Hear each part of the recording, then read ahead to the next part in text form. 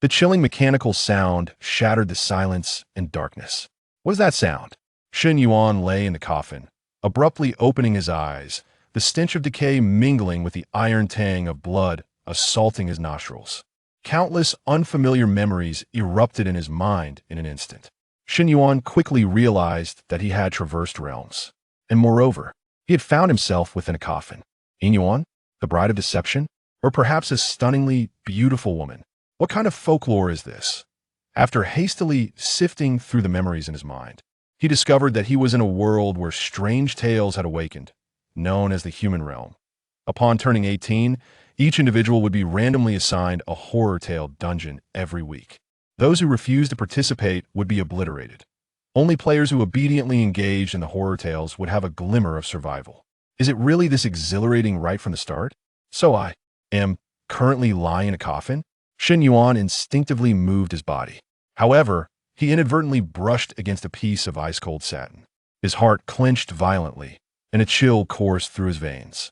There was someone beside him. No, it couldn't be. It was impossible for it to be a person. It could only be the bride of deception mentioned in the introductions. Shen Yuan's body stiffened, and he dared not move, quickly comforting himself. It's fine. Stay calm. I've reviewed the world's rules. Each player possesses 3 points of life. Failing once in a horror tale deducts only 1 point. I still have room for error. I won't die. The next moment, the cold announcement struck him like a slap. Please note, your current life value is 0. Failure again will result in obliteration. Shen Yuan's eyes widened, and his expression changed drastically. What the hell? What is happening? 0 life points? Taking a deep breath to steady his racing heart, he continued to recall that it was then he learned that, due to his girlfriend's persuasion, his previous incarnation had participated in 3 horror tales consecutively right after turning 18. Without exception, all had ended in failure. All 3 life points had been deducted. This was his 4th horror tale dungeon in other words, if Shen Yuan were to die in this horror tale, it would be the end for him. He incessantly cursed his previous self for being such a fool. Yet, cursing was of no avail. Shen Yuan pondered his options, and soon, he sighed in relief. It's all right. I've checked as long as 1 person survives in the horror tale. It counts as a victory for the whole team. As a newcomer, I can just ride on the coattails of others. As the saying goes, the art of leg hugging is exquisite, and winning while lying down is not shameful. Horror tale dungeons were mostly entered in teams, with varying numbers of players, typically ranging from 3 to 8, even if some team members perished early in the horror tale. As long as someone in the group ultimately succeeded, everyone would be revived without losing life points. However, the announcement once again doused Shen Yuan with cold water. Number of participants in this dungeon. 1. A chill spread from his spine to his toes, and his heart sank. Just 1 person. This was an exceedingly rare solo horror tale. No, I'm not afraid. As a newcomer, the difficulty of the horror tale shouldn't be too high, with my experience in various escape rooms and murder mystery games in my past life. It should be manageable. Dungeon difficulty. Silver 1 star. Shen Yuan's eyes widened in shock, even with his optimistic mindset. He couldn't help but curse under his breath. The difficulty of horror tales was categorized from low to high as bronze, silver, gold, platinum, and diamond, with each major category subdivided into 1 to 5 stars. 1 star was the weakest, while 5 stars were the most challenging. Logically, as a novice with 3 consecutive defeats, Shen Yuan should have been assigned to a bronze 1-star horror tale. Yet here he was, skipping a major tier and thrust into a silver 1-star dungeon. What was the difference between this and courting death? What kind of outrageous matching mechanism is this? What have we, the traversers, done to deserve such high difficulty in this dungeon? At that moment, the announcement mercilessly delivered another blow. The heavenly brain wishes you an enjoyable experience in this horror tale. Shen Yuan silently exhaled a breath of frustration, suppressing his anger, and did not succumb to blind panic. At this point, since I am in a dire situation, there is no room for retreat. All I can do is give it my all. Feeling the cold presence beside him, Shen Yuan could not help but tremble. No, I can't lie in this coffin any longer. I must get out. No one wished to share a space with a ghastly being. Cautiously, Shen Yuan raised his hand, attempting to push open the coffin lid above him. Hoping the coffin wasn't sealed, or else he would truly face a certain death from the start. Creak, a piece of good news and a piece of bad news. The good news was that he was not buried underground, and the coffin was not locked. He successfully opened the lid. The bad news was that despite merely creating a small gap, the coffin lid unexpectedly slid off completely, crashing to the ground with a resounding thud. The sound reverberated deafeningly in the stillness of the night. Shen Yuan felt as though the blood within him had frozen. Using the light, he caught a glimpse of a crimson figure slowly rising beside him, its icy gaze fixed upon him. The Bride of Deception. The Bride of Deception had noticed him. Shen Yuan gasped. Run. Run fast. This was the only thought left in Shen Yuan's mind. But the Bride of Deception was swifter than him. She abruptly sat up, her movements stiff and unnatural, her two pale as paper hands gripping Shen Yuan's neck. Swish! So cold. A bone-chilling sensation instantly invaded Shen Yuan's mind. The Bride of Deception's blood-red nails were sharp and long, and due to her excessive force, they had already sunk deep into Shen Yuan's flesh. Agonizing pain, terror, and despair consumed Shen Yuan's consciousness. He could feel his neck contorting, his esophagus, Adam's apple, and blood vessels being crushed bit by bit, blood frothing from the corners of his mouth. No, it's too fast, I don't want to die. Shen Yuan's vision darkened. He was dead. Suddenly, another unfamiliar mechanical voice pierced through the darkness. Host Death detected.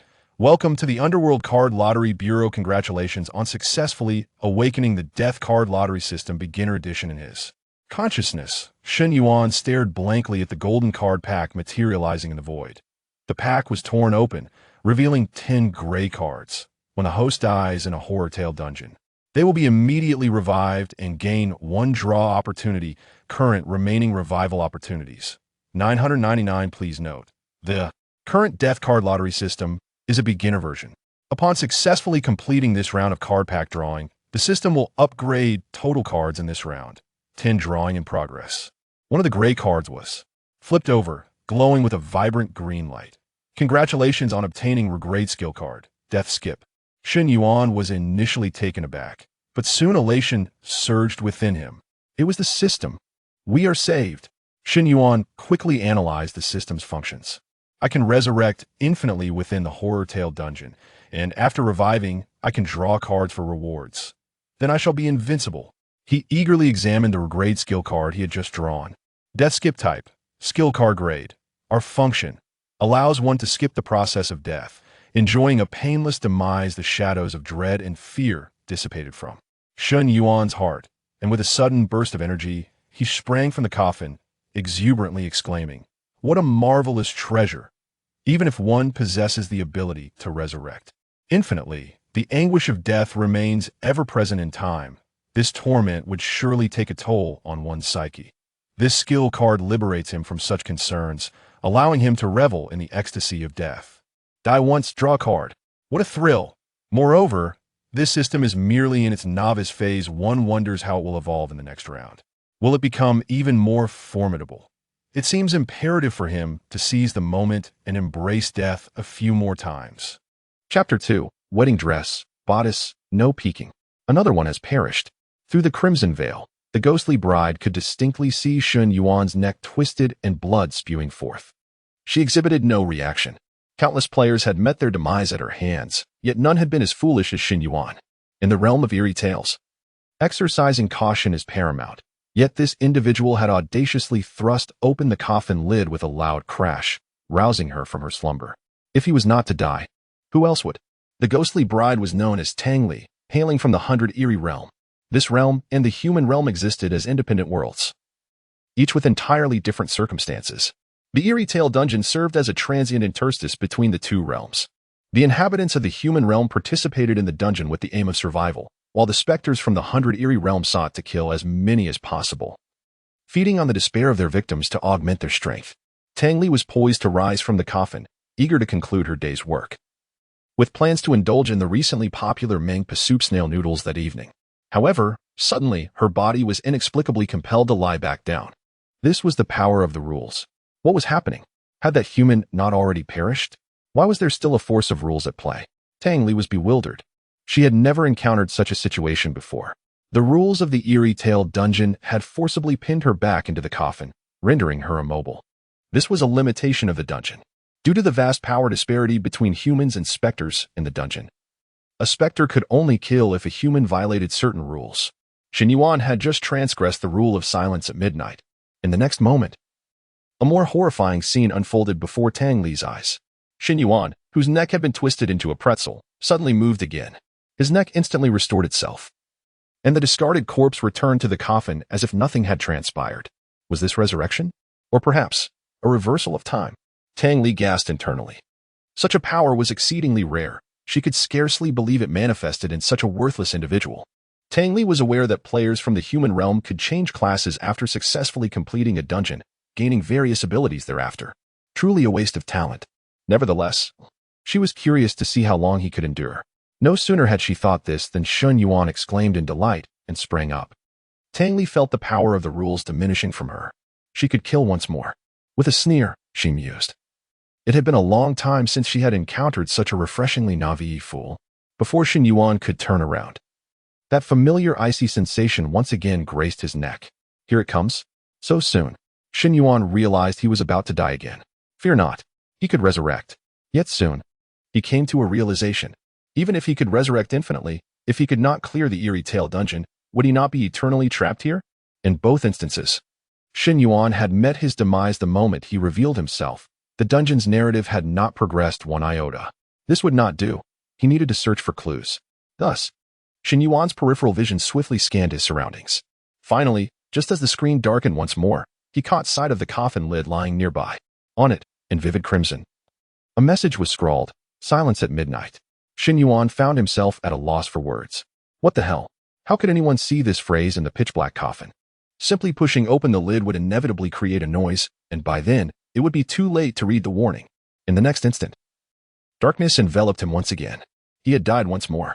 This time, Shen Yuan felt no pain from death. It was merely a blackout before the system announced his demise. The mechanical voice resounded once more. Host death detected. Resurrection successful. Remaining resurrection count, 999. Remaining card count in the pack, 9. Drawing card. In the next second, a blinding blue light flashed before Shen Yuan's eyes. It was distinctly different from the previous draw. Oh, what luck! Shen Yuan was elated and hurriedly examined the card he had drawn. Congratulations, you have obtained an SR level skill card. Pickpocket, SR. This was a full level higher than the previous item card he had drawn. Shen Yuan had already perused the system's description. The cards within the pack came in various types, spanning a wide range. The levels ranged from low to high. White quality N-level cards, green quality R-level cards, blue quality SR level cards, purple quality SSR level cards, and red quality UR level cards. Without hesitation, Shen Yuan began to inspect the details of this card. Pickpocket. Type, skill card. Level, SR. Function, randomly acquire one item from within the dungeon. Can be permanently retained. In use. Congratulations. You have successfully stolen the ghostly bride's wedding dress, blood-soaked wedding dress. Type, armor equipment. Level, silver 1-star, defense, 200, function. Wearing it reduces physical damage by 25. If stained with any blood, an additional 25 damage reduction is granted. Wearing restriction, level 5 and above. Shen Yuan's eyes nearly bulged out. He had genuinely acquired a wedding dress. The embroidery on the dress resembled a profusion of flowers, each stitch exquisitely crafted to an eerie degree. Its color was a deep, twisted red, far from ordinary, with a pungent metallic scent wafting through the air, infiltrating Shen Yuan's nostrils. Most crucially, this wedding dress was identical to the one worn by the ghostly bride in the coffin. Could it truly be? Had he really snatched the ghostly bride's dress? However, what did it mean to be in armor equipment? Shen Yuan felt that his understanding of this world was still woefully insufficient. Seizing the moment before his resurrection concluded, he quickly rifled through his memories. It was then he realized that in the human realm, each individual possessed an attribute interface akin to that of an online game. Attributes determined one's strength. They could also equip various items like in a game. Shen Yuan mentally intoned the word attributes, successfully opening his attribute interface. Shen Yuan, level 1, class, not yet awakened, life, 0, defense, 105, energy, 53, attack, 5, speed, 5, stamina, 5. There were 6 equipment slots available. Weapon slot, none. Armor slot, none. Boot slot, none. Ring slot, None. Amulet slot. None. Cloak slot. None. Although Shen Yuan had just obtained a blood-soaked wedding dress, he was not yet of sufficient level to equip it. Time was of the essence. Shen Yuan's resurrection time had elapsed. His vision brightened once more. He found himself back in the coffin. However, unlike the fear, confusion, and uncertainty he had previously felt, Shen Yuan now felt a tinge of excitement. He was immensely curious about the unique abilities of the remaining 8 cards. Was this it? Tang Li was somewhat at a loss. After effortlessly strangling Shen Yuan once more without any challenge, she prepared to clock out for the day. Little did she know, this was merely the beginning. Encountering such a fool made her job considerably easier. She had thought he might rise from the coffin to explore, but alas, never mind. Tang Li muttered to herself as she prepared to stand. However, in the next moment, a chill coursed through her arms. What was happening? I am a ghost. And clad in bridal attire, why do I feel cold? Instinctively, she looked down and gasped. Her once fair arms were completely exposed. Her upper body was adorned only with a striking crimson belly band and the undergarments beneath, while her lower half was covered by a pair of pure white shorts. The bridal gown she had worn had vanished into thin air. Although it was not a particularly precious item, it was the attire she had donned within the eerie narrative. What is going on? Bewildered, Tang Li sought to escape this place. Yet despair washed over her as the familiar force of the rules struck once more. Even her instinctive attempt to cover her chest was thwarted, her hands forced aside, and the ghostly figure lay back down, returning to the confines of the coffin. Everything reverted to the beginning once again. The only alteration was that the ghostly bride's attire had become significantly more revealing. Tang Li stared blankly in the direction of Shen Yuan. As expected, he had returned to his original state, quietly lying back in place. Revived again. What manner of ability is this, allowing for multiple resurrections? Moreover, why did her bridal gown vanish after Shen Yuan's revival? Tang Li silently prayed for Shen Yuan to break the rules, so she could swiftly eliminate him and put an end to this bizarre narrative. To her dismay, this time, things did not unfold as anticipated. Shen Yuan, seated beside her, rose silently, having not infringed upon any rules. To make matters worse, he took an interest in her exposed arms and the uniquely styled belly band. This incited a blend of shame and anger within Tang Li. How shameless. You lecher. Do not look. Damn it. I will ensure you are reduced to ashes, trapped between the desire to live and the inability to die. Chapter 3. Death, Death, and Yet More Death. Shen Yuan, of course, remained oblivious to the fact that the eerie bride standing before him was berating him in her heart. He wore an expression of shock, internally exclaiming, "What? It has truly vanished? This card is indeed the hand of fate, not merely a replica to deceive me. This system is quite impressive." Inside the coffin, the uncanny bride, clad only in a red belly band, appeared somewhat less terrifying. Shen Yuan's gaze fell upon the crimson veil atop her head, and a thought suddenly sparked in his mind. After all, he could not die. Shen Yuan's curiosity was piqued. What kind of appearance could be deemed a beauty unmatched in this world? Come, let me see. Shen Yuan grinned widely, decisively reaching out to lift the eerie bride's veil without hesitation. With a swift motion, the veil fell to the side, revealing an exquisitely flawless visage before Shen Yuan. My goodness. Shen Yuan considered himself a person not easily swayed by beauty. Yet he was genuinely taken aback upon seeing her face. It was the most exquisite, most perfect, most soul-stirring countenance he had ever encountered in both his past and present lives. Words failed to capture its essence, and none could compare. Truly, this beauty was unparalleled in the world. Shen Yuan found himself momentarily entranced, oblivious to the fact that the eerie bride's face was gradually turning red with shame and anger. Suddenly, a calm voice echoed in his ear, snapping him back to reality. Veil lifted, fate entwined, grievances bound for eternity. Congratulations, player, for triggering a hidden plotline. A hidden plotline? Before Shen Yuan could fully grasp the meaning of these words, the eerie bride surged to her feet, her exquisite face marred by resentment and grievance. Her spring-like eyes fixed unwaveringly on Shen Yuan. You shall perish. She hissed through clenched teeth, her voice melodious yet ominous. Unfortunately, Shen Yuan had no time to appreciate it. Bang! A deafening sound erupted. In an instant, Shen Yuan's chest was cleaved open by the eerie bride's left hand, while her right hand smashed his head, sending a spray of crimson everywhere. Of course, Shen Yuan was oblivious to this scene, feeling nothing as darkness enveloped him. Detection of host's death. Resurrection successful. Current remaining resurrection count, 999. Remaining card count in the deck, 8 cards. Drawing cards. A gentle white light flickered before him. Congratulations. You have obtained an in-rank item card. Inyong Eye Drops 10. Inyong Eye Drops. Category. Item. Function. When dropped into the eyes, can reveal the level and some attributes of players from the human realm or the 100 Eerie realm, depending on one's own strength, lasting for 30 minutes this time. Shen Yuan's luck was rather modest, having acquired only an in-rank item card. However, he was intrigued by the mention of the 100 Eerie realm in the description. After sifting through his prior memories, he realized it was akin to the hell of his past life. The Eerie Bride likely hailed from the 100 Eerie realm, serving as an NPC in a horror-themed quest. The Inyong Eye Drops, quite interesting. Since I have 10 vials, I shall use one to experiment. Shen Yuan decisively used a vial, instilling the eye drops into his eyes. He immediately felt a slight itch, as if something were adhering to his vision. When Shen Yuan opened his eyes again, a faint golden glow enveloped his gaze. He turned to look at the Eerie Bride beside him. Yet, to his astonishment, a streak of crimson moved faster than he could react. Everything went black once more. He had perished again. Tang Li was on the verge of madness. She had allowed Shen Yuan to unveil her veil. Having participated in the same coffin calamity countless times, no one had ever dared to touch her, let alone lift her veil. To touch an eerie entity within a horror tale was undoubtedly an act of certain death. All players from the human realm were aware of this fact. How could this audacious man have dared? Tang Li trembled with rage. Veil lifted, fate entwined. Grievances bound for eternity. This phrase was no jest.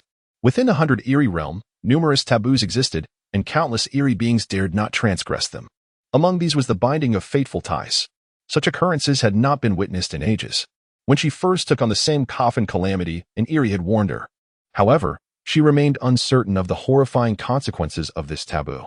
That did not quell her anger. More infuriatingly, Tang Li was appalled to discover that the wretched Shen Yuan had resurrected once more. Why has the power of rules not forced me to lie down this time? Could it be because he unlocked a hidden plotline?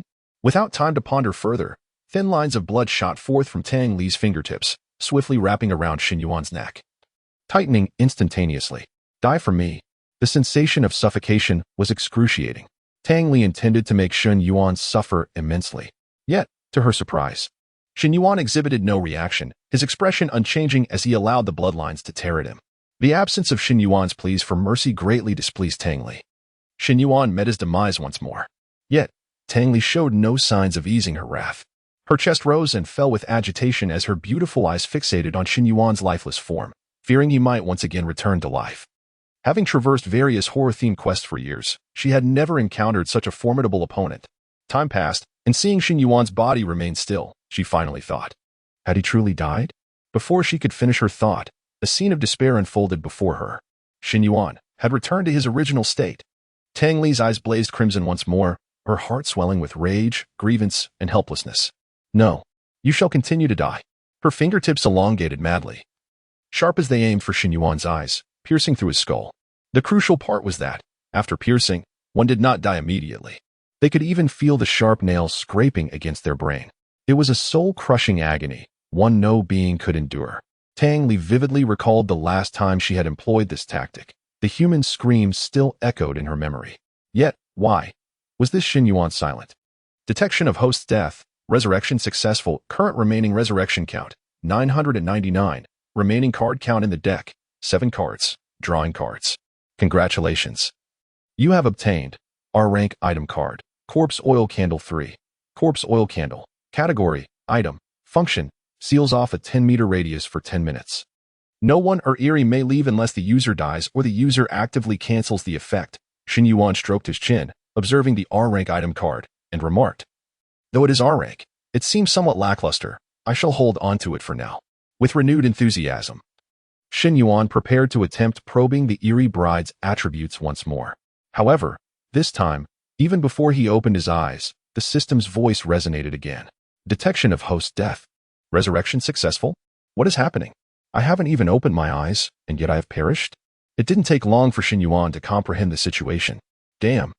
I see now. That Eerie Bride outside is desecrating my corpse. Was it merely lifting her veil that provoked her? Indeed, beautiful women are not to be trifled with. And female eerie beings are no exception. Alas, let us see what I have drawn. Current remaining resurrection count, 999. Remaining card count in the deck, 6 cards. Drawing cards. Once again, blue light. Shen Yuan rejoiced. Congratulations on acquiring the SR level skill card. The Art of Theft. Yet again, the Art of Theft? Skill in use. Congratulations! You have successfully obtained the exquisite embroidered shoes of the Trickster Bride. Exquisite embroidered shoes, category, boot equipment, level, silver 1 star, speed, 35, function, upon wearing. Blossoms of the other shore pattern unfurl beneath your steps, lasting for 3 minutes. During this time, you may instantly teleport to any location marked by the other shore pattern. Wearing restrictions, level 5 and above. Shen Yuan's eyes widened in astonishment. Good gracious. They even pilfered the embroidered shoes? Is this a punishment for the Trickster Bride's corpse?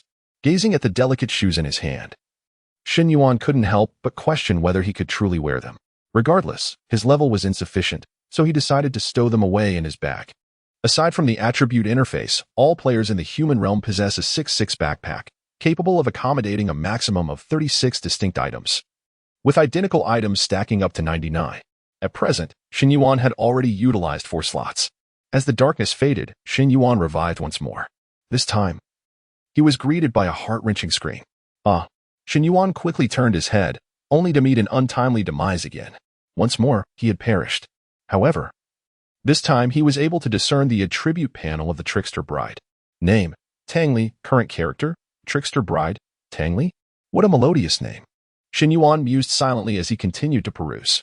Level, 60, defense, 319,694, vitality, 137,025, attack, 18,267, speed, 10,964, stamina, 36,524, hiss.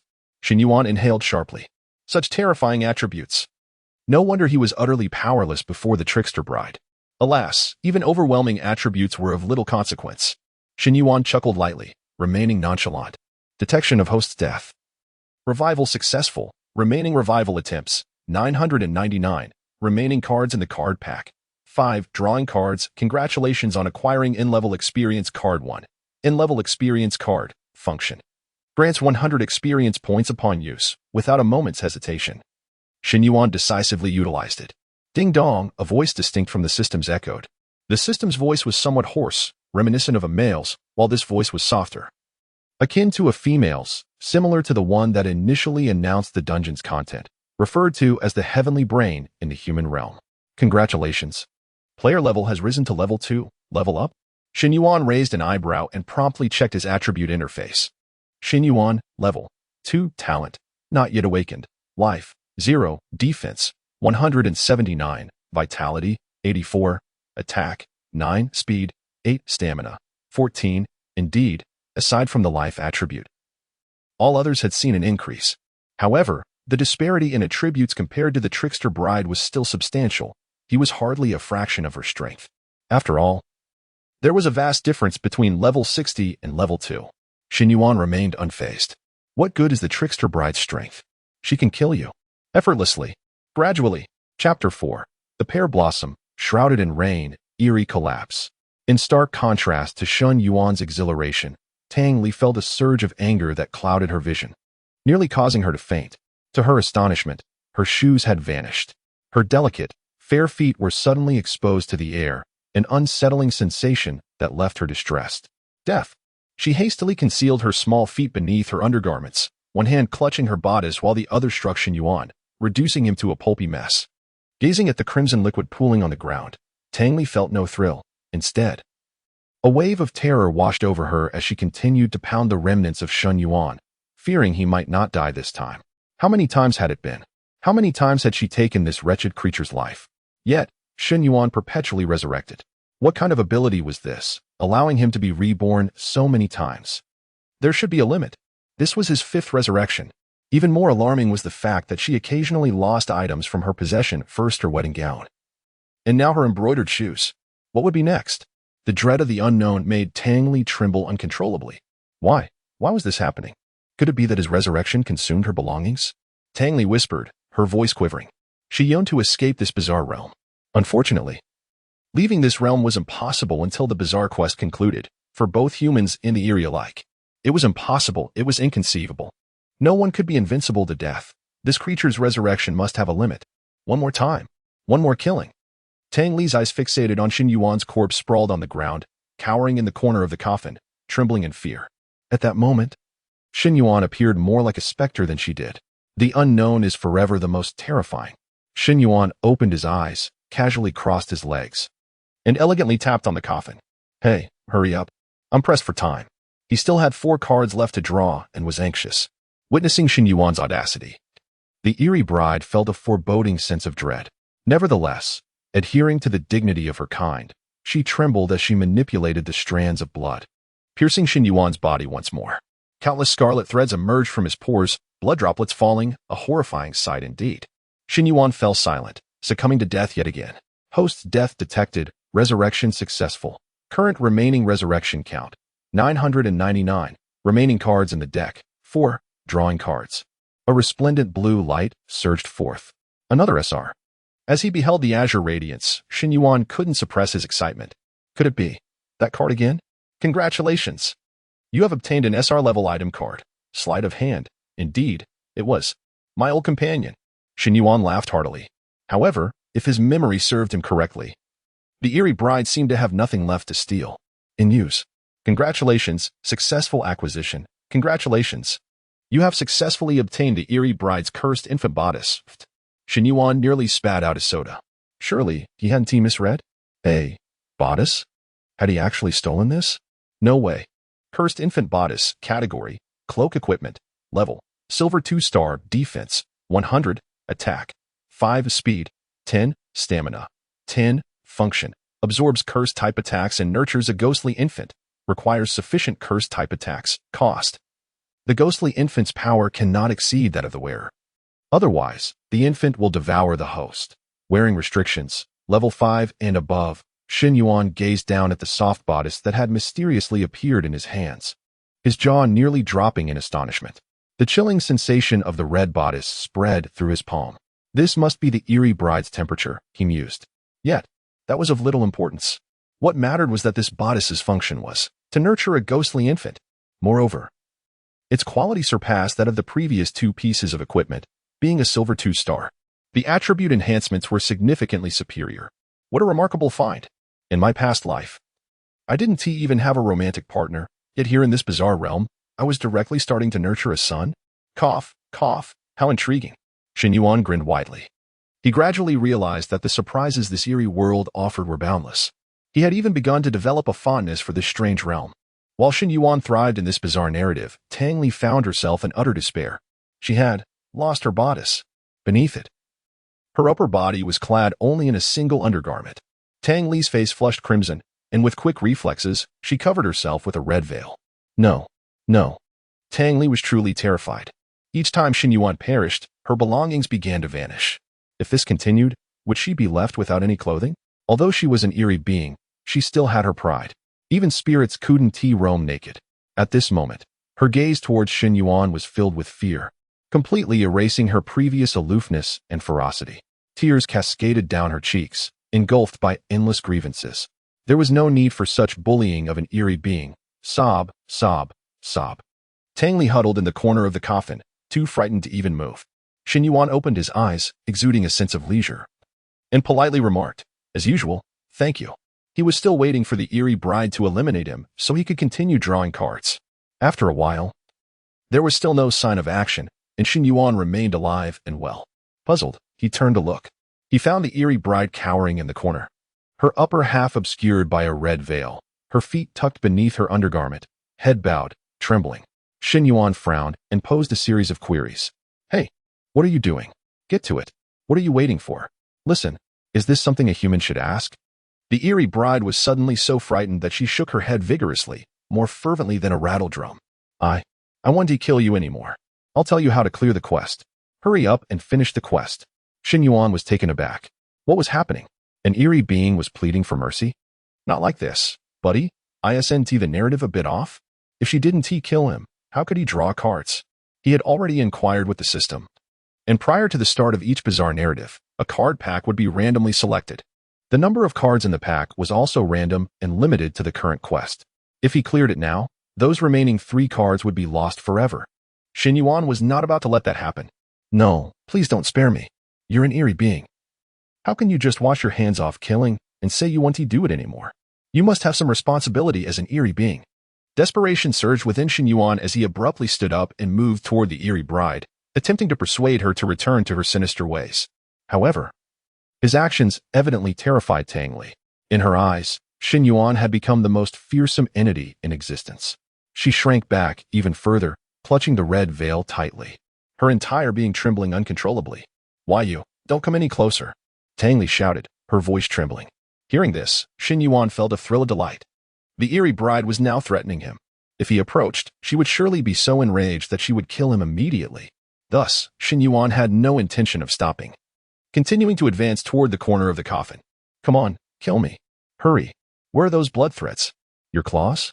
Kill me," Shen Yuan implored eagerly, reaching out to touch Tang Li's body. At long last, Tang Li's emotions unraveled completely. She could no longer restrain the tempest within her heart and burst into tears. "Do not come any closer.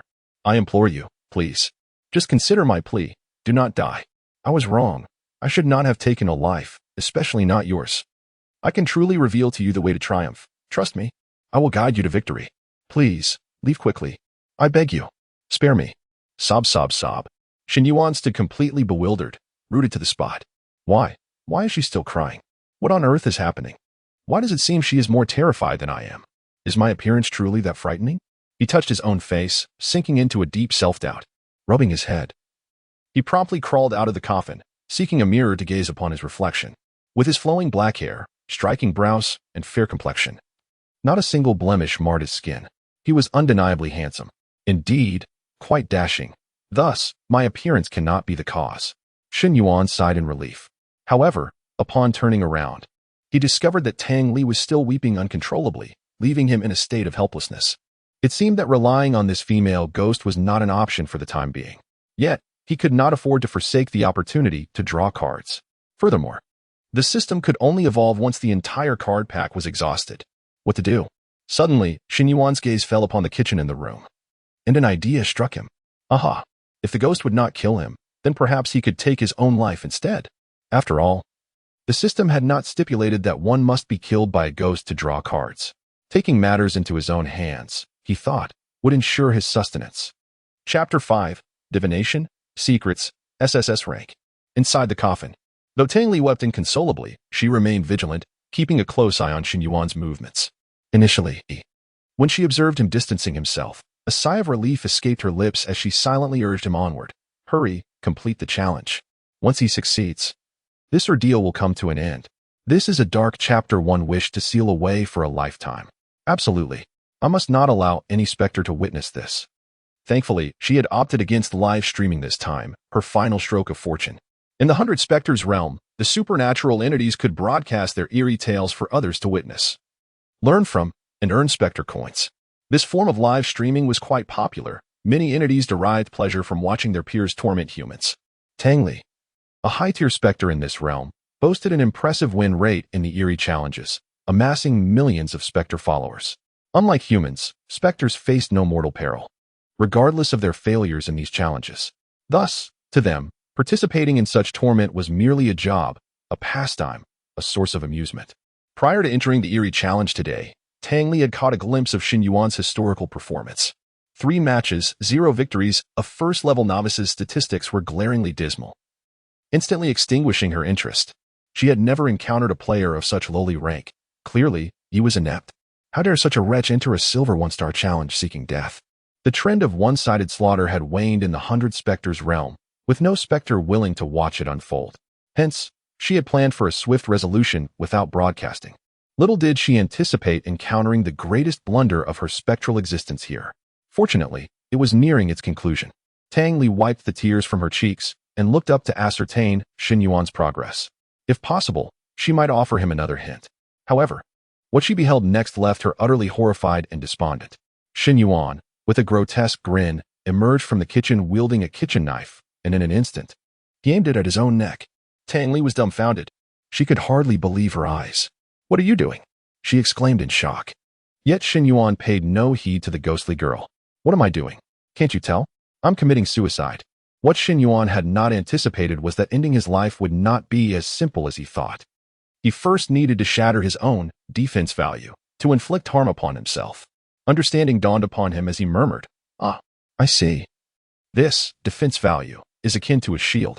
Although the blade struck his neck, it inflicted no tangible harm. A vivid red number floated above his head, -9. This, 9, represented Shen Yuan's attack attribute. He felt as though an invisible barrier shielded his skin. Until this barrier was breached, the blade could not touch him. His total defense of 179 points was quickly depleted. Now, he was no different from an ordinary person in his previous life. With another slash to his neck, blood gushed forth, and darkness enveloped his vision as he succumbed once more. Detected host's death. Resurrection successful. Remaining resurrection attempts, 999. Remaining card count in the pack, 3. Drawing a card. Congratulations. You have obtained R-level experience card 1. R-level experience card. Function. Grants 500 experience points upon use. Once again, an experience card. However, this time, it was of a higher grade than the previous one. With a swish, Shen Yuan ascended directly to level 4. Rising once more from the coffin, he picked up the knife from the ground, ready to repeat the process. With his upgraded defense attribute, he was now even less susceptible to being harmed. The sound of the blade echoed through the silent room, each clang striking deeply at Tang Li's heart. A nightmare. This was nothing short of a nightmare. The malevolent specter cowered in the corner while the human frantically slashed at his own neck. The scene was too beautiful. The specter dared not look. Soon, Shen Yuan successfully took his own life once again. A brilliant blue light illuminated his surroundings. Another SR. However, this time it was not a pickpocket card. Congratulations. You have obtained SR level item card. Pain savings jar. Pain savings jar. Type. Item. Function. The pain from each death accumulates in the jar. Only 1/10 can be stored, which can be transferred to others at any moment. Additional feature. Players who die due to the pain savings jar exhibit death characteristics akin to those who perish in eerie tales. Shen Yuan's eyes sparkled with excitement. Having developed some insights into the human realm, he immediately recognized the value of the pain savings jar. It was a top-tier item, an absolute artifact for killing without detection. Although the human realm was rife with eerie tales, indiscriminate killing was still prohibited. Yet with this item, he could commit murder discreetly. The image of his former girlfriend involuntarily surfaced in his mind. Were it not for her, he would not have faced 3 consecutive failures, subsequently plunging into the 4th challenge and finding himself in peril. Had he not awakened the death card drawing system, he would likely have met his end by now. He would not spare that wretched woman. Awakening once again, Shen Yuan resumed his previous actions, retrieving the knife from the coffin's edge. Only 1 card remained. He would draw it before contemplating how to conquer the challenge. Without hesitation, he lifted the knife and brought it down upon his own head, appearing utterly deranged. Beside him, Tang Li's eyes had become vacant, her spirit long dulled. Destroy it, just destroy it quickly. Detected host's death. Resurrection successful. Remaining resurrection attempts, 999. Remaining card count in the pack, 1. Drawing a card. In a void of darkness, Shen Yuan observed the card draw with great interest. The final card hovered in the air, slowly turning. In the next moment, a burst of purple light erupted. Shen Yuan's eyes widened in astonishment. What the hell? Purple? SSR. This was the first time he had drawn an SSR-level card from a total of 10 cards. He was immensely relieved that he had not discarded the last 3 cards. Otherwise, he would have suffered a significant loss. With anticipation etched across his face, he gazed at the final SSR-level card. Congratulations, you have obtained SSR-level Divination Card 1. Divination Card. Function. Foretell the heavens, the earth, and the vast seas, divine mountains, seas, and the future. Glimpse the stars, the moon, and the fates. The description of this function left Shen Yuan somewhat bewildered. What was this? This was the SSR card? What on earth was divination? In use. Usage successful. Congratulations. You have awakened the hidden secrets of the human realm, currently lost to time, after clearing 9 eerie challenges. Reawakening a profession guarantees a 100 acquisition of an SSS-level hidden profession. Staring at the divination content in his hand, Shen Yuan stood in stunned silence. A 100 chance of obtaining an SSS-level hidden profession? What a jest! In the human realm, every player could awaken a unique profession after successfully clearing a challenge. These professions varied in categories and strengths. It could be said that awakening a top-tier profession would grant one the means to dominate the entire human realm. Professions were classified from D, C, B, A to S level, with a total of 5 tiers, and the level one could awaken was entirely random. Yet now, The divination in Shen Yuan's hands indicated that after successfully completing the eerie dungeon 9 times, he would undoubtedly awaken an SSS-level hidden profession. Wasn't this akin to exploiting a glitch? Shen Yuan's voice grew hoarse with excitement. It is crucial to understand that the impact of different profession tiers on attributes is substantial. Upon awakening a D-grade profession, all basic attributes increase by 20. A C-grade profession yields a 35 boost. A B-grade profession offers a 50 enhancement. An A-grade profession provides an astonishing 80, while the S-grade profession is the most formidable, granting a full 100 increase. In Shen Yuan's recollection, there were no known enhancement values for an SSS-level profession. He could scarcely fathom how terrifying such a figure might be. 150? Or even 200? He felt his blood begin to boil. An SSS-level profession. What does this signify? A level that has never before graced the realm of human world now lay before him. For others, completing the dungeon 9 times without a profession change might pose a challenge. However, Shen Yuan was different. With the death card draw system at his disposal, it would be far more difficult for him to perish within the eerie dungeon. He swallowed hard, and without hesitation, shattered the divination in his hands. The divination stated that this secret had been lost to time, unknown to anyone in the entire human world. Thus, he could not divulge this secret. The SSR level card was indeed as legendary as its reputation suggested. Shen Yuan's mind raced with calculations. The death card draw system was not invincible. For the human world encompassed not only the eerie dungeon but also the reality beyond. His system held no power in the real world. In reality, death meant true demise. However, this SSR level card now provided him with the means to be invincible in the real world. He took a deep breath to regain his composure. He had not forgotten that after exhausting the card packs, the system would undergo evolution. Congratulations, all card packs have been drawn. The death card draw system has successfully ascended to an advanced version. Newly unlocked ability. Death critical strike. The more tragic the manner of death, the higher the card draw quality. Probability adjustment. The chance of drawing in cards decreases, while the chance of drawing SSR cards increases. Next stage, drawing 5 SSR cards to unlock 05. Shen Yuan raised an eyebrow in astonishment. A death critical strike. The more tragic his demise, the higher the quality of the card draw. Was this not an invitation to seek his own end? In that case, let it be so. Chapter 6. Time, Reasoning. Open the door. Upon awakening once more, Shen Yuan was adorned with a radiant smile, exuding an air of vitality and exuberance. In stark contrast, the eerie bride Tang Li appeared lifeless and tormented. With a sigh, having finished his card game, it was time to confront the challenges of the horror narrative. Emerging from the coffin, Shen Yuan paid no heed to Tang Li, who cowered in the corner. Previously, this spectral bride had suggested she could reveal the means to navigate through the ordeal. Well, since there was no imminent danger, he might as well treat it as an escape room adventure. Shen Yuan had no inclination to cheat, having spent considerable time in this eerie realm. It was the first occasion Shen Yuan earnestly scrutinized his surroundings. What was amiss with the colors? He suddenly realized that the entire room was shrouded in a dreary palette, reminiscent of a black and white film veiled by a filter, leaving only shades of black, white, and gray. Yet, the crimson bridal gown worn by the eerie bride remained unaffected, its vivid hue strikingly conspicuous. Recalling from memory, Shen Yuan recognized this state as the horror domain. Once ensconced within the horror domain, players were severed from the reality, only to return once the narrative concluded. The horror domain and the real world were mutually exclusive, even if two individuals stood in the same location within both realms. They remained oblivious to each other's presence. The Huaxia Anti-Horror Alliance had speculated that the reason the 100 Horrors realm designed the horror domain in such a manner was to accentuate the starkness of blood's scarlet hue, intensifying visual stimuli to swiftly dismantle a player's psyche. This incited indignation among humanity, who vehemently condemned the 100 Horrors realm for its insidious intentions. Reflecting on this, Shen Yuan turned his gaze towards the cowering Tang Li within the coffin. Here was a living embodiment of a 100 Horrors realm member. A simple inquiry would suffice to ascertain the truth. Hey, eerie bride. No, you are Tang Li, correct? Pray tell. Why does the color scheme of the horror domain predominantly feature black, white, and gray? Tang Li looked up in astonishment. First came fear. How did Shen Yuan know her name? Then confusion. Why was he suddenly asking her such peculiar questions? Did he intend to steal another of her garments should she answer incorrectly? With this unsettling thought, Tang Li tightened her crimson veil, quivering as she stammered.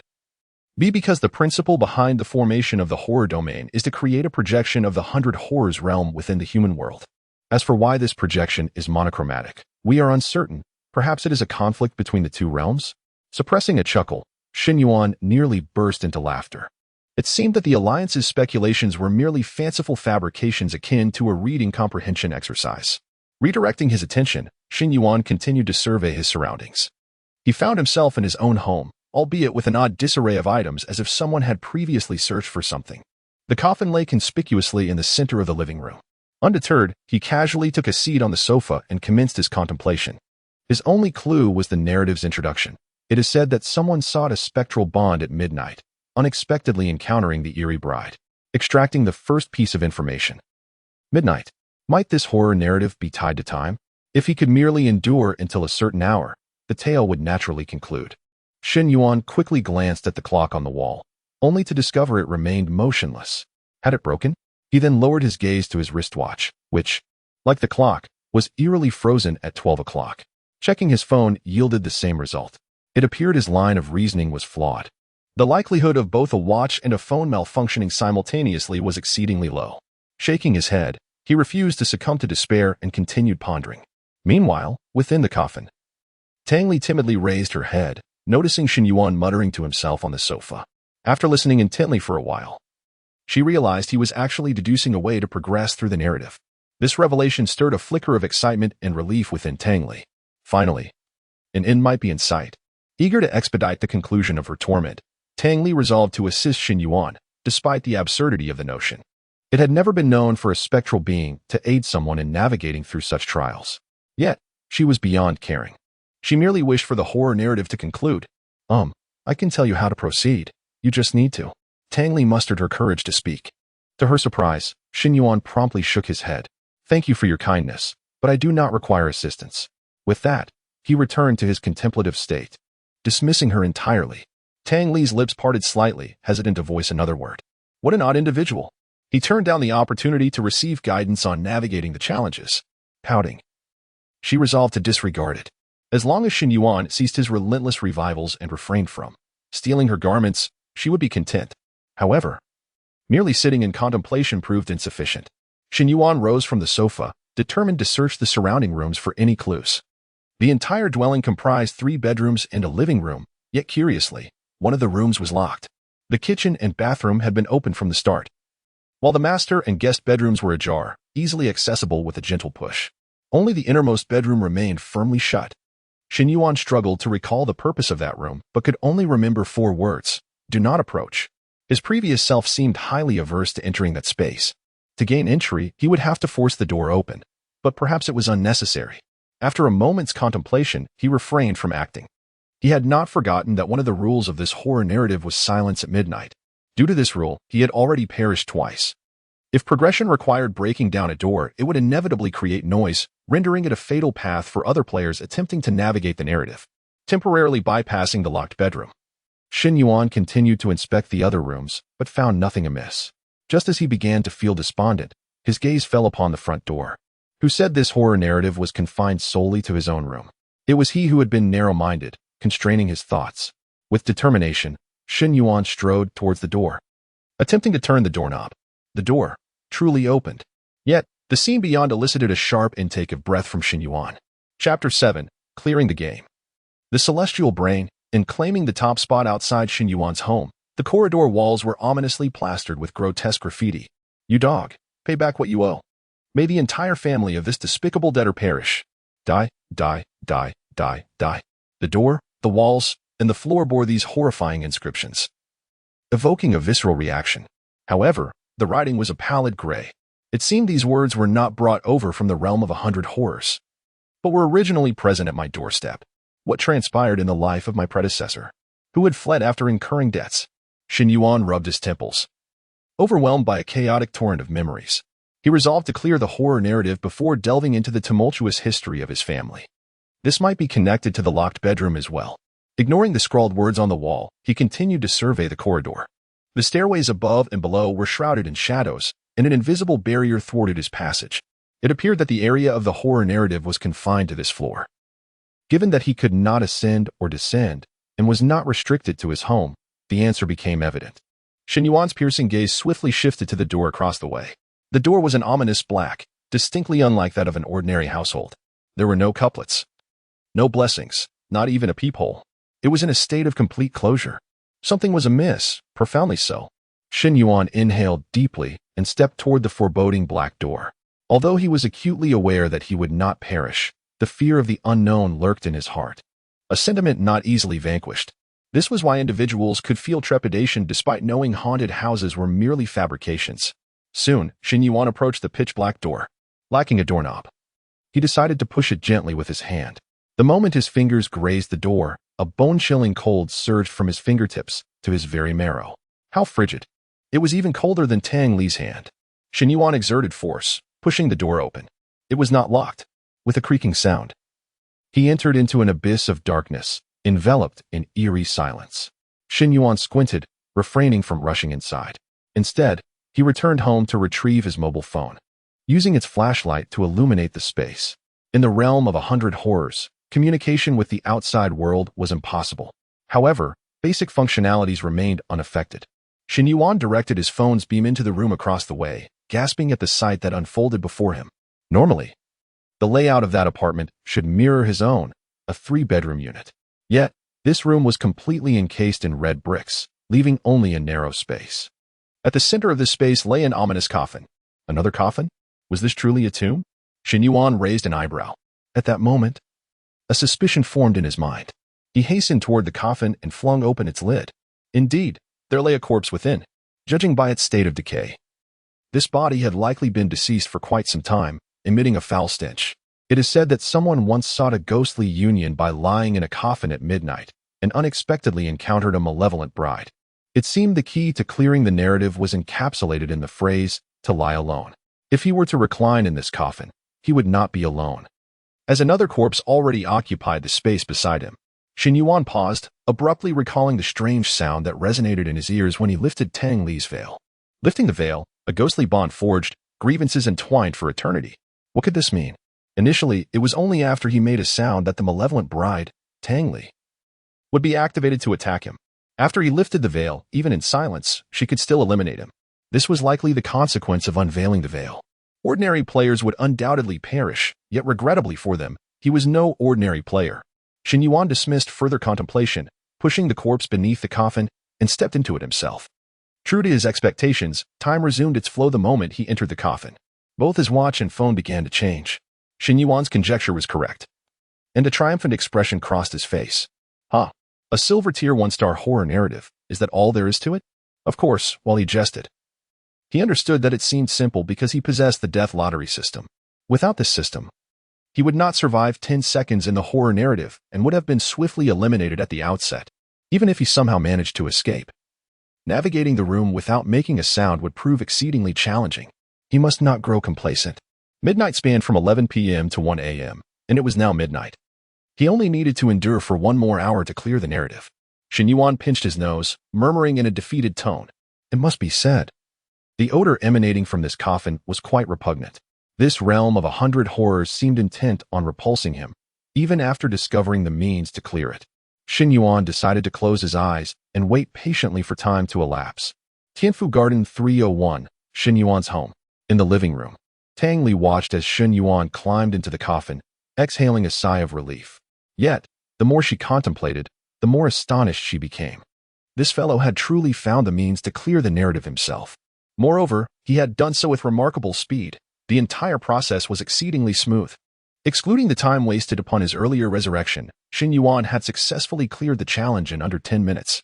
Others may not comprehend, but as the overseer of the coffin duel horror narrative, Tang Li knew all too well.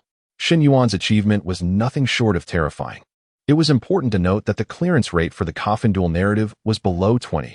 Furthermore, as a silver tier 1-star horror narrative, it catered to players experienced in horror narratives. Even so, fatalities at the outset were not uncommon. The primary reason was that the fatal rules of the coffin duel were alarmingly easy to trigger. Any sound would activate the vengeful bride and result in an instant death, leaving no opportunity for retaliation. Cautious players, upon discovering the midnight silence rule, would not quickly perceive the anomalies next door. Their thinking often became rigid, endlessly searching within the room, failing to consider the option of leaving. He wouldn't return, would he? Tang Li muttered softly. Even though Shen Yuan lay in the coffin next door, she felt a sense of trepidation, fearing he might suddenly return. That hour felt like an eternity to Tang Li. Finally, the hour elapsed, and the horror narrative concluded. Tang Li breathed a sigh of relief, her form gradually becoming ethereal. Finally, the workday was over. In an instant, the colors surrounding the room began to normalize, and the furnishings not belonging to the human realm began to vanish. Shen Yuan, who had been in the adjacent room, blinked back into the center of his living room. In his mind, the voice of the celestial brain reverberated once more. Congratulations, player Shen Yuan, on successfully clearing the coffin duel. Reward calculation in progress. Clearance time, 9 minutes and 43 seconds. Clearance evaluation.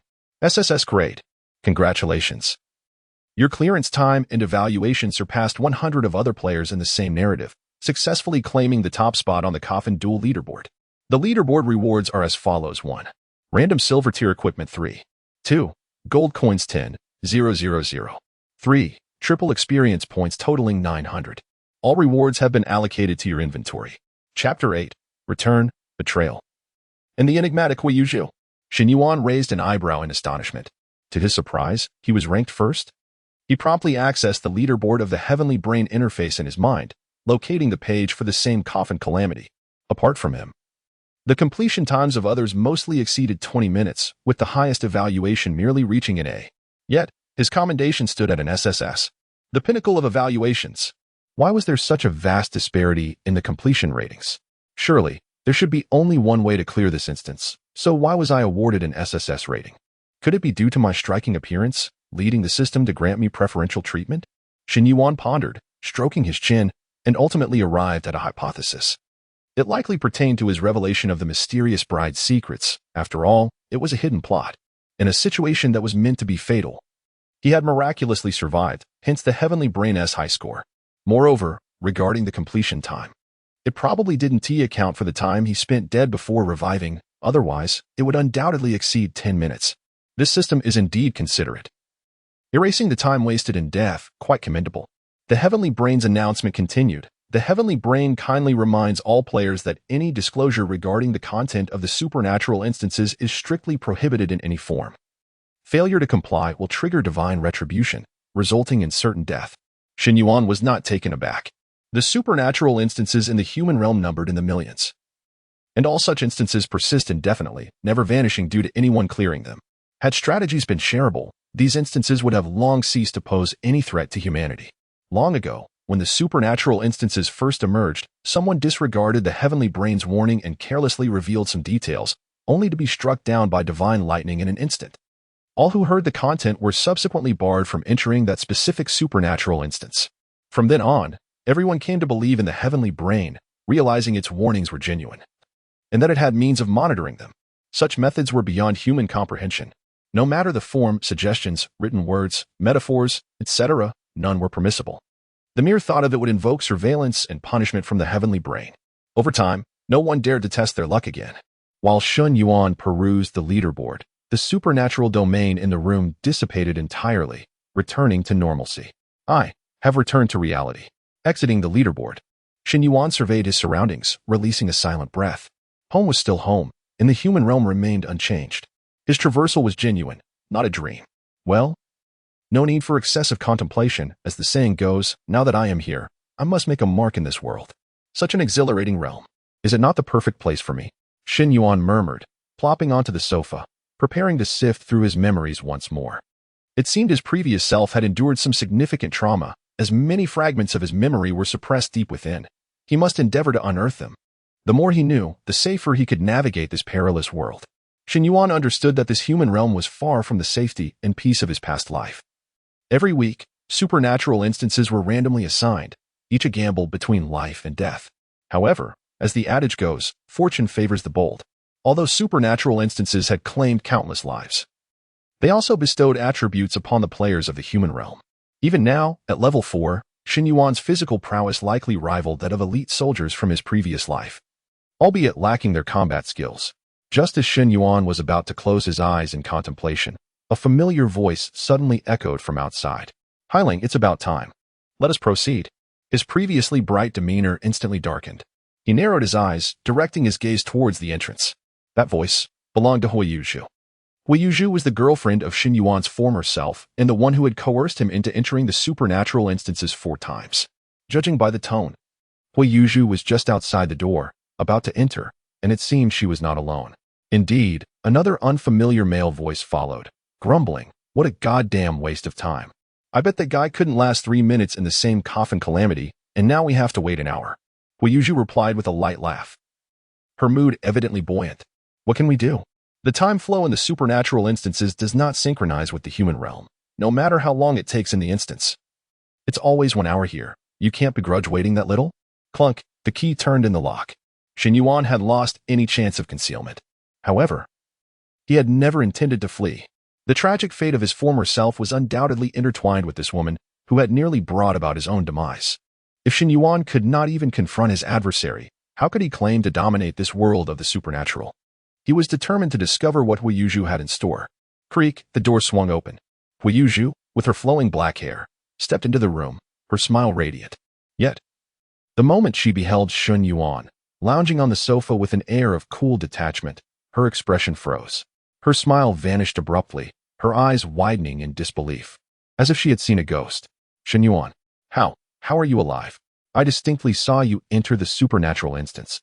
Upon seeing Hui Yuzhu, a flood of memories surged back to Shen Yuan. Hui Yuzhu was his high school classmate, the most popular girl in school. His former self had pursued her for quite some time, yet she never yielded. It was only as graduation approached that she unexpectedly agreed to date him. However, the reason eluded him for now. Shen Yuan curled his lips in a mocking smile. "You seem rather eager for my demise." The man following Hui Yuzhu clearly did not expect Shen Yuan to be alive, his brow furrowed, a glint of malice flashing in his eyes as he quietly clenched his fists. Shen Yuan cast a sidelong glance at the man, his brows slightly knitting. This individual, known as Hailang, was a year above Shen Yuan in high school and had also pursued Hui Yuzhu, only to be rejected. Shen Yuan's eyes glimmered with a faint golden light as he assessed the two before him. The yin-yang ointment he had used prior had not yet expired. This substance not only allowed him to perceive the supernatural but also enabled him to discern human intentions. Chapter 9. Threats, Black Wolf, that money. Above Hui Yuzhu's head, an attribute interface materialized. Hui Yuzhu level 2 class. Insufficient strength. Cannot be viewed. Health 3, defense 214, energetic 101, attack 11, speed 9, stamina 16, equipment count 0, although Hui Yuzhu's level was modest at only 2. Her attributes were noticeably superior to Shen Yuan's at the same level. Clearly, Hui Yuzhu had undergone a job transition. Shen Yuan calculated briefly, concluding that Hui Yuzhu most likely possessed a D-grade class, with an overall enhancement of approximately 20 compared to his own stats. Shen Yuan diverted his gaze to the Black Wolf. Black Wolf, level 7 class. Health 2, defense 2,225, energetic 964, attack 126, speed 79, stamina 245, equipment count 1. Upon observing the Black Wolf's attributes, Shen Yuan felt a slight heaviness in his heart. This fellow was already at level 7, a full 3 levels above him. After completing the coffin's trial, Shen Yuan had gained 900 experience points, bringing him to level 4, 95, tantalizingly close to level 5. Not only was there a disparity in levels, but the Black Wolf had also transitioned to a C-grade class, surpassing Hui Yuzhu by an additional rank with an attribute enhancement of 35. The gap between him and Shen Yuan was staggering. Shen Yuan cast a glance at his own attributes. Shen Yuan, level 4, defense 546, health 0, energetic 242, attack 30, speed 20, stamina 56. The Black Wolf could easily breach his defenses with just a few punches, and the difference in speed would make it exceedingly difficult for Shen Yuan to evade his attacks. However, Shen Yuan remained calm, deep in thought. Engaging the Black Wolf now would likely result in a 99 chance of his own demise. In this world, the disparity in attributes largely dictated combat prowess, and those with lower attributes struggled to contend against those with higher ones. Yet, if he could elevate himself to level 5 and equip all the gear he had acquired, even without a job transition, he would stand a fighting chance. The only path forward was to participate in the strange tales. As Shen Yuan's thoughts raced, his expression remained composed, casually reclining with one leg crossed over the other, observing the two before him with an air of nonchalance. After a brief moment of shock, Hui Youju's face lit up with a smile. Subtly, she adjusted her short skirt, revealing her fair thighs, and stepped towards Shen Yuan. Her voice dripping with sweetness as she cooed, "Baby, what are you saying? How could I ever want you dead? I just knew my darling is the best, and will surely clear this Strange Tales dungeon. That's why I specially invited Senior Black Wolf to celebrate with us and offer you some pointers." Shen Yuan felt a wave of revulsion wash over him. Her voice was far less pleasant than that of the female ghostly Tang Li. With a look of disdain, he kicked a nearby trash bin toward Hui Yuju and coldly retorted, "Hui Yuju, spare me the act. I know your intentions are far from benign. I have no desire to exchange pleasantries with you. Speak plainly, why are you so eager for my demise?" The trash bin collided forcefully with Hui Youju's leg, spilling its contents across the floor. Her expression shifted dramatically. She had not anticipated that the usually dull Shen Yuan would suddenly exhibit such assertiveness. In an instant, Hui Youju's demeanor transformed. A twisted, grotesque, and frenzied expression overtook her features. "Since I can no longer conceal it, then I shan't. Shen Yuan, you've discovered my secret? In that case, do not blame me. I do not wish to kill you. I merely desire that money. If you hand it over, I may yet spare your life." "Money?" Shen Yuan faltered, a sharp pain piercing through his mind. Observing the bewilderment in his eyes, Hui Youju's reaction intensified. Nearly hysterical as she shouted, "Stop pretending. I initially thought that after your parents were taken, you had been traumatized into becoming a fool, which is why you forgot where the money was hidden. Now I realize I was mistaken. You are not foolish. You have been feigning it all along. Shen Yuan, you know where your parents hid the money. Speak now, or we shall kill you." The Black Wolf, positioned behind Hui Yuju, advanced with a sinister grin, flexing his wrists. "Even if you clear this dungeon, you are merely at level 2, while I stand at level 7.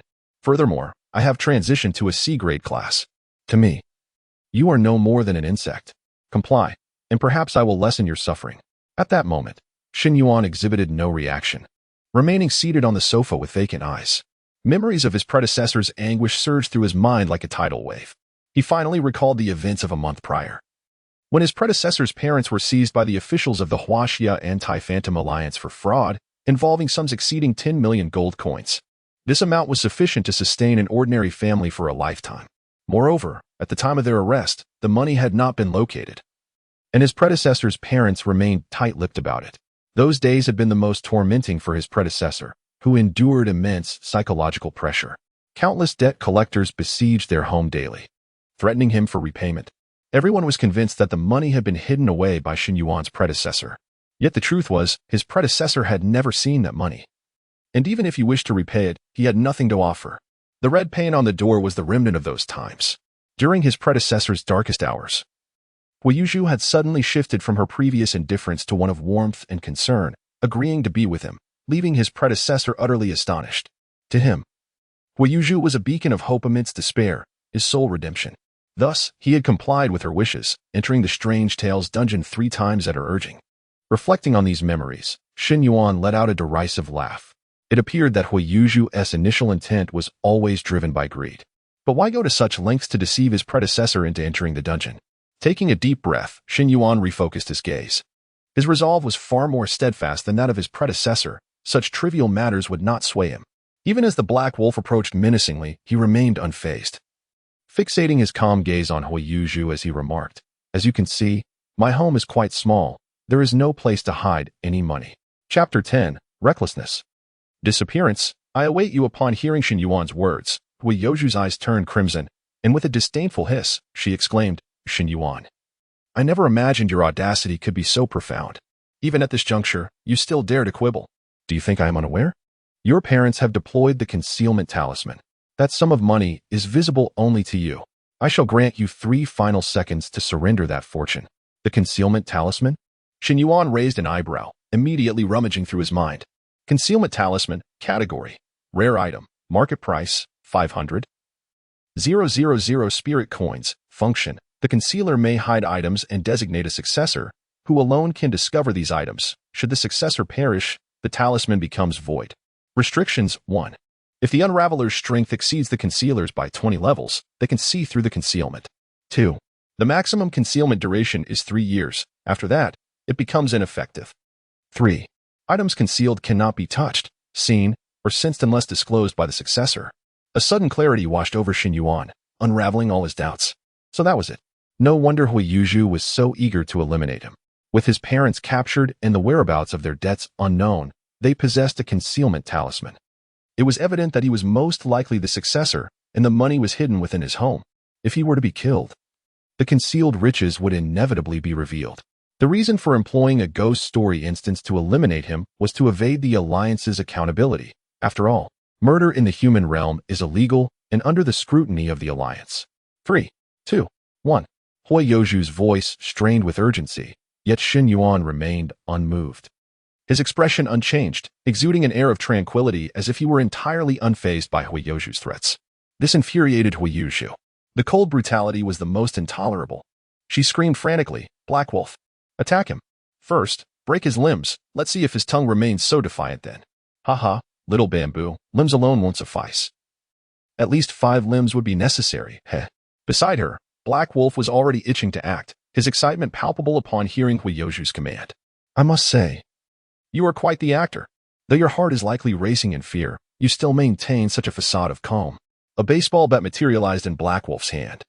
His grin menacing as he swung the bat, creating a whooshing sound. "And you've been blessed with such good looks. I've never liked you since school. Why should all the pretty girls revolve around you? A pretty face is of no use. Come and experience the power of my bat. I must inform you. This bat is of bronze, 3-star quality. I truly hesitate to sully it on someone as worthless as you." Shen Yuan idly scratched his ear, disinterested in Black Wolf's ramblings. Just the dying words of a villain, devoid of substance. "I'll break one of your arms first." In Black Wolf's view, Shen Yuan's defensive attributes likely couldn't withstand even a single strike from him. Equipped with the bronze 3-star bat, his strength attributes soared to 141 points. In the next instant, Black Wolf lunged toward Shen Yuan, raising the bat and aiming directly for Shen Yuan's arm. Swish. The sound of the air being cut through echoed. Shen Yuan neither dodged nor flinched, even revealing a mocking smile. "Fool." In the next moment, an astonishing transformation occurred. Shen Yuan's body began to phase.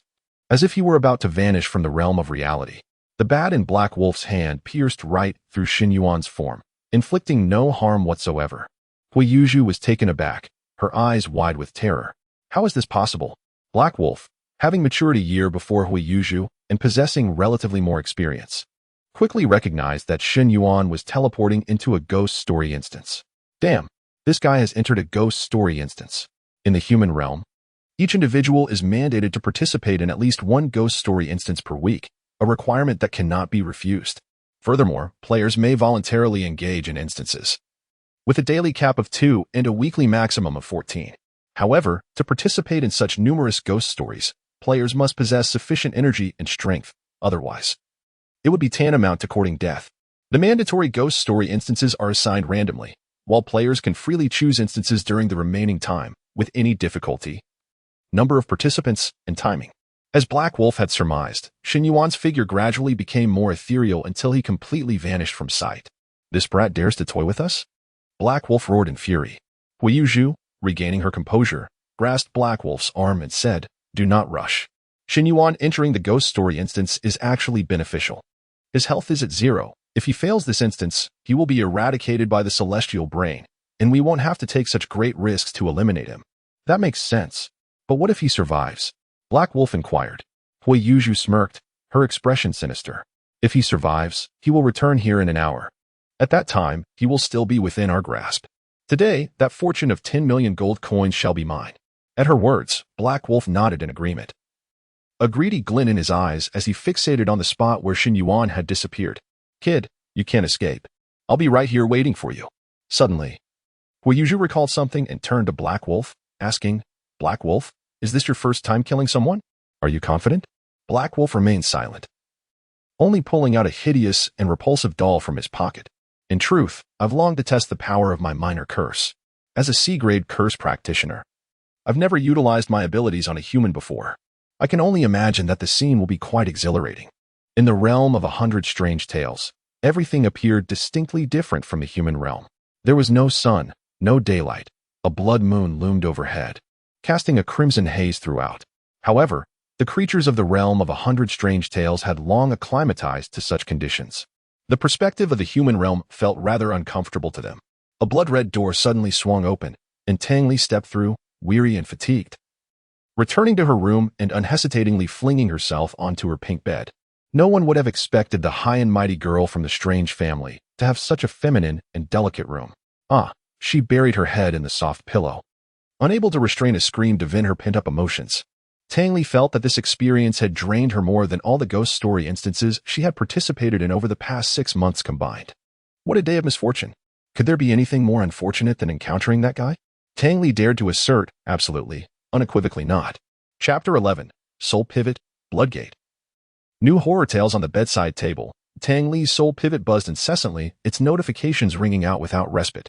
The soul pivot was essentially the mobile device of the 100 Horrors realm, crafted by a researcher who had emulated the phones of the human realm. Who could it be? What urgent matter could warrant such insistence? Tang Li muttered in displeasure, and with a flick of her wrist, countless strands of crimson flew forth, ensnaring her soul pivot and drawing it before her. Upon illuminating the screen, she was taken aback by the plethora of scarlet notifications. What was happening? Why were there so many messages? Each application was inundated. There were over 999 messages in Soul Sound, the 100 Horrors realm's equivalent of TikTok, and more than 99 messages in Underworld Message, akin to WeChat. Tang Li first opened Soul Sound. Logically, since she had not initiated a live stream today, there shouldn't be this many notifications. An unsettling feeling washed over her. As Soul Sound opened and the interface shifted, Tang Li steadied her grip on the soul pivot, wary of any errant movements that might redirect her to countless other applications. This was a task she had experience with, and her hands were steady. The main interface opened successfully, followed by a flood of comments. AAA Niha Bridge Wholesale. What the hell? Our aloof goddess has actually been bullied? Brothers, if any of you see that guy in the horror dungeon, you must take him down. Neo 2 Mamion's fan. Sister is so beautiful. I'm genuinely envious. Drooling, not eating Ash. Lily, you actually went live. Ghosts to understand. This is so well done. Is this a script? The goal is to gain exposure, right? Such a scheming BTCH.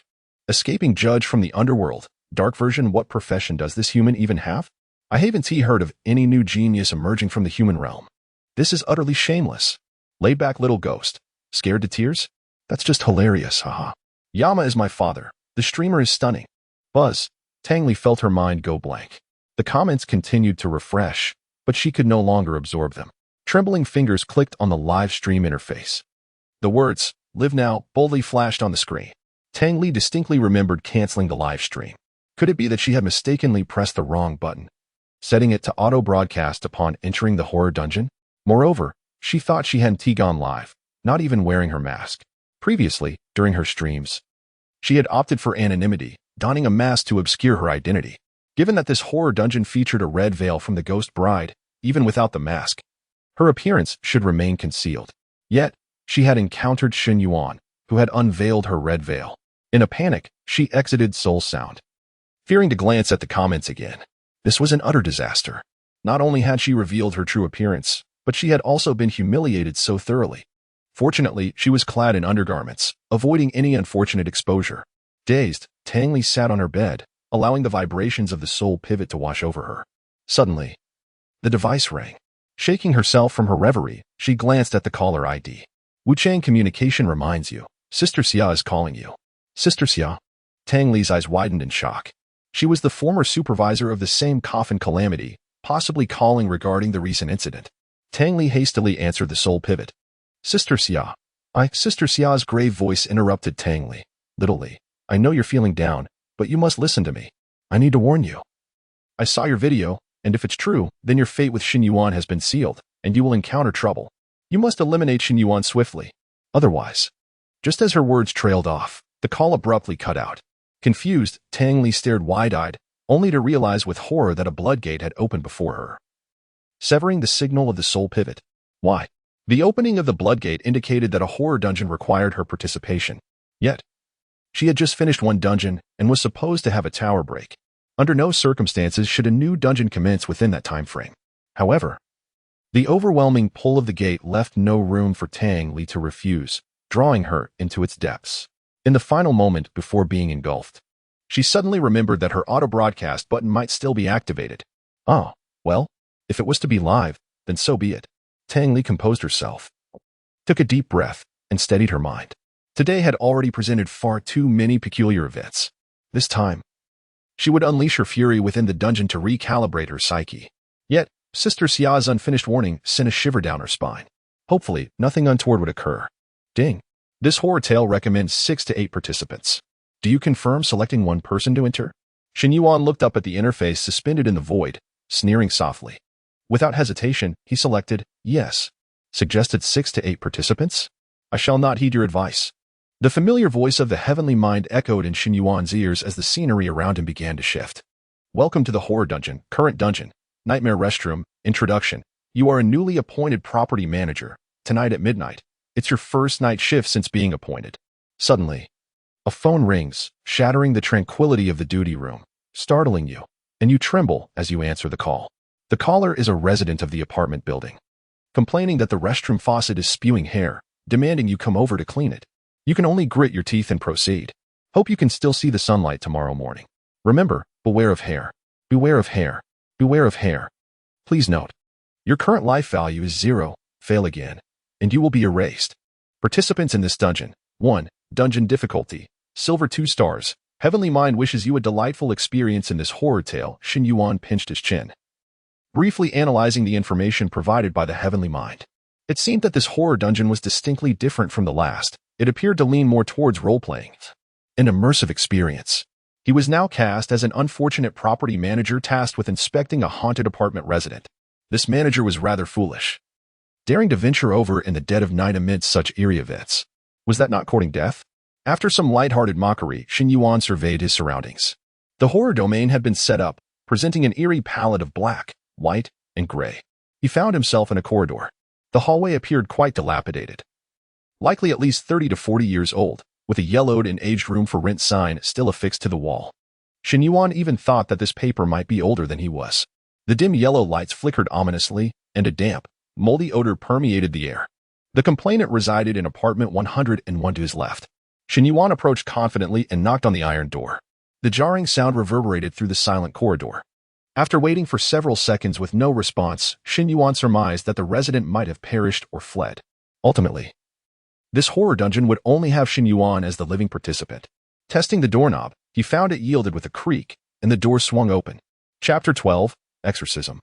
Reunion, in the bathroom. As soon as Shen Yuan stepped into the room, he couldn't help but draw a sharp breath. This room was far from ordinary. His eyes narrowed as he swiftly surveyed his surroundings, extracting key information. Opposite the entrance, there was an altar adorned with 3 statues of Guan Gong. Looking up, he noticed that every doorframe was embellished with a bagua mirror.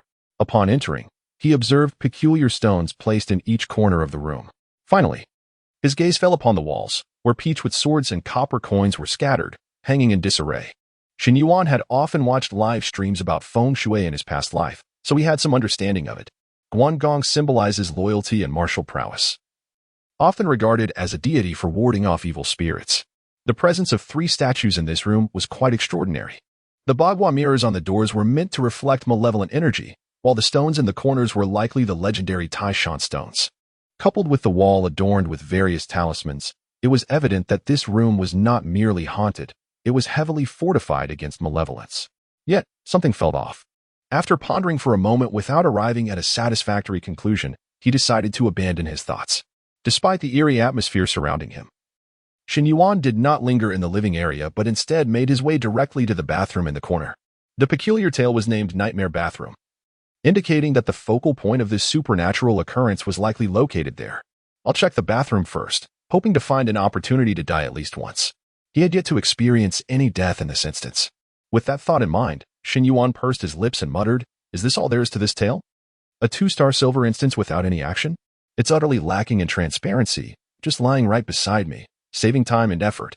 He grumbled as he slowly pushed open the bathroom door. In the realm of 100 eerie tales, if one were to inquire who was the most popular today, the answer was unequivocal. It was, of course, the tearful Tangli. Her live stream had been sliced and shared by mischievous spirits, and upon its release, it had swiftly captivated a significant portion of the 100 eerie realm. The trending topics on Soul Sound were filled with numerous mentions of her. Tangli Tangli cried, Tangli scared by humans in the instance. The stark contrast of a spirit being frightened to tears by humans naturally piqued the curiosity of countless entities, causing her ranking to soar to the top. However, most passing spirits did not harbor positive opinions about Tangli. Tang Li is faking. Tang Li's live stream is definitely fake. Tang Li script. Tang Li is embarrassing the 100-eerie realm. Such comments were abundant. Just then, the spirits discovered that Tang Li had actually begun her stream. To dare broadcast amidst such a hotbed of controversy was a testament to her audacity. They seemed to be entirely unbothered by the potential backlash. Countless curious onlookers flooded into the live stream. When is the host going to cry? I'm on a tight schedule. Exactly. I just want to fast forward to the part where she bursts into tears. I must say, she is quite adorable when she does. Let us not discuss scripts. The host's beauty is beyond words, bubbling. Is the host still looking for actors? I can play dead quite convincingly. Oh, is this the nightmare bathroom? I remember that Big White Li was responsible for this tale before. Big White Li was an affectionate nickname given to Tang Li by her fans. She glanced at the barrage of comments but chose to ignore them, maintaining her frosty demeanor. Typically, Tang Li was known for her aloofness. After filtering out the inappropriate remarks, her attention fell upon the last comment. She too found it perplexing why the Bloodgate had transported her here, as this was not a tale she was responsible for. Although curious, she refrained from dwelling on it. Perhaps it was merely a glitch in the Bloodgate.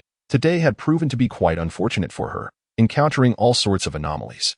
Upon entering the supernatural instance, Tang Li quickly skimmed through the script, gaining a general understanding of the nightmare bathroom.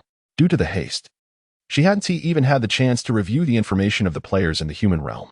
However, that was of little consequence now. Tang Li silently wished for this ordeal to conclude swiftly so she could return. She still wanted to ask Sister Xia about the unfinished sentence she had left hanging. Today had been riddled with misfortunes, and she hoped this tale would proceed smoothly. As she murmured to herself, she glanced around. She was currently in the bathroom, temporarily restricted by the rules, unable to move freely. She could only take action if a player broke the rules within the tale. Suddenly, footsteps echoed from outside. Someone was approaching. But why was there only one set of footsteps? Was only one person participating? Impossible. Tang Li furrowed her brow in confusion, instantly dismissing that notion. The difficulty of the nightmare bathroom surpassed that of the coffin challenge. Without multiple participants to test the waters, the chances of success were virtually nil. The more players there were, the greater the opportunities for trial and error. Logically, the nightmare bathroom should require 6 to 8 participants. Could it be that the others were searching the other rooms? That would be quite foolish. Dividing forces within a supernatural instance was a grave mistake. As Tang Li pondered, a soft murmur suddenly pierced her ears. It's utterly lacking in transparency, just lying right beside me, saving time and effort. Boom! Tang Li felt as though her mind had exploded, a deafening hum resonating within her, her blood seemingly freezing in an instant. Fear creeping into her consciousness like a malignant shadow. That voice was unforgettable. Shen Yuan. Why was he here? Shen Yuan stepped into the bathroom and immediately noticed strands of hair flowing from the faucet. The wash basin, already small, was overflowing, threatening to spill over. He observed that the hair was stained with dark crimson blood, making it appear grotesque. Not only was the faucet a sight to behold, but the toilet was also entangled with hair, continuously surging from the bottom, an alarming cascade of black. Any ordinary player would likely be startled by such a bizarre scene, instinctively stepping back several meters in caution. However, Shen Yuan's eyes lit up, a smile blossoming on his face. There was clearly something amiss with these strands of hair. He felt compelled to touch them. With that thought, he reached out towards the hair. Chapter 13. Come on, give it your all, kill me. Unbeknownst to Shen Yuan, countless eerie eyes were fixated on his every move. Upon entering, he dared to touch a strand of hair, provoking a barrage of mocking comments from the specters. Since Shen Yuan had never faced the camera directly, these viewers of the live stream failed to recognize him as the human from the Tang Li videos. In the void, the comments scrolled on. Only Tang Li could see this content, invisible to human eyes. This fool. I've watched Nightmare Bathroom numerous times and never seen anyone so foolish as to touch it. TSK, even the King of Hell would commend his audacity. Can he not be foolish? He dares to challenge this ghost story by himself, truly fearless. He must be a novice. Such fools are common in the human realm. This is dull. Come on, streamer. If you don't start your scripted performance soon, it'll be too late. Very urgent. Is the one above brainless? If the player doesn't trigger the death rule, how can the streamer move? The overall atmosphere of the comments was quite jubilant. Clearly, they were unaware of the true implications of Shen Yuan's actions. Only Tang Li, witnessing Shen Yuan reach for the strand of hair, felt her eyes nearly bulge out, completely devoid of her usual aloof demeanor. No, this cannot be. The shadow of the coffin robbery still deeply affected Tang Li. Perhaps only she understood that the living Shen Yuan was not terrifying, but the deceased Shen Yuan was truly fearsome. She desperately wished to halt his actions, but was utterly powerless. The force of the rules bound her tightly, rendering her immobile. Tang Li could only watch helplessly from behind the curtain of the bathtub as Shen Yuan touched the strand of hair at the faucet. In an instant, the hair at the wash basin erupted, coiling around Shen Yuan like a great serpent. What unfolded next left all the specters in the live stream utterly astounded. Seeing the hair lash out, Shen Yuan, far from being afraid, welcomed it, leaning in closer. Come, choke me. Tang Li was unfazed, after all. She had witnessed this man wield a kitchen knife against himself before. However, the live stream fell into silence for a moment. These specters had seen individuals plead for mercy at the brink of death, weep uncontrollably at the edge of demise, and even soil themselves in fear. Yet, they had never witnessed someone eagerly lean in to embrace death with excitement. In the next instant, the entire live stream erupted in laughter. Ha ha ha ha ha, 10086. Has this guy's head been kicked by a bull-headed horse? Warning, warning. The bull-headed horse will arrive on the battlefield in 5 seconds. I've never seen someone more brainless than a headless specter. The headless specter feels victimized. Watching such a trash player is a waste of time. Had I not wanted to see how the script girl performs, I would never have entered this live stream. Someone, bring me a bowl of mangpa soup to cleanse my mind. I must forget this ridiculous scene. The joys and sorrows of specters were not shared. Amidst the chaos, only Tang Li closed her eyes in anguish, her expression one of despair. It was over. It was all over.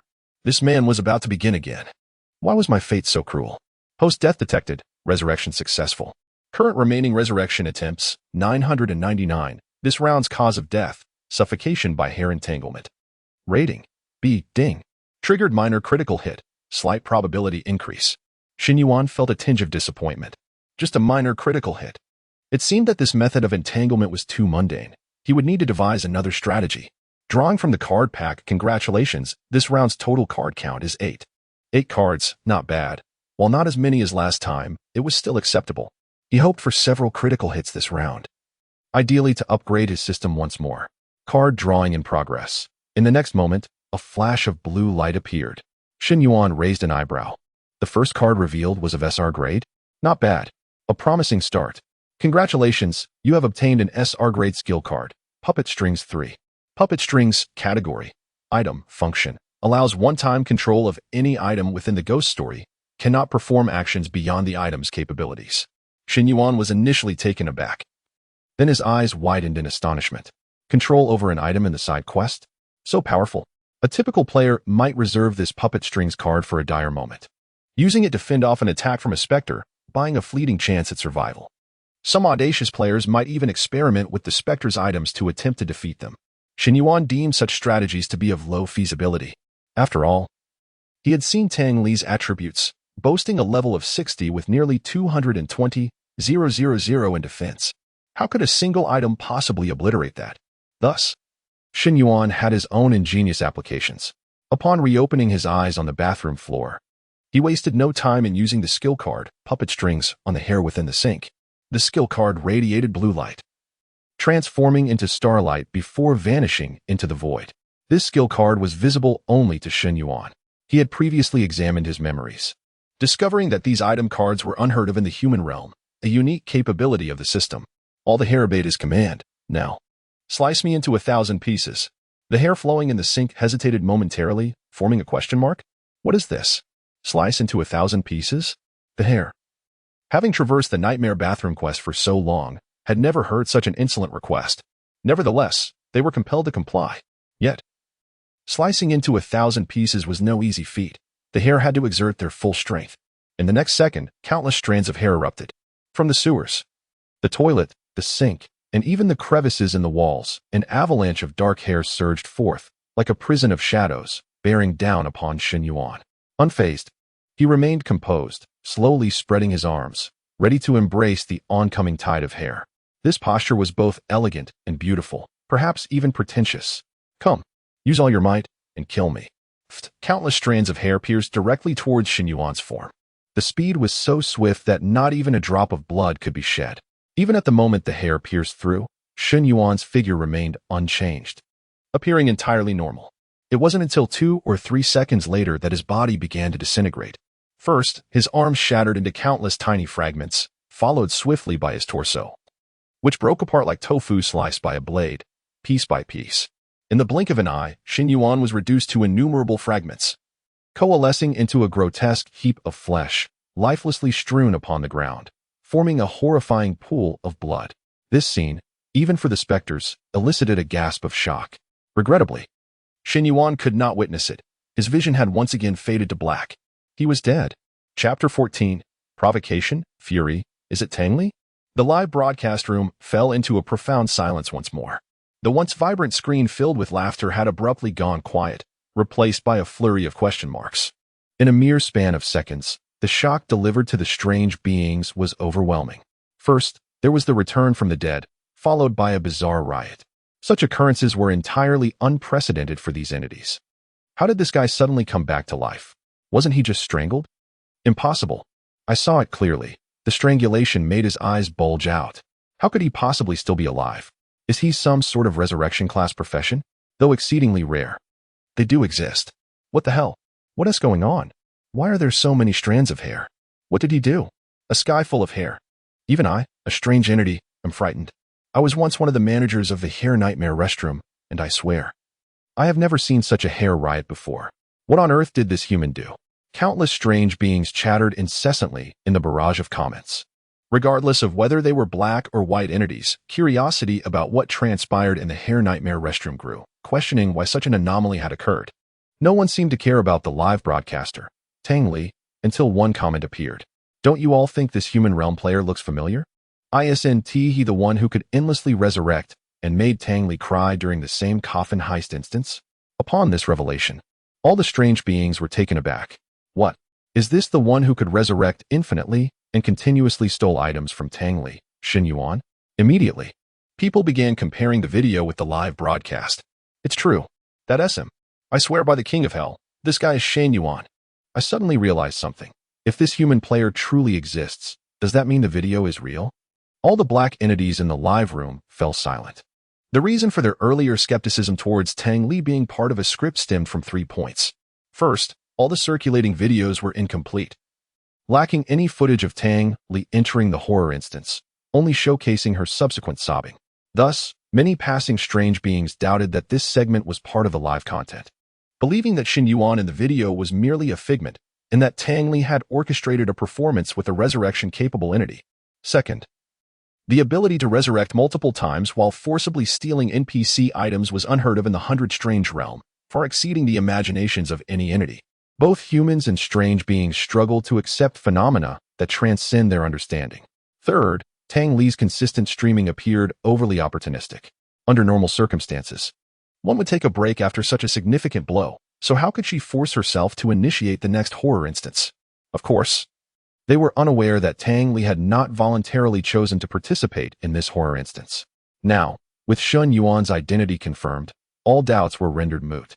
However, many strange beings had watched this live broadcast in its entirety, from the emergence of the Bloodgate to the formation of the horror domain, and finally to the entrance of the human realm player. They had witnessed every moment firsthand, leaving no room for deception.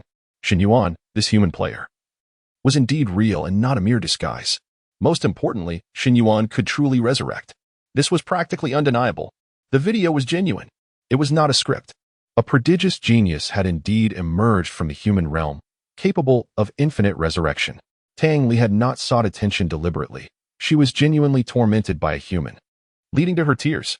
Yet, instead of offering comfort, their companions in the Hundred Strange realm chose to attack and insult her. Realizing this, many strange beings wished to strike themselves. So, our female entity from the Hundred Strange realm was bullied by a human? How can we tolerate this? We cannot tolerate this. All strange beings, heed my command.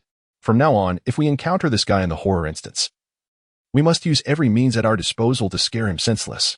But the problem is, isn't this guy capable of resurrection? What good will it do to kill him in the instance? The barrage momentarily halted, but soon a strange being replied. I don't believe this guy can resurrect infinitely. His resurrection must have limitations, like the number of times or a time constraint.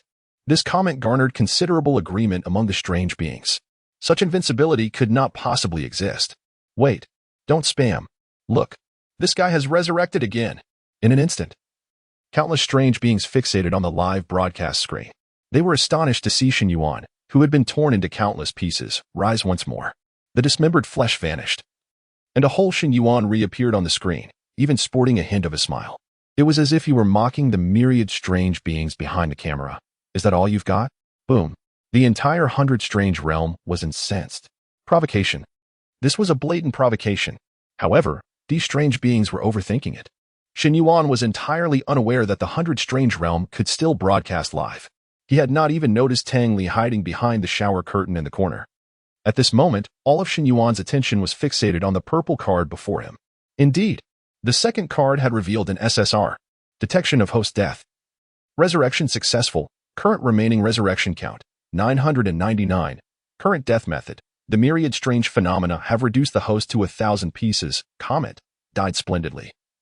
Died perfectly. Rating, A ding. Triggered a critical strike, greatly increased probability, remaining number of cards in the pack, 7, drawing cards. Congratulations on obtaining SSR level item card. Blood contract, category, special item, function, allows you to choose a subordinate from another realm, special conditions must be met, and summon them for battle at any time. Cross-realm combat will incur strength loss. Current available subordinate options, 100 Strange Realm. Tang Li, contract requirements, experience the horror instance together 5 times, 2-5 initially. Upon seeing the purple card, Shen Yuan was filled with anticipation. His heart raced at the sight of the words contract subordinate. When he read the name Tang Li, he was utterly astonished. What the heck? Tang Li is level 60. If he could acquire this subordinate, then that wretched black wolf would be nothing more than a stray dog easily crushed with a single slap. He wouldn't have to fear the debt collectors anymore. With Tang Li's assistance, it would be evident whether or not he could succeed. Regrettably, there were contract requirements. Shen Yuan frowned. Why does this SSR card come with completion demands? To awaken an SSS-level profession, one must participate in 9 horror instances. That is already difficult enough. But to contract with Tang Li requires experiencing 5 instances together? Is this some sort of joke? She isn't a player from the human realm. I can't just team up with her. She is a strange entity, and can I really drag one along to undertake an instance with me? Shen Yuan erupted in exasperation. But suddenly, he noticed the content within the parentheses. 2-5? What does that mean? Does it imply that he has encountered Tang Li twice already? That shouldn't be possible. He had only participated in 2 instances. And he hadn't seen Tang Li at all in the 3 instances his predecessor had taken part in. Shen Yuan abruptly halted. He had yet to encounter the strange entity in the Hair Nightmare restroom. Could it be? It is Tang Li? Chapter 15, The Theft of the Goat. The transformation of gold. The combination card. Shen Yuan immediately lifted his gaze, scanning the other areas of the bathroom. Soon, his eyes were drawn to the direction of the bathtub. The rest of the bathroom was completely visible, yet this particular bathtub was partially obscured by a shower curtain. Upon closer inspection, it appeared that there was a faint shadow lurking behind the curtain. Without hesitation, Shen Yuan strode forward decisively. Hey, Tang Li, what a coincidence. It's you again. Why don't you come out and greet me when you see a familiar face? With a swift motion, Shen Yuan pulled aside the shower curtain. What met his eyes was a figure with its back turned towards him. The woman, in an exceedingly eerie posture, was crouched atop the bathtub, meticulously combing her hair with a brush, her movements grotesque and disturbing. She wore a tattered garment, the fabric frayed and hanging in disarray. Upon her head sat an ancient crown, adorned with bizarre and twisted engravings. Most horrifying of all was her long hair, cascading like a dark waterfall, extending to the edge of the bathtub and even trailing onto the floor. However, this flowing mane was tainted with blood, the dried stains congealed within the strands, rendering it a nightmarish sight. Before Shen Yuan could ascertain whether this eerie woman was indeed Tang Li, the blood-smeared hair suddenly pierced through him. Shen Yuan met his demise. Current death method, pierced by 10,000 strands, rating, B, alert. Critical hit triggered, probability increased. A B rating was quite commendable. This death had occurred rather abruptly, leaving Shen Yuan no time to strategize, resulting in a rather ordinary end, perhaps due to being slain by a supernatural entity. His score was marginally higher than his first death. Remaining cards in the pack, 6, drawing cards. Initially, Shen Yuan had little hope for this card draw. Yet to his astonishment, this time, it was another purple card. In merely 3 draws, he had already acquired 2 SSR cards. Such luck was undeniably extraordinary. In the previous round, he had drawn just 1 SSR from a total of 10 cards. At this rate, he was not far from unlocking the next phase of the system. Congratulations. You have obtained an SSR level combination skill card. Theft of the Goat Transformation of Gold. What is this? A combination skill card? Shen Yuan's eyes widened. Hey, this fellow here looks a bit familiar, doesn't he? I sent Theft of the Goat an SR card? How did it become an SSR? Theft of the Goat activation. Congratulations. You have successfully acquired the Drying Crown of the Eerie Woman. Drying Crown. Category: Amulet Equipment. Level: Silver 3 stars. Defense: 50. Function: When equipped, hair transforms into 3,000 vengeful soul strands, capable of binding up to 3 targets simultaneously, with a chance of being broken free. Shen Yuan had just noticed this crown. The Eerie Woman appeared ragged and bloodied, yet this crown was evidently exceptional. And just like that, he had stolen it upon their first encounter? Transformation of Gold activation. Drying Crown transforms into the Bone Phoenix Crown. Bone Phoenix Crown. Category: Amulet Equipment. Level: Gold 1 star. Defense: 350. Speed: 25. Endurance: 50. Function: When equipped, hair transforms into 3,000 vengeful soul strands, capable of binding up to 9 targets simultaneously. Minimum binding duration of 1 second. Extendable based on the disparity in strength. Wearing restriction: Level 5 and above. Shen Yuan's eyes widened in astonishment. This transformation of gold had elevated the Silver 3-star equipment directly to Gold 1 star. This was his first encounter with equipment of golden quality. The skills of the Bone Phoenix Crown had undergone a qualitative change post-enhancement. A minimum binding duration of 1 second. What did that imply? Even if Shen Yuan faced a level 99 peak master, he could still bind him for 1 second, though that second might not seem particularly useful, as he couldn't kill nor escape. But regardless, one could argue he had indeed bound him, right? The requirement for wearing was all level 5 and above. Once I complete this haunted tale, I will surely reach level 5, adorned in divine gear. Shen Yuan had not forgotten that he still had 3 random silver equipment pieces in his backpack that had yet to be opened. Delighted, he accepted the Bone Phoenix Crown. And as he opened his eyes once more, he met Tang Li's astonished gaze. This time, the supernatural entity in the haunted tale was indeed Tang Li.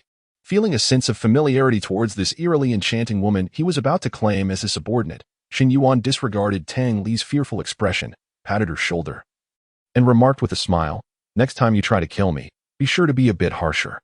The harsher, the better." Tang Li was left utterly speechless. She could hardly believe that her crown had been stolen so swiftly. Moments ago, when Shen Yuan abruptly lifted the curtain, Tang Li had intended to feign death, only for her hair to suddenly attack Shen Yuan, resulting in his death. Then she realized her crown was gone. That was a crucial item for the dungeon, the key to control and summon these eerie manifestations. Without the crown, she could no longer command them. In the next instant, Tang Li's eyes widened in horror as she glanced behind Shen Yuan, where countless eerie manifestations began to float, slowly approaching him. "Be careful. Behind you," Tang Li instinctively warned him. Only after she shouted did she realize how bizarre her actions were. The eerie entity was warning of danger. What was going on? Shen Yuan, confused, turned around, only to be pierced through the head by the floating eerie manifestations. This time in the dungeon, Shen Yuan faced his 4th death. Current death rating: B. Critical hit not triggered. Drawing cards. Congratulations. You have obtained R-level experience cards 3. Function: Each card grants 500 experience points upon use, a total of 1,500 experience points. A flash of light passed, and Shen Yuan's level finally rose to level 5. Although merely an R-level card, experience points were exactly what he needed right now. Excellent. At the moment Shen Yuan leveled up, all equipment in his backpack was automatically equipped. Weapon slot: none. Armor slot: blood-soaked bridal garment, silver 1 star. Boot slot: exquisite embroidered shoes, silver 1 star. Ring slot: none. Amulet slot: Bone Phoenix Crown, gold 1 star. Cloak slot: cursed infant pouch, silver 2 star. Chapter 16: Equipment. Silence, trending. With 2 vacant slots remaining, and before revival could occur, Shen Yuan's gaze settled upon the random equipment within his backpack, and he decisively chose to open it. As Shen Yuan executed his action, the voice of the heavenly brain echoed. Random equipment successfully unlocked. Serpent's Fang Dagger. Category: Weapon Equipment. Level: Silver 1 star. Attack: 20. Function: Attacks may inflict serpent's venom, reducing enemy movement speed by 5, stacking up to 3 layers, or level, above level 5. This will suffice, especially since I currently lack a weapon. Let us equip it right away. After witnessing the golden one-star equipment, Shen Yuan found himself somewhat disdainful of this silver-grade item. Sage's Pendant, category, amulet equipment, level, silver 1-star, energetic, 150, function, restores 5 energy every 3 seconds, where level, above level 5, among the basic attributes. Energy is necessary for skill usage. Players in the human realm unlock a skill slot every 5 levels, with stronger skills consuming more energy. This has led certain players to develop a unique playstyle known as the skill flow, where all equipment is designed to maximize energy, relying on skills for combat. Yet, Shen Yuan had not yet learned a single skill, rendering energy utterly useless to him. Thus, he dismissed the amulet without hesitation, tossing it into his backpack. Deeming it inferior even to the bone crown, Shen Yuan chuckled softly, remarking that after the conclusion of this eerie dungeon, surplus equipment could be sold in the Heavenly Brain Marketplace for a considerable amount of gold. After all, the level 7 Black Wolf wielded merely a bronze 3-star baseball bat. This illustrates that not everyone possesses silver-grade equipment, at least within the novice circle below level 10. Silver-grade equipment is a distant dream. Now, let us examine the final item. Raider's Cloak, category, cloak equipment, level, silver 1-star, speed, 25, function, after using a displacement skill. A phantom will remain at the location for 10 seconds. The phantom cannot withstand any attacks and will be instantly shattered. Shen Yuan furrowed his brow. Another cloak. He already possessed a cursed infant's pouch. Regrettably, no ring had appeared. With 6 equipment slots, only the ring slot remained vacant. However, this was a significant concern. Having 5 pieces of equipment was already commendable. Yet, Shen Yuan hesitated between the Raider's Cloak and the cursed infant's pouch. While the cursed infant's pouch boasted superior quality and overall attributes, the Raider's Cloak offered greater functionality, perfectly complementing the skill of the exquisite embroidered shoes. After contemplation, Shen Yuan reached a decision. He would don the Raider's Cloak. First, the cursed infant's pouch excelled in nurturing cursed infants but required encountering cursed attacks. He could always switch to it when faced with such threats. Thus, Shen Yuan's attributes and equipment slots were refreshed entirely. Shen Yuan, level 5, class, not yet awakened, defense, 1390-840-200-350, life, 0, energetic, 368, attack, 67, 4720, speed, 115, 30-35, 25-25, stamina, 139, 89-50, weapon slot, Serpent's Fang Dagger, silver 1-star, armor slot, blood-soaked wedding garment, silver 1-star, shoe slot, exquisite embroidered shoes, silver 1-star, ring slot, none, amulet slot, bone crown, golden 1-star, cloak slot, Raider's Cloak, silver 1-star. In terms of attributes, aside from speed, Shen Yuan's other stats still lagged behind the Black Wolf. Nevertheless, this was inconsequential. Shen Yuan now possessed the capability to contend with the Black Wolf. Moreover, his most significant advantage lay in the skills provided by his equipment, a terrifying edge surpassing mere attributes. As the revival timer concluded, Shen Yuan opened his eyes once more. This time, he clearly perceived the dark, eerie emanations floating behind him, displaying no hint of fear, even waving cheerfully at the apparitions. Greetings, thank you for your efforts. This demeanor resembled a general greeting soldiers during a parade. The apparitions were momentarily stunned. The live-streaming audience was equally taken aback. Alive again? Tang Li swiftly glanced down at her attire. Fortunately, everything was intact. As long as her clothing remained, life could continue. This bizarre scene persisted for a few seconds before the floating apparitions regained their composure, erupting in fury. How dare this human provoke us? Do they not regard us as threats? Now devoid of the crown's control, the apparitions unleashed their ferocity and bloodthirst, nearly overwhelming the entire restroom. Shadows of apparitions lurked in the wall crevices, on the ceiling, within the sink, and even in the toilet. They were omnipresent, even within Shen Yuan's very being. Boom! In the next instant, countless strands erupted from Shen Yuan's body. These strands wriggled from his skin, dragging crimson blood as they descended, staining the restroom tiles in a broad swath of red. In midair, the apparitions danced wildly, seemingly reveling in their display. Worthless, still arrogant? Before the apparitions could extract their tendrils from Shen Yuan's body, his corpse vanished suddenly. The apparitions froze in confusion. Where did the human go?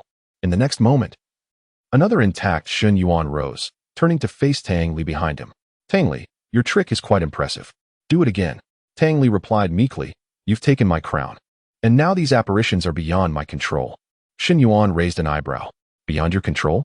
Before he could finish, the apparitions, as if witnessing a ghost, instantly engulfed Shen Yuan, turning him into a pool of blood.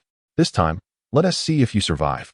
In the next instant, Shen Yuan stood once more, appearing unfazed and resuming his conversation with Tang Li. Does this mean the hair has developed its own consciousness? How convenient. Tang Li fell silent, as she was at a loss for words. The scene was too bizarre. It was as if Shen Yuan harbored no fear of death whatsoever. Strangely, Tang Li felt an inexplicable sense that with each death, the Shen Yuan before her seemed to grow stronger. For instance, after his recent revival, Shen Yuan's speed had noticeably increased. Before Tang Li could respond, the apparitions surged again, enveloping Shen Yuan once more. As long as Shen Yuan revived, the apparitions would claim his life again. Within the span of mere seconds, Shen Yuan had perished 4 times. Correspondingly, he had also revived 4 times. In the live streaming room, for several minutes, not a single comment appeared. It wasn't due to network fluctuations or a lack of viewers. Rather, all the viewers were dumbfounded, too stunned to comment. How many times had it been? This was already the umpteenth time this individual had revived.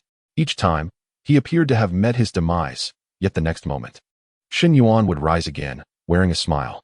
The sensation is utterly terrifying, an experience beyond imagination. Until this very moment, all the specters finally comprehended the extent of the harrowing blows endured by Tang Li during the coffin robbery dungeon. They merely observed through a screen. Yet the horror was palpable. One can only fathom the dread Tang Li must have faced firsthand. All the specters misjudged Tang Li. In an instant, trending topics such as Shen Yuan terror and misjudged Tang Li swiftly dominated the hot searches within the 100 Specters realm. Chapter 17, Skills, Shops, and the Ghost Flower. At this moment, Shen Yuan remained blissfully unaware of his rising fame.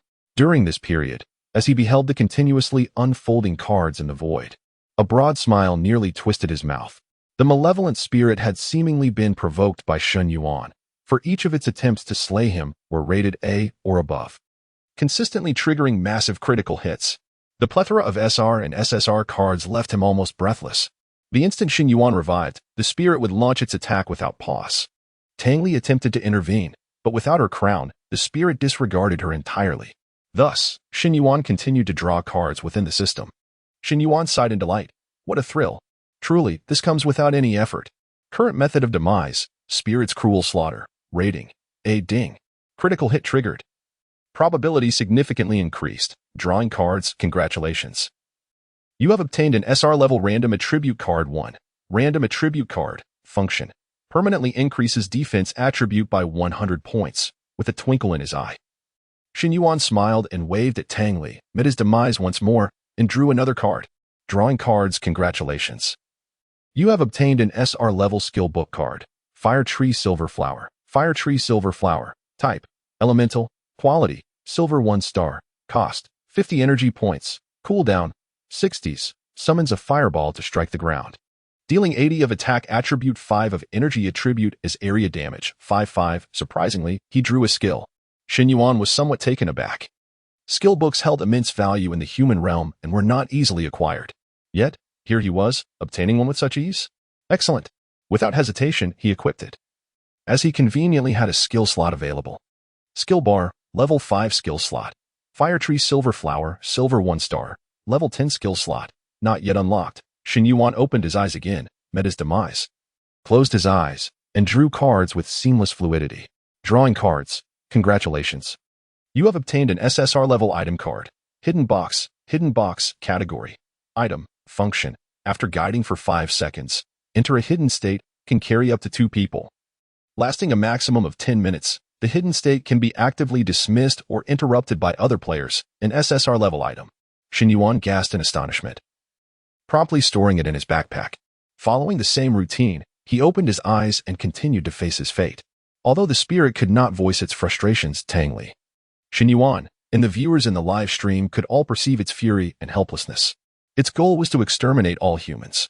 Yet this particular human simply could not be killed. Drawing cards. Once again, a purple light. Shen Yuan felt satisfaction swell within him. The system's upgrade task was down to the final SSR card. Unfortunately, this was the last card of this eerie tale. and the soonest he could level up would be during the next haunting. Congratulations, you have obtained an SSR level functional card. Underworld Shop, new system function unlocked. Underworld Shop, a shop located within the Yellow Springs card drawing realm, allowing the exchange of useless items and cards for Underworld coupons, which can be redeemed for even more precious items. Shen Yuan's eyes widened in disbelief. A new function? He was astounded to discover that a shop had materialized out of the previously empty black void to his left, emblazoned with 4 large characters, Underworld Shop. Without hesitation, Shen Yuan chose to step inside and explore. As his thoughts shifted, the void flickered, and upon regaining clarity of his surroundings, he found himself within the Underworld Shop. Before him lay a dazzling array of goods, equipment, items, skill books. It was overwhelming. Shen Yuan randomly selected a piece of equipment to examine, and he was instantly astounded. Crimson gold folding fan, quality, diamond 1 star, exchange price, 50,000 Underworld coupons, diamond quality. For Shen Yuan, whose highest equipment was merely of gold quality, diamond-grade gear seemed as unattainable as the moon in the sky. How many Underworld coupons can my items yield? He inquired. And the shop immediately began appraising his belongings. Blood-soaked wedding dress, 20 Underworld coupons, corpse oil candle, 1 Underworld coupon, snake tooth dagger, 5 Underworld coupons. Shen Yuan could not bear to continue. The appraisal was disheartening. It seemed he could scarcely gather 200 Underworld coupons, let alone reach the 50,000 required. Never mind. He decided not to rush into exchanges at the Underworld Shop. He would let things settle for now. Shen Yuan exited the system interface and opened his eyes once more within the eerie tale. He elegantly adjusted his collar, a warm smile gracing his face. Very well. The card drawing had concluded. Now, the real challenge was about to commence. Smack. Shen Yuan was crushed into a pulp by the massive hand formed by the spirit. This time, there was no card drawing animation in the blink of an eye. He revived once more. Unpleasantly, he furrowed his brow and turned to glare at the spirit behind him, admonishing, "That's enough already." Smack. Shen Yuan was slain again. Revived, he found himself at a loss for words. Damn it. When he had the opportunity to draw cards, he had regarded the spirit as a treasure, almost wanting to kiss it. Now, without the chance to draw cards, he found the spirits to be bothersome, hindering his progress. Upon reviving again, Shen Yuan glared at the spirit with icy disdain. You cannot kill me. What is the point of this futile effort? The spirit remained silent, relentlessly attacking. Shen Yuan was not without his temper. Just right, his attributes had increased significantly, and he was still adjusting. Now, he would use this spirit before him to stretch his legs. Did you truly believe you could slay me before because of your strength? You are mistaken. It was merely my desire to be slain, nothing more. In the next instant, as the spirit launched its assault, Shen Yuan evaded its attack with lightning speed. Beneath his feet, a crimson ghost flower slowly emerged. The spirit, already agitated, became even more enraged as Shen Yuan began to dodge its attacks. In an instant, strands of hair coalesced into a spear, hurtling toward Shen Yuan with blinding speed, leaving only an afterimage in its wake. With a mocking smile, Shen Yuan activated the delicate embroidered shoes, skill. Whoosh. Just as the spear was about to pierce him, he miraculously returned to the position of the previous ghost flower, once again successfully dodging the spirit's attack. Is that all you've got? Chapter 18. Evade, evade, and evade again. Behind, Tang Li's eyes narrowed slightly, her gaze fixed upon the ground beneath Shen Yuan's feet. Although the appearance of the exquisite embroidered shoes had not yet manifested, the patterns of the other shore were unmistakably clear. They were indeed her own exquisite embroidered shoes. The item she had lost during the coffin calamity was actually in Shen Yuan's possession. It seemed her earlier conjectures had been overly cautious. This fellow had not merely consumed her items to resurrect. He had outright stolen them, even appropriating their powers for his own use. What manner of profession and ability was this? Tang Li found herself beginning to doubt the very nature of the game. In the 100 Ghost Realm, Tang Li's live stream room, a barrage of comments suddenly erupted in the once silent chat. Did you notice? Shen Yuan has already died 10 times. In the previous instance, he only began to clear the dungeon after dying 10 times. Instantly, a wave of excitement surged. I see. You mean to say Shen Yuan's resurrection has a limit, 10 times. No wonder he suddenly started evading the ghostly attacks. So that's it. I knew it, ha ha ha. How could an invincible human possibly exist in the human realm? Ghostly attacks are endless. If Shen Yuan can evade once, I refuse to believe he can evade over 10 times. He lacks the ability to counter the ghostly attacks. meaning Shen Yuan is undoubtedly doomed. I bet a bowl of mangpa soup with snail noodles that Shen Yuan can't last 3 minutes. 3 minutes? I wager he won't last even a single minute. The atmosphere in the livestream room grew slightly more animated as the viewers realized that Shen Yuan might not be entirely invincible. Tang Li, however, watched the optimistic comments on the void screen with a heart that was far from elated. 10 times. Is this truly the limit to Shen Yuan's resurrection? Could he really not endure for even a minute? In the not-so-spacious restroom, Shen Yuan continued to grapple with the ghostly attacks. The specter morphed into various forms to assail him, yet Shen Yuan remained intensely focused, skillfully utilizing the abilities of his exquisite embroidered shoes to navigate between the other shore flowers, successfully evading the attacks. Numerous times he found himself on the brink of death, but it was evident that he was becoming increasingly adept. He had gained complete control over his body after leveling up to 5, including the skills of the exquisite embroidered shoes. Initially, Shen Yuan struggled to adapt, but after several evasions, he had mastered their use. The exhilaration of this feeling was unparalleled. Shen Yuan could not help but mentally exclaim. In his past life, he had never experienced such formidable physical prowess. He was almost able to move in perfect synchrony with his thoughts. Even the most intricate maneuvers were executed flawlessly by his body. This was the effect of enhanced attributes. And this was merely level 5. How terrifying would the enhancements be at levels 8 or 9? Crash. Shattered porcelain flew, raising a cloud of dust. The ghostly attacks relentlessly struck the tiles but never grazed the hem of Shen Yuan's clothing. He remained on high alert, eyes locked in concentration, not daring to relax for a moment. He could hear the rhythmic beating of his own heart. At this moment, Shen Yuan had entered a state of complete focus. In his world, there was nothing but himself and the ghostly attacks. His mind was consumed by a single thought: evade, evade, evade. 10 times, 20 times, 30 times, 1 minute, 2 minutes, 5 minutes. Even as Shen Yuan's endurance attribute dwindled, the specter had yet to land a single blow. The disaster was always a step behind him. The viewers in the live stream room were utterly astonished. The very ghosts that had initially boasted that Shen Yuan could not last a minute were now left dumbfounded. This human had truly achieved the impossible. Tang Li, too, wore a complex expression, her gaze fixed on Shen Yuan, who was deftly evading the attacks. To be fair, Tang Li believed the ghostly attacks were indeed not very powerful, and their speed was hardly impressive. Evading them a few times was certainly not difficult. However, sustaining such extreme reflexes for an extended period was no small feat. Shen Yuan's ability to maintain his concentration without error for so long was not something just anyone could accomplish. In terms of focus, he was undoubtedly a genius among geniuses. Tang Li even thought that even without his extraordinary resurrection ability, Shen Yuan could still achieve greatness. As Tang Li pondered, a crown was suddenly thrown her way. She instinctively caught it, bewildered. In the next moment, Shen Yuan's voice echoed, "Let it cease." For reasons unknown, Tang Li complied. The multitude of ghostly attacks instantly retracted, reverting to their original state, back under Tang Li's control. Clutching the recovered crown, she gazed at the man in the arena, slightly bewildered. Shen Yuan exhaled silently, appearing unfazed. "All right, I've warmed up. Continuing to evade would be a sheer waste of time. Tang Li, you hold on to this crown for now. Do not let the ghostly attacks impede my progress." With that, Shen Yuan began to search the restroom for clues. The viewers in the live stream room, after a brief moment of shock, began to flood the chat with frenzied comments. "Hurry. Host. Kill him. This is undoubtedly a golden opportunity.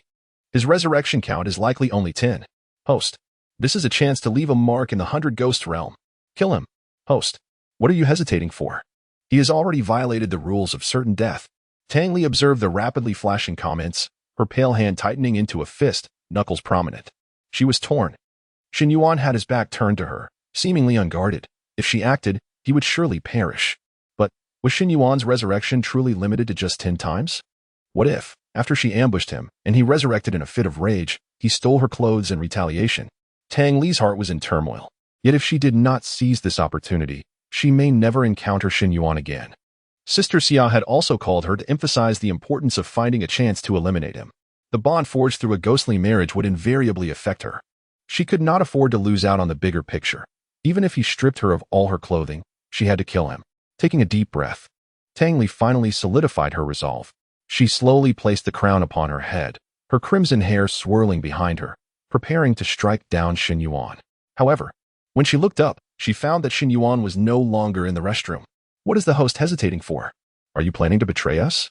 If such a genius is left to the human realm, we in the 100-ghost realm are in peril. Tang Li, don't be foolish. The comments surged in urgency, ignoring the barrage. Tang Li's expression grew cold as she prepared to rise and pursue him, only to see Shen Yuan return, holding a pair of scissors. What on earth did he intend to do with those? Chapter 19. The Devil, Clues, 2001. In the next moment, under Tang Li's astonished gaze, Shen Yuan unexpectedly snipped at a strand of hair flowing from the faucet. Snip. As the hair severed, it surged forth rapidly, unexpectedly piercing through Shen Yuan's mind. Shen Yuan was dead. The live stream fell into a stunned silence. Tang Li was equally taken aback. Was this death? So simple? Before Tang Li could react, Shen Yuan had once again perished before her eyes. This fool, does he genuinely believe that cutting his hair will lead him to victory? If the Silver 2-star dungeon were that simple, then our 100-ghost realm would not need to exist. His death count has already surpassed 10. This time, he definitely cannot be resurrected. Did he miscount, thinking he still had one more chance? Ha ha. Countless entities within the 100-ghosts realm breathed a sigh of relief. Yet, in the next instant, Shen Yuan's familiar silhouette reappeared before them, murmuring, Clearly, severing hair is not the solution. Shen Yuan casually discarded the scissors he had taken from the living room and pondered with his chin in hand. The entity was evidently a monster within the dungeon. I initially thought that defeating this creature would lead to victory. Wait a moment, could it be that the scissors are ineffective? Suddenly, Shen Yuan's eyes lit up as he retrieved his Serpent's Fang dagger from his backpack. This Serpent's Fang dagger is a weapon from the human realm. Perhaps it holds unique effects against the entity? Shen Yuan decisively tried again. After all, he had infinite opportunities to experiment. With a swift stroke, the hair was once more severed. However, Shen Yuan was once again killed by the severed hair. As expected, this was futile, resurrecting and rising once more. Shen Yuan fell into contemplation. The live stream was enveloped in silence. Before the viewers could celebrate, Shen Yuan once again died and was resurrected before their eyes. This marked his 11th death. The speculation regarding the limit of 10 revivals was shattered. Perhaps it is 12 times? Before this comment could even be sent, Shen Yuan demonstrated his 12th resurrection to the entities. Their hopes were once again crushed in the cradle. Was it possible that Shen Yuan's resurrection count was indeed limitless? 20 times. No, 15 times. I believe it cannot exceed 15. Surely it cannot be more than that. Some comments still stubbornly persisted. However, at this moment, very few entities retained any belief. They had been proven wrong too many times, and had ceased to harbor any hope. In the eyes of the entities, Shen Yuan was nothing short of a devil. At this moment, the devil was earnestly contemplating the method to achieve victory. He had already inspected the living room and various rooms, aside from the exorcism arrangements. He had not made any notable discoveries. At that moment, inadvertently glancing through the mirror in the living room, Shen Yuan noticed the bulging pockets of his vest. What is this? It was then that he realized he was wearing the property manager's vest. Shen Yuan extracted a mobile phone from the bulging pocket of the vest. It belonged to the property manager. Attempting to press the fingerprint sensor, he successfully unlocked it. It seemed that within the context of this eerie tale, I am the property manager, and this phone is mine to access freely. The phone contained nothing special, merely some everyday applications. As Shen Yuan scrolled through the screen, his gaze suddenly fixed upon an application titled Property Assist. A spark of realization ignited within Shen Yuan. The introduction of this eerie dungeon serves as background information, lacking crucial details akin to the coffin heist, thus necessitating the collection of new information within the narrative.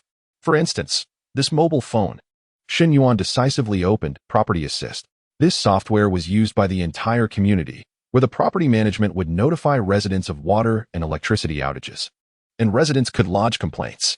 For instance, which household was causing disturbances, or which was hoarding garbage in the hallway, among other assorted issues. Shen Yuan rapidly browsed through the complaints when suddenly his finger paused on one from 3 months ago. Complainant, Building 6, Apartment 202. Male resident, complaint, can someone please manage the couple in Apartment 201? Not only do they argue late into the night, but they also do laundry all night long. Is there something wrong with them? The sound of water is incessant, making it impossible to sleep. What's wrong with them? The phrase "the sound of water" caught Shen Yuan's attention. Moreover, Building 6 was precisely where he currently resided. He was in Apartment 101, directly beneath Apartment 201. In his past life, Shen Yuan had read a news story about a man who murdered his wife and then reported her missing. Ultimately, through an unusual water bill, The truth of his crime was uncovered. Could it be that this eerie tale bore a similar narrative? With newfound direction, Shen Yuan began focusing on complaints regarding apartment 201. Soon enough, he discovered a complaint from 2 months ago, exactly 1 month after the sound of water complaint. Apartment 202 had reported that the wife of apartment 201 seemed to have vanished. She had not been seen for nearly a month, and the couple's arguments had ceased, leading to suspicions. The property management promptly inquired, and the man from apartment 201 claimed that his wife had merely returned to her family home. And the property management did not pursue further questions. Upon reaching this point, the problem was becoming increasingly evident. Shen Yuan continued to sift through the complaints, only to discover one originating from apartment 101, dated 1 month ago. Complainant: Building 6, apartment 101, female tenant, complaint: hair keeps surfacing from the drain. It's disgusting. This complaint had also been addressed by the property management, who dispatched personnel for cleaning. However, what struck Shen Yuan as peculiar was not the presence of hair but the words female tenant. When Shen Yuan had inspected the room earlier, he had clearly noted signs of male habitation, such as scattered men's clothing and a razor in the bathroom. Conversely, he had not observed any female belongings. Shen Yuan narrowed his eyes, his mind racing. He had begun to formulate a rough hypothesis regarding this eerie tale. The clothing in the bedroom wardrobe was scant. Some items remained in a suitcase, and there were moving boxes within the wardrobe. Therefore, it was likely that the male resident who had filed this complaint had only recently moved in. Thus, the arrangements designed to suppress the entities were most likely left behind by the landlord or the previous tenant. Why had so many exorcistic items been arranged? The answer was simple. It was likely that someone had died in this house, leading the person who arranged them to be the landlord, the former tenant. The female tenant who had lodged a complaint a month ago was the deceased. This female tenant was very likely the entity within the bathroom. The entity that killed her was the very entities themselves. This was evident from the fact that the entity could not control its manifestations after losing its crown. If the manifestations belonged to the entity itself, there would be no reason for it to require external objects for control. Thus, the manifestations originated from apartment 201. The man from apartment 201 murdered his wife, dismembered her using the sewer, and the hair was washed down to the first floor, entangling in the downstairs drain. The pent-up resentment transformed these strands into manifestations, resulting in the innocent female tenant's demise. However, as the saying goes, one must pay for their sins. Why did the manifestations not return to kill their nemesis? What purpose did killing the female tenant serve? Shen Yuan rubbed his temples. At present, he still lacked clues. Chapter 20. The Source, the Scoundrel, and the Enigmatic Woman. Shen Yuan once again perused the complaint records on his mobile application. This time, he stumbled upon an earlier complaint, dated a year prior. Complaint: an unusual odor emanating from room 101. Resolution: confirmed by property management, the tenant of room 101 had hanged himself inside, and the police have ruled out foul play. The matter has been resolved publicly. Shen Yuan was struck with a profound realization. It dawned on him that a year ago, a tragedy had already unfolded in room 101.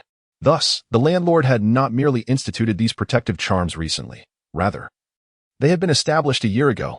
After the previous female tenant's demise, the landlord had reinforced the protective measures, resulting in the peculiar sight of 3 statues of Guan Gong, walls adorned with peachwood swords, and bagua mirrors. It was precisely these protective arrangements that had ensnared the enigmatic spirit, preventing its return and compelling it to vent its fury upon the female tenant. Shen Yuan tucked his phone away, now possessing a clearer understanding of how to navigate through this ordeal. Since a supernatural tale had arisen from this locale, it indicated that unresolved grievances lingered. Once these grievances were dispelled, the haunting could be eradicated. Shen Yuan exited room 101 and made his way to the second floor. He paid no mind to the late hour and rapped upon the door of room 201. Bang, bang, bang. The iron door trembled, emitting a loud, jarring noise. Initially, there was no response from within, but Shen Yuan persisted in his knocking. At last, a torrent of curses emerged from room 201. A man flung the door open, continuing his tirade. Are you trying to drive me insane? Why the hell are you knocking at this hour? Upon seeing the man, Shen Yuan was certain he had been correct. He had previously accessed the tenant information for room 201 through the property management app. The man who had murdered his wife months prior was indeed him. The man, noticing Shen Yuan's silence, grew increasingly irate. Hey, what are you staring at? Do you dare to believe I would gouge your eyes out? Speak. What do you want?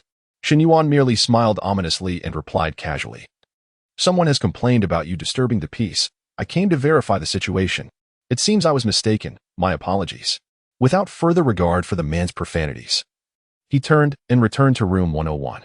Upon entering room 101, his first action was to shatter all the statues of Guangong and remove the Bagua mirrors, discarding the Taishan stones and peachwood swords as well. He aimed to dismantle the suppressive formation within the room and liberate the spirit. To any rational observer, his actions appeared utterly mad. What if the suppression dissipated, resulting in a more furious manifestation within room 101? Apologies, but Shen Yuan was undeterred. He possessed infinite opportunities for trial and error. Once everything was in order, Shen Yuan returned to the bathroom, addressing the spirits with a smile. "All right, go forth. Grievances have their source. Resolve your vendettas." The spirits flowing from the faucet momentarily hesitated. In the next instant, they surged towards the faucet, pouring into the drain, vanishing in the blink of an eye. Perhaps due to the length of their strands, a portion remained in the bathroom of room 101. Shen Yuan paid it no mind and hastened back to the second floor, using the property key to lock room 201 from the outside. This way, the man would find himself trapped with no escape. Though this action might seem redundant, it guaranteed certainty. Once the man perished, the scenario would likely conclude. Returning once more to room 101, Shen Yuan settled onto the sofa, listening to the anguished cries from above, his demeanor calm and composed. "You reap what you sow," he mused. "If love has faded, why resort to murder?" Shaking his head, he prepared to await the conclusion of the ordeal. Suddenly, his peripheral vision caught sight of the spirit, Tang Li, lingering in the bathroom. Why had the enigmatic woman not departed? It occurred to him that she too was a tragic figure, having met an untimely demise. With the suppression lifted, she should have dissipated as well. Was it possible that she harbored unresolved grievances? After all, who wouldn't he feel wronged after such a tragic end? Should he simply ignore her? Or perhaps this enigmatic woman had an additional subplot? With these thoughts swirling in his mind, Shen Yuan rose and made his way into the bathroom. As he entered, Tang Li's gaze locked onto him, her expression frigid. This time, she exhibited no hesitation. She was resolute in her intent to kill Shen Yuan, employing every means at her disposal. In an instant, the remaining spirits in the bathroom began to writhe, coalescing into a formidable, serpentine mass, ominous and terrifying. Tang Li even summoned her own powers. In a flurry, blood and hair flew about. No matter how adept Shen Yuan was at evasion, he could not escape Tang Li's onslaught. This level of aggression far surpassed the prior manifestations. Caught off guard, Shen Yuan perished. Yet he remained unperturbed. Death was merely a passage to revival. Even if he could only live for a single second, it would grant him the opportunity to advance. As he moved forward, he contemplated Tang Li's unresolved attachments. Tang Li, witnessing Shen Yuan approach ever closer, spiraled further into despair. The distance from the bathroom door to the bathtub was roughly 6 meters, and Shen Yuan had died 17 times, including the previous 12. He had resurrected a staggering 29 times. This was indeed a terrifying figure. Tang Li had never heard of any profession capable of achieving such feats. Not even an S-class could manage it.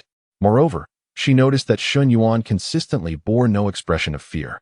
This signified that 29 times was far from his limit. When Shen Yuan revived for the 30th time and approached Tang Li, she surrendered. This demon could not be slain. Tang Li had exhausted every method, yet still fell short. The spirits in the live stream had long since fallen silent. Fear began to permeate the 100 spirits realm. Shen Yuan stood firm, observing Tang Li's cessation of hostilities, and remarked with a smile, "Have you finally conceded?" Tang Li remained silent, her gaze vacant. Yet, Shen Yuan abruptly retrieved a bottle of shampoo from beside him. In his earlier encounters, he had meticulously observed the peculiar condition of Tang Li's hair. The bloodstains seemed out of place among her locks. Thus, Shen Yuan formulated a daring hypothesis. The blood on Tang Li's hair belonged to the woman from room 201, not to Tang Li herself. The contamination of her hair might be the reason she was unwilling or unable to depart. Shen Yuan's conjecture found further support in his initial encounter with the shower curtain. Tang Li had been desperately attempting to comb her hair, seemingly striving to rid it of the blood. "Come, sit down. Allow me to wash your hair." Chapter 21. Passage. "Clearance. Give it to me." Shen Yuan's voice was unequivocal. Tang Li was taken aback. A wash? What was happening? In the next moment, without further ado, Shen Yuan had turned on the shower, removed the crown from Tang Li's head, and placed it into his backpack, then poured warm water over her hair. He dispensed a pump of shampoo onto his hands and began to cleanse the blood from her hair. Tang Li was utterly bewildered. Was this really happening? Was there such a scene in the script? She quickly glanced through the script again, but found no mention of this event. However, suddenly, she noticed that there was a hidden side story at the end of the basic script. Could it be? Tang Li murmured as she opened a hidden side story. As expected, it was indeed related to the hair-transforming spirit. Tang Li was thoroughly impressed. In the same coffin calamity, Shen Yuan had triggered a hidden plot, and now in the nightmare bathroom, he had discovered another hidden side story. Tang Li was not the supervisor of the nightmare bathroom, so she was unaware of how often this hidden side story was triggered. But judging by her experience, it was impossible. To her knowledge, players in the human realm had never triggered hidden plots, or rather, no one had ever survived after triggering a hidden plot. Hidden plots typically came with immense risks. For example, in the same coffin calamity, triggering a hidden plot almost guaranteed death. The same applied to the nightmare bathroom, where discovering the hair-transforming spirit would result in one person's inevitable demise, and one would have to actively touch the spirit's hair. Who would dare? Shen Yuan dared. Tang Li exhaled silently. She instinctively glanced at Shen Yuan behind her. He was meticulously washing her hair, his expression calm and indifferent. The water was pleasantly warm, and coupled with Shen Yuan's gentle lathering, Tang Li found herself feeling somewhat comfortable. As a spirit, she had never had anyone, or any spirit, wash her hair before. Unconsciously, she became a bit lost in thought. The terrifying ability of infinite resurrection, the capacity to steal secondary props and transform them into one's own equipment, unparalleled observation skills, and horrifying concentration. All of these attributes converging in a single player from the human realm would create an immensely formidable being. Could it be that the balance between the human realm and the 100 spirits realm, which had persisted for countless years, was about to be shattered? In the void, comments continued to scroll by. Someone washing a spirit's hair? What kind of plot is this? I have never seen such a plot in the nightmare bathroom. Could it be a hidden storyline? Definitely. Could this fellow be the first to trigger a hidden plot and successfully complete it? Not the first. He triggered one in the same coffin calamity too. Setting aside everything else, although Shen Yuan is human, he is undeniably handsome. Quite a match for Tang Li. My Bai Li is uniquely beautiful. Standing will only harm you. This is a human, our enemy from the 100 spirits realm. If only he could become a spirit. The hair-transforming spirit's hair was not particularly abundant, and soon all the blood was washed away. As Shen Yuan had anticipated, a voice rang in his mind from the celestial brain. Ding! Congratulations on completing the hidden plot. Simultaneously, the screams from upstairs abruptly ceased, and the remnants of the hair-transforming spirit in the bathroom turned to ashes and vanished. It seemed the spirit's grievances had dissipated, and the urban legend of hair flowing from the faucet was now eradicated. Task accomplished. Shen Yuan chuckled lightly, not surprised. Congratulations to player Shen Yuan for successfully clearing the nightmare bathroom. Rewards are being calculated. Completion time, 19 minutes and 21 seconds. Completion rating, SSS level. Congratulations. Your completion time and rating have surpassed 100 of other players in the same instance, successfully claiming the top spot on the nightmare bathroom leaderboard. The ranking rewards are as follows. A familiar segment of text. Shen Yuan had once again secured the first position on the leaderboard. Like in the same coffin calamity, he remained the only player to achieve an SSS level clearance, as no other player had completed the hidden plot like he did. 1. Random silver level equipment x3. 2. Gold x10. 0003. Triple experience points totaling 1,500. The above rewards have been allocated to your backpack. The ranking rewards remained unchanged: equipment, gold, and experience points. Without hesitation, he opened all 3 reward pieces. 1 pair of boots, 1 amulet, and 1 ring. The boots and amulet were disregarded. The equipment gifted by the celestial brain was worlds apart from the gear stolen from the urban legend instance. However, the final ring perfectly filled the last gap in Shen Yuan's equipment. Cloud-breaking ring. Category: ring equipment. Level: silver 1 star. Speed: 15. Function: increases personal speed by 5. The attributes were mediocre but better than nothing. Speaking of which, nearly all of my equipment enhances speed attributes. Now Shen Yuan's speed attribute had reached an impressive 137 points, significantly higher than the level 7 Black Wolf who had completed his job transition. Now that the instance had concluded, it was time to settle accounts with Hui Yuzhu and the Black Wolf. I hope the two of you won't be too shocked when you see the rejuvenated me. The moment of reckoning had arrived. The corners of Shen Yuan's mouth curled into a cold smile as his figure gradually became ethereal. This was a sign that he was returning to the human realm. Tianfu Residence 301. Huiyuzhu was keeping a close watch on the time, as an hour was about to pass. Soon they would know whether Shen Yuan was alive or dead. The Black Wolf lounged leisurely on the sofa, occasionally glancing around, speculating about where the substantial sum of money might be hidden. He looked at Huiyuzhu, who was anxiously counting down the time, and said with a smile, "Little Zhu, there's no need to be so tense. That kid is more than likely dead in the instance." He entered that urban legend instance so hastily that he didn't even have time to form a team, charging in alone. He's probably a weakling. Likely didn't even have time to transition jobs. I can't imagine how he could survive. Huiyuzhu said nothing but continued to watch the clock intently.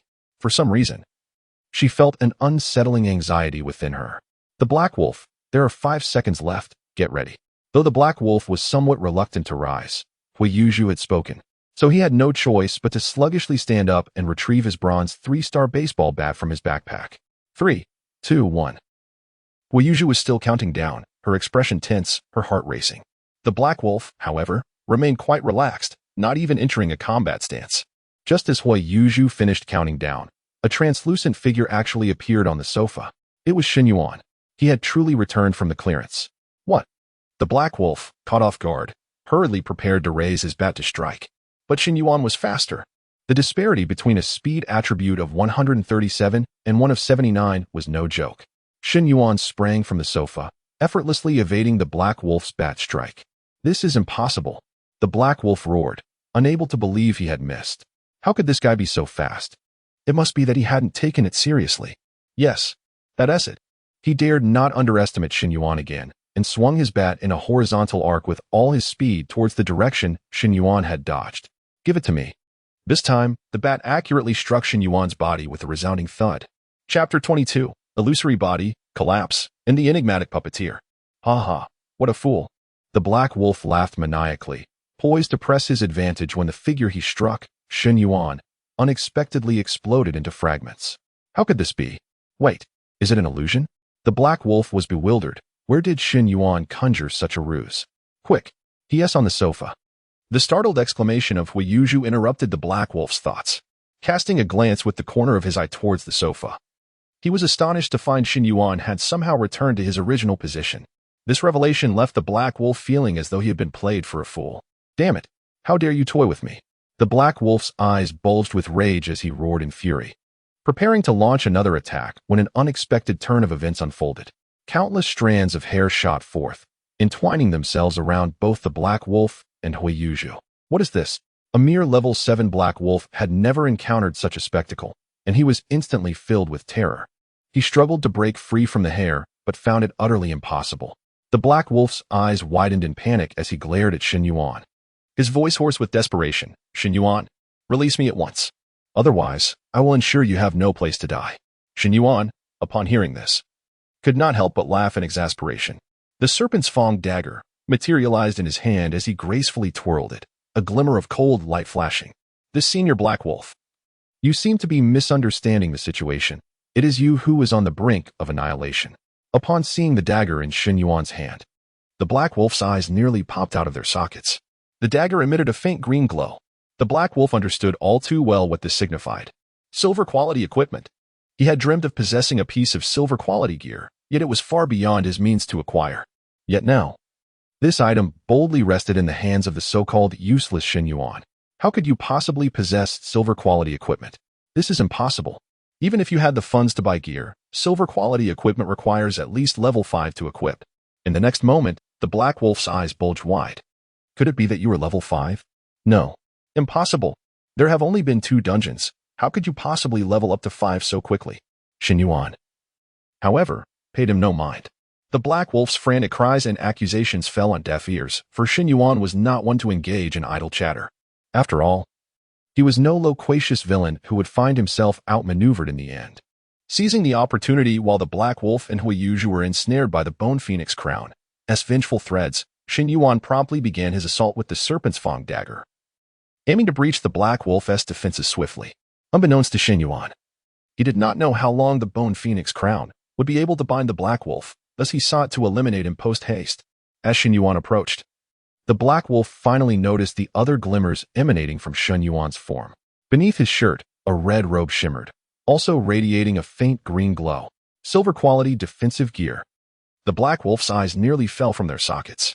He quickly glanced down, and to his astonishment, the shoes on Shen Yuan's feet also gleamed with a green light. Silver quality boots. No, it cannot be. Absolutely impossible.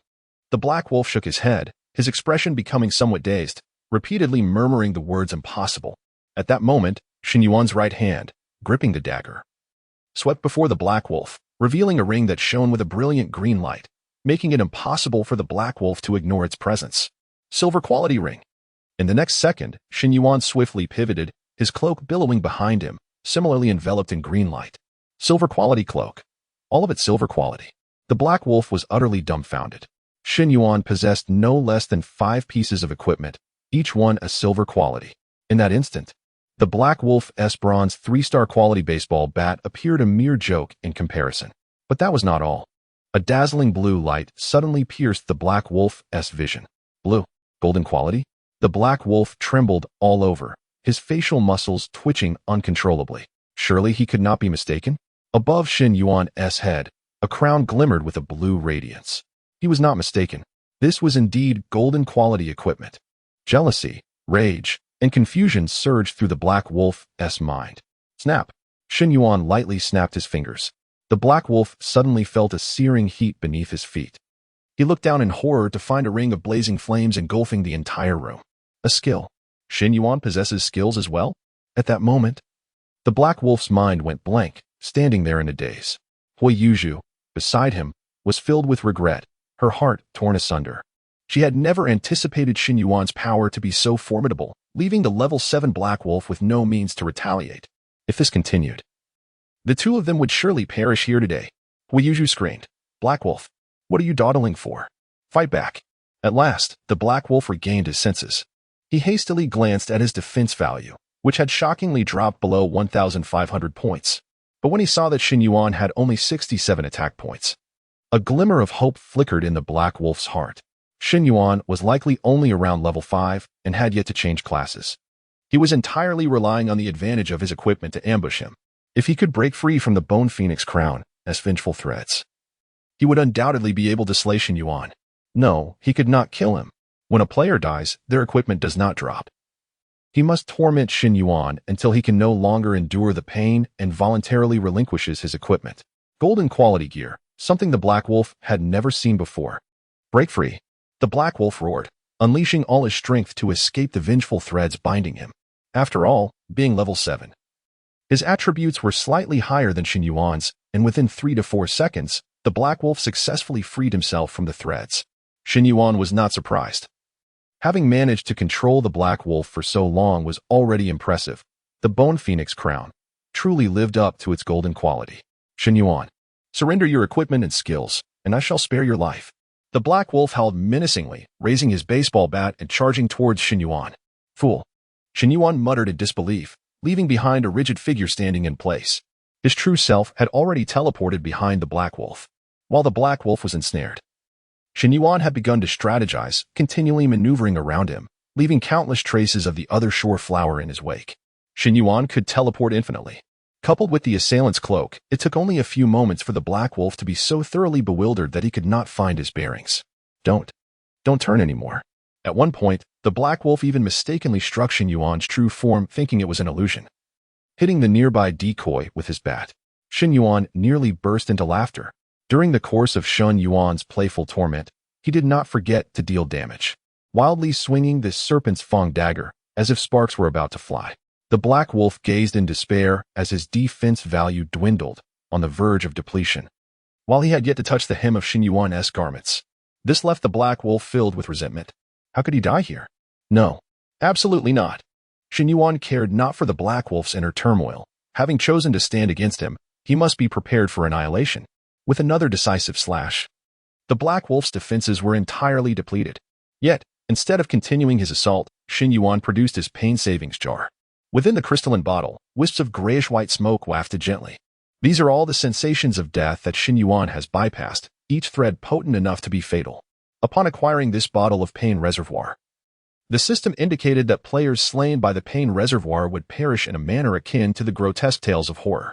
To utilize it, The enemy must be in a state of vulnerability. Should two bodies, exhibiting signs of unnatural death, appear within Shen Yuan's abode, he would likely attract the scrutiny of the alliance, leading to considerable complications. Shen Yuan has no desire to face any repercussions or to be imprisoned. Just as Shen Yuan opened the reservoir, intending to unleash a threat of pain upon the Black Wolf, the completely deranged Black Wolf seized the opportunity, abruptly raising a peculiar doll aimed at Shen Yuan. I am a C-rank cursed profession, a puppeteer of the uncanny. How could I possibly be slain by a worthless being devoid of any profession? Puppet curse, descend upon me. Chapter 23. The Ghostly Infant, Double Kill. Is there anyone else? The voice of the Black Wolf was heart-wrenching. At this moment, he had no choice but to fight to the bitter end.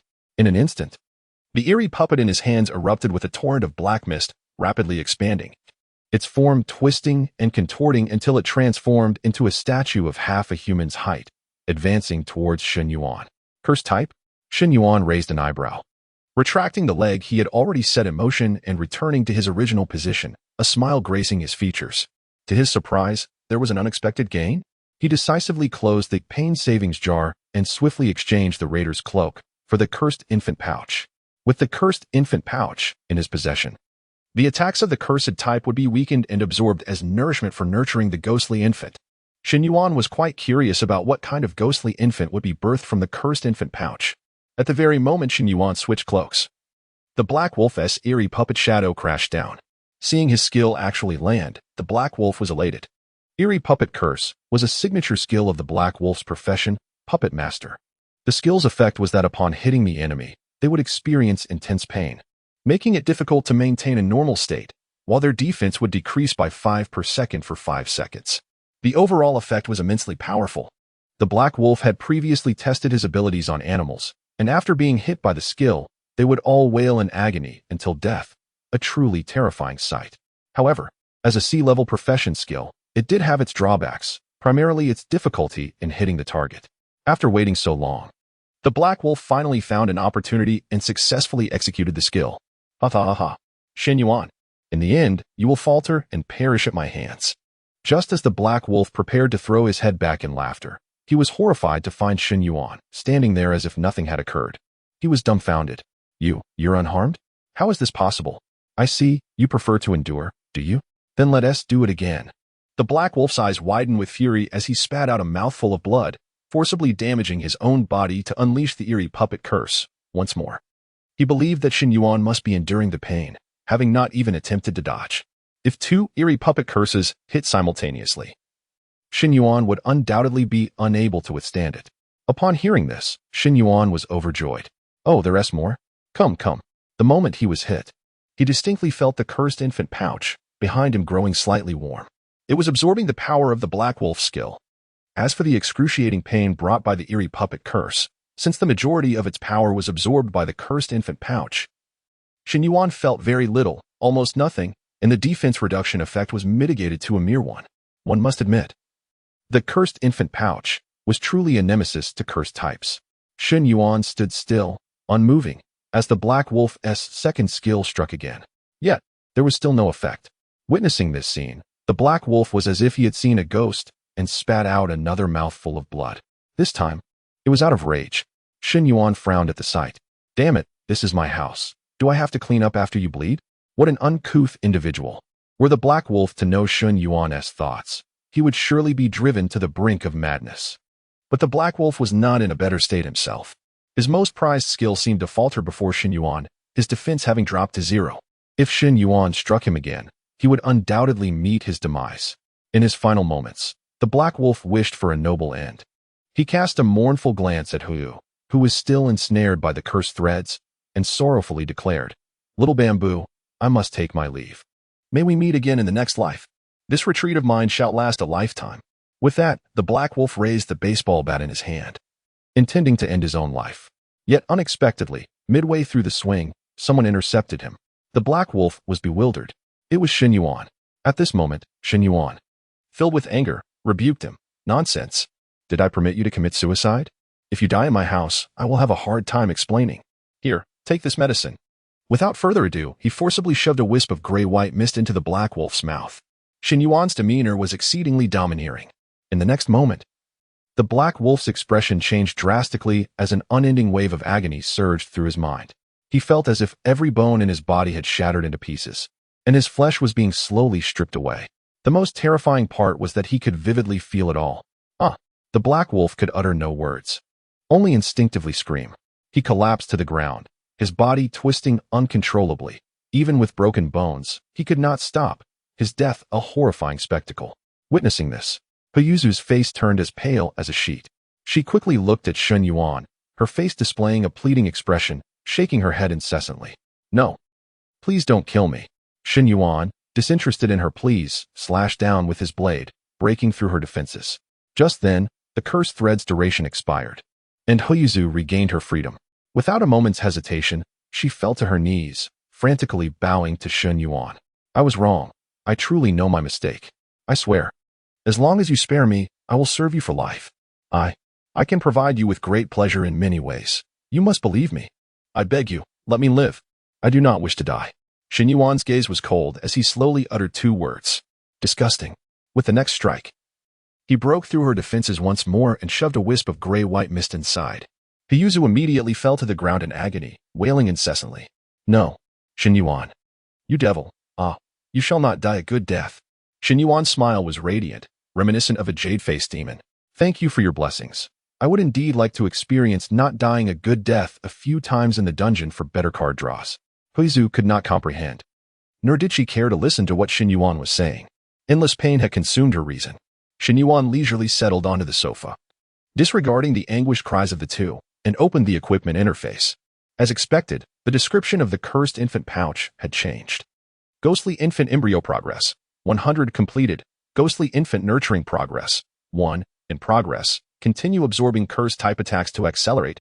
It seemed that even without further cursed type attacks, gradual nurturing was still possible. Absorbing them would merely hasten the process. He could only continue to take his chances. Cursed type professions were not easily encountered. Satisfied, Shen Yuan exited the interface. The Black Wolf, being a cursed type profession, had inadvertently formed the ghostly infant embryo, which was an unexpected delight. And Shen Yuan would not ask for more. At this point, the room had fallen silent. The Black Wolf and Peyuzu were both deceased. Before her death, Peyuzu had broken all her limbs. Yet, she still glared at Shen Yuan with bloodshot eyes, filled with malice, seemingly determined to remember his visage forever. Shen Yuan, annoyed, kicked her face aside, unwilling to behold her repugnant features. Well, two little troubles temporarily dealt with. As for the corpses, they should be sent to the community management office. In the human realm, it was not uncommon for players to die in tales of horror. So every community management office was responsible for recovering such bodies, a rather considerate arrangement.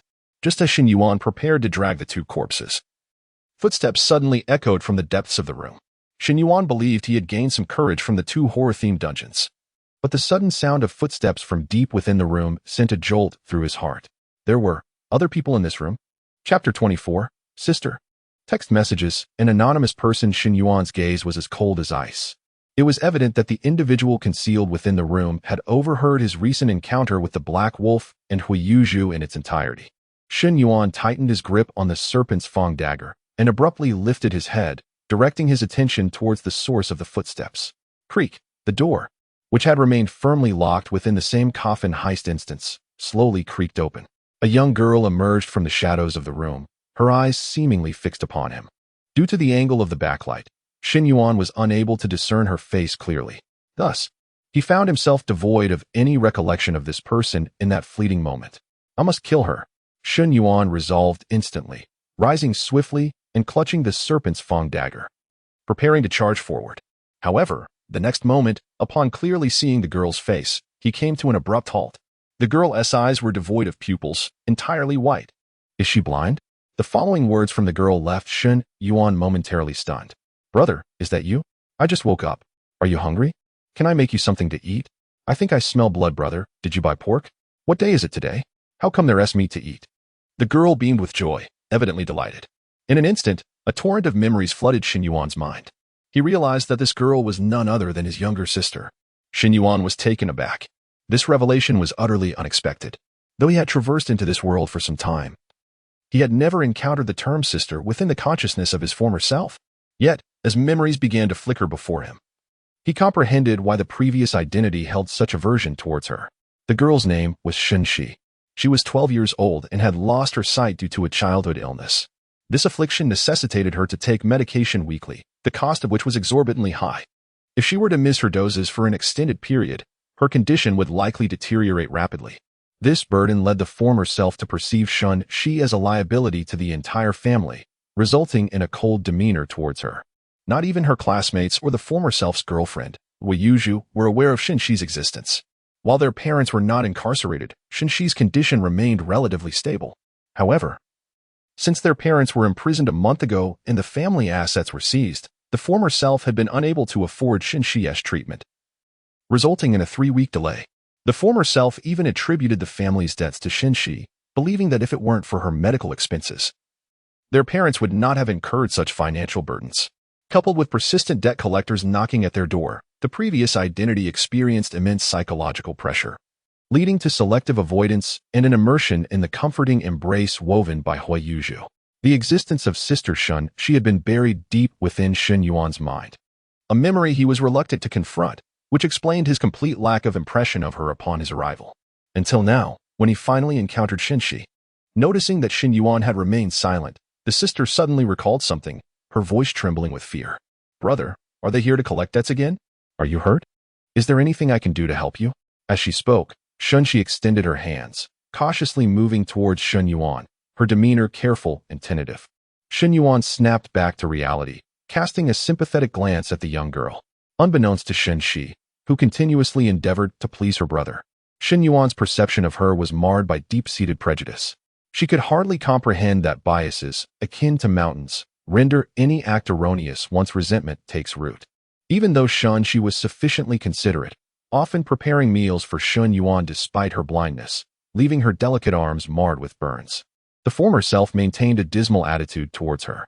Thus, Shen Shi approached Shen Yuan with a degree of timidity, fearing that any misstep might provoke his anger. Shen Yuan took a deep breath, momentarily sheathing the serpent's fang dagger.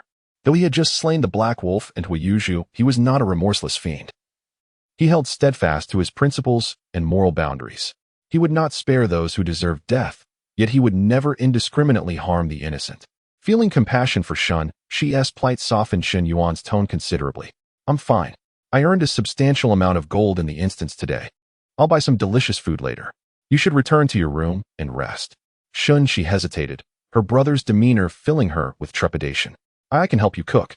I just had a long, fragrant sleep, so I don't need to rest." Shen Yuan stood and approached Shen Shi, gently ruffling her hair, speaking softly. "Be good, go rest. I have some matters to attend to. I was too despondent before, and I lost my temper often. That won't happen again.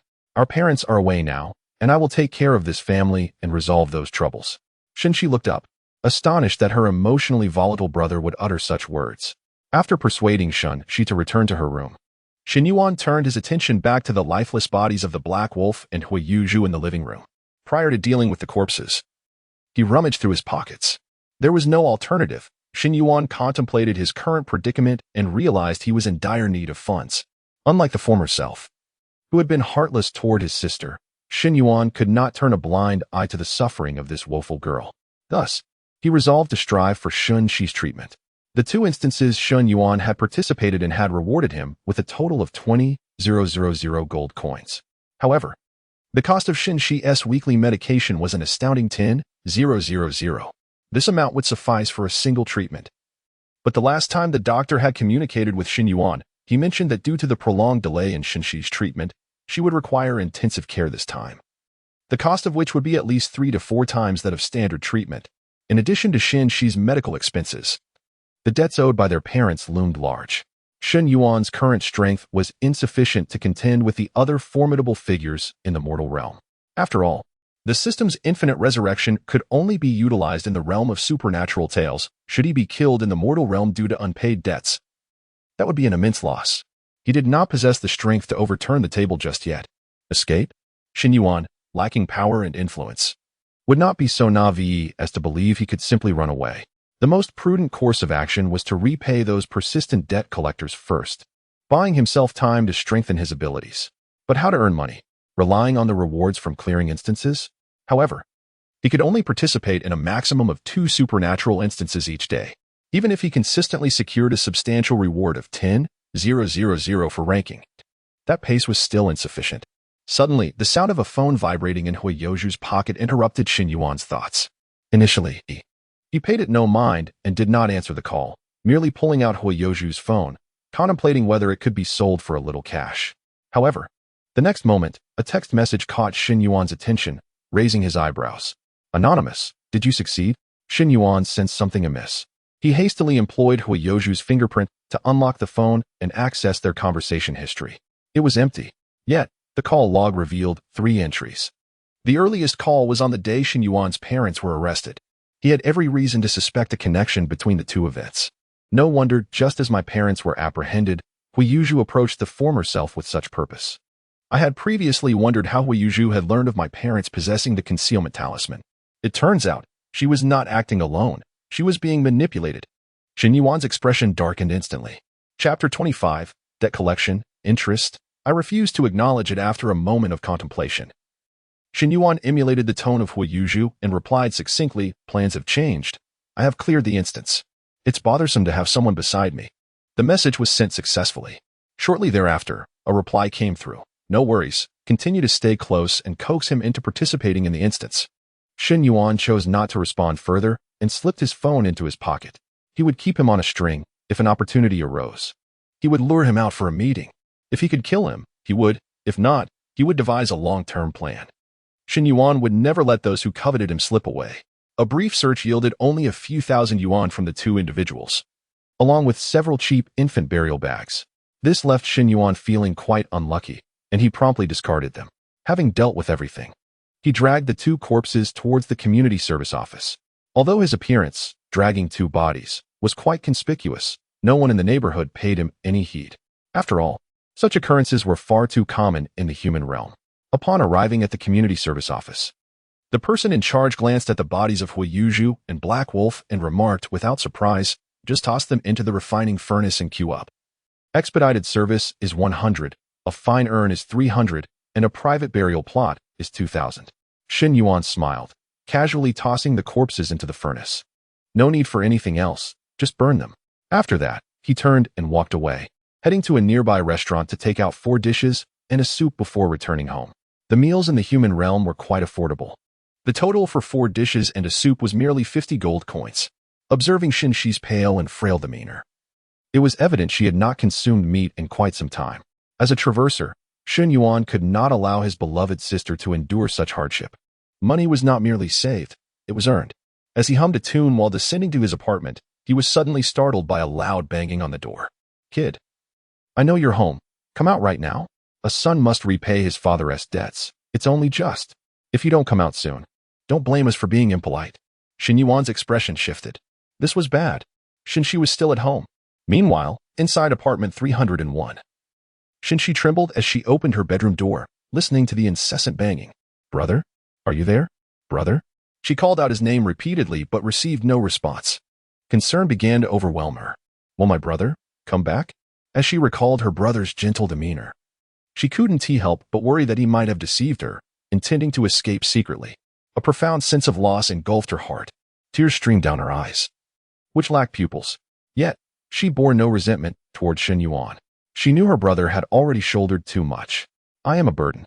It is not wrong for my brother to abandon me. I do not blame him. I am my parents' daughter. I can also bear the debts.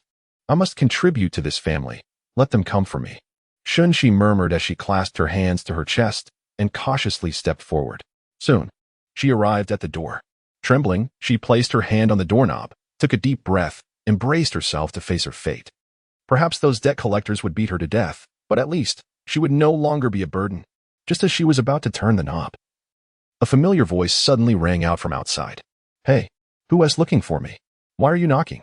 I warn you, if you damage my door, you will be liable to compensate. It was her brother. He and T left her alone. Shen Shi froze in place, and her tears flowed even more freely. It turned out her brother had not abandoned her. Outside, Shen Yuan stood in the corridor, holding the takeaway of 4 dishes and a soup, his eyes shimmering with a faint golden light as he gazed at the 3 burly men at his door. Having just utilized the yin-yang eye potion, he needed to assess their strength. Shen Yuan, level 5, talent. Life, 2. Defense, 1008. Energetic, 441. Attack, 57. Speed, 37. Endurance, 107. Equipment count, 0. The other two were of similar strength. One was level 4. And the other was also level 5, all bearing the surname Shi, likely 3 brothers. Their abilities were inferior to Black Wolf S, indicating they were merely minor characters dispatched. After all, everyone understood that the Shen family had one son and one daughter. The daughter was 12, and the son had just turned 18, making them no match for a level 5 player. Upon hearing Shen Yuan's voice, Shen Yuan turned with an arrogant expression and disdainfully appraised him. So, you are Shen Yuan? Hurry up and pay the debt. Your father owes us 200,000, and with interest, it has escalated to 500,000. If you don't repay today, not only will we break down your door, but we will also dismantle your entire home. Behind the door, upon hearing this, Shen swayed slightly, nearly falling.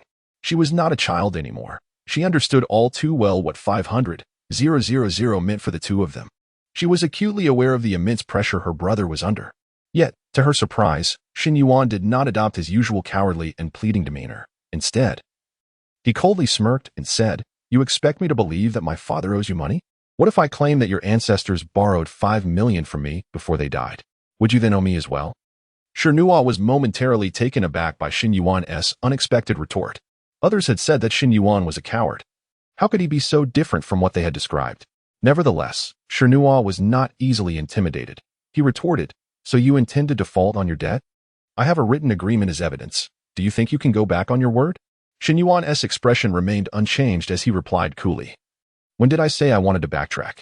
Show me the promissory note first." Shen Yuan scoffed and actually threw the note to Shen Yuan. "Feel free to copy it. I have 100 copies. You can tear it up or eat it. It's all up to you." After receiving the promissory note, Shen Yuan quickly scanned its contents but made no attempt to destroy it. He said languidly, "This note does not mention any interest, so I can acknowledge the 200,000. But as for this so-called compounded interest, I refuse to acknowledge it."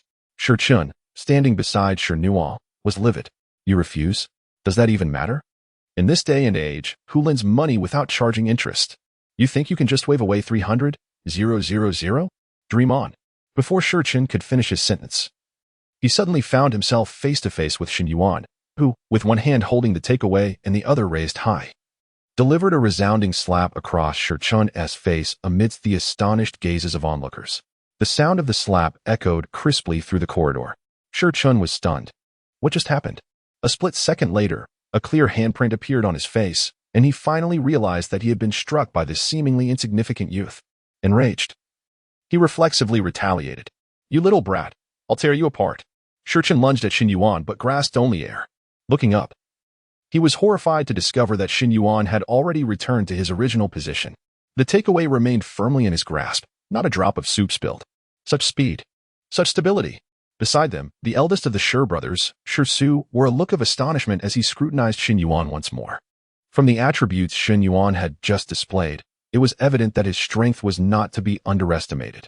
At this moment, Shen Yuan had disabled the equipment display button, rendering Shi Su unable to discern any equipment on him. When confronting the Black Wolf, Shen Yuan had intentionally activated the equipment display to instill doubt and provoke a mental breakdown in his adversary. Maintaining an air of nonchalance, Shen Yuan continued from where he left off, stating, "Indeed, I do not acknowledge this interest of 300,000. As for those with foul mouths, they deserve to be silenced." Chapter 26. The power of belief. Shi Chun and Shi Yuan were nearly incensed, rushing towards Shen Yuan without a moment's hesitation. This insufferable brat. Shen Yuan remained unfazed, an idea sparking in his mind as vengeful threads shot forth, binding the two tightly. Shi Chun and Shi Yuan were momentarily stunned, yet they were undeterred. What on earth is this? Break free. However, as they realized they could not escape the peculiar strands, fear finally gripped them. "Brother, quickly save us." They turned to Shi Su, pleading for assistance. Shi Su, however, ignored their cries, his gaze greedily fixated on the vengeful threads. He could discern that this was a skill derived from an equipment piece. This guy possesses gear, and such a formidable ability. It must be at least of silver quality. Soon, Shi Su suppressed his covetous thoughts. Shen Yuan's attributes were not inferior to theirs, and with equipment at his disposal, Even as a trio, they would not easily gain the upper hand. Their intelligence had been flawed, according to their reports. Shen Yuan was merely an inexperienced novice who had not even completed his job change, someone they could easily dominate. But now, it was evidently a different story. Shisu composed himself and addressed Shen Yuan, his voice solemn. You appear to be rather different from the rumors. Nevertheless, you are correct. The loan note indeed states a borrowing of 200,000, with no mention of interest. Upon hearing this, Shi grew frantic. Brother, that is our reward. Shisu shot him a glare, admonishing, silence. You fool. While it's true there is no interest, the note also specifies that the 200,000 must be repaid within 5 months. With May fast approaching, we seem to have yet to see any sign of this 200,000. How will you, Mr. Shen Yuan, explain this? Unperturbed, Shen Yuan pointed to the date on the note. There are still 3 days left until the 5-month deadline. After 3 days, I will consider repaying. Shisu fell silent for a moment, glancing at the two brothers still ensnared by the vengeful threads, and nodded in agreement. Very well. We shall return in 3 days. I hope that by then, Mr. Shen Yuan will have no further excuses. Now, might we release my brothers? Shen Yuan neither affirmed nor denied, casually tossing back the copy of the loan note before freeing them from the bindings. Once freed, Shi continued to grumble. Don't think you're all that impressive. There are many who are far superior. We are from the Chenxi Guild. We can easily find a power leveler to defeat you. Shen Yuan, who had previously grown weary of engaging with the trio, suddenly paused at the mention of power leveler, curiosity piqued. Power leveler? What is that? Shi, mistaking Shen Yuan's curiosity for fear, proudly declared. A power leveler is someone who specializes in guiding players through challenges. They are among the elite, even surpassing many players of higher levels. Do they earn money? Shen Yuan inquired further. Shi hesitated. Of course they do. Those who can afford to hire a power leveler are usually in dire straits and wealthy. For who would risk their life to accompany you through perilous challenges if you lacked funds? Understanding dawned on Shen Yuan, and he nodded appreciatively at Shi before proceeding to open the door, slamming it shut behind him. The three outside exchanged bewildered glances. After a moment, Shi Yuan asked Shi, somewhat confused, why did you answer him so readily? Shi, equally perplexed, scratched his head. I don't know. It just felt right to respond when he asked. Shisu, his expression darkened, snapped, enough. What are you all babbling about? Hurry up and leave. 2 imbeciles. Upon entering the room, Shen Yuan was momentarily taken aback to find Shenxi standing at the door. He quickly realized that she must have been drawn by the sound of the knock. Hearing the door open, Shenxi rushed towards him, arms outstretched. Brother, are you all right? In her eagerness, she inadvertently collided with the trash can Shen Yuan had previously kicked over, nearly losing her balance. Shen Yuan acted swiftly, steadying her. Be careful.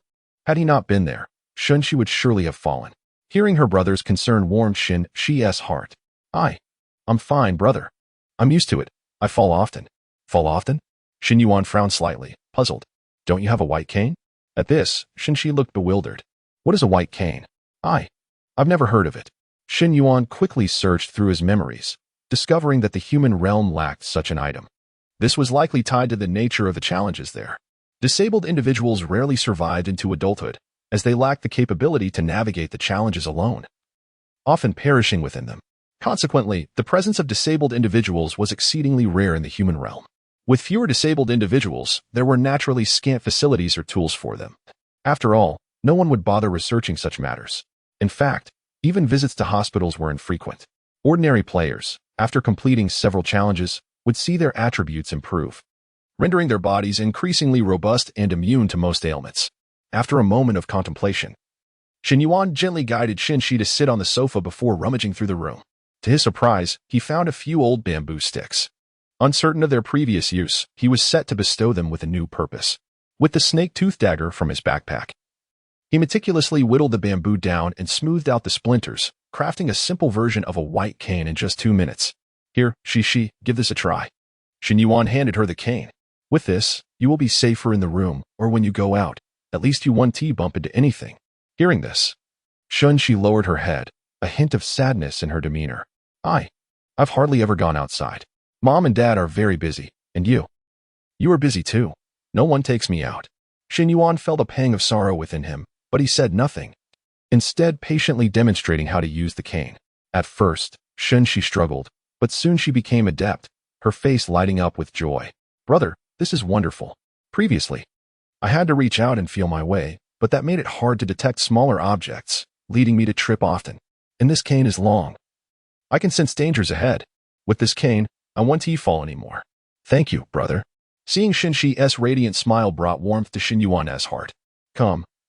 Let us eat. He led Shenxi to the dining table. Normally, she would navigate on her own, often bumping into the table corners. But today, Shen Yuan thoughtfully pulled out a chair for her. The aroma of the food wafted through the air, making Shenxi's mouth water. Well, brother, so much? How much did this cost? Shen Yuan chuckled. Not much, just eat. There will be delicious food every day from now on. I will earn a lot of money. Enough not only to repay our debts, but also to treat your illness. Shenxi's eyes sparkled with delight. I believe in you, brother. Chapter 27. 0 points. Trending searches. Newcomer rankings. After dinner, Shen Yuan reclined on his bed and accessed the cerebral interface to delve into information regarding the profession of Ghost Story Booster. In the realm of the human world, Ghost Story Boosters rank among the most lucrative careers. However, they are simultaneously the most perilous occupation, without exception. After all, ghost stories are inherently unpredictable, and their intricacies vary from one to another. Some emphasize cunning, others calculation, some brute strength, and even luck plays a role. The more ghost stories one engages with, the higher the likelihood of encountering areas of expertise that one is less adept in. Thus, even the most elite ghost story boosters may occasionally falter. As he perused the web page's descriptions, a smile crept upon Shen Yuan's face. This profession seemed tailor-made for him. Firstly, he faced no danger in engaging with ghost stories. Secondly, he did not discriminate against instances. Regardless of their nature, he could rely on his immortal system for infinite attempts, rendering completion an effortless endeavor. His foremost task now was to join a guild, preferably a top-tier one. After all, few would opt for private contracts, as they pertain to matters of life and death, leading many to believe that aligning with a reputable large guild is the optimal choice. After some research, Shen Yuan finally clicked on a specific interface, Newcomer Rankings. This list serves as one of the criteria for guilds to scout new talent. Ascending the Newcomer Rankings is the sole path to garner attention from premier guilds. The higher the rank, the greater the probability of being discovered by elite guilds. Newcomer Rankings ranking level 0 to 10. Rankings are based on scores assessed according to the following criteria. Completion evaluation score table, limited to silver quality ghost stories. D rating, 0 points. C rating, 5 points. B rating, 10 points. A rating, 50 points. S rating, 100 points. Note: each significant tier increase in ghost story quality doubles the score reward. Upon reaching this point, Shen Yuan found himself somewhat perplexed. Is S the highest rating? Why is there no SSS rating? After this brief outburst, he dismissed the thought and continued reading. Other scoring criteria: 1. One failure incurs a deduction of 100 points. 2.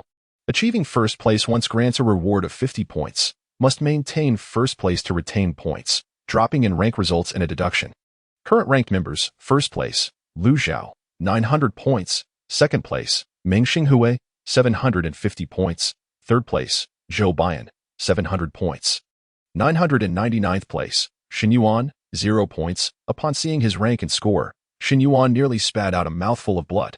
Damn, why do I have 0 points? He had diligently participated in 2 instances. Surely, he deserved at least some recognition for his efforts. I will lodge a complaint. Furious, Shen Yuan clicked to view the score details. Shen Yuan, 0 points. Silver instance S rating 2, 200 points. First place 2, 100 points. Deaths, 3 times, minus 300 points. Shen Yuan deflated, losing his ire. Fine, 0 points it is. I had forgotten about the 3 failures attributed to my predecessor. So be it. 0 points could be seen as a fresh beginning, a good omen. After absorbing the information regarding ghost story boosters, Shen Yuan opened a calculator to briefly assess his current debts. He needed to repay 200,000 in 3 days, and she required 40,000 for medical expenses. That 240,000 was relatively manageable. If he sold all his surplus gear and participated in a few more instances, he would likely make it. Shen Yuan had already checked the current market prices for equipment. On the Cerebral trading platform, a piece of silver quality gear was priced between 20,000 to 50,000. Upon seeing these numbers, Shen Yuan felt a bit dazed. This is far too low, isn't it? Given the rarity of silver quality gear, it shouldn't be priced so cheaply. Upon closer inspection, he realized this was somewhat tied to the guilds. Internally, guilds monopolized most equipment, rigorously combating black market activities and lowering market prices to prevent excessive external circulation of gear. After all, at such low prices, few would willingly part with their items, opting instead to contact the guild for private purchases. This strategy elevated the guild's status, encouraging more players to strive for guild membership and contribute in exchange for equipment. If wealth alone could procure gear, more independent players would emerge, diminishing the guild's allure to newcomers. Ah, truly, everything is motivated by self-interest, Shen Yuan mused, unperturbed.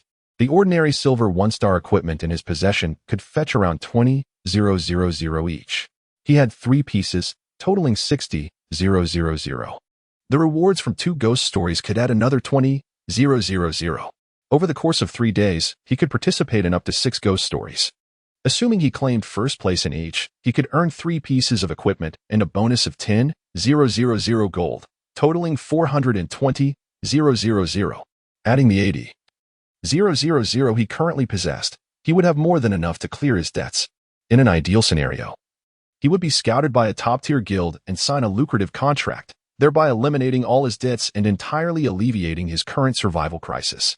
Only then could he focus on gradually enhancing his strength, without the fear of being inexplicably robbed and swiftly dispatched during ghost stories. It seemed that beginning tomorrow, he would need to continue participating in instances. Ideally, he would draw an SSR level card in the next instance to further enhance the system. The last upgrade had introduced a death critical strike feature, significantly improving card quality, so Shen Yuan was quite curious about what further enhancements might bring. With a yawn, Shen Yuan exited the cerebral interface, turned off the lights, and closed his eyes. After a whirlwind of events within a single day, crossing over 2 ghost story instances and confrontations, he felt utterly fatigued and in need of a good night's rest. Soon, he drifted into a deep slumber. However, in the 100 Ghost realm, a certain entity found it difficult to sleep.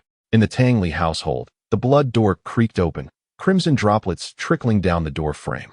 Tang Li emerged, weary, from the blood door, standing dazed in the center of the room, momentarily lost in thought. Suddenly, recalling something, she instinctively raised her hand to touch her hair. What am I doing? As realization struck, her cheeks flushed crimson. Flustered, she withdrew her hand, plopping down on the edge of her bed, clumsily lifting her pillow only to quickly set it back down, ultimately grasping her soul pillar instead. Indeed, whether human or ghost, awkward moments tend to evoke a flurry of activity. Tang Li was uncertain of her own state. These 2 instances had left her utterly disheveled. Why am I so unfortunate? She sighed, leaning against the bed as she scrolled through the soul sound. Upon opening the soul sound, familiar names caught her eye. Soul sound trending list. 1. Eliminate Shen Yuan. 2. What are Shen Yuan's abilities? 3. Does infinite resurrection truly exist? 4. Tang Li. 5. Totality conjecture. Surging. The horrifying reactions of Shen Yuan in the nightmare bathroom had been sliced into countless clips, circulating throughout the 100 Ghost realm. Reactions varied from panic to disdain to fury. An array of responses ensued. Tang Li, intrigued, clicked on the trending topic that had surged in popularity within the last 10 minutes. Countability conjecture. The post read, Fellow enigmatic compatriots, there is no need for alarm. I believe that Shen Yuan's resurrection is not infinite, but rather finite. I speculate that a total of 100 times is a reasonably plausible figure. As the 6th Court's judge, I have witnessed numerous players from the human realm possessing S-class professions. Regardless of their strength, there are always limitations or costs involved. No profession is truly invincible. In the future, whenever one encounters the player Shen Yuan, all means must be employed to ensure he meets his demise multiple times. In this regard, Tang Li excelled, having defeated Shen Yuan 18 times in just a few short minutes, serving as an exemplary model for everyone. Streamer Tang Li. Countability. Tang Li whispered this conjecture to herself. She vividly recalled Shen Yuan's calm demeanor even after perishing 30 times, seemingly unfazed. Is 100 truly his limit? Just then, a knock echoed from outside the door. Who could it be? Chapter 28. Sister Xia, Speculation, and the Bond of Fate. Tang Li raised an eyebrow in confusion. She set down the soul pivot and rose to open the door. The moment she did, a fragrant breeze rushed toward her, enveloping her in an embrace. Instinctively, Tang Li attempted to evade, but soon recognized the face before her. It was Sister Xia. Sister Xia appeared to be in her 30s, still possessing an air of elegance that hinted at her past beauty as a renowned beauty of her time. After all, those selected by the coffin calamity folklore were invariably stunning maidens. Yet, compared to Tang Li, she seemed to pale. Tang Li was a once-in-a-millennium beauty of the 100 Ghosts realm, and to prevent causing a stir, she typically concealed her visage behind a mask. Alas, all of this had been ruined by Shen Yuan. Following the scandal surrounding Tang Li's deception, discussions about her appearance began to proliferate on the Niha net, akin to the internet in the human realm. Admirers, both male and female, sprang up like mushrooms after rain. Much to Tang Li's chagrin. Sister Xia? Tang Li was taken aback that Sister Xia would come directly to find her. Sister Xia shook her head, saying nothing. Rising from Tang Li's embrace, she turned back to close the door and walked straight into Tang Li's room. Tang Li opened her mouth to speak, but Sister Xia preempted her. Xiao Li, I know you're thinking that you cannot kill Shen Yuan, am I right? Tang Li obediently nodded. Sister Xia sighed. Her gaze toward Tang Li filled with compassion. I have come to help you devise a plan. I watched your live stream. You attempted to kill Shen Yuan 30 times. You have truly done your utmost. It is Shen Yuan's abilities that are terrifying, not your failure. By the way, have you seen the discussions on Shen Yuan's abilities in the 100 Ghost realm? Tang Li nodded again. I saw it. It's the speculation of Judge Chuiju, right? Sister Xia continued, precisely. My thoughts align with Chuiju's. Such an illogical professional ability cannot exist in the human realm. Therefore, in the next instance, you must kill him 60 times. Wait, next time? Me? Tang Li was bewildered. She was responsible for only a few folklore instances. Yet there were millions of folklore instances to choose from in the human realm. How could she possibly encounter Shen Yuan again? That would be terribly unfortunate, indeed. Sister Xia sighed deeply and began to explain. The nightmare restroom is not your folklore instance, is it? But why was it chosen specifically for you? Is it merely the bug you believe it to be? No, it is an inevitable result. The reason is simple. You and Shen Yuan have forged a bond of fate. Regardless of the instance you are responsible for, no matter which folklore instance Shen Yuan chooses, he will inevitably encounter you. This is the bond of fate, an eternal entanglement of grievances. Tang Li felt as if struck by lightning. Her red lips parted, momentarily at a loss for words. Sister Xia continued. And the consequences of this bond do not end here. The moment you two forge this bond, one side is destined to perish. Either a player from the human realm is killed, thereby dissolving the bond, or after both of you participate in 5 instances, a player from the 100 Ghosts realm will be obliterated, and the bond will likewise be severed. In other words, Xiao Li, you have 3 opportunities left. At that moment, Tang Li felt her mind had utterly ceased to function. She had 3 chances, and if Shen Yuan did not die, she would. This revelation left Tang Li in a prolonged state of shock. Sister Xia gently patted Tang Li's back, feeling somewhat remorseful. After all, it was she who had entrusted Tang Li with the coffin calamity instance. Had it not been for that, Tang Li would not have encountered such a predicament. After a moment of hesitation, Sister Xia spoke. Xiao Li, when my son Shi Shui was gravely ill, I was unable to manage so many instances. In desperation, you willingly assisted me, and I remember that kindness. We must cherish every opportunity to participate in instances and strive to explore various speculations. Currently, I have 2 hypotheses. The first is about the instance S rank. Tang Li looked up in confusion. Instance rank? What does that have to do with Shen Yuan's abilities? Sister Xia patiently explained. I have investigated. Shen Yuan has participated in 5 folklore instances. The first 3 were of bronze quality, all resulting in failure. Starting from the 4th, he engaged in silver quality instances, namely the coffin calamity, where he encountered you and awakened the ability of resurrection. Thus, I speculate that the quality of the folklore might influence his abilities. Perhaps he can only resurrect within silver quality instances. Tang Li had a new question. But I find it strange that players from the human realm need to clear an instance to change professions, right? Why could he awaken without clearing one? Sister Xia replied. It's simple. The human realm now has a means to directly change professions, but the cost is exorbitant, which further highlights Shen Yuan's exceptional nature. My second hypothesis concerns the number of participants. From his first bronze instance, he has always participated alone. Regardless of the instance's difficulty, Shen Yuan invariably chose to enter alone. Why do you think that is?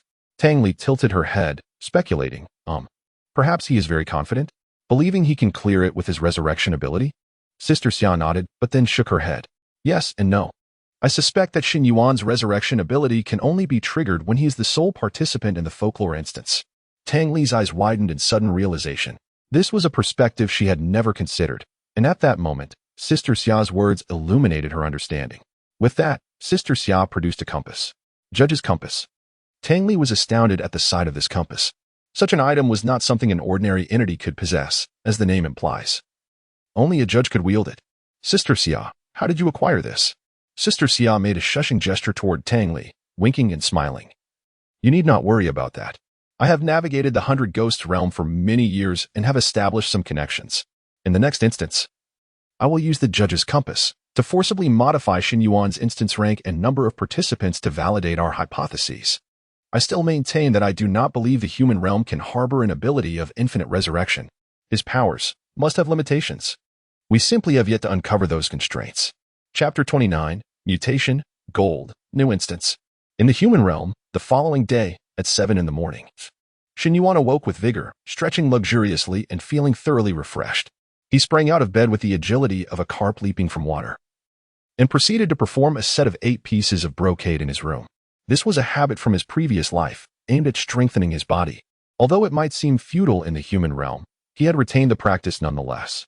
After completing his exercises, Shen Yuan ventured out to purchase breakfast, spending 20 gold coins. Following breakfast with Shen Shi, he returned to his room, preparing to embark on today's tale of horror. He seated himself at the chair and browsed the horror tales available in the Celestial Brain interface. During his last venture into the nightmare bathroom, he had been pressed for time and had to make a hasty selection. Had he taken too long, he could have easily met his demise at the hands of the Black Wolf. This time, however, he had ample time to choose. The array of horror instances available was vast, encompassing various genres, settings, and scenarios, though he mistakenly interjected with a slip of the tongue. Regrettably, his level was insufficient. Otherwise, he would have sought out a gold-level horror tale for a more thrilling experience, as the silver tales seemed rather mundane. In order to protect novice players, the human realm imposed restrictions on the levels of horror tales. Newcomers could only select bronze-level instances for their first 3 attempts, allowing them a basic understanding of the horror genre. From the 4th instance onward, players could opt for silver-level tales. Shen Yuan couldn't help but grumble. That wretched Huiyuzhu truly fears for my life, shoving a silver-level horror tale at me. Thankfully, I have the system. Players could only choose gold-quality horror instances after advancing to level 8 through the completion of horror tales. Advancement in the human realm could be achieved in 2 ways. 1. Rewards from completing horror instances. 2. Entering specialized hunting instances for leveling up. These hunting instances were akin to monster grinding in online games, devoid of narrative or challenges, merely focused on slaughter. Each monster slain would yield a few experience points, but once the experience bar filled at each level, players were still required to complete an instance to progress to the next tier. This design by the Celestial Brain prevented players from grinding mindlessly without participating in horror tales until reaching level 100. Shortly thereafter, Shen Yuan casually selected a silver-level horror instance titled Midnight Laboratory. Its difficulty was rated at silver 5 stars, surpassing both Coffin Heist and Nightmare Bathroom in challenge. Upon confirmation, the familiar voice of the Celestial Brain echoed in his ears, accompanied by a notification. Ding. This horror tale recommends a party of 3 to 6 players. Do you confirm your selection to enter alone? Without hesitation, Shen Yuan chose yes. He had no need for teammates who might hinder his progress. However, just as he settled in, crossing his legs and preparing to enter the instance, an unexpected occurrence transpired. The surroundings, which had begun to merge with the horror domain, suddenly halted for reasons unknown. The half-gray, half-natural scenery appeared exceedingly eerie. Wait, last time, after I clicked yes, I immediately entered the instance. What is happening? The environment around Shen Yuan flickered intermittently, reminiscent of network lag. After several minutes, the stuttering sensation finally dissipated, and the familiar voice of the Celestial Brain returned. Congratulations! You have triggered the hidden Easter egg horror mutation. Shen Yuan was utterly perplexed. What on earth? Horror mutation? This can mutate? And this brainless Celestial Brain, always congratulating regardless of the situation. My horror tale has mutated, and you still congratulate me? How polite. Purely artificial intelligence. Please note that your instance has undergone a change. Welcome to the horror instance. This instance, Cursed Iron Cage. Introduction. Remember, if you hear crying while riding the midnight elevator, do not press the door button. Shen Yuan raised an eyebrow, significantly displeased. Goodness. It truly lives up to its name of mutation, completely altering the horror tale I selected, even changing its title. Furthermore, this introduction is rather too brief, isn't it? A simpler introduction implies less information, making it more challenging to deduce any details. Please note that your current health is 0. Failure to succeed again will result in annihilation. Number of participants in this instance, 7. Difficulty of this instance, Gold 1 star. The celestial brain wishes you a pleasant experience in this horror tale. How did it become 7 participants? Are they forcibly matching me with teammates? What kind of outrageous matching mechanism is this? Oh, the difficulty has even risen to the gold level? How fortunate. Is the celestial brain giving me a slap followed by a sweet date? Before Shen Yuan could ponder further, the scenery around him completed its transformation. The mingled scents of sweat and perfume assailed Shen Yuan's nostrils. Regaining his senses, he realized he had entered the horror instance and opened his eyes to survey his surroundings. As soon as he did, a massive chest muscle loomed before him, mere centimeters from his nose. Whoa! Shen Yuan jumped back, hastily creating distance from the imposing chest. He had little interest in such a spectacle. The owner of the chest was a burly man, towering at nearly 2 meters tall, with arms thicker than the average male's head. Strangely, his head appeared somewhat pointed. Shen Yuan shifted his gaze to the others present. They were inside an elevator. And apart from him, there were 6 individuals, both men and women. This was Shen Yuan's first experience participating in a horror tale with other players. And he felt quite out of place. After all, he considered himself a pure-hearted young man with an introverted personality, fearful of confrontation.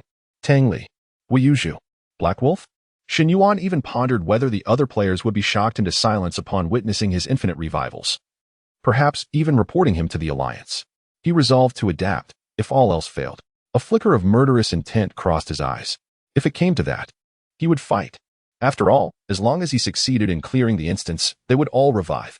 Suddenly, a somewhat sharp female voice pierced through the air. What the heck? I clearly selected a silver quality instance. How could it mutate? Are you even human or some sort of specter? Chapter 30. The burly man with a crew cut. Zhou Baiyan. Shen Yuan turned to look. In the northeastern corner of the elevator, a man and woman were pressed closely together, their expressions betraying a hint of fear as they observed the others. It seemed they were a couple who had entered the instance together. In the northwest corner, a boy with a crew cut chuckled sheepishly and spoke. Of course. We are all human. It appears we have all encountered a paranormal anomaly that has brought us here. What a twist of fate. The boy with the crew cut, his skin a deep bronze, exhibited muscles that, while not as pronounced as those of a more robust man, clearly indicated he was accustomed to labor. Evidently, the sharp-tongued girl dismissed the boy's optimistic demeanor with scorn. Fate? What nonsense. We chose a silver 1-star paranormal instance. And now we find ourselves in a gold 1-star one. Is that what you call fate? The boy mirrored her despair. I only have 2 respawns left. And now I'm about to waste one. How unlucky can I be? This is my initiation assessment. Shen Yuan shot him an incredulous glance. Why was this grown man whining like a child? It was utterly nauseating. He coldly interjected. My health points are at 0, and I haven't even spoken yet. What are you squawking about? The man was momentarily taken aback, casting a look of schadenfreude at Shen Yuan before falling silent. The burly man scratched his head in confusion, clearly not grasping the situation. At that moment, an odd electronic voice emanated from the southeast corner. Do not worry. The difficulty difference between gold level and silver level paranormal instances is not as significant as you may think. Everyone turned to look. In the southeast corner stood a handsome youth, leaning against the wall with an air of tranquility, holding a mobile phone. The peculiar electronic voice had originated from his device. The sharp-tongued girl erupted, Nonsense. Easy for you to say while standing there. If you're so capable, why don't you lead us to victory? Using some AI voice. Are you out of your mind? Do you think you're cool? Fool. The youth remained unfazed, deftly typing on his phone once more as the electronic voice echoed. I am mute, thus I communicate in this manner. While we await the commencement of the instance, let us introduce ourselves. I will go first. My name is Zhou Baiyan. Zhou Baiyan? The crowd's expression shifted to one of astonishment, except for the burly man, who still appeared bewildered. Shen Yuan raised an eyebrow, intrigued. The boy with the crew cut, visibly excited, exclaimed, Zhou Baiyan? You're the 3rd on the newcomer leaderboard? Zhou Baiyan merely nodded, his response understated. Upon hearing his name, the previously skeptical girl instantly transformed her demeanor, adopting a sycophantic smile, her tone becoming notably softer. I didn't expect you to be such a big shot. It truly is a case of not judging a book by its cover. Greetings, I am Zhu Ziki, and this is my boyfriend, Lucia. As someone who ranks third on the newcomer leaderboard, you must be an S-tier profession, right? Could you share your abilities? Surely you can lead us through this instance? Zhu Ziki gazed at Zhou Bian, her expression hopeful. Zhou Bian smiled without speaking. Shen Yuan felt a twitch in his eye. Indeed. One should not judge a book by its cover. This girl had quite the way with words. Her implication was clear. Zhou Bian appeared weak.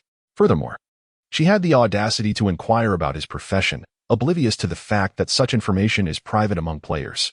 How had this player managed to survive until now? The burly man, realizing it was his turn to introduce himself, finally regained his composure and said, "Hello, I am Tai Chong, a fitness coach. Previously securing second place in a provincial bodybuilding competition and first in a municipal one." Zhu Ziki interrupted, her tone once again condescending, laced with an air of superiority. "Big guy, we asked for introductions, not a dating resume. Who cares what you do or if you've won awards?"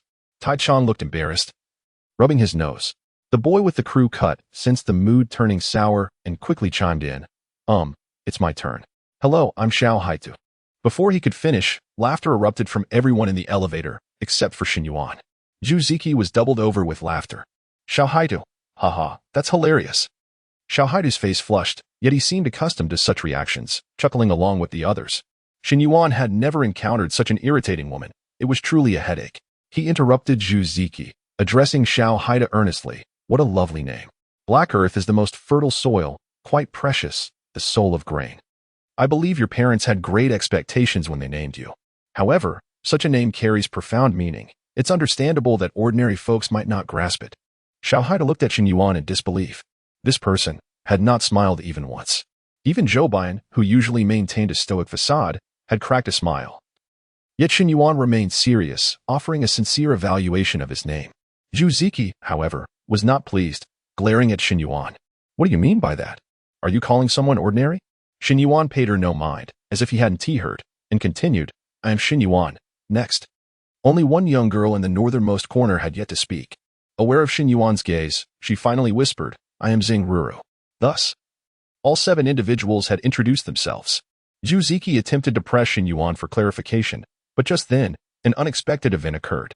Creak, suddenly. A harsh scraping sound pierced the air as the elevator doors behind Zheng Ruru opened. The sudden noise startled her, prompting her to step forward. Squeezing into the back of the elevator next to Zhou Bian, all eyes turned warily toward the elevator's exterior. Xiao Haitu even retrieved his weapon from his backpack. Yet, contrary to expectations, no eerie creature emerged. Outside the elevator stood several middle-aged men and women carrying bags of fruits and vegetables. Shen Yuan was taken aback. All 7 players involved in the paranormal instance were present. This meant that the instance actually included NPCs? Truly a testament to the quality of a gold-tier instance. The elevator is full? Let us wait for the next one, the leading middle-aged woman remarked, glancing inside the elevator with curiosity. However, when she lifted her gaze to the faces of Shen Yuan and the others, she froze in surprise. They were all unfamiliar faces. "You must be the new tenants, right?" At that moment, the elevator doors began to close slowly. The middle-aged woman raised her voice urgently. "Remember, whatever you do, don't go to the 4th floor. Do not forget." Bang. The elevator doors shut, sealing off all external sounds. Do not go to the 4th floor. This was the first clue they had received after their introductions. The group exchanged glances. Zhu Ziki was the first to speak again, casting a sarcastic look at Zheng Ruru. "Oh, look at you, little girl, quite the strategist, knowing who the big shot is in the elevator and trying to cozy up already?"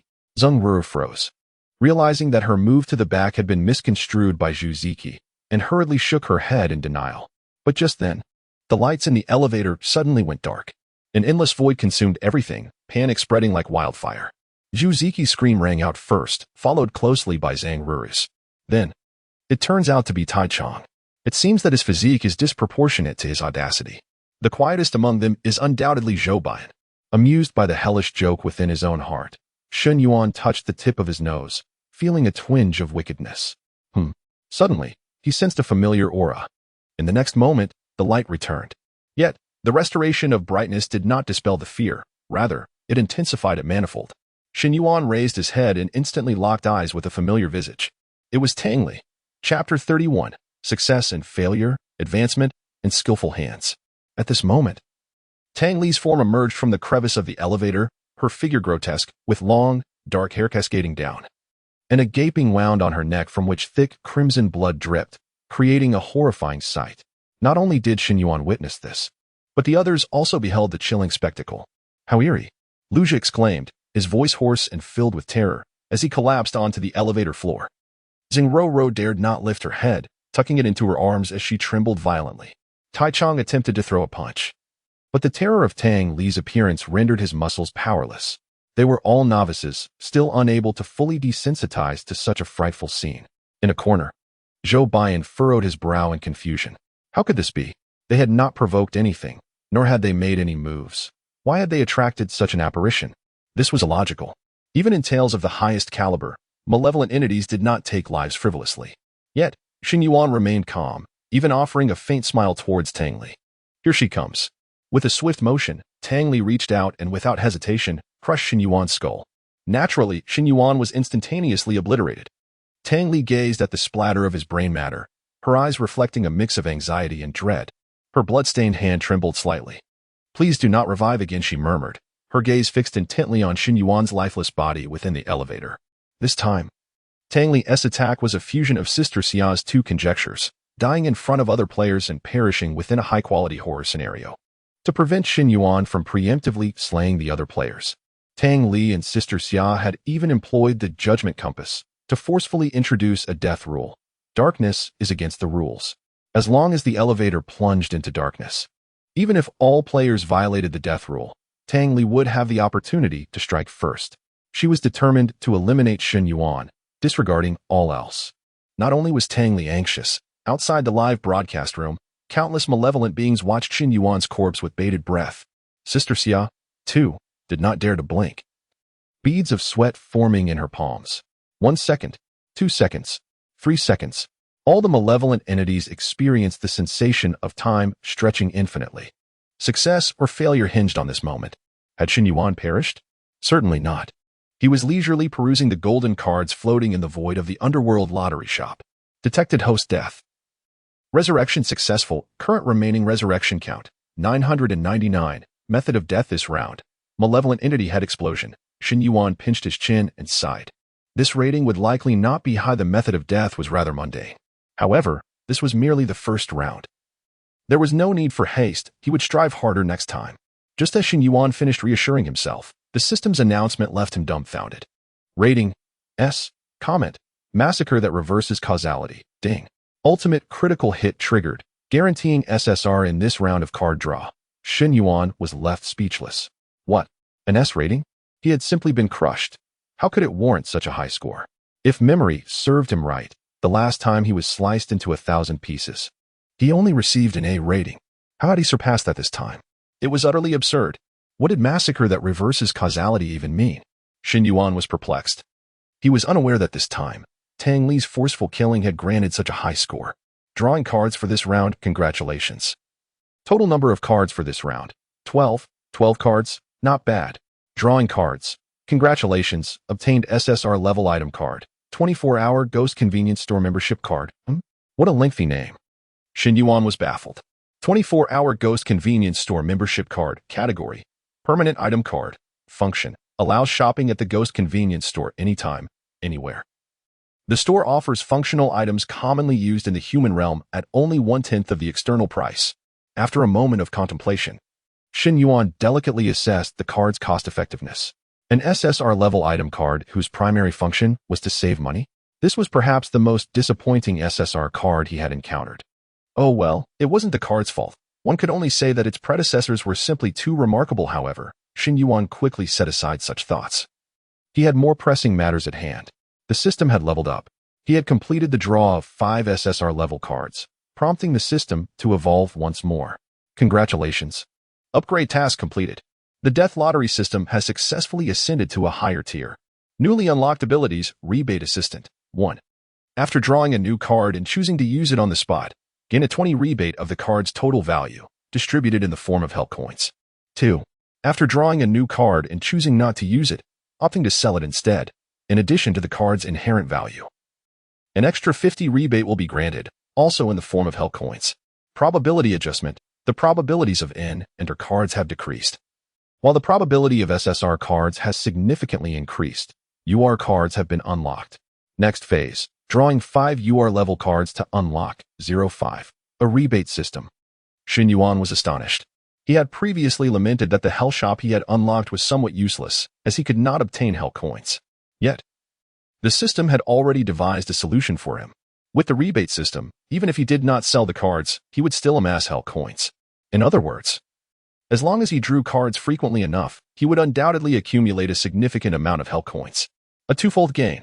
Simply perfect. Furthermore, after the system ascended to a higher tier, the probability of low-level cards was lowered once more, and a new level, UR cards, was unlocked. Cards even more formidable than SSR. Shen Yuan was immensely satisfied. This system upgrade had dispelled the gloom brought by the membership card. Resurrection complete. Shen Yuan slowly opened his eyes. He suddenly noticed that everyone in the elevator was staring at him in shock, as if they had seen a ghost. A chill ran through Shen Yuan's heart. This was bad. They must have witnessed his resurrection. No matter, he had already prepared an explanation. He could only attribute it to his professional abilities, as any other excuse would likely not be believed. However, while a single resurrection might be understandable, multiple resurrections would surely be harder to dismiss. In the future, he would do his utmost to avoid dying in front of them or simply eliminate them all. At that moment, Xiao Haida stammered, "Shen, brother Shen, how are you so agile? Actually, this is part of my profession." Huh? What? Shen Yuan was taken aback. What was Xiao Haida saying? Upon hearing this, Xiao Haida swallowed hard, excitement evident in his description. Just now, that female apparition suddenly appeared and lunged at your head. Her speed was so fast I could barely see it. Yet you calmly stepped aside and dodged it. That was incredible! After a brief moment of shock, Shen Yuan finally grasped the situation. What the heck? They hadn't seen him die and resurrect at all? In their eyes, he hadn't died but had simply evaded the female apparition's attack. Was this system incredibly considerate? Aware that his ability to resurrect infinitely would be difficult to explain to ordinary people, it had arranged everything for him. Shen Yuan's face broke into a radiant smile as he patted Xiao Haida on the shoulder. No need to envy. You can do it too. Just be bold and meticulous. He failed to notice the peculiar look Zhou Baiyan, who had remained silent at the back of the crowd, cast upon him. Chapter 32. Reason, 10,000. Convenience store. Meanwhile, Tang Li gazed despairingly at Shen Yuan, who had once again risen to his feet, nearly losing consciousness. She had failed. Once again, she had succumbed to defeat. Sister Xia's conjecture was equally erroneous. Taking a deep breath, Tang Li endeavored to regain her composure. The subquest was not yet concluded. She had not lost. And surrender was not an option. She could not afford to perish, for her own aspirations remained unfulfilled. Now, only one path lay ahead, 60 kills. And 59 more to go. Inside the elevator, Lu Jia, having fallen to the ground, shakily rose, murmuring a sarcastic remark. What boldness and meticulousness. It's merely good luck. Isn't it? Stop pretending. Shen Yuan chose to ignore him. Lu Jia and his partner, Zhu Ziki, were both exceptionally irritating. Truly, they were not of the same ilk. Little Black Soil, unable to tolerate Lu Jia's taunts, retorted sharply, "You nearly wet your pants. How dare you criticize others?" Lu Jia's face flushed crimson, ready to retort, when a voice echoed in his mind. "Warning. Your rationality is dropped to 60. Please take heed. Your rationality is depleted. You will perish." Lu Jia was bewildered. What? Depleted? What is rationality? The others were equally perplexed. Hastily, they opened their attribute panels. And to their astonishment, a new attribute had appeared at the bottom. Rationality. Shen Yuan possessed it as well, currently standing at 98. After a moment, an electronic voice suddenly emanated from the corner. Zhou Baiyan was speaking. No, Zhou Baiyan was typing. His fingers flew across the keyboard, the electronic voice continuous. Did you not know? Beginning from the golden level horror quest, each player unlocks a new attribute, rationality. This attribute is related to the player's mental state. It decreases when one is startled or surprised. When rationality drops to 0, it equates to being scared to death. Hence, for advanced players, maintaining a stable mindset is crucial. Lu Jia was dumbfounded. Scared to death? Is that even possible? His girlfriend, Zhu Ziki, shrieked. We didn't know. We never participated in a golden level horror quest. My rationality is only 62. What should we do? Someone think of a way. Zhou Baiyan continued typing. It's simple. Consume a restorative potion. You can take one every 5 minutes, and they are sold in every convenience store outside. Convenience store? Shen Yuan paused, raising an eyebrow, as if suddenly realizing something. Zhu Ziki broke down, frantically tugging at her hair, shouting, "But we're in a horror quest right now. How can we go to a convenience store? Are you joking?" Suddenly, Zhu Ziki had an epiphany. Zhou Baiyan was among the top 3 newcomers. He must frequently participate in golden-level quests, which meant he was likely to have such items in his inventory. She rushed towards Zhou Baiyan, grasping his arm, pleading, "You must have some, right? Please give me a few. It's to save lives." Lu Zhi quickly joined in, asserting, "Yes, Zhou Baiyan, you are the 3rd in the newcomer rankings, the leader among us novices. It's only right that you help us." Zhou Baiyan sighed, forcefully withdrawing his arm, and typed again, "I'm sorry, but I hadn't intended to participate in the golden-level quest, so I didn't prepare any." Zhu Ziki and Lu Zhi were instantly filled with despair. Lu Zhi remained unconvinced, certain that Zhou Baiyan had some but was unwilling to share. Just then, Shen Yuan's voice rang out. "I have some." Although Shen Yuan initially did not possess any, he realized he could procure them now. He had not anticipated that the 24-hour Ghost convenience store membership card he had underestimated would come in handy so soon. He had just checked, and indeed, the store offered items to restore rationality. Rationality soda type, item, function, restores 30 points of rationality, reduces rationality loss by 10 for 15 minutes after use. Exchange price, 100 gold coins.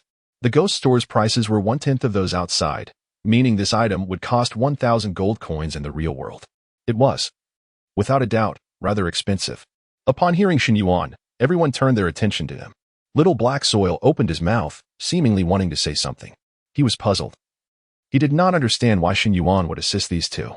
Based on Shen Yuan's previous attitude, he should have found them intolerable. Zhu Ziki, however, lacked such awareness. She excitedly released Zhou Baiyan and rushed towards Shen Yuan. "You have some? Hurry. Give me one." Her tone was so natural one might think Shen Yuan was her father. As if he owed her. Lu Zhi looked on with eager anticipation. Shen Yuan crossed his arms, sneering. "Give? Why should I? However, I can sell it to you. Outside. It's 1,000 a bottle. For you too, it LLB 10,000 a bottle." This statement ignited a powder keg. Zhu Ziki exploded. "What? 10,000? 10 times more expensive than outside? Why don't you just rob someone?" Lu Zhi was even angrier, pointing at Shen Yuan and cursing. You're outrageous. You're profiting off our misfortune. Do you have any shame?" Shen Yuan scoffed, unperturbed. "Buy it or don't. If you don't buy, then get lost. With your mental fortitude, you've already lost 40 points of rationality at the start of the horror quest. I find it hard to believe you can endure." Zhu Ziki trembled with rage. Lu Zhi's face flushed, and he shouted, "We are all unfortunate souls gathered here due to the horror mutation. We should help each other, not exploit one another in such times. You are so narrow-minded, lacking vision. Do you truly need that 10,000? Shen Yuan shrugged. "Of course I need it, otherwise I wouldn't be selling to you two fools. I have tens of millions in debts, since you're so keen on moral high grounds. How about this? If you two buy a few thousand bottles, it would be just enough to help me pay off my debts." Lu Zhi was taken aback. "What does your debt have to do with me?" Shen Yuan nodded. "So whether you live or die is of no concern to me. I'll give you 10 seconds. Buy or leave." Zhu Ziki's face turned ashen, her mouth a flurry of curses. However, Lu Zhi found himself in a dilemma. His mental state was fragile. He genuinely feared he could not endure. Under normal circumstances, even if he died, as long as other players completed the quest, he could survive without consuming life points, albeit with no rewards. But this time, he was participating in a crucial assessment, and to pass, he must be among the last standing. Merely surviving would not suffice. Finally, Lu Zhi gritted his teeth. "Fine. You're ruthless. I'll take 1 bottle." Chapter 33.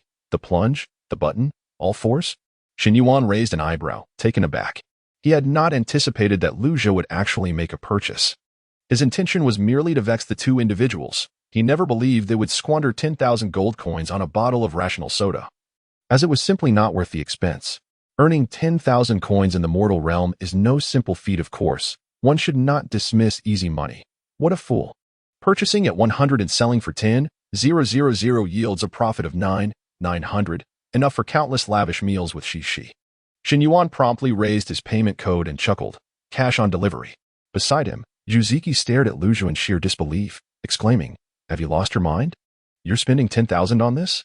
Lu Zhi shook his head, saying nothing, and pulled out his phone to scan the code, transferring the sum. "Now, hand over the item." Once Shen Yuan confirmed the gold coins had been received, He swiftly exchanged his membership card for a bottle of rational soda and tossed it to Luja. Luja caught the soda midair and drank it without hesitation. Watching his rational value restore, he felt a wave of relief. At that moment, Xiao Haida suddenly tugged at Shen Yuan's arm. "Brother Shen, I want a bottle too." He reached for the code to scan. However, Shen Yuan preemptively tucked away his phone and decisively purchased another bottle with his membership card, tossing it to Xiao Haida. "I just made some money, so here is a gift for you." Upon hearing this, Luja, who had just regained some composure, nearly spat blood in disbelief. "What the hell? Is this guy doing this on purpose? Selling to me for 10,000, then giving one away to Xiao Haida for free. Why should he get that privilege?" A glint of malice flashed in Luja's eyes as he exchanged a knowing glance with Zhu Ziki. Without hesitation, they lunged for the rational soda in Xiao Haida's hands. However, Xiao Haida was no fool. Despite being momentarily dazed, he quickly stowed the soda in his backpack. Luja and Zhu Ziki ended up with nothing. Fuming, Zhu Ziki yelled at the top of her lungs, "You little brat. Hand it over. That bottle is ours too." Xiao Haida defiantly replied, "This was given to me by Brother Shen. Brother Shen, I'll pay you." He added, "Wait, don't you have debts? Let me help you out." Shen Yuan was taken aback. He had not expected Xiao Haida to think this way. He patted Xiao Haida on the shoulder, smiling. "Just take it. Discussing money damages our friendship. Does your few coins really matter among millions of debts?" As Zhu Ziki was about to retort, Tai Chang suddenly shouted, interrupting her incantation. "Look everyone." The group turned their gazes toward the direction Tai Chang indicated, only to find that the buttons in the elevator had inexplicably changed to all display the number 4. This was particularly alarming as the middle-aged woman outside had just warned them not to go to the 4th floor. The atmosphere inside the elevator grew tense. Luja, who had only just regained some rational value, felt another 5 points plummet, leaving him pale. Tai Chang swallowed hard, his voice trembling. "What should we do now?" Meanwhile, when Ruru timidly suggested from the corner, "Is the elevator hinting that we are doomed?" Zhu Ziki, frustrated, spat several times and cursed, "You foolish girl. If you want to die, don't drag us into it. I say, the button S change is probably just a trick. Let us wait a bit, it might revert." But before Zhu Ziki could finish her sentence, the elevator suddenly jolted violently, startling everyone within. They froze, paralyzed by fear. Xiao Haidu's face turned ashen as he stammered, "Is the elevator going to crash?" Luja shot a fierce glare at Xiao Haidu, snapping, "Shut your mouth." Before he could finish, a thunderous crash rang out. In the next instant, a screeching sound filled the air as the elevator plummeted rapidly. The intense sensation of weightlessness engulfed them. Fear mingled with screams shattered the silence. Zhou Baiyan's expression shifted dramatically. His gaze sharpened as he struggled to rise, attempting to reach the elevator buttons. But a figure moved faster than he did. It was Shen Yuan. Without hesitation, Shen Yuan pressed the first 4 button. In real life, when an elevator experiences a sudden drop or ascent, pressing all the floor buttons is undoubtedly the best course of action. However, in this bizarre tale, Shen Yuan understood that the elevator's descent was a ploy to compel them to press the buttons. If they did not press, they would plummet to their doom. If they did, heading to the 4th floor would defy the middle-aged woman's warning, potentially leading to death. The choice was glaringly evident. Even if the elevator crashed, Shen Yuan knew he would not perish, yet he feared the elevator might be irreparably damaged. This bizarre tale was evidently intertwined with the elevator. And if it were to break, he could be trapped in this narrative indefinitely. Shen Yuan had no desire to squander his remarkable talents and life here. Click. As Shen Yuan pressed the button, a clear sound resonated, and the elevator came to a sudden halt. The force of the impact threw everyone inside into disarray. Tai Chang spread his arms to brace against the elevator walls, barely maintaining his balance. Xiao Haida clung to Tai Chang's leg, preventing himself from being tossed out. Luja once again fell hard, taking Zhu Ziki down with him, her face landing unceremoniously on Tai Chang's foot, nearly causing her to retch. "What the hell? Luja, you idiot!" Zhu Ziki scrambled to her feet, cursing furiously. Before anyone could regain their composure, the elevator lurched upward with alarming speed, with their bodies thrown off balance. Zhu Ziki had no choice but to grasp Tai Chang's shoe tightly, enduring the unpleasant odor. She felt utterly nauseated, yet had to cling to Tai Chang to avoid being flung out. This erratic up and down motion was not dissimilar to riding a freefall ride. The elevator ascended rapidly, and the group experienced a disconcerting sensation of their feet leaving the ground, their ears painfully popping. After what felt like an eternity, just as they began to believe the elevator would never stop, it finally came to a gentle halt with a chime. Chapter 34, Sale, Rebate. Challenge coupon's little black earth sank to the ground, gasping for breath, an expression of survival etched on his face. The sensation was overwhelmingly terrifying. Zhu Ziki immediately released Tai Chang's shoe and scrambled to the corner of the elevator to retch. Tai Chang loosened his grip, his arm throbbing painfully from prolonged strain. I feel as if I've truly died once. It's unbearable. Each person bore an expression of lingering fear. Only Shen Yuan stood calmly in place, betraying no hint of terror. This elicited a sense of admiration from little black earth. He glanced at Shen Yuan, then at the panting Zhou Bian. How could Shen Gu appear even more composed than Zhou Bian, the third-ranked newcomer? If one were unaware, they might mistakenly believe Shen Gu was the one holding the third position. Unbeknownst to little black earth, Shen Yuan had just experienced death twice without anyone noticing. The first time was the moment he pressed the button labeled 4. Shen Yuan gazed into the encompassing darkness, unperturbed. The middle-aged woman's warning about the fourth floor was no jest. Pressing the button meant death. Not pressing it meant certain demise for all. Detecting host death. Resurrection successful. Current remaining resurrection count, 999. Current death method. Cursed to death for rule violation. Rating, B. Remaining cards in the deck, 11. Drawing a card. Congratulations, you have obtained an SR level item card. Electronic peach with sword. What? What is this? Shen Yuan was bewildered.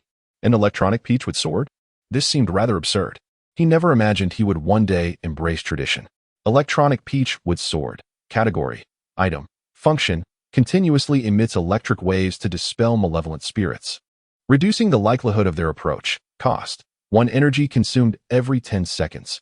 Price. 50 nether coupons. Use or sell them. It seems I have no need for this item. I would rather the malevolent spirits come closer so I could experience death a few more times. Since the system has just upgraded with the rebate system, I might as well sell it. Shen Yuan decisively chose sell. Congratulations. You have earned 75 nether coupons. Shen Yuan nodded in satisfaction. Not bad. After resurrecting, he slowly opened his eyes. Unexpectedly, at the moment the elevator abruptly ascended, he encountered a second, unforeseen death. From Shen Yuan's perspective, the floor beneath him seemed to vanish, and he plummeted from the elevator. He fell endlessly in the elevator shaft, ultimately hitting the bottom and turning into a mere puddle of flesh. Tang Li, concealed above the elevator, watched as Shen Yuan met his demise, her expression showing no sign of disturbance. This death was also orchestrated by Tang Li. Normally, pressing the elevator button would result in only 1 death. But Tang Li had maliciously altered it to 2. Now, there were 57 deaths remaining. Shen Yuan, I will surely succeed. Detecting host death. Resurrection successful. Current remaining resurrection count, 999.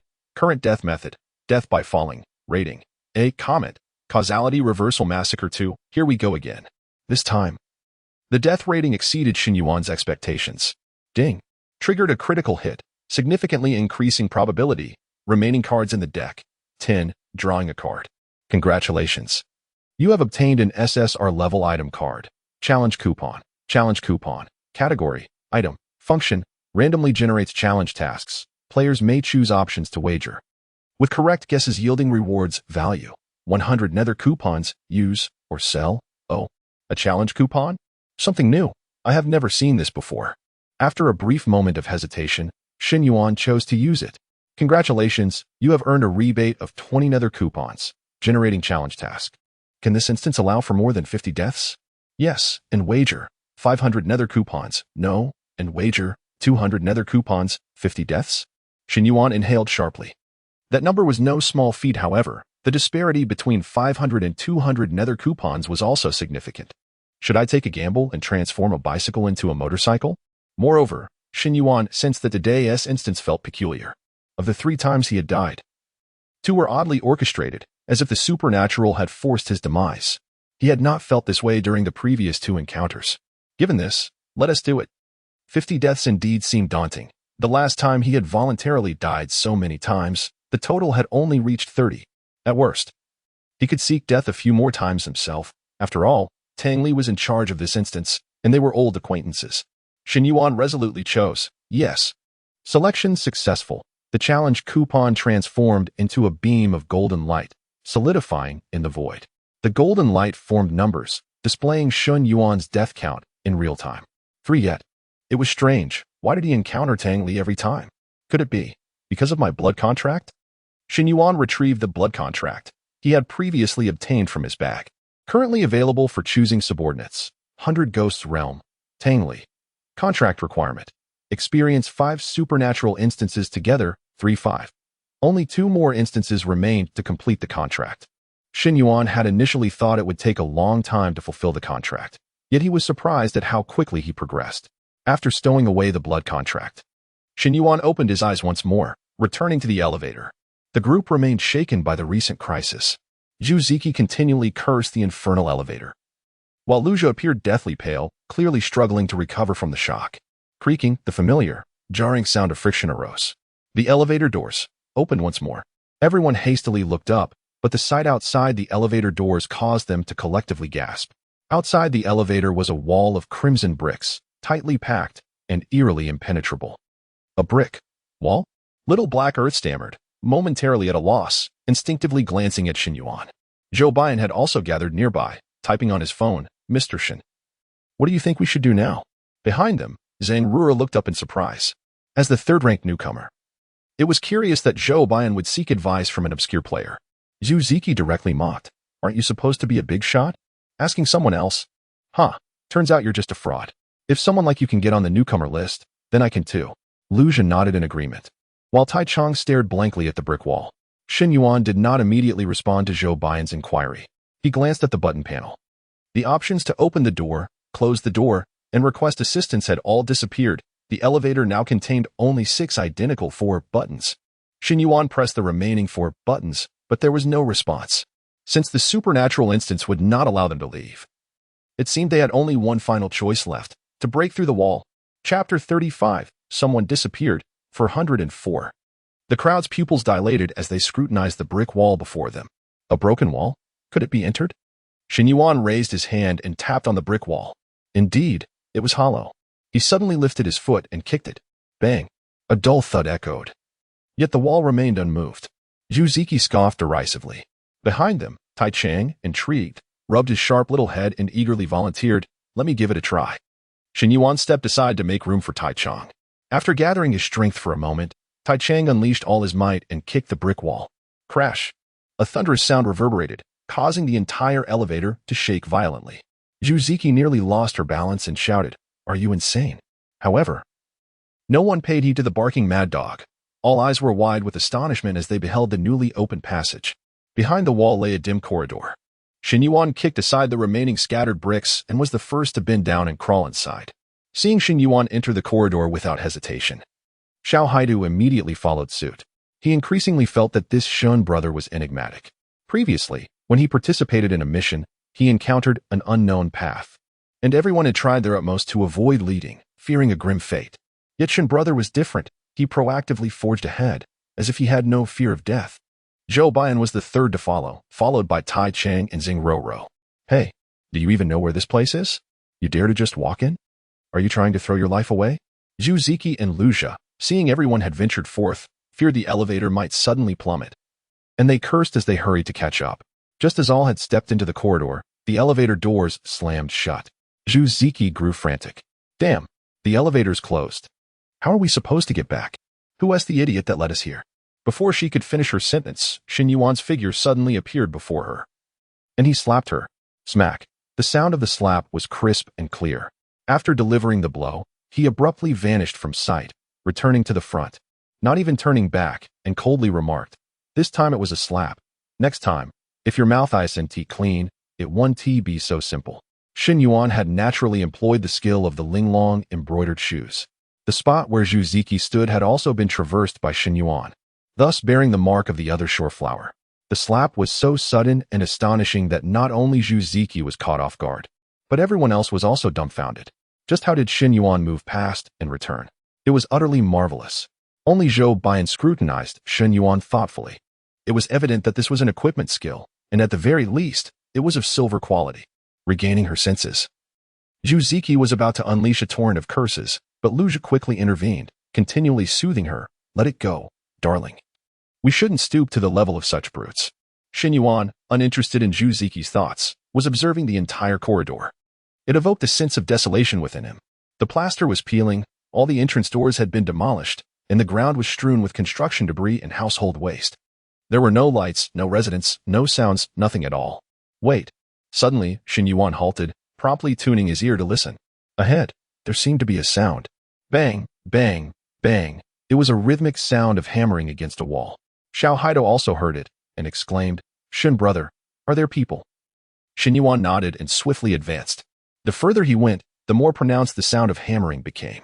At last, he discovered 2 workers at the corner, hammering away at the wall. The sudden appearance of Shen Yuan and his companion startled the workers. One of them, clutching his heart, nervously inquired, Where did you come from? How did you end up here? Xiao Haida chuckled amiably and replied, Apologies for scaring you. We came up via the elevator.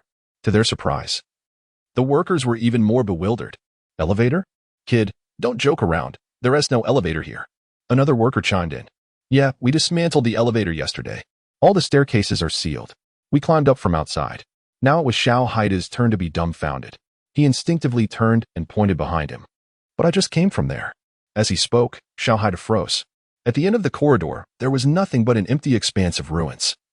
Where was there any elevator? Everyone stood in shock, a wave of dread washing over them.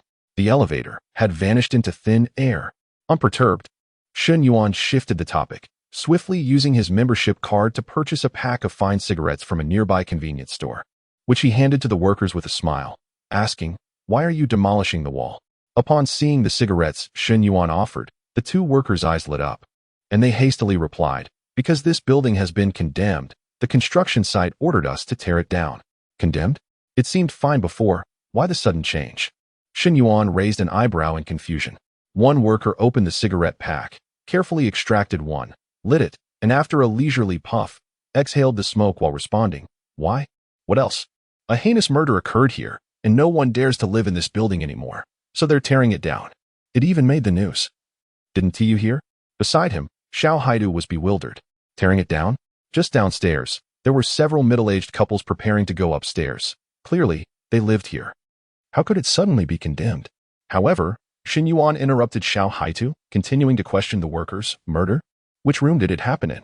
The worker pointed towards the room behind Shen Yuan. That one, 404. The group turned to look at the room 404 the worker had indicated. Perhaps it was a psychological effect, but a faint smell of blood wafted from within that room. After all, they had participated in strange tales before, and they could guess a few things. Room 404 was likely the crux of this bizarre narrative. As for what exactly happened, Shen Yuan turned back, eager to ask his next question. Yet, behind him, there was no longer any sign of the workers. All that remained was a pool of crimson blood, flowing straight towards room 404. Where did they go? Chapter 36, 2 corpses, eye contact. Not abandoning each other, Tai Qiang was so frightened that he jumped 3 feet in the air, his face paling noticeably. Zhu Ziqi's lips trembled incessantly, losing the earlier bravado with which she cursed the heavens and earth, and she could not help but retreat. However, there was no elevator behind her. Even if she wished to hide, where could she possibly go? This golden-level dungeon was indeed eerily terrifying. Zhang Ro shrank her neck, hiding behind Zhou Baiyan, and whispered, This ghost story dungeon is quite frightening. Shen Yuan, however, chuckled as he inhaled the scent in the air. He detected the smell of death. Frightening? I do not find the disappearance of these 2 workers particularly alarming. One merely needs to envision them as NPCs guiding one's direction. Having completed their task, they naturally have no reason to continue existing. Without hesitation, Shen Yuan strode towards room 404. Xiao Haitu immediately followed, resembling a devoted attendant. Zhou Baiyan's expression shifted slightly. After a moment of hesitation, he too pursued them.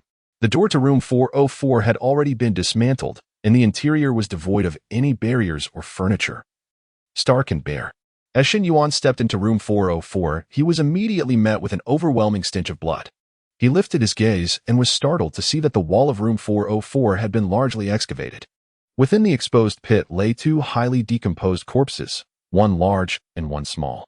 Judging by their sizes, the larger was likely a woman, while the smaller was a child. The crimson blood pooling around them emanated from these 2 bodies. Following closely behind, Xiao Haitu and Zhou Baiyan also beheld this gruesome sight, their scalps prickling and a chill coursing through them. Just then, a chime sounded from the end of the corridor. An elevator inexplicably materialized, slowly opening its doors.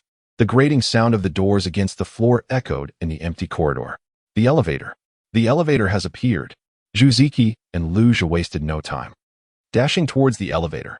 Compared to this eerie corridor and the even more bizarre room 404, they felt far safer within the brightly lit elevator. Xiao Haidu swallowed nervously and trembled as he asked Shen Yuan, "Shengu, should we go?" Shen Yuan nodded, preparing to turn away. But an inexplicable chill crept up his back, as if something were watching him. He instinctively glanced back. The two corpses remained embedded in the wall, unchanged. Yet in the next instant, the child's head suddenly twisted, making eye contact with Shen Yuan. The child's eyes were cold, filled with despair and terror.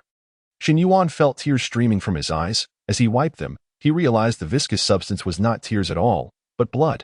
The next moment, darkness engulfed him. Shen Yuan was dead. In the void, Shen Yuan was bewildered. What? I died. Did I perish merely from locking eyes with that little ghost? The familiar system voice echoed. Detection of host's death. Resurrection successful. Current remaining resurrection count, 999. Method of death this round. Blood from all 7 orifices. Rating. B. Comment. C. Keep looking. And you will die again. Congratulations. Triggered normal critical hit. Probability increased. Remaining card count in deck, 9 cards. Drawing cards. Congratulations on obtaining SR level item card. Yin Yang Eye Drops Pro 5. Shen Yuan was utterly astonished. What is this? A Pro version has emerged? Surely there won't be a Pro Max to follow. Yin Yang Eye Drops Pro. Category. Item. Function. All basic functions human realm player profession level and name visible. Equipment quality and skill names visible. Price. 1 hell ticket 10. Keep. Or sell. There was no need to deliberate. He would certainly keep these eye drops. Being able to discern the profession and name of other players was indeed a valuable upgrade. Should Shen Yuan find himself in conflict with others in the future, this item would provide him with a detailed understanding of his opponent's capabilities. After all, combat power in the human realm does not rely solely on attributes. Professions and skills are equally crucial. For instance, Shen Yuan could defeat enemies with significantly higher attributes, thanks to his silver quality equipment. Shen Yuan keenly noticed a subtle issue in the functional description. Interesting, the introduction only mentioned that the profession level and name would be visible, as well as the equipment quality and skill names, but it did not specify that the detailed panels would be visible, did it? This implies that I can only see the names and will have to guess the rest. If that is the case, I suspect there must be a Pro Max version of the Yin Yang Eye Drops. After casually voicing his thoughts, Shen Yuan directly instilled a drop of the eye drops into his eyes, similar to the basic version.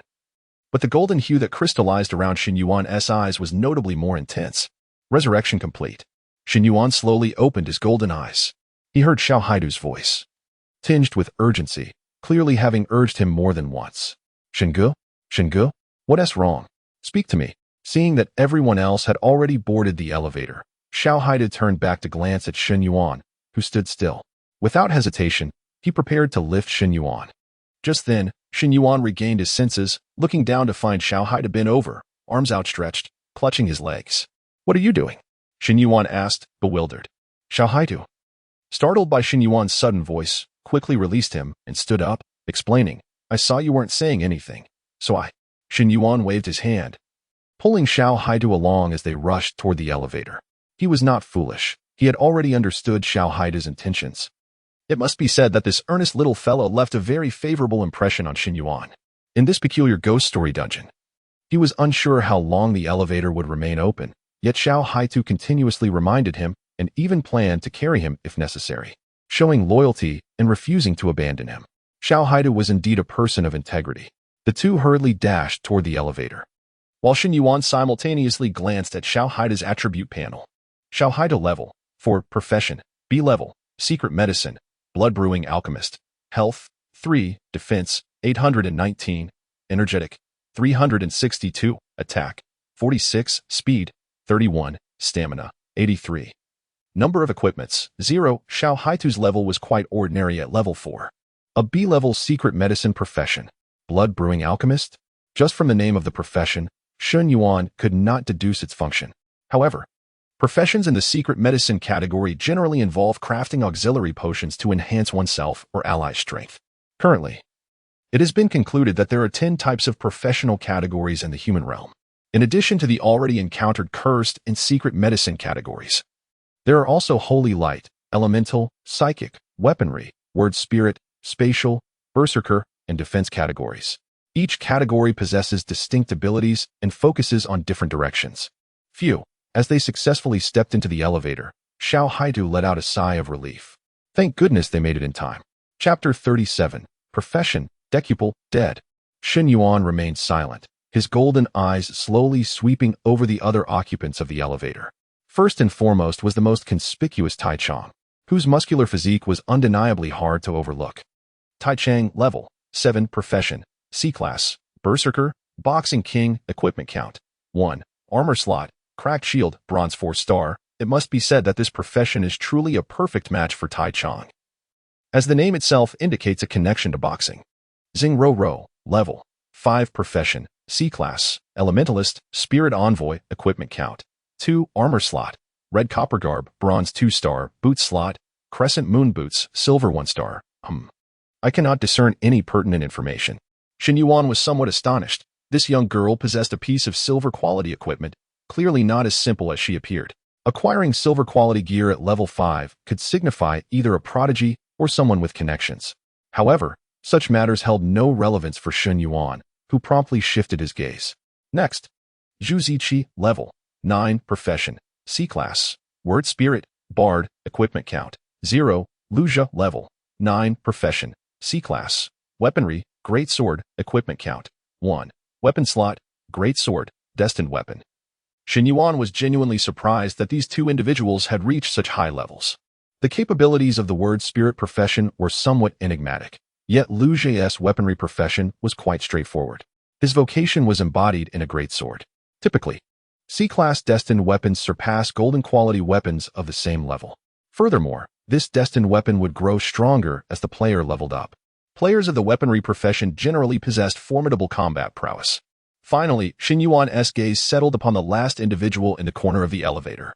This time, Shen Yuan exhibited a slight change in expression. Zhou Buyin, level 10, profession, S-class, word spirit, mute diviner, and S-class. This was Shen Yuan's first encounter with a player of such a prestigious profession. The mute diviner. Intriguing. Did Zhou Buyin become mute due to the awakening of this ability? As an S-class profession, its powers were likely formidable. Shen Yuan could not help but feel a sense of curiosity. He hoped to soon acquire the Pro-Max version of the Yin-Yang Eye Elixir. Equipment count 6. Shen Yuan was not at all surprised by Zhou Buyin's equipment count. After all, Zhou Buyin was ranked 3rd among newcomers.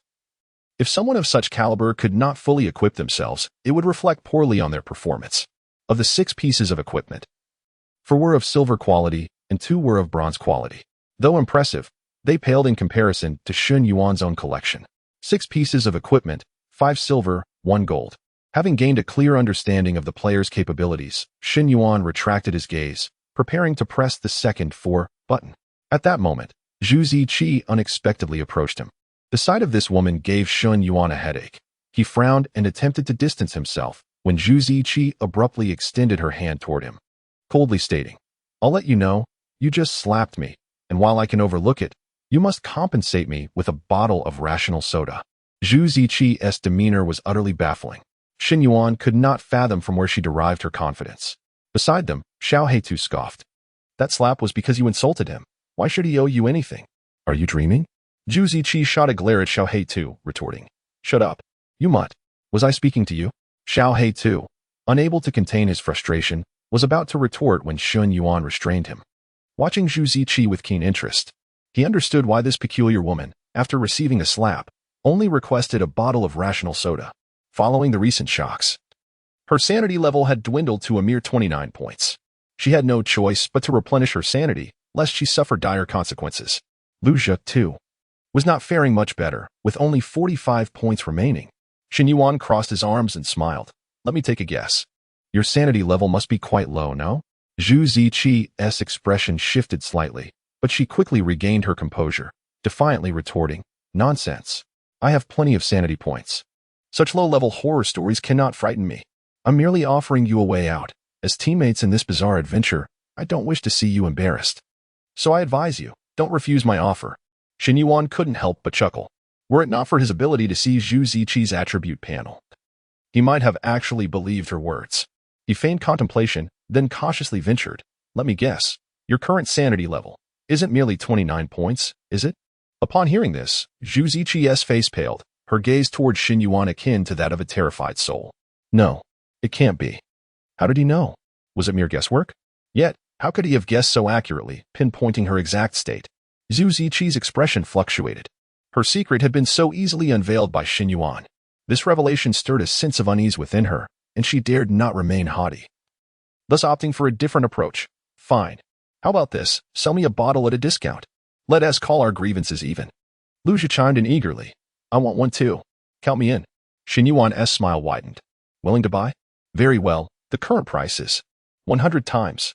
100,000. Upon hearing this figure, Zhu Ziqi and Lu Zhi nearly dropped their jaws in disbelief. 100,000. Even if they sold themselves, they could not muster such an amount. Fuming with indignation, Zhu Ziqi erupted in a tirade. Have you lost your mind over money? 100,000? How dare you utter such a sum? Shen Yuan merely shrugged. If you don't want it, that is fine by me. I'm not desperate to sell. After all, my sanity points aren't limited to 29. Zhu Ziqi felt as though her lungs were about to burst. Her eyes glared menacingly at Shen Yuan, wishing nothing more than to rend him to pieces. After a moment, she restrained her fury, coldly asserting, the highest I'll go is 10,000. Shen Yuan decisively replied, not for sale. Zhu Ziqi was completely driven mad. Not for sale? You worthless fool. Shen Yuan, you have no health left, do you? If I'm suffering, you won't have it any easier. You can forget about clearing this dungeon. Shen Yuan, disinterested in this lunatic, turned to press the next button. Suddenly, Zhu Ziqi charged from behind. Why should you press it? This time, I will. Get out of my way. Zhu Ziqi appeared to be attempting to bolster her courage through this act of defiance. She brazenly rushed to the front, desperately trying to press the button before Shen Yuan could. Observing this scene, Shen Yuan nearly burst into laughter. Was there truly such a fool, voluntarily courting death? He made no effort to impede her, even stepping aside slightly. Zhu Ziqi successfully pressed the button. Ha! Coward. Shen Yuan, what do you have to be arrogant about? Trash. She laughed maniacally, unleashing her pin-up emotions. Yet in the next moment, a horrifying scene unfolded. Zhu Ziqi's triumphant grin remained on her face, but her body began to disintegrate. In the blink of an eye, she transformed from a boisterous individual into a puddle of foul-smelling blood. The elevator fell into a profound silence. Dead. She was dead. The ghost story narrative has finally claimed its first victim. Chapter 38.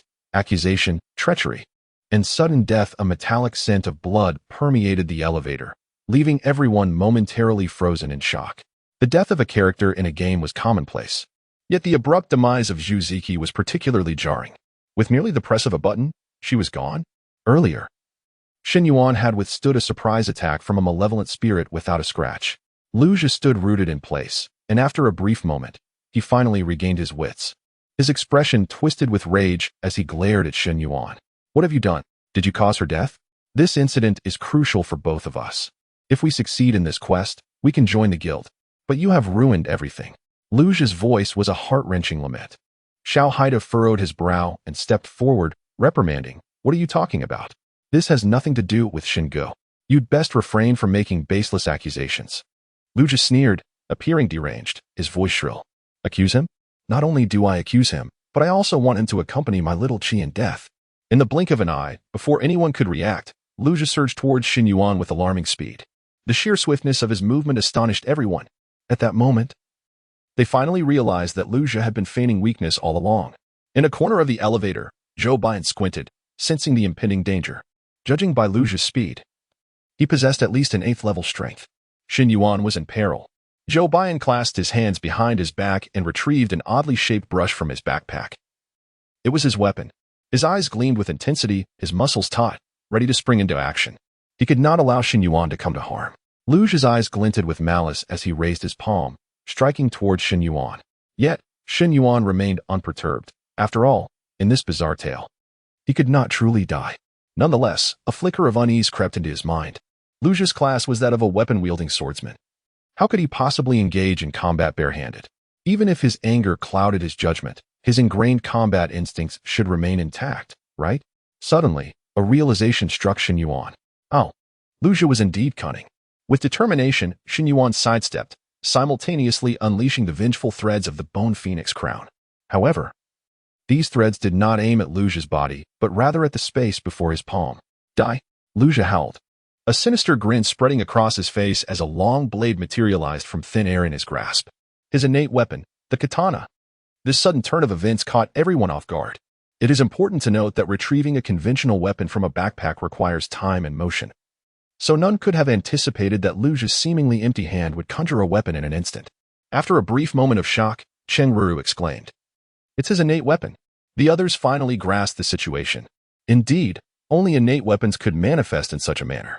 They were intrinsically linked to the player, able to be summoned at will. Had Shen Yuan not stepped aside, that katana would have surely struck him. This was Luja's scheme. However, the insidiousness did not end there. The katana's sudden appearance made it nearly impossible for an opponent to evade its subsequent strikes, regardless of the direction they fled. Engaging with such a weapon in close quarters was inherently troublesome. Additionally, the quality and attributes of innate weapons were exceptionally high, allowing Luja to shatter an opponent's defenses swiftly. Often, before the enemy could even respond, their defensive capabilities would be depleted. Luja had relied on this tactic to claim many lives. Yet this time, he had miscalculated. The vengeful threads ensnared tightly around his katana, preventing him from swinging it in any direction. What? Luja was stunned, desperately attempting to break free from the threads, while Shen Yuan delivered a powerful kick. Thud. Luja was sent flying, the katana slipping from his grasp, and his body crashed heavily against the elevator wall, causing it to sway violently. You. Luja struggled to rise, his voice laced with shock and disbelief. Yet before he could utter another word, several strands of vengeful threads bound him tightly, rendering him immobile. Shen Yuan brandished the snake-tooth dagger and advanced without hesitation, delivering precise strikes upon Luja. In that moment, a thought flickered through Shen Yuan's mind. Let Luja kill a few times to accumulate death data. However, he swiftly dismissed the notion. No need for that. First, being slain by someone as pathetic as Luja would yield a low score. Secondly, Shen Yuan found Luja particularly distasteful. He could not simply stand by and allow him to kill. With Luja's katana ensnared by the vengeful threads, his combat effectiveness diminished drastically and his composure shattered. Especially as he realized he could not escape the bindings, fear gripped his heart. Tears streamed down his face as he begged for mercy. I was wrong. Please don't kill me. I don't want to fail. I was wrong. I can give you money, okay? I have 50,000. I'll give it all to you. But regardless of Luja's pleas, Shen Yuan remained unyielding, striking again and again. Although Luja possessed high attributes, Shen Yuan's attacks were slow to breach his defenses. Yet, the relentless onslaught felt to Luja like he was being slowly executed, a morbid realization that he would die. Yet the end was agonizingly out of reach. The others in the elevator stood frozen, mere spectators to Shen Yuan's merciless assault on Luja, unwilling to intervene. After all, they too harbored disdain for both Luja and Zhu Ziki. There was no need to offend Shen Yuan over someone so loathed. Moreover, Shen Yuan in this state was utterly terrifying, devoid of the affable demeanor he had previously displayed. The oppressive aura he exuded was suffocating. His unpredictable tactics and calm judgment left everyone in awe. Xiao Haide gazed at Shen Yuan with increasing admiration. The elevator was eerily silent, save for the sound of the dagger slicing through Luja's protective shield. Yet, at that moment, Luja suddenly convulsed, his pupils dilating, his head tilting. And then he ceased to breathe. Shen Yuan stood in shock, the snake-tooth dagger, hovering uncertainly in the air. How could he have suddenly died when his defenses were still intact? The others exchanged bewildered glances. Moments later, the electronic voice from the corner answered their unspoken question. His sanity has been depleted. He was scared to death. The group was instantly filled with disdain. A grown man, frightened to death? How utterly pathetic. Shen Yuan, equally exasperated, sheathed the snake-tooth dagger and turned to face the elevator door. The door had just opened. Yet everyone was so entranced by the scene of Shen Yuan's brutal conquest of Luja that they had failed to notice what lay beyond. With the demise of the bothersome duo, Luja and Zhu Ziki, the group's attention finally returned to the eerie quest at hand. Chapter 39, The Substitute, the Soul Pivot, and the Timeline. This time, there was no brick wall outside the elevator. Instead, a cloud of white dust wafted in, bringing with it a somewhat acrid scent that obscured everyone's vision. Xiao Haide glanced at Shen Yuan, seeking his guidance. Brother Shen, should we proceed? The others turned their attention to Shen Yuan as well. Clearly, they had all come to regard him as the cornerstone of their group. Shen Yuan nodded and took the lead into the white haze. The remaining four followed suit. As soon as they exited the elevator, the white dust dissipated, revealing a long corridor that appeared familiar yet different. Unlike before, this corridor was immaculate and well-ordered, with the entrance doors on either side still wrapped in plastic film, indicating recent installation. Xiao Haitu exclaimed, "What a transformation! How can this floor feel so different from the one below?" Shen Yuan chuckled, explaining, "Haven't you realized yet? This is the same floor. We're still on the fourth." Xiao Haitu was even more perplexed. "What? But they are completely different." Shen Yuan nodded slightly and elaborated, "Indeed. This discrepancy arises from the different timelines they inhabit. The elevator behind us allows us to traverse through various timelines." The group looked at Shen Yuan with curiosity. Zhou Bai nodded thoughtfully, grasping Shen Yuan's meaning. Xing Rou lowered her head, lost in contemplation. Tai Chang scratched his head in confusion, struggling to comprehend the implications. The precise temporal disparity remained unclear, but it seemed they were now in the timeline when the building had just been completed. Some families had yet to move in, while others were still undergoing renovations. The previous cloud of white dust was merely residue from wall painting. At that moment, a grinding sound emanated from the elevator behind them, signaling its imminent closure. Shen Yuan instinctively turned to look, only to be startled by the sight of Tang Li standing within the closing elevator doors, chilling and foreboding. In the next instant, a stream of blood surged toward Shen Yuan. Once again, he met an untimely demise, having violated none of the mission's prohibitions. Post-death detected. Resurrection successful. Remaining resurrection attempts, 999. Method of death this round. Blood burst to the head. Rating, A. Comment. Upon a sudden glance back, the eerie presence lurked amidst the flickering lights, reversing the causal sequence of death 3 for the third time. Shen Yuan pinched his chin, deep in thought. Ding. Triggered a top-tier critical hit. Probability significantly increased. Remaining cards in the deck, 8. Drawing cards. Congratulations. You've obtained an SSR grade item card. Substitute Puppet. Substitute Puppet. Category. Item. Function. Can choose to substitute for a teammate's death within a 3-meter radius. Can fully substitute or selectively substitute. Cooldown. 5 minutes. Price, 200 Netherworld coupons. Use or sell. Shen Yuan's eyes widened in surprise. This item is quite remarkable. Just what he needed to tally up some deaths. Indeed, fortune favors the prepared. He decided to use it without hesitation. Congratulations. Received a rebate of 40 Netherworld coupons. Shen Yuan emerged from the Yellow Springs card shop and turned toward the Netherworld store. Since awakening the rebate function, he had accumulated 137 Netherworld coupons, a commendable progress. For now, he had no need to exchange for anything, so he would hold on to them. Resurrection successful. Shen Yuan opened his eyes.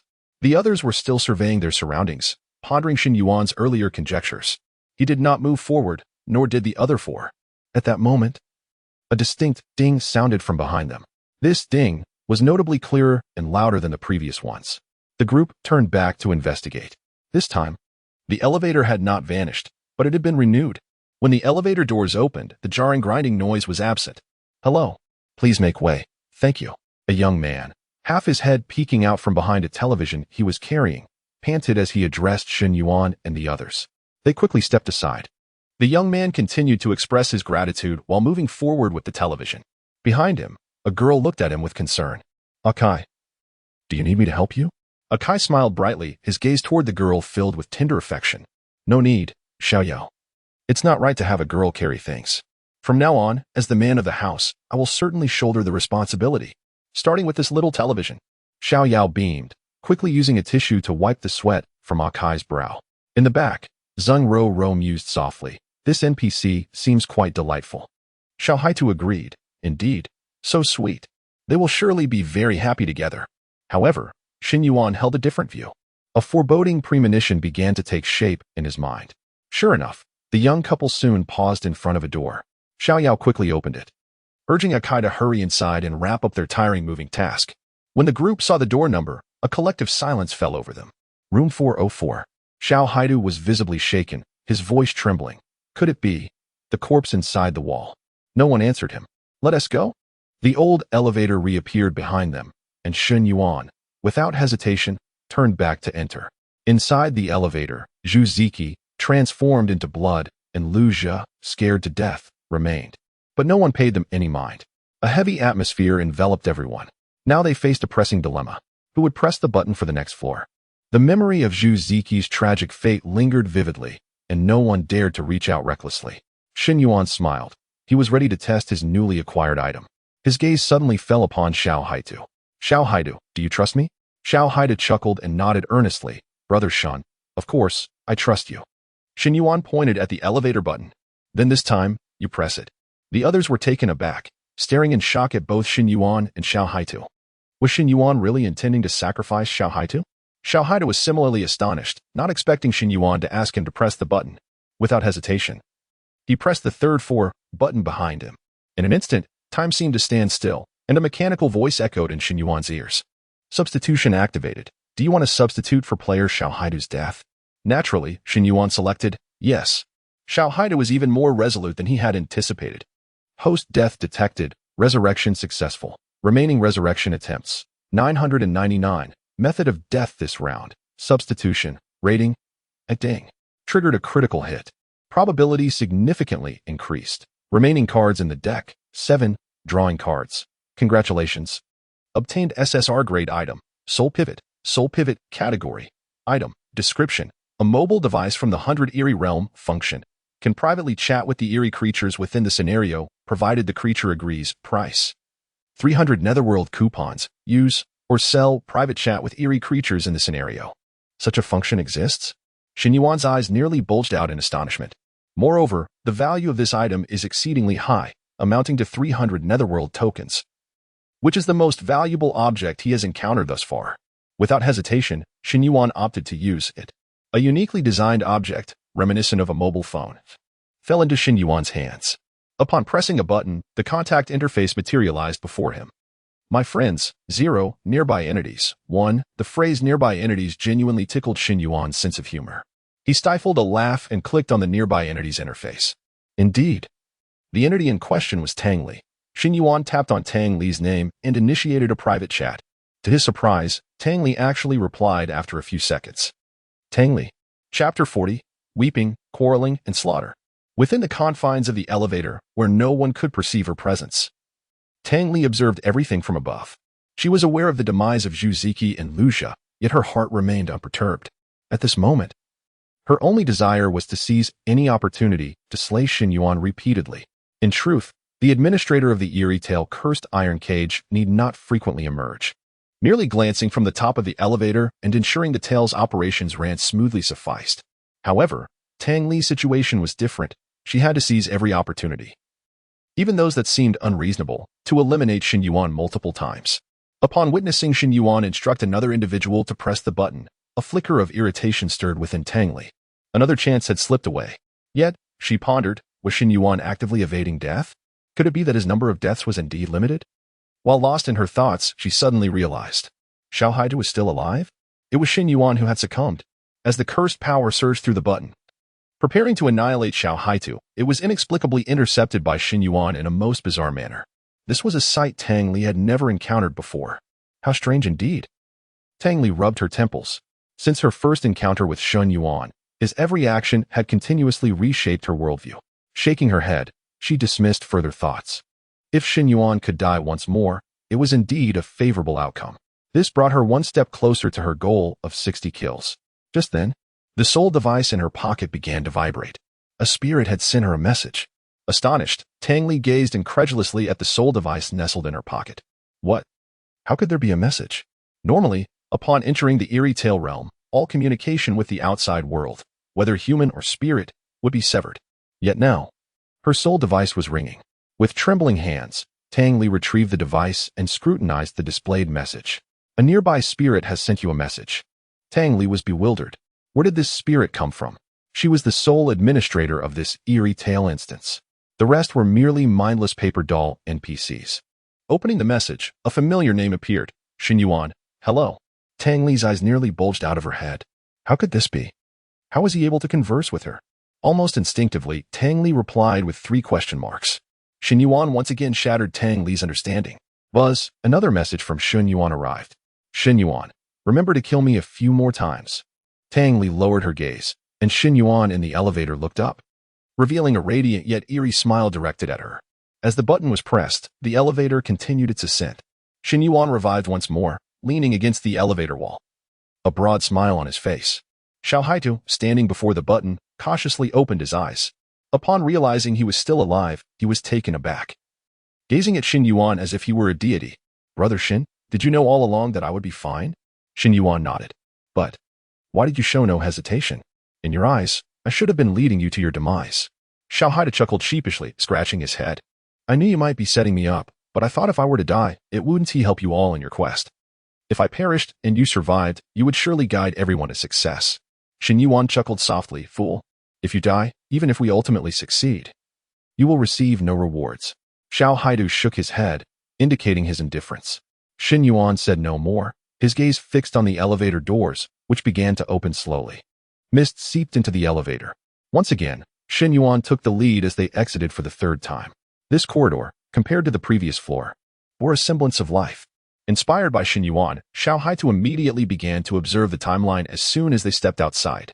Brother Shen, this is 12 years after the second floor, he exclaimed, picking up a snack wrapper from a nearby doorway, which prominently displayed the date, 2021. Last time. I distinctly remember the television that Akai was holding had 2009 written on it. Shen Yuan praised him with a smile. Just then, a piercing cry echoed from afar. The group exchanged glances, sensing something was amiss, and hastened towards the sound. Indeed, the weeping emanated from room 404. Akai, now noticeably older and somewhat portly, was smoking, his face displaying irritation as he shouted at the woman beside him, "Why are you crying? If you've lost a child, go find them. Crying here is pointless." I'm truly fed up. In frustration, he kicked the coffee table, shattering the glass into a million pieces. The weeping woman was a now older Xiao Yao, who had lost her youthful beauty. Her arms bore cuts from the broken glass, and she sat on the floor, sobbing pitifully. From their exchange, it became evident that over the past 12 years, they had a child, and now that child was missing. Shen Yuan pondered for a moment, then spoke decisively, "Split up. You four pair off and help search for the missing child. The old elevator has yet to appear. Perhaps there are other plot elements we need to trigger, such as finding their child. Should you encounter any spirits during your search, call for help, and I will come to your aid. If the old elevator appears, return immediately." The group nodded in agreement, without a hint of doubt regarding Shen Yuan's decisions, including Zhou Bian, who was supposed to be the leader of the instance. Perhaps Shen Yuan had not given him the chance to respond. Xiao Haida voiced his concern, "But Brother Shen, will you be safe alone?" Shen Yuan waved his hand dismissively. "Don't worry, I'll be fine. I can't die." Xiao Haida nodded, refraining from further comment. The group quickly dispersed. Xiao Haitu and Tai Chong teamed up to knock on the doors of other residents, inquiring about the missing child from room 404. Zhou Bian continued down the corridor, inspecting the corners, while Zheng Rou followed cautiously behind him. Shen Yuan scanned the area before his gaze settled on the staircase in the corner. In buildings equipped with elevators, stairwells are often overlooked, serving as storage for odds and ends, or a last resort during power outages. He pushed open the fire door and stepped into the stairwell. The staircase was dimly lit, but Shen Yuan discerned a small figure sitting on the steps below. This was likely Xiao Yao's child. Shen Yuan chuckled softly. With a simple effort, he would discover the child. However, just then, an intense chill enveloped him. This sensation was all too familiar. Unperturbed, he turned to glance around the corner of the stairwell. Sure enough, there stood Tang Li, clad in a blood-red dress, quietly observing from her position. A few moments prior, Tang Li had been staring at Shen Yuan's name on the soul device, her heart racing. She understood all too well that Shen Yuan possessing a soul device signified something profound. It meant he could uncover numerous secrets of the 100 Eerie realm, and even discern countless methods to navigate the eerie tales from the spirits themselves. If that is the case, the 100 Demons realm will surely descend into chaos. Tongli took a deep breath, positioning her body to obscure the live stream's perspective, preventing the viewers from witnessing the soul pivot in her hand. She needed to confront Shen Yuan directly and inquire. With a piercing gaze, Tongli swiftly vanished from the elevator, reappearing in the stairwell's corner.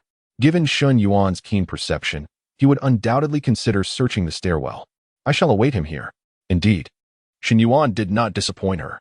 He immediately thought to search the stairwell. Tongli briefly cut the live stream, her cold eyes fixated on Shen Yuan. "Oh, what a coincidence." Shen Yuan greeted, waving his hand. Tongli's voice was frigid. "Coincidence? I am waiting for you." "Waiting for me? Speak. From where did you acquire the soul pivot? And what is your true identity? Do you have an insider within the 100 Demons realm?" Tongli's questions rained down upon Shen Yuan like a barrage of cannon fire. Shen Yuan raised an eyebrow in surprise. He could never reveal the existence of the death card drawing system, so he casually deflected. "How I obtained it is of no concern to you. My identity is simply Shen Yuan. As for your claim of an insider in the 100 Demons realm, I am unaware. What do you intend to do with the soul pivot?" Tongli pressed on. Shen Yuan shrugged. I merely wish to have a chat with you. He spoke no falsehood. Indeed, he sought to utilize the soul pivot to connect with Tongli, urging her to eliminate him several times to facilitate his challenge task. However, to Tongli's ears, his words conveyed an entirely different implication. She momentarily faltered, her cheeks flushing. Lost in thought as she recalled the previous ghost story scenario when Shen Yuan had assisted her in washing her hair, quickly shaking her head to dispel the reverie.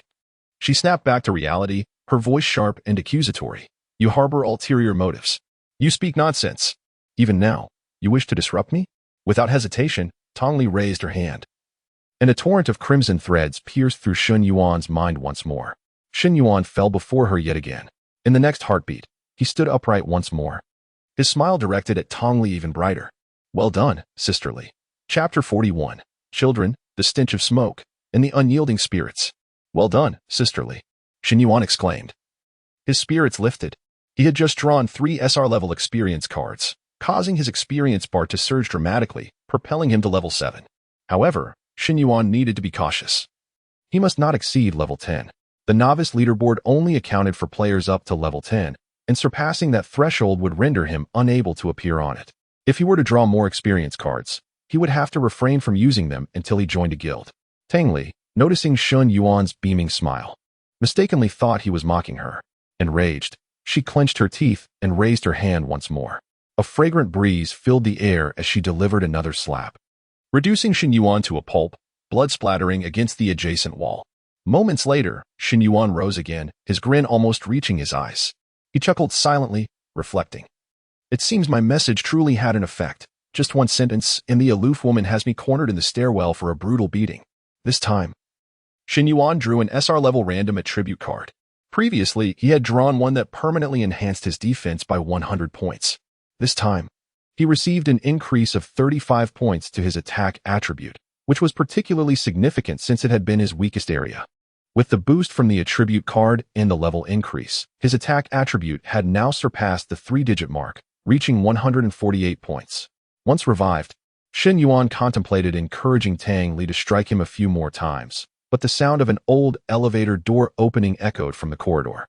The old lift had returned. It was time for him to leave. Yet, when he looked up, he found that Tongli had vanished. He grimaced, feeling a twinge of annoyance. What an impolite woman. No, a spirit. After grumbling about Tongli, he hurried down the stairs, scooping up the child who had fallen asleep on the steps. As he inhaled, the unmistakable scent of smoke wafted from the child, and he immediately understood. The poor child must have been overwhelmed by the smoke at home, seeking fresh air, only to doze off in the corridor. As Shen Yuan exited the stairwell, the other 4 members of his group returned. Initially, they appeared dejected, having found no clues. However, upon seeing the child in Shen Yuan's arms, their expressions transformed to astonishment. Xiao Haida stepped forward, exclaiming, Brother Shen, you found him. Shen Yuan had no desire to entertain such a trivial question. Was it not obvious? Xiao Haida seemed to realize his folly, awkwardly scratching his head. Behind them, an electronic voice chimed in. The elevator has arrived. Let us proceed swiftly. Shen Yuan nodded and gently knocked on the ajar door of room 404. Yao, who had been crying, looked up and instantly spotted her child. Ignoring the pain in her arm, she rushed over, even stepping barefoot on the shards of glass. Thank you, thank you. She repeatedly expressed her gratitude. However, Shen Yuan noticed her abdomen. While seated, her loose clothing had concealed it, but now that she stood, her pronounced belly was evident. Handing the child to Yao, he spoke softly. Children generally do not favor the smell of smoke. You should try to find a fresher environment, or perhaps encourage your husband to quit smoking. Yao hesitated, gratitude mingling with concern. My husband. He has been under considerable stress at work, and smoking helps alleviate that. Shen Yuan frowned, his expression shifting slightly. Xiao Haida interjected, there are numerous ways to relieve stress. Smoking is not the only option. Yao remained conflicted, yet. Shen Yuan narrowed his eyes, interrupting her. I found the child in the stairwell. Please keep a closer watch next time. We must be on our way. With that, he turned and headed toward the elevator, the others promptly trailing behind him like devoted followers. Xiao Haida leaned closer to Shen Yuan, whispering, Brother Shen, why didn't you offer more advice? Shen Yuan's demeanor remained unchanged. It's hard to convince a stubborn spirit. Look at how she defends her husband. Do you think a few words could sway her? Does she not realize the impact of smoke on children? Yet she continues to indulge him. Xiao Haida sighed, lamenting that despite finding the child, they had uncovered no valuable clues. Shen Yuan smiled. How could that be?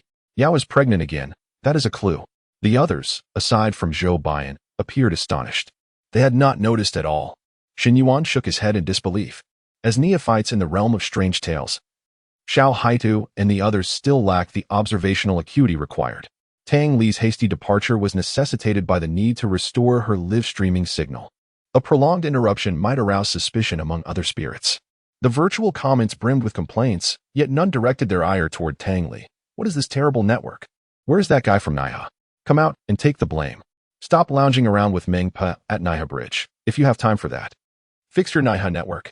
Observing the barrage of comments, Tang Li casually remarked, I just killed Shen Yuan twice. This only incited further outrage in the comments. Damn. I missed it. Naiha network, I curse you. Now it was my turn. Upon returning to the elevator, Tai Chong promptly pressed the button for the 4th floor. Shen Yuan did not intervene. It mattered not who perished. After all, he could serve as a substitute for death. It seemed that Zhu Ziki was indeed unfortunate. When she hastily pressed the button, Shen Yuan had not yet acquired the substitute puppet item.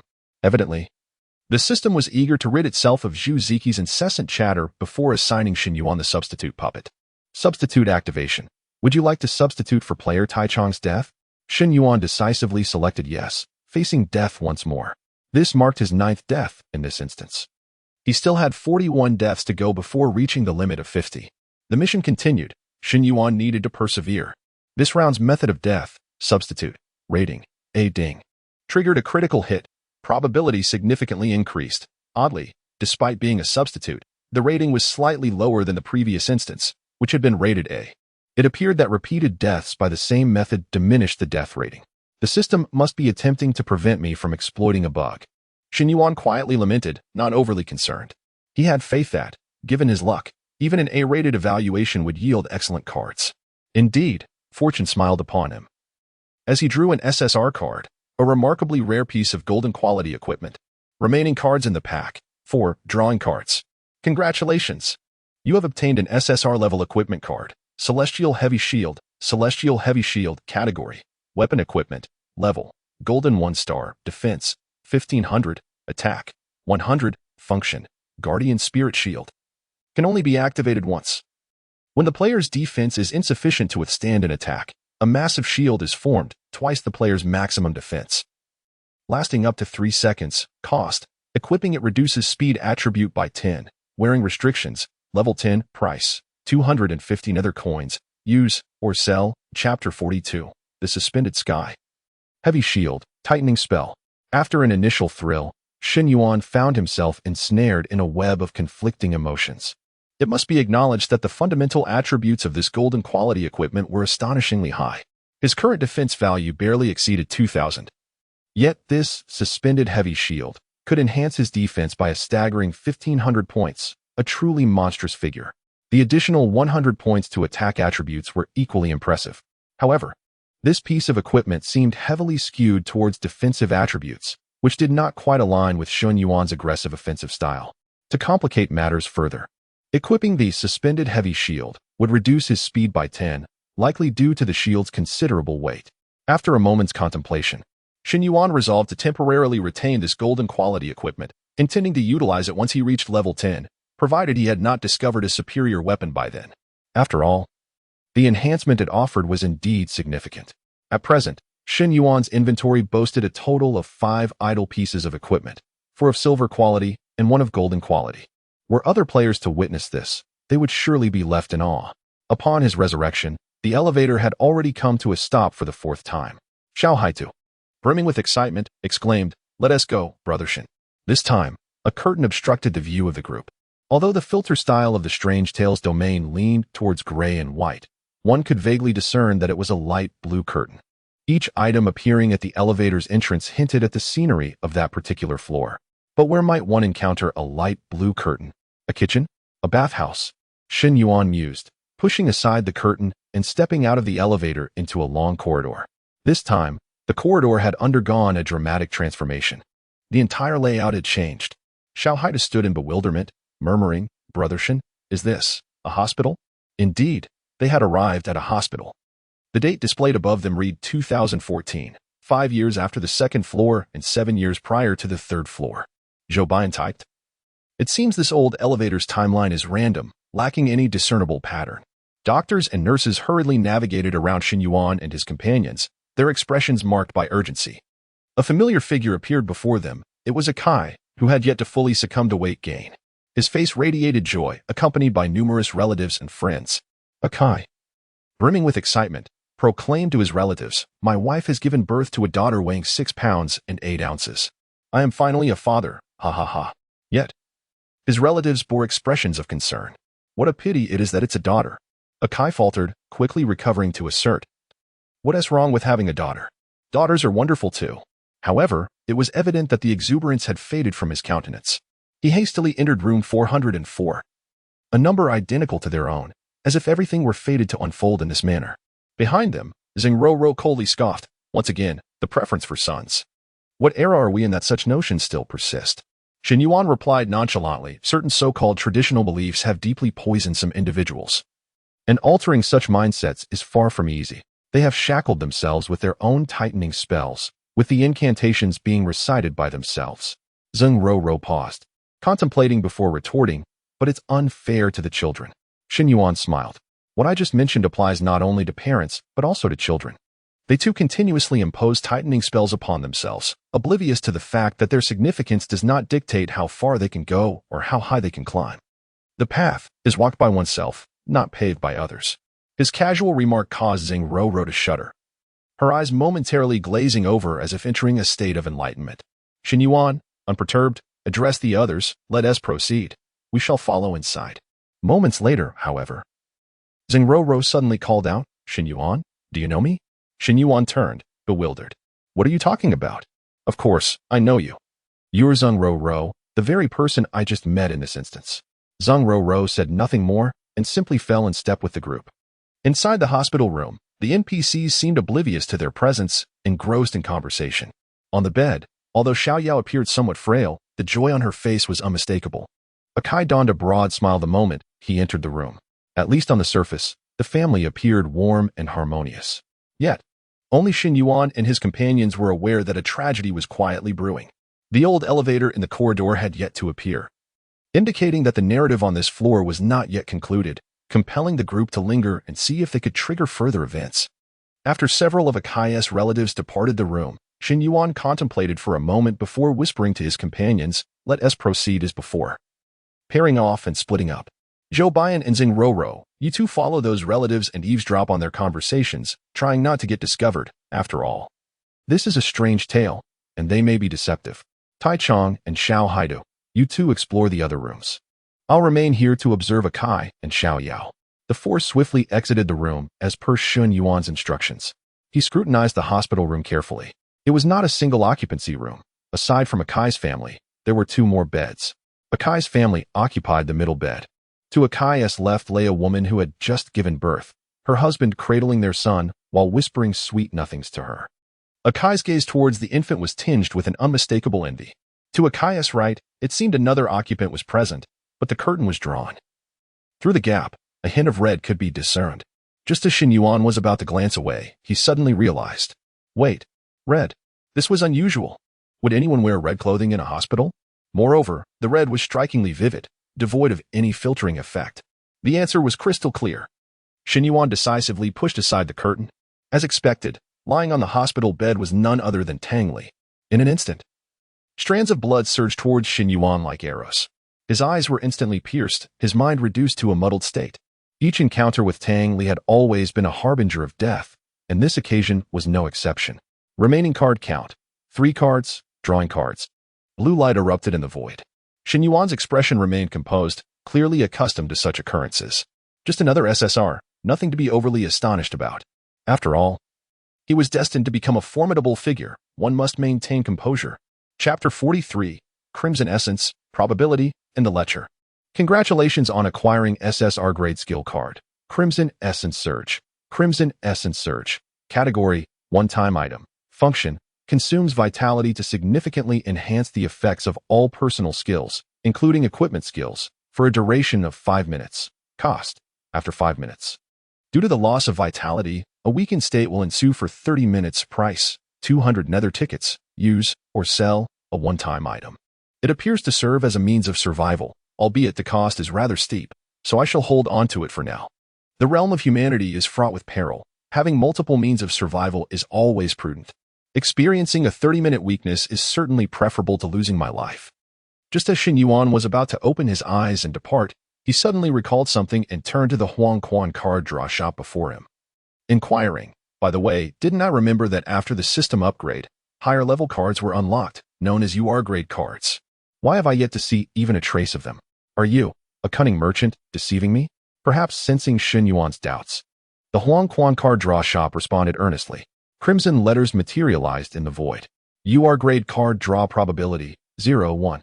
Shen Yuan was at a loss for words. This probability is rather touching. Oh well, I shall take my time. Upon resurrecting with eyes open, Shen Yuan smiled as he drew back the curtain and casually sat beside Tang Li, who lay on the sickbed. Still waiting for me? At his words, Tang Li nearly rolled her eyes to the heavens, and without a hint of hesitation, raised her hand to deliver a slap. Shen Yuan's head exploded once more, juices splattering. The other NPCs in the ward were oblivious to Tang Li's presence, allowing her to act freely. This was one of the rules modified by Tang Li and Sister Xia. As long as Shen Yuan could see Tang Li, it was considered a violation of the fatal rules, permitting her to strike at will, facilitating her goal of achieving 60 kills. This rule was exclusively applicable to Shen Yuan. As the dungeon progressed, Tang Li needed to act swiftly. Unbeknownst to her, Shen Yuan shared the same sentiment. Remaining cards in the pack. 2. Drawing cards. Congratulations on acquiring SSR grade item card. Ghostly Wall. Ghostly Wall. Category. Item. Function. Select any player to create a ghostly wall area. The player will be trapped within it and cannot escape until the ghostly wall is broken. Limitation. Usable only once within 24 hours. Durability. 100. The faster the ghostly wall is broken, the greater the durability loss, when durability reaches 0. The item disappears. Price, 280 nether tickets. Use or sell. Shen Yuan tilted his head. Another life-preserving type of item. The function seems akin to the corpse oil candle I previously acquired, both serving to restrict the enemy's actions. However, the effect of this ghostly wall is considerably more potent. I shall keep it. It is indeed a valuable asset. Next time someone comes to collect a debt, I will let them experience the taste of the ghostly wall.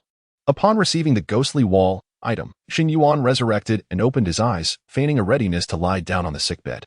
Move aside. I wish to lie down as well. Tang Li, hearing Shen Yuan's irreverent remark, instantly felt her face flush with rage. He wishes to lie down too?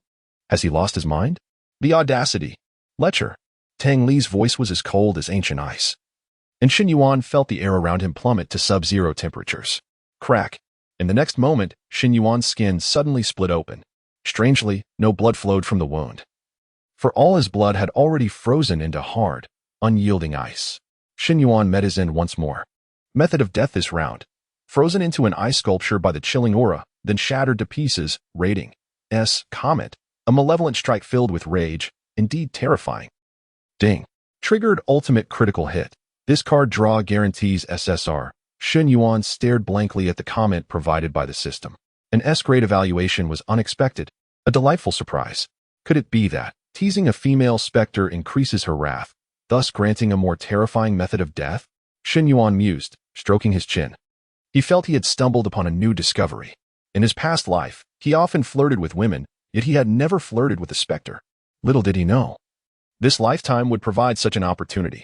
Remaining cards in the pack. 1. Drawing cards. Suddenly, crimson light flooded the entire card drawing space. Shen Yuan was momentarily stunned. Red? I have never seen this before. What could it be? In the next moment, realization struck, and he erupted with joy. By heavens! I've got it. Congratulations on acquiring UR-grade item card. Blank S-grade job change certificate. A job change certificate? An S-grade one? Shen Yuan was taken aback. Blank S-grade job change certificate. Category. One-time item. Function. Change to any S-grade profession. Limitation. Usable only by players who have not yet changed their profession. Note, after changing professions with this certificate, one cannot change professions again through normal means. Price. 1,000 nether tickets. Use or sell. Regrettably, the two types of job changes cannot coexist. So this item holds little value for me. I had hoped for dual job changes. However, it is not entirely impossible. If the system offers such an S-grade job change certificate, a dual change certificate may also exist. This valuable item must be kept. It cannot be sold. Even if I may not use it in the future, I can reserve it for Shishi. Not everyone can awaken an S-grade profession. Shen Yuan was acutely aware that in the human realm, S-grade profession players are undeniably exceptional. The Sea Army de la Sea Army. One could see this from Zhou Baian's standing. Ranked third on the newcomer list, he would undoubtedly be a leader in any team unless Shen Yuan was present. That fellow's S-grade profession, the Silent Diviner, has yet to demonstrate its power. It seems I must give him a chance to showcase himself. In truth, Shen Yuan did not regard Zhou Baian as a rival. He barely qualified as a competitor. He was merely curious about the extent of S-grade profession's power. Once again, resurrecting with a beaming smile, Shen Yuan glanced at Tang Li, whose eyelashes trembled with fury beside him. What is the matter? Feeling embarrassed? It's not like we haven't lain together before. You were dressed even more scantily back then, Shen Yuan murmured, only to suddenly sense an eruption of volcanic fury beside him. What? Shen Yuan turned in surprise, discovering Tang Li, with her hair flowing like a tempest. Her skin a vivid crimson, akin to seething magma, constantly boiling. Alas, what a pity for this clash of ice and fire. Had I more card draws. This time I would at least have earned an S-grade reward. Shen Yuan felt no fear, only a tinge of regret. In the next moment, melted flesh obscured Shen Yuan's vision. He had perished. Host death detected. Resurrection successful. Current remaining resurrection chances, 999. Shen Yuan yawned and prepared to open his eyes anew. Tang Li was quite enraged. She should be able to kill him a few more times. Gazing at the golden number 13 above him, Shen Yuan couldn't help but reflect on the weight of the journey ahead. Yet, in the next moment, a mechanical voice that astonished Shen Yuan echoed. Congratulations, host, for triggering the death critical hit reward. Chapter 44. Ice and Fire, Gift Package, Slaying the Demon. Shen Yuan was taken aback. Hadn't he already exhausted his card pack in this round? How could a reward be triggered again? Method of death this round. Melted by the fiery volcano. Rating. S. Comment. A new experience amidst the duality of ice and fire. Ding. Ultimate critical hit triggered. Guaranteeing SSR in this card draw. Death critical reward. After the player S card pack is exhausted. Obtaining a death method with an S rating or above grants an additional card draw reward. Trigger count. 1-5. Collect 5 for 1 bonus. In the card draw, congratulations. You have received an SSR level strengthening gift package. A gift package? Shen Yuan looked utterly bewildered. How formidable could this gift package make him? Gift package automatically opened. Congratulations. You have received 1 SSR level attribute card and 1 SSR level experience card. Shen Yuan couldn't help but chuckle. So this was the so-called strengthening gift package. However, it was quite beneficial. SSR level attribute card successfully used. Gaining an enhancement in all attributes. Defense 150, Energy 120, Attack 30, Speed 30, Stamina 30. When using the SSR level experience card, Shen Yuan calculated in advance. 1 SSR level experience card would precisely elevate him to level 10. This meant that any subsequent experience cards he acquired would have to be saved. He could not continue to level up. If he relied solely on experience gained from clearing dungeons, he would need to conquer at least 40 to 50 dungeons. Most players needed to hunt in dungeons to level up swiftly. Thus, even if Shen Yuan consistently secured first place, he had no need to worry about advancing too quickly and missing the newcomer rankings. Congratulations, you have reached level 10. Upon reaching level 10, the suspended heavy shield in Shen Yuan's inventory automatically equipped itself. His attributes underwent a dramatic transformation. Shen Yuan, level 10 class, unawakened, health 0, defense 5,363, energy 1590, attack 359, speed 207, stamina 463, sanity 96. Alas, Shen Yuan had to admit that his attribute values were terrifyingly formidable.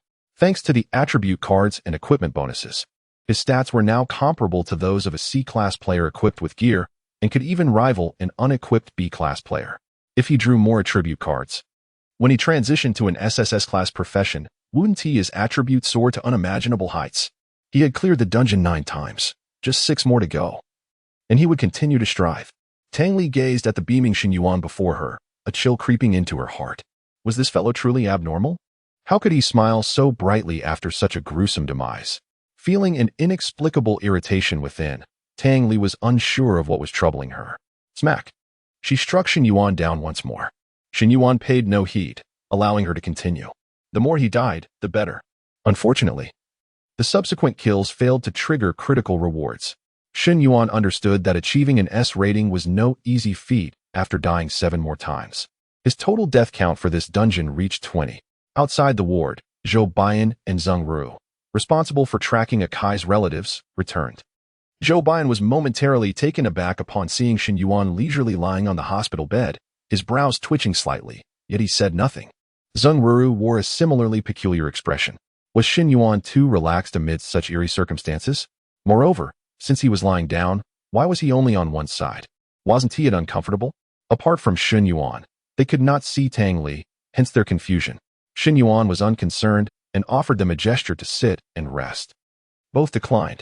Zhou Baiyan even took a step back, maintaining distance from Shen Yuan.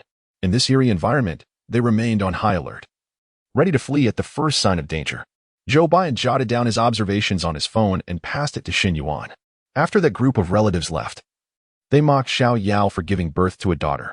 Akai's family had been passed down for 3 generations, and now it ends with him.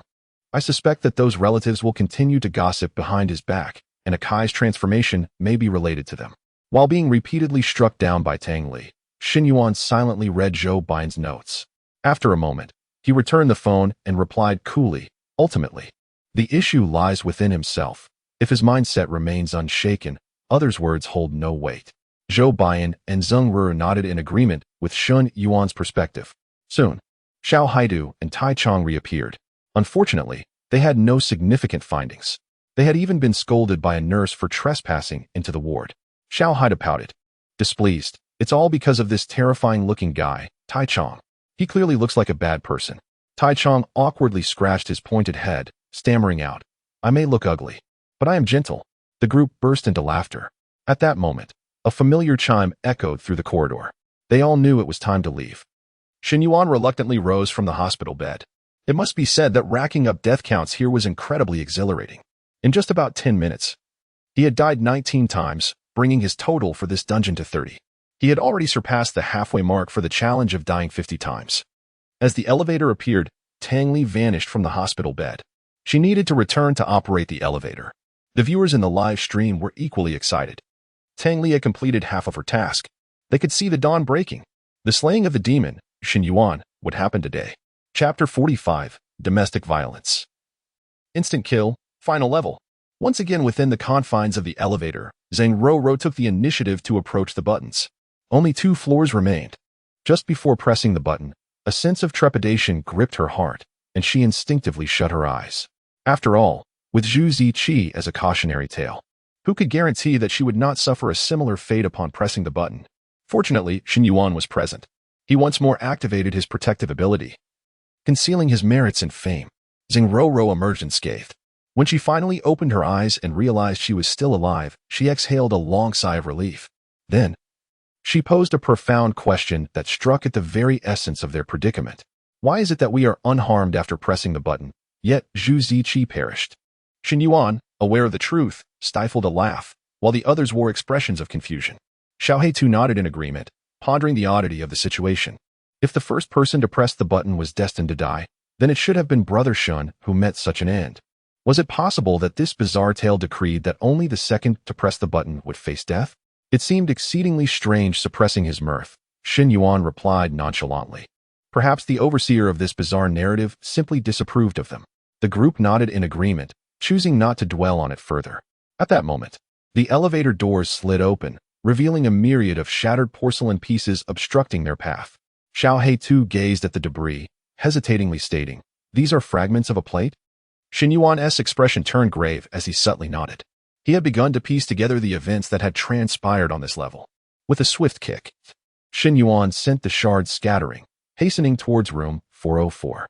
The corridor now bore an air of age, evidently later than when the child had gone missing on the 3rd floor.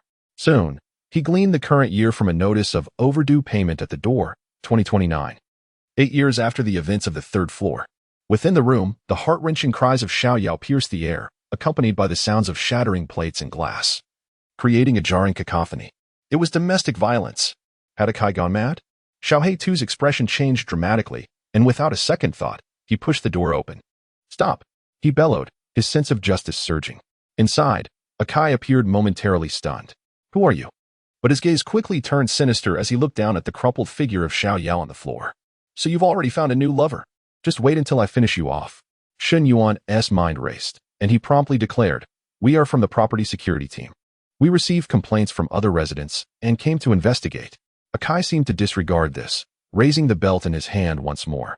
Xiao Tu charged forward, grasping Akai's arm. Yet, the icy touch sent a chill through him unexpectedly. So cold.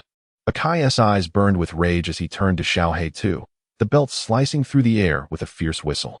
"This is my family matter. It has nothing to do with you." Behind them, Shen Yuan's expression shifted. The strength of this NPC was likely formidable. Engaging them directly could spell disaster for the players.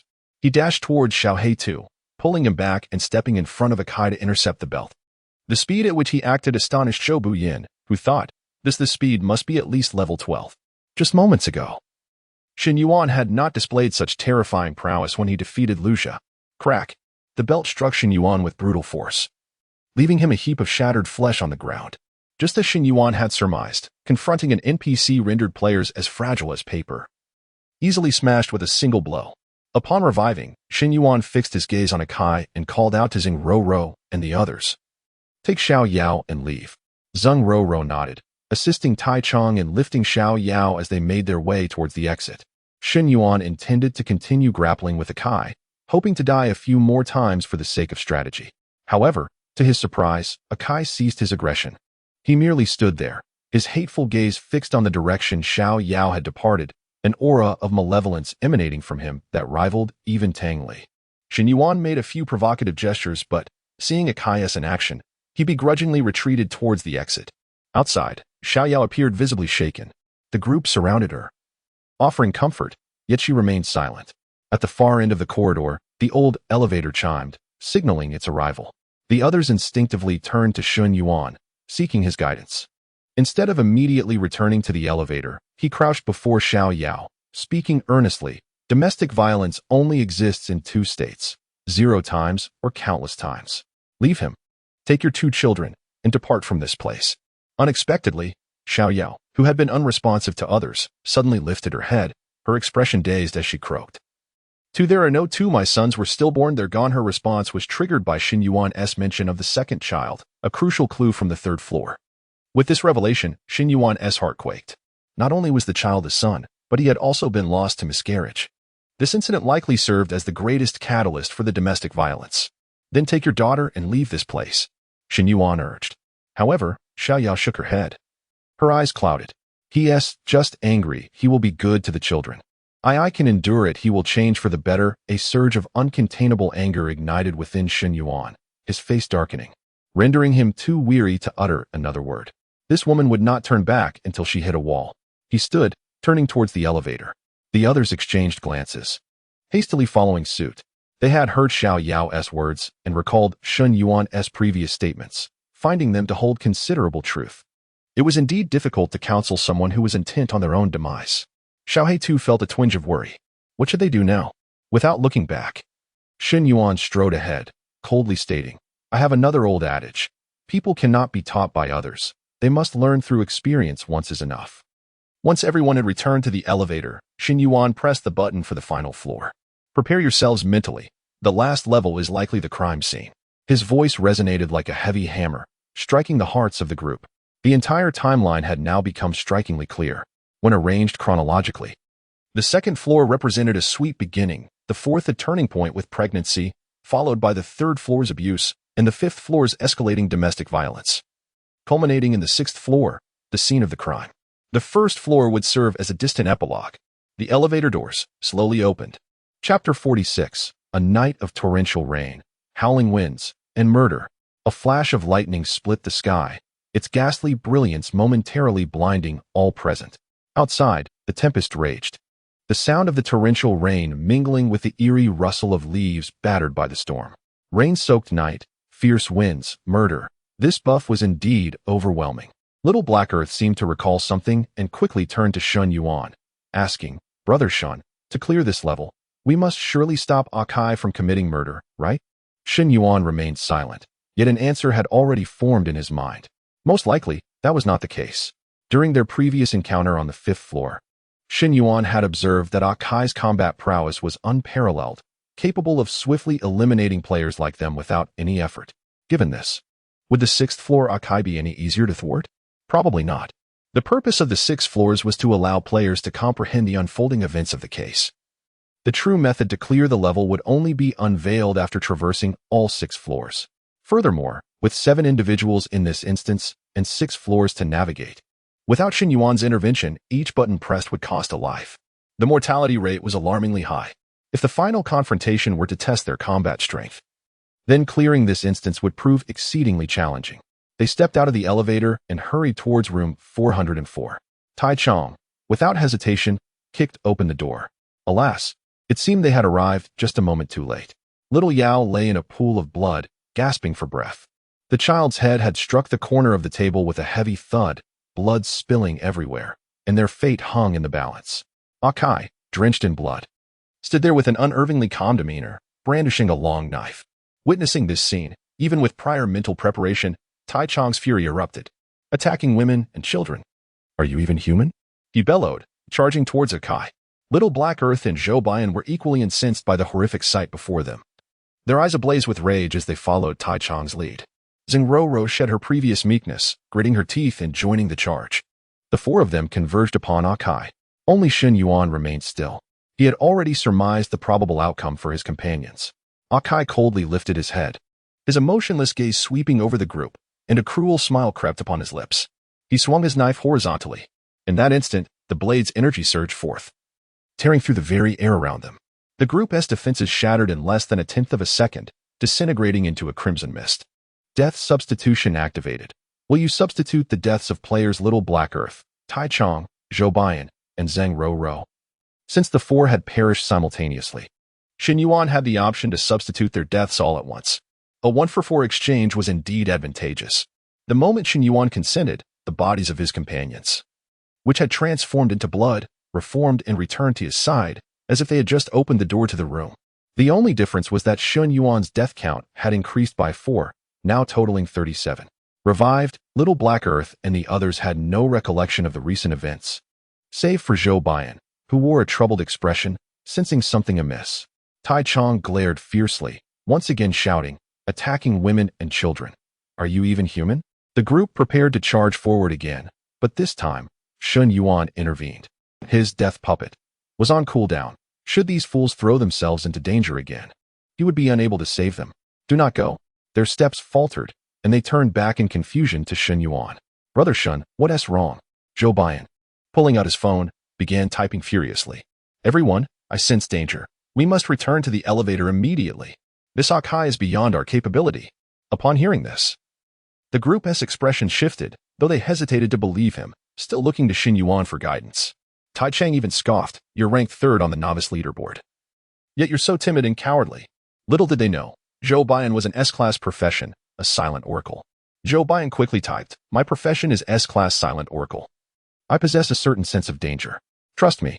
Shen Yuan raised an eyebrow, surprised by Zhou Baiyan's revelation of his profession. As expected, upon hearing S-class, Tai Chong's eyes nearly bulged out of his head. An oracle. Even Tai Chong understood the implications of such a profession, timeless wisdom, glimpses into the future. Zhou Baiyan had likely foreseen something crucial. This time, no one dared to rush forward. Akai stood silently, knife in hand, resembling a boss awaiting challengers. Zhou Baiyan continued to type. "Look, this round-s old elevator has not vanished. This is likely a hint for us. We should leave and return to the elevator." Little Black Earth, Tai Chong, and Zheng Roro turned once more to Shen Yuan. "Brother Shen, what do you think? Should we flee or fight?" Shen Yuan replied calmly. "We depart." Only then did they turn and sprint towards the elevator. Tai Chong, however, still appeared reluctant, his tensed muscles, clenched fists, and frequent glances back revealed his inner turmoil. Little Black Earth and Zheng Roro had unwavering faith in Shen Yuan's judgment. Should Zhou Baiyan suggest retreat, they might ponder it, but if Shen Yuan commanded it, they would obey without hesitation. As they stepped into the elevator, the doors slammed shut with a resounding thud, and crimson streaks began to seep down from above, forming jagged, distorted letters. The group struggled to decipher the message, ultimately grasping its meaning. Please choose the method to alter everything. Note: the elevator curse has lifted. It can now be freely used, Shen Yuan mused, as expected. Only after completing all the narratives of the 6th floor would the true choice present itself. Little Black Earth furrowed his brow in contemplation, then suddenly slapped his forehead, exclaiming, I understand. We now possess the complete understanding of the events. We can use the elevator to change everything and save little Yao and the child. Brother Shen, do you think my hypothesis holds merit? At that moment, Shen Yuan remained focused on the crimson letters and remarked, the writing is rather unsightly. Little Black Earth sighed in exasperation. Brother Shen was indeed quite relaxed, even finding time to critique the aesthetics of the bloody script. Above in the elevator, Tang Li's expression darkened significantly. Damn Shen Yuan. How dare he mock me? Indeed, she was the one who had pinned those words. Just because it was her first attempt, and it was a bit crooked. What of it? The more Tang Li thought, the angrier she became. Click. The lights in the elevator abruptly extinguished. When they flickered back to life, Tang Li lunged at Shen Yuan. Naturally, to the others, Shen Yuan effortlessly evaded her attack. With another death, his total count rose to 38. Chapter 47, Calamity, Turning Point, and Omens. Drip, thick, viscous blood fell to the ground, intertwining with the frantic rhythm of a beating heart. Apart from Shen Yuan, the others were considerably startled by the sudden appearance of Tang Li. After a moment, Zheng Ro, her face pale and voice trembling, spoke. Why is the female specter still manifesting, even though we are nearing the conclusion of the horror narrative? Moreover, the emergence of this specter is utterly inexplicable. It is truly bizarre. Xiaohei too and Tai Chang nodded in agreement. Indeed, it's frightfully daunting. Shen Yuan, having surmised the reason, touched his nose. Tang Li's sudden aggression likely stemmed from his previous mockery regarding her poor handwriting, didn't it? Feeling somewhat guilty, Shen Yuan refrained from continuing the conversation and turned to Xiaohei Tu. I concur with Xiaohei Tu's hypothesis. To successfully navigate this, we likely need to take the elevator back to a specific node within the 6th floor, thereby averting the impending tragedy. There are numerous approaches available, yet it seems that only one will truly succeed. Now, please share your thoughts. Tai Chong scratched his pointed head and was the first to speak. I am uncertain if my choice is correct, but I wish to return to the murder scene on the 6th floor during the rain-soaked night. I want to see if I can save Xiao Yao and the child. When I was young, my father did the same to my mother, and back then I lacked the courage to intervene. This memory has been buried deep within me. No matter how strong my muscles become, I have never had the chance to return to that moment and deliver that crucial blow. This time, I want to rectify my regrets. The group fell silent, taken aback by Tai Chong's past. No wonder his reaction was so intense after he kicked open the door. Shen Yuan gazed deeply at Tai Chong, choosing not to intervene. He understood well that returning to the 6th floor was a certain path to death. Even if Shen Yuan and the others managed to succeed in their endeavor, Tai Chong would inevitably forfeit any rewards. Yet perhaps, for Tai Chong, mending his past was far more significant than any rewards from the narrative. Tai Chong sought not merely to save Xiao Yao and the child. He aimed to rescue his younger self trapped in that time. Zheng Ro contemplated for a moment before speaking earnestly. I wish to return to the 2nd floor, where Xiao Yao and Akai experienced their sweetest moments, to prevent them from marrying and having children. I believe the daughter Xiao Yao bore is the key to the tragedy. If I can keep them apart, everything that followed will cease to occur. When it was Xiaohei Tu's turn to express his opinion, he sheepishly chuckled. My mind isn't as sharp, but I trust Brother Shen. I will follow his choice. Zhou Buyin, maintaining a calm demeanor, typed, I choose to follow Shen Yuan as well. Shen Yuan, surprised by the two who chose to accompany him, smiled and said, my choice may not be the right one, and I must warn you, it's somewhat perilous. I cannot guarantee that it will lead you to success. Are you certain? Both Zhou Buyin and Xiaohei Tu nodded resolutely. Satisfied with their decision, Shen Yuan declared. Then let us commence. The first to depart was Tai Chong. His muscles taut, he began to prepare his body within the elevator. Everyone, I hope you remain safe. Should the opportunity arise, visit my boxing gym. I can teach you boxing for free. Tai Chong's eyes were filled with unprecedented determination as he pressed the 6th button with conviction. This time, Shen Yuan's sacrificial puppet did not activate. As the blood script foretold, the elevator's curse had vanished. The elevator did not even budge. With a creak, the doors opened. Boom! Outside, thunder and lightning roared. Without hesitation, Tai Chang bolted out. akin to a rampaging bull, rushing into the stormy night. He aimed to reach Xiao Yao and the child before Akai could strike. Watching Tai Chong's retreating figure, Shen Yuan mused, Tai Chong is indeed kind-hearted, albeit somewhat dim-witted. His offer to teach boxing is commendable, but he ought to have given us the address. Alas. Next was Zheng Ro. She nodded, gathering her courage, and pressed the second button. The elevator shuddered and began its descent. Soon, it halted, and the doors opened. A cloud of white smoke billowed forth, revealing the newly constructed corridor, the very beginning of all things sweet. Zheng Ro stepped forward, pausing to wave goodbye to the others. Farewell, everyone. It has been a pleasure to know you. With that, she cast her nostalgia aside and ventured forth to pursue her intentions. Only Shen Yuan and the two remained in the elevator. Xiaohei too, filled with curiosity, asked, Brother Shen, where are we headed? Shen Yuan smiled enigmatically, his finger slowly moving towards the first button, decisively pressing it. First floor. Behind them, Zhou Buyan's usually composed demeanor shattered, shock crossing his face. The first floor? What is he planning? Initially, Zhou Buyan suspected that Shen Yuan would choose to return to the fifth floor, the one marked by domestic violence, hoping to persuade Xiao Yao to leave Akai with her child. Alternatively, he might return to the fourth floor to help Xiao Yao escape with the child or even prevent her from giving birth entirely. Regardless, returning to the first floor seemed inconceivable. By that time, everything had already settled. Xiao Yao and the child's bodies had been discovered. What purpose would a return serve? What was Shen Yuan truly scheming? Zhou Buyan took a deep breath, striving to regain his composure. He silently closed his eyes, focusing on the divination symbols that manifested in the void. Primary hexagram. Qin, inter-hexagram. Jian, changing hexagram. Zhen, the triple-layered hexagram. The primary hexagram as the starting point. The inter-hexagram indicating changes, and the changing hexagram revealing the future. The primary hexagram, a double can, connoted peril within peril, signifying an omen of great misfortune. The inter-hexagram, water and mountain Jian, indicated a treacherous path, solvable only by the wise. The changing hexagram revealed a singular opportunity. Zhen represented the dragon, and Yuan represented water. Thus, the turning point of this dire narrative rested upon Yuan, that is to say, Shen Yuan. At this moment, I too must place my trust in Shen Yuan and the omens I perceive. As an S-rank professional diviner, Zhou Buyan could cast a hexagram for himself before entering any narrative. This was the first instance he had drawn the great misfortune hexagram. Yet amidst danger lay immense opportunity, leaving Zhou Buyan somewhat perplexed. However, upon entering the horror narrative, Zhou Buyan immediately sensed something unusual about Shen Yuan. Every time Shen Yuan was resurrected, Zhou Buyan had been aware of it. For instance, at the onset of the horror narrative, when Tang Li suddenly appeared in the elevator and attacked Shen Yuan. At that moment, Zhou Buyan witnessed two scenes, one ethereal, where Shen Yuan evaded Tang Li's assault, and one corporeal, where Shen Yuan met a tragic end in the elevator. Zhou Buyan understood that this was likely Shen Yuan's professional ability. Such a terrifying capacity indicated that Shen Yuan too was an S-rank professional. No wonder the hexagram revealed him as the sole turning point in this dire narrative. Zhou Buyan discerned the truth yet remained silent.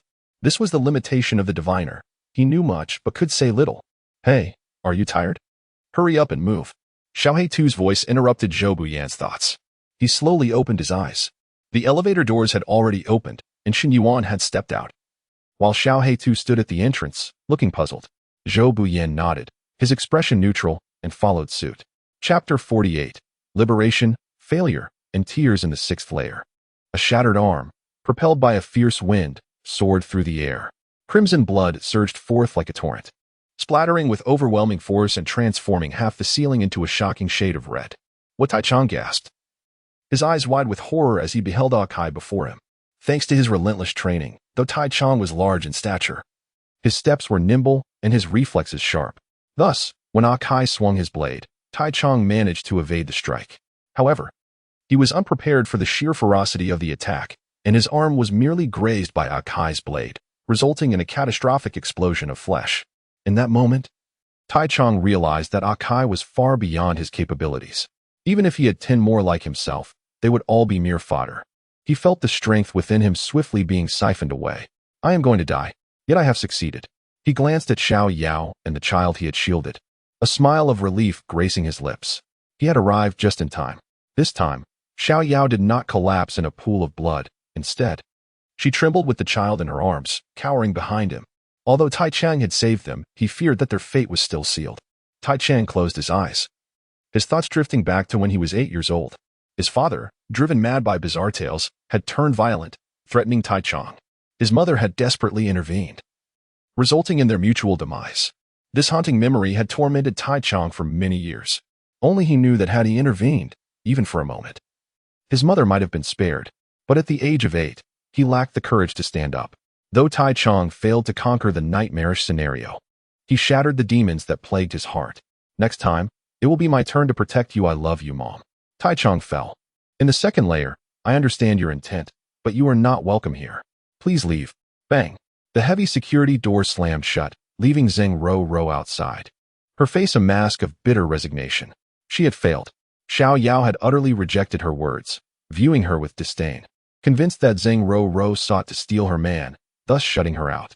You have failed this challenge. Zheng Ro gazed at the glaring red letters before her, letting out a helpless sigh. Indeed, Shinji's adage proved true. A kind word cannot persuade a soul intent on death. She turned to look down the corridor. The old elevator had vanished. I hope you succeed, Shingu. Zheng Ro fell. In the first layer, Shen Yuan walked at the forefront, his brow furrowed, clearly troubled by something.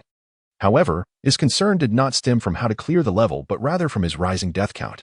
He had only perished 38 times, leaving 12 more deaths to complete his task. This was no trivial number. Should he fail, he would forfeit 500 Netherworld coupons, which, rounding up, equated to a fortune. Shen Yuan could not bear such a loss. Thus, he quickened his pace, distancing himself from Xiao Heitu and Zhou Buyin, stealthily retrieving his soul pivot. Previously, whenever he had provoked Tang Li, she had retaliated fiercely. Killing him numerous times, it seemed he had no choice but to resort to the same tactics again. Shen Yuan stroked his chin, opened the soul pivot, and accessed Tang Li's dialogue box under nearby horrors, preparing to unleash a barrage of insults. Shen Yuan, are you there? Shen Yuan, to be honest, you are quite average in appearance. Shen Yuan, your figure is also unremarkable. Shen Yuan, your methods of killing are nothing special. Shen Yuan, your temper is exceedingly volatile. Shen Yuan, you also tend to cry. Unbeknownst to Shen Yuan, Tang Li was even more anxious. As she watched Shen Yuan nearing the completion of the challenge, she still had 22 opportunities left. If she failed to reach a total of 100 kills this time, her remaining chances would dwindle. What to do, please? Do not go to the 5th layer. Tang Li paced in circles inside the elevator, her heart racing. When Shen Yuan pressed the button for the 1st layer, she breathed a sigh of relief. This fool. He chose to go to the 1st layer. The rules there were relatively lenient.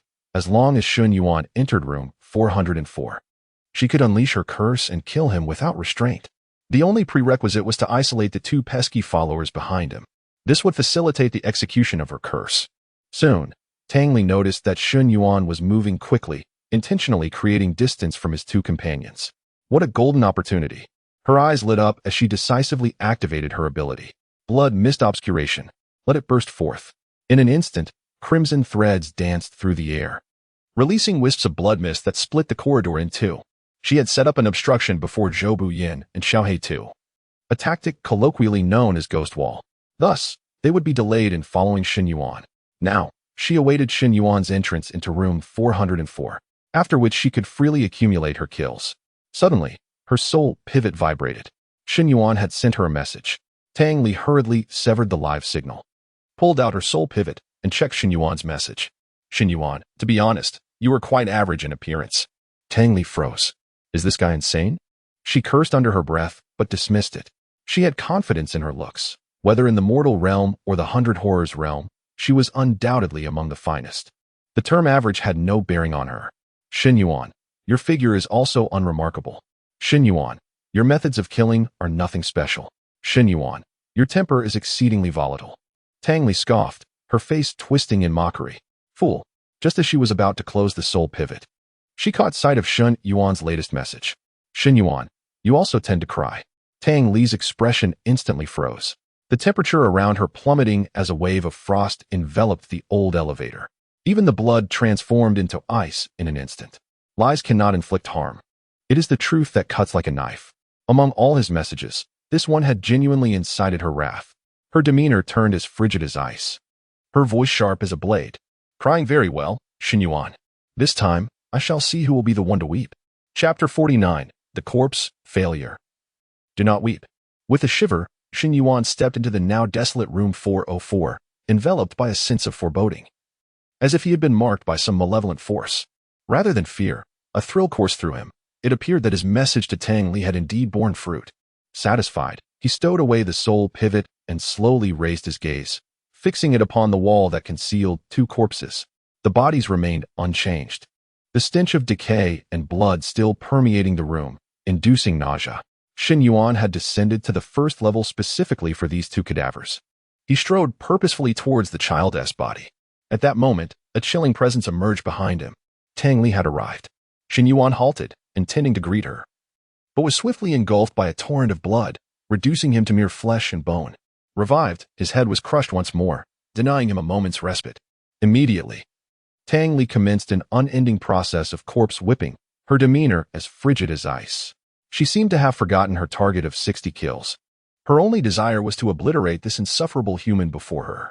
5 times, 10 times, 20 times eventually, Shen Yuan lost count of how many times he had perished. All he knew was that he had successfully completed his challenge task.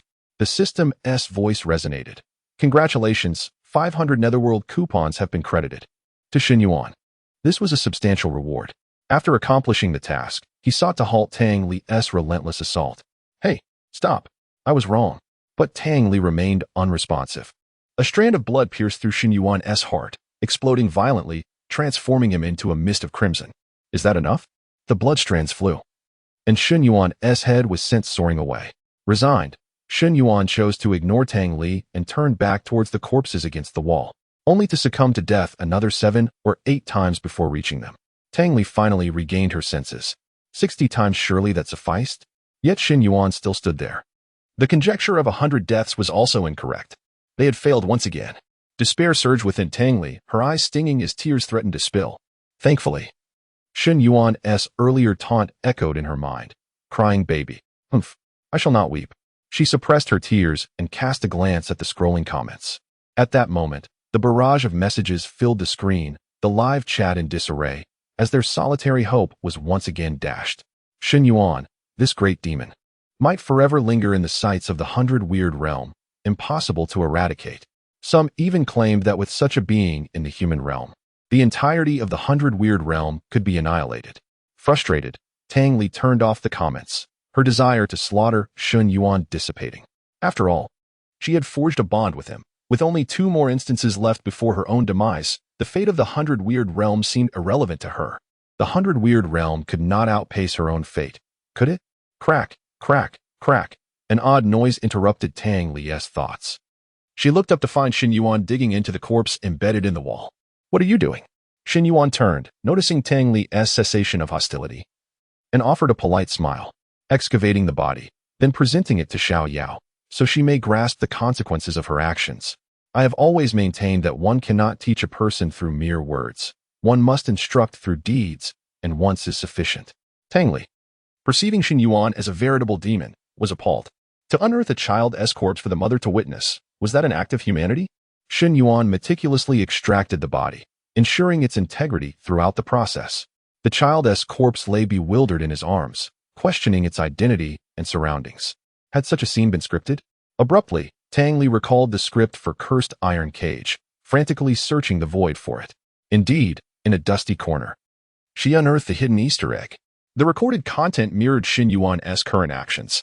This behavior was fraught with peril, as several prerequisites had to be met. First, one must possess the means of self-preservation. Gazing upon a child's corpse would invoke a curse, akin to the malevolence found within the elevator buttons, stemming from the grievances of innocently slain children. Second, one must be exceedingly bold. While this was a horror-themed instance, not all dared to engage in such macabre excavations. Lastly, one's thought process must be sufficiently eccentric. It could only be said that those capable of such an approach must be under the guidance of extraordinary talent. This individual truly seemed to possess an unfair advantage, Tang Li murmured, watching Shen Yuan's departing figure. Upon exiting room 404, Xiao Haidu and Zhou Bain finally emerged, panting from their ordeal within the ghostly maze. Xingu, Xiao Haidu's voice trembled, on the brink of tears. Zhou Baiyan's eyes widened upon spotting the corpse in Shen Yuan's arms, his pupils dilating with fright. Yet he quickly grasped Shen Yuan's intent. Regarding him as one might a monster. Is this truly the reasoning of a normal mind? Shen Yuan, puzzled, inquired, why did it take you so long to catch up? Xiao Haitu, both aggrieved and terrified, replied, we had no idea. We were right behind you, but suddenly we lost sight of you, and the rooms along the corridor vanished. Rendering the passage endless, we kept moving forward for ages before it finally returned to normal. Shen Yuan acknowledged with a simple, deducing it was Tang Li's doing. He offered no further explanation, merely stating, a ghost maze, a minor inconvenience. This is a horror tale. Encountering such occurrences is to be expected.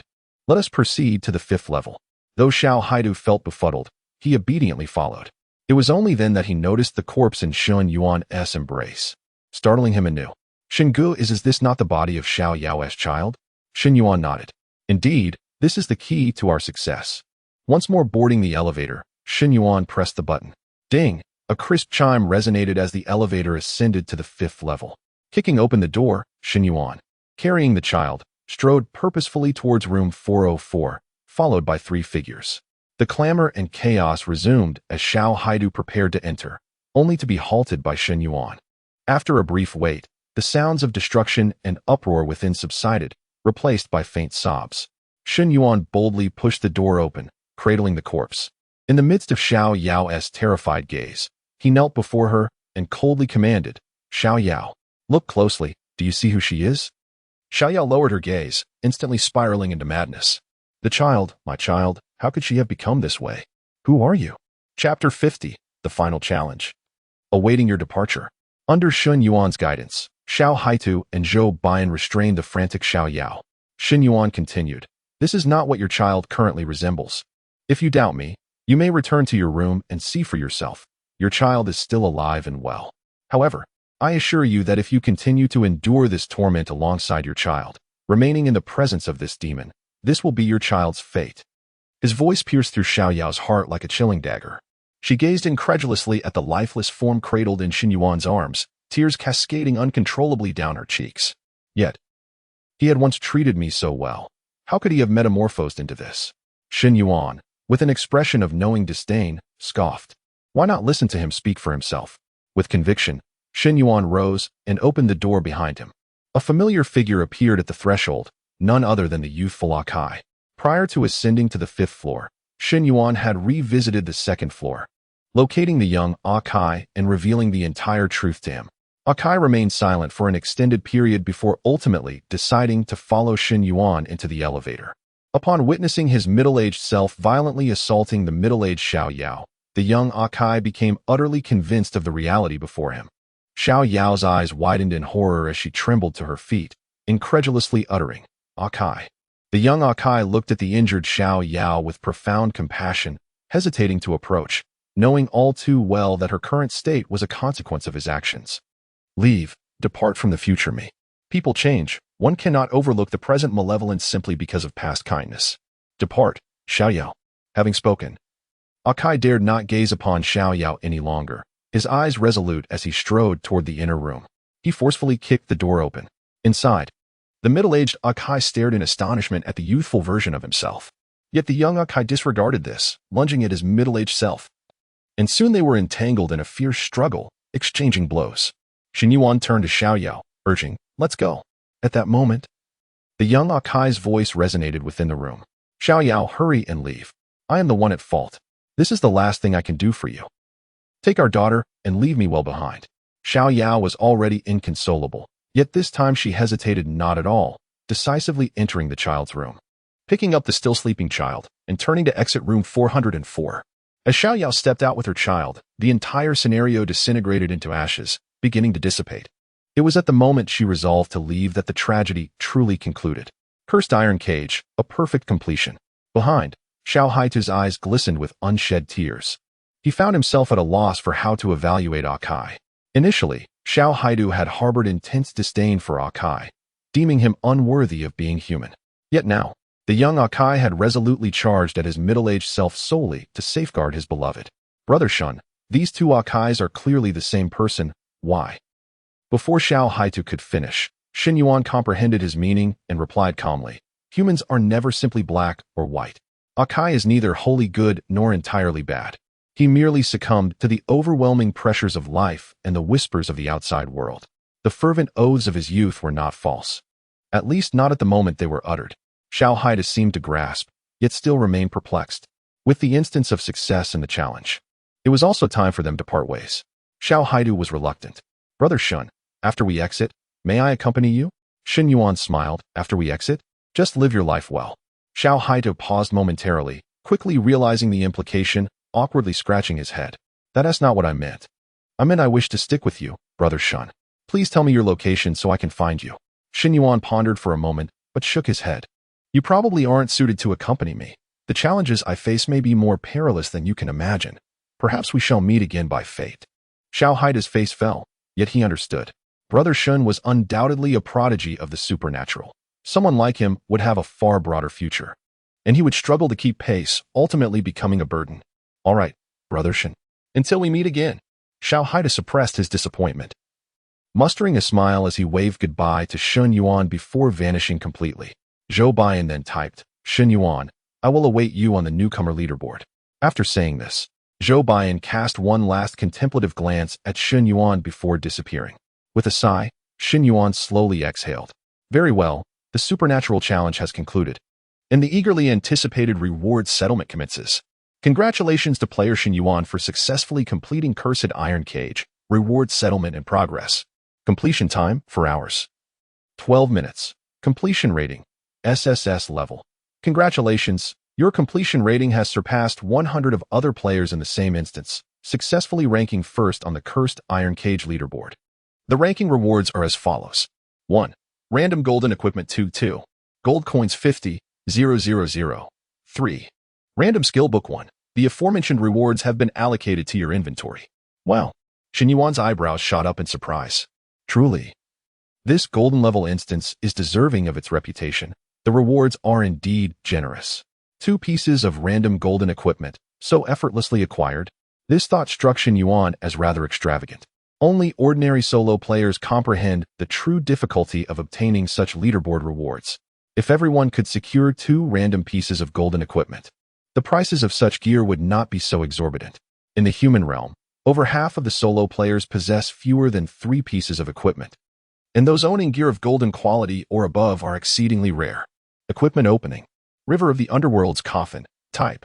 Ring equipment. Level. Golden 1 star. Attack power. 85 speed.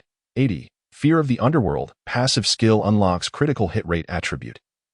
Critical hit damage base damage 200. Fear of the Underworld. Critical hit chance 35. Wearing level 10 critical hit rate? Shen Yuan was somewhat astonished. This equipment unexpectedly unlocked a brand new attribute. It seems that the attributes of players in the human realm are not merely the few monotonous types currently available. As levels and equipment improve, further attributes will gradually be unlocked. The prospect of doubling damage upon a critical hit is indeed formidable, greatly enhancing output efficiency. I'll keep this. Next piece. Eternal Knight's Veil. Type. Cloak equipment. Level. Golden 1 star. Defense. 500. Speed. 85. Function. Night Watcher. When defense value drops to 50. Enter a 3-second ethereal state, becoming untargetable and immune to attacks, with a 20 increase in movement speed. Wearing level 10. The attributes are quite commendable, and the protective effect is excellent. I'll wear it. Shen Yuan unhesitatingly donned the 2 new pieces of equipment, once again significantly enhancing his attributes. Chapter 51. Ling Foam. The Wheelchair and My Wealth. After finishing the equipment blind box, it was time for the skill blind box. At this moment, Shen Yuan had just reached level 10 and unlocked a new skill slot, making this skill blind box perfectly timed. Skill extraction in progress. Congratulations. You have acquired Phantom Gale. Phantom Gale. Type. Space. Quality. Silver 2 star. Consumption. 80 energy points. Cooldown. 0. 5 seconds. Function. Enhances speed attribute by 80. During the skill's duration, stamina consumption is 5 times higher. Generally speaking, this skill appeared somewhat lackluster. After a casual remark, Shen Yuan decisively equipped the skill since the skill slot was empty anyway. However, he soon furrowed his brows, coming to a realization. No, this skill seemed to possess a deeper complexity. At first glance, the skill appeared exceedingly ordinary. Its function was monotonous, lacking any offensive capability, and it increased stamina consumption, making it impractical for prolonged use. The critical point was that the speed enhancement and stamina increase were completely disproportionate. Nevertheless, if approached from a different perspective, Phantom Gale seemed to have alternative applications. For instance, he could leverage its remarkably short cooldown to continuously vary his speed during combat. In gaming terms, this combat style was known as Fast Slow Blade. When the opponent had adapted to a certain speed, suddenly accelerating or decelerating would catch them off guard, yielding an element of surprise. It appeared that I would still need to grind in monster dungeons to hone my combat skills. Although I was invincible in the realm of monsters, the dangers of the human realm were not to be underestimated. I must swiftly enhance my strength. Shen Yuan took a deep breath and opened his eyes. The surroundings had transformed. He found himself back in his room, exactly 1 hour having passed. After stretching his body, he leaped off the bed. There was still one more attempt left for the monster tales today, but there was no rush to begin. Shen Yuan had other plans for the day. After reminding Shishi not to respond to anyone knocking at the door, Shen Yuan stepped outside. He had already checked, and there were no wheelchairs for sale in the human realm, nor were they available in the 24-hour ghost shop. So he had to gather some raw materials and craft one himself, just as he had done with the cane. With a wheelchair, it would be much more convenient for Shishi to go out. Throughout her life, Shishi had ventured outside only a handful of times. Apart from hospital visits for treatment, she spent most of her days at home, which had become her sole sphere of activity. However, Shen Yuan understood that remaining cooped up indoors was detrimental to Shishi's physical and mental development, potentially leading to new issues. After scouring a nearby mall for materials, Shen Yuan finally gathered enough to resemble a wheelchair.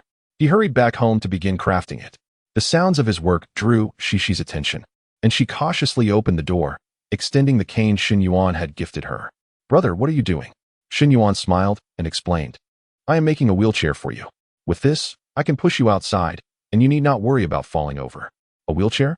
This was the first time Shishi had heard of such a thing. "All right, thank you, brother." Shishi obediently approached Shen Yuan, accompanying him as he worked. Although she could not see, she sensed her brother's heartfelt dedication. "Shishi, once the wheelchair is completed, I will take you to the hospital for treatment this afternoon. We need to catch up on the missed sessions this month. We cannot delay any longer." Upon hearing the word treatment, Shishi's expression stiffened, and she lowered her head, feeling a tinge of sadness. "Brother, my treatment is too expensive. Perhaps we should forget about it?" Shen Yuan immediately responded with seriousness, "Absolutely not. It must be treated. But the money? Brother has money now. You are my only family. Do you wish for me to be all alone from now on?" Shishi dared not speak further. She understood that loneliness was a terrifying prospect. Shifting the topic, she gently inquired, "Brother, you say you have money? Where did it come from?" Shen Yuan nodded, his tone buoyant. "Indeed, I sold a few pieces of equipment. After finishing the morning dungeon." He had listed 6 surplus silver quality items on the trading platform, setting the price at 20 above the normal rate. Remarkably, by the time he returned home to check, all 6 items had been snatched up. Shishi's face lit up with astonishment. She had heard her parents mention that acquiring equipment was no easy feat. Curious, she asked, "You sold equipment? That sounds impressive. How much did you earn, brother?" Shen Yuan replied, "Not much, just 180,000. Adding the rewards I earned from participating in the Monster Tale dungeons, I have a total of 250,000. Thus, our family's debt of 200,000, along with the medical expenses, is all covered." Shishi stood there, utterly speechless. 250,000. She was acutely aware of what this amount represented. From a young age, she had been sensitive to figures, knowing that 250,000 was a significant sum, requiring immense effort and time to accumulate. Yet, Shen Yuan spoke of it so lightly, the underlying struggles known only to him. Clearly, he did not wish to burden her with worry. Tears began to well up in Shishi's eyes. Her brother had sacrificed so much for her. She tentatively raised her hand and placed it on Shen Yuan's shoulder, squeezing it affectionately.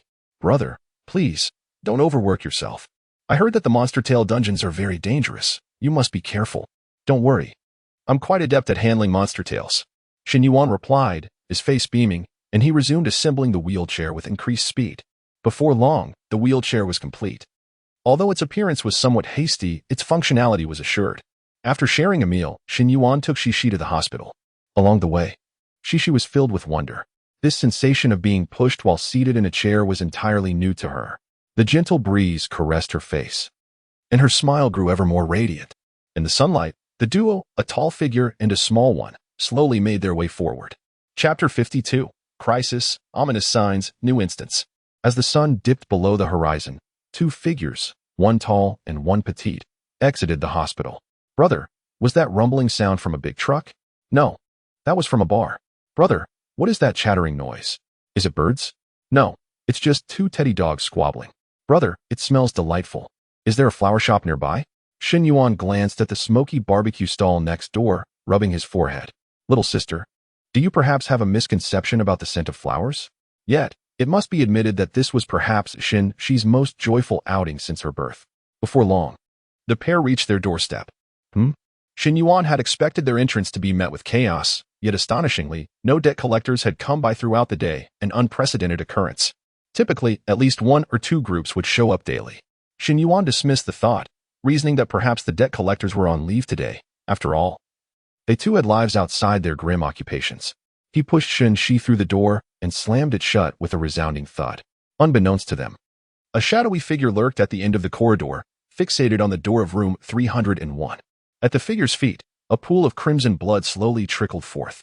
In the corner lay the lifeless bodies of several debt collectors, their demise gruesome, alongside the remains of a family from the neighboring room 302. On the third floor, only Shen Yuan's family remained alive. The elevator was out of order, and the stairwell was sealed. The third floor had become an isolated island cut off from the world. Yes, silence. I crave absolute silence. No one must notice this place. The figure clutched a bloodied skull, droplets staining the floor and spreading into delicate crimson lines. A smirk curled at the corners of his mouth. Only 4 hours remain. Meanwhile, in a distant villa, Zhou Baiyan sat in a lotus position on a mat, deep in meditation. Having recently encountered a bizarre tale that terrified the Zhou family, they forbade him from participating in any further supernatural events, insisting he take a break for a few days. Unable to argue, Zhou Baiyan complied. Suddenly, his meditative state was disrupted, and an inexplicable urge to divine a reading for Shen Yuan surged within him. As a mute diviner, Zhou Baiyan placed great importance on such whims, believing they could be messages from the heavens. Taking a deep breath, he activated his abilities. Soon, the reading emerged, and Zhou Baiyan's expression turned to one of terror as he beheld the ominous signs before him. The primary hexagram, disintegration. The interlocking hexagram, earth. The transformed hexagram, approach. The light has extinguished, the shadow devours itself. This is a dire omen, a hexagram of certain death. My heavens! What awaits Shen Yuan that could manifest such a portent? At Tianfu Gardens, room 301, Shen Yuan was in the kitchen preparing dinner, with Shen-Shi by his side. She had intended to assist him, but he had declined her offer. Come on, do you think I need your help? Eating takeout every day is not ideal. Today, I shall show you what it means to be a culinary master, Shen Yuan proclaimed, brimming with confidence. However, as the burnt aroma permeated the entire room, his confidence began to wane. Cooking is incredibly difficult. Shen-Shi, unable to contain her laughter, chimed in, Brother, you're misjudging the cooking times. How about this? I'll listen, and then I'll guide you through it. Shen Yuan stared at her in disbelief. Listen? You want to listen to the cooking? Shen-Shi nodded earnestly. Yes, that is how I've cooked for you before. Different cooking times result in distinct sounds from the ingredients, making them easy to judge. Really? Shen Yuan found it hard to believe such an extraordinary ability existed. Yet soon, as he followed Shen-Shi's instructions to stir-fry, add water, and season, a dish of vibrant and aromatic spicy stir-fried meat was presented at the table. Meanwhile, the previous dark, gloppy sweet and sour pork had been discarded into the trash. Shen Yuan questioned his life choices. Indeed, the universe is fair. It granted me a flawless appearance, unparalleled intellect, and extraordinary abilities, yet it took away my culinary skills. He picked up a piece with his chopsticks, tasted it, and was instantly astounded. Delicious. Truly worthy of my mastery. Shen-Shi giggled, choosing not to reveal the truth. Seeing her joy, Shen Yuan reached out to give her a playful flick on the forehead, intending to educate his unruly sister. But in the next moment, something horrifying occurred.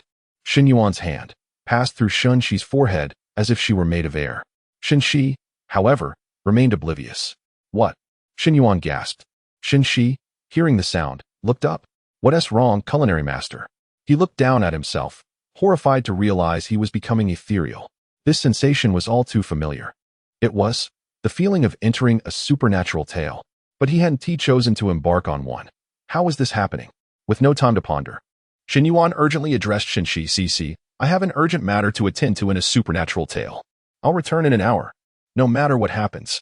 Do not open the door. Retreat to your room, understood? Shen Shi's expression turned serious as she nodded earnestly. Though she was uncertain about her brother's sudden need to venture into the supernatural, she understood it was crucial. Shen Yuan had no time for further explanations. The mechanical voice of the system echoed in his ears. Welcome to the supernatural instance. Current instance. Joyful omen. Meanwhile, in the realm of endless mysteries. Sister Xia knocked at the door, but Tang Li chose to ignore her. She locked herself in her room, sitting on the bed, lost in thought. The soul weaver vibrated incessantly, yet Tang Li remained indifferent. Time slipped away, and eventually, she wiped away 2 streams of tears from her eyes. That earthly demon was right. I truly am quite the crybaby. Taking a deep breath, Tang Li rose, washed her face, and finally opened the door for Sister Xia. Sister Xia, you need not persuade me any further. I have given up.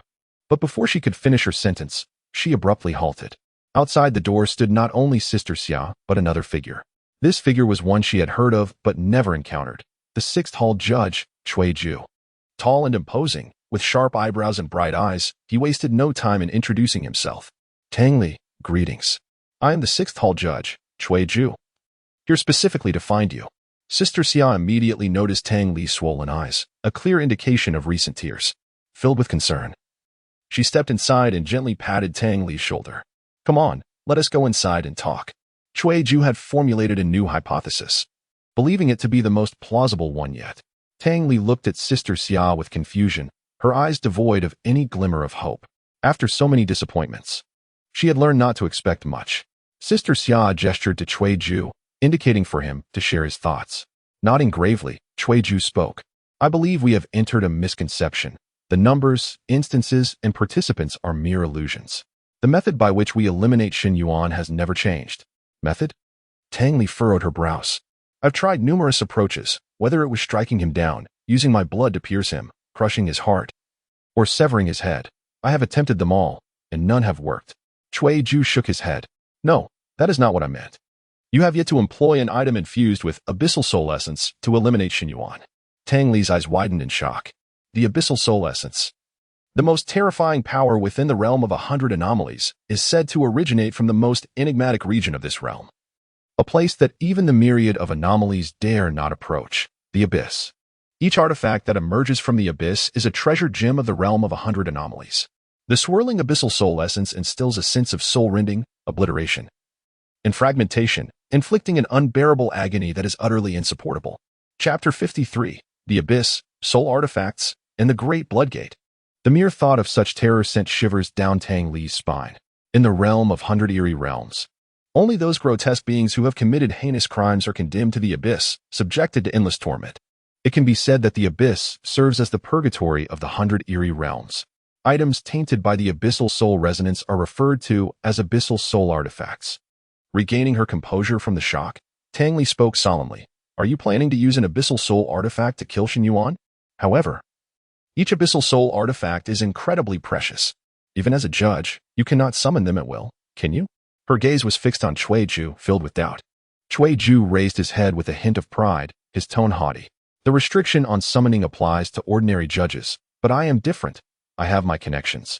Therefore, I can procure an abyssal soul artifact. Tang Li remained silent for a long moment. She was uncertain whether she should reignite her hopes. If this hope were to shatter once more, she did not know if she could withstand such a blow. Seeing Tang Li's distress, Sister Xia spoke up, Li. I understand your concerns, but the judge's compass was borrowed from Cui Ju. He is quite reliable. You can trust him. Tang Li took a deep breath and posed another question. As far as I know, activating an abyssal soul artifact is quite complex. It requires the entire eerie tale as a medium. How can you ensure that Shen Yuan will be drawn to the tale where the abyssal soul artifact resides? Will you modify it forcibly with the judge's compass? Cui Ju had anticipated these questions and promptly replied, It's simple. This time, we will take the initiative and deny Shen Yuan the opportunity to choose. But we won't use the judge's compass. Instead, we will activate a hidden eerie tail and forcibly pull Shen Yuan into it. What hidden eerie tail? Tang Li inquired, puzzled. Sister Xia assisted in answering. This hidden eerie tail is related to your karmic ties with Shen Yuan. It is called Shi Sha. Ordinary means cannot access this tail. Moreover, you will determine the timing of its activation. Once the tail begins, Shen Yuan will be forcibly drawn in, unable to refuse. Ju nodded and added, simultaneously. We will also test another hypothesis within this tail.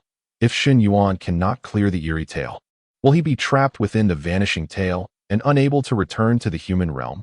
As a hidden eerie tail, Shi Sha presents extreme difficulty, with virtually no chance of success, especially at Shen Yuan's current level and strength. Even if he can resurrect endlessly, he cannot clear it. We have disclosed all our plans to you. Whether to execute them is entirely up to your choice. Eliminating Shen Yuan would undoubtedly be a significant triumph for our 100 eerie realms, as it would rid us of a formidable foe. Ju's expression turned serious. If you agree, I will now apply for the use of the Abyssal Soul Artifact. It will take some time to merge it with Shi Sha.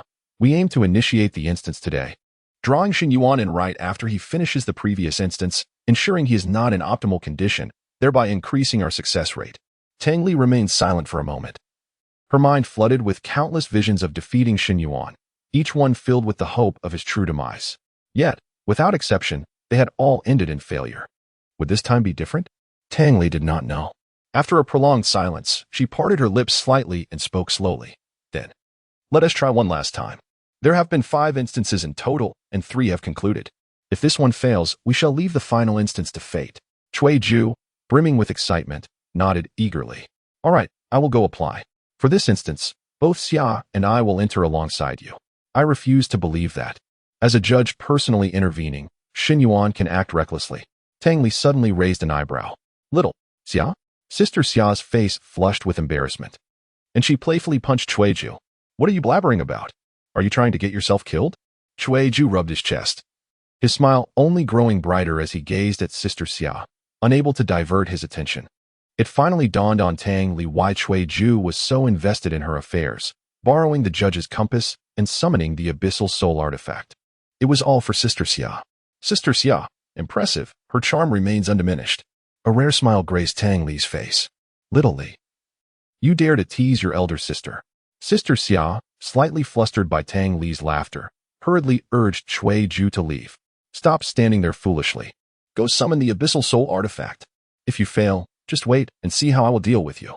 Ju promptly replied, rest assured, with me involved, I will surely procure it.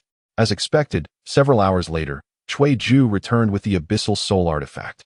It was Tang Li's first encounter with such an artifact, and she curiously examined it. At first glance, the Abyssal Soul Artifact resembled an ordinary hairpin. However, Tang Li could sense the terrifying Abyssal Soul resonance emanating from it, causing her to tremble in fear. She quickly distanced herself from the artifact. Without delay, Ju began the process of merging the Abyssal Soul Artifact with Shi Sha, working diligently for several hours until the task was finally completed. Shi Sha is ready. In the room, Ju and Sister Xia exchanged solemn glances with Tang Li and nodded slightly. Due to the unique nature of the Abyssal Soul Artifact, this eerie tale could not be broadcast live. How unfortunate. We are destined to remain nameless heroes. Hopefully, after vanquishing Shen Yuan, I can trend once more. A hint of longing appeared on Ju's face. Sister Xia shot him an exasperated glance and playfully punched him, saying, focus on the task at hand. Only then did Ju return to the matter at hand, speaking gravely. Tang Li, you may begin to activate Shi Sha. This instance arises from karmic ties. Simply close your eyes and quietly recall your encounters with Shen Yuan, and the eerie tale will manifest. One person and one eerie tale form a karmic bond. This is one of the most terrifying and unfathomable eerie tales. Tang Li nodded and gently closed her eyes. The image of Shen Yuan continually surfaced in her mind. His nonchalant demeanor when lifting the veil, the quiet seriousness while washing his hair, and the confidence he displayed when exhuming corpses. In the next instant, a massive blood gate, crimson and imposing, appeared before the 3 eerie figures. Tang Li opened her eyes, startled by the sheer size of the blood gate. What a massive blood gate! The sheer scale of the gate indicated the difficulty of this eerie tale. This was undoubtedly the largest blood gate Tang Li had ever encountered, at least of platinum level or above. Taking a deep breath, Tang Li stepped through the blood gate, her figure engulfed by the crimson hue. Xixia officially commences. Chapter 54. The Joyful Calamity. The Commission. The Feng Shui Master. Welcome to the Horror Tale Instance, Current Instance. Joyful Calamity. Introduction. You are a Yin-Yang Feng Shui Master on this day. You receive a wedding invitation steeped in a musty odor, inscribed with sincerely inviting esteemed guests to witness at the 7th watch of the night, in the derelict village's old residence. This invitation comes from your client, a venerable matron well past her 70th year. The matron reveals that her granddaughter has been missing since she received the invitation 3 days prior and entered the dilapidated house, despite her exhaustive search. She has found no trace of her. Even more peculiarly, though the house appears deserted, eerie sounds of a Swona echo through the night. Upon accepting the commission, you promptly arrive at the foreboding old residence. Please note, your current life value is 0. Another failure will result in annihilation. Number of participants in this instance: 1. Difficulty level: Hidden difficulty. Heavenly Mind wishes you an enjoyable experience in this horror tale. Hidden difficulty? Shen Yuan was perplexed, his mind brimming with questions. Why was the difficulty of this horror tale concealed? What caliber of horror was this? And why had he been abruptly thrust into this tale? The last time had been a mutation of the horror, and now it seemed they were no longer even pretending? After a brief lament, Shen Yuan exhaled silently, steadying his nerves. Since he was here, he might as well hasten to complete the challenge. Shen Yuan lowered his gaze and began to analyze the introduction to Joyful Calamity. Much like the previous horror, this was an immersive experience, where he assumed the role of a Yin-Yang Feng Shui master who had received a commission. The location being a deserted house. The client's granddaughter had vanished, possibly encountering something sinister. Could the Swona heard at midnight be a cry for help from the granddaughter?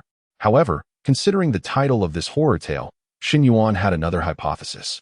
Joyful Calamity. The phrase suggests a double joy, implying a union commonly associated with weddings. Thus, the sound of the Swona might indicate that a wedding was being held in the desolate abode. Yet, reasonable individuals would not conduct a wedding at such an hour, leaving only one possibility: a ghost marriage. The matron's granddaughter had likely been deceived into becoming part of a ghostly union. Was the objective of this horror tale for him to rescue the matron's granddaughter? As Shen Yuan raised his gaze once more towards the front, the horror tale domain had already been fully constructed. A sudden gust of malevolent wind surged forth, swirling fallen leaves and weeds in a chaotic dance. Instantly, tendrils of chill crept through Shen Yuan's collar and cuffs, stealthily infiltrating his skin, causing him to shudder involuntarily. Before him stood the dilapidated house, resembling a great beast that had lain dormant for ages, quietly observing Shen Yuan, exuding an air of solemnity and coldness. One must admit, the immersive quality of the Mortal Realm horror tales was unparalleled by any escape room or scripted murder mystery from his past life. Are you the Yin-Yang Master? A voice, abrupt and disconcerting, startled Shen Yuan. He swiftly turned to find the old matron standing beside him, her hair a wispy white, her back hunched. She spoke as if to herself, I am old, incapable, unable to save my granddaughter, so I must rely on you. Take this. From somewhere. The matron produced a white lantern and handed it to Shen Yuan. Remember, the living light the candle, while the dead extinguish it. This lantern must not be snuffed out. Remember. Remember. Now, allow me to help you open the door. Shen Yuan felt a chill in his heart. The living light the candle, the dead extinguish it? Was this a rule among tomb raiders? Upon entering a tomb, one must first light a candle in the southeastern corner of the chamber. If it were to go out, it signified that the tomb's owner did not wish for intruders, and the raiders must flee at once, lest they face dire consequences. Why had the matron mentioned this now? Could it be that the dilapidated house before him was, in fact, a tomb? After a moment's hesitation, Shen Yuan accepted the white lantern. I can manage the door myself, he stated, but the matron disregarded his words, moving ahead on her own, quickly ascending the steps to the dilapidated house, straining to push open the wooden door. Creak. The sound of wood scraping against wood was grating. A wave of decay met Shen Yuan's senses, causing him to frown deeply. The potent stench was overwhelming in this immersive horror tale. Just as he prepared to pinch his nose and step inside, the matron suddenly stumbled, pitching forward. Careful. Shen Yuan reacted swiftly, reaching out to grasp the matron's arm. Yet, she still fell forward, straight as an arrow. In his hand, he was left gripping only the severed remains of her arm, the surface unnaturally smooth. The stark whiteness of the bone visible, still encased in flesh. Crimson, chilling blood trickled down Shen Yuan's hand. Thud, The dull sound of her body hitting the ground echoed, and the matroness form shattered into countless pieces, blood spilling everywhere. Damn it! Shen Yuan hastily discarded the severed arm. Was this decrepit wooden door akin to a high-tech laser gate from a survival horror? One merely had to pass through and be shredded to pieces? Indeed. This was hidden difficulty, and it had begun with such intensity. Even if there were a laser gate, Shen Yuan was unafraid. He almost longed to experience it firsthand. He strode boldly past the matroness' remains and ventured into the dilapidated house, only to find no such laser gate. He passed through effortlessly, causing a twinge of disappointment. He had yet to engage with this horror tale, not even having drawn a card from his pack, and the anticipation was palpable. As Shen Yuan stepped into the house, the door slammed shut behind him with a resounding bang. Almost simultaneously, the white lantern in his hand transformed into a blood-red hue. Clearly, this was not an auspicious omen. Ah, how theatrical, attempting to frighten me. But this is rather lackluster. I do prefer something more substantive, perhaps a swift demise. Shen Yuan tossed aside the crimson lantern, surveying the interior of the dilapidated house.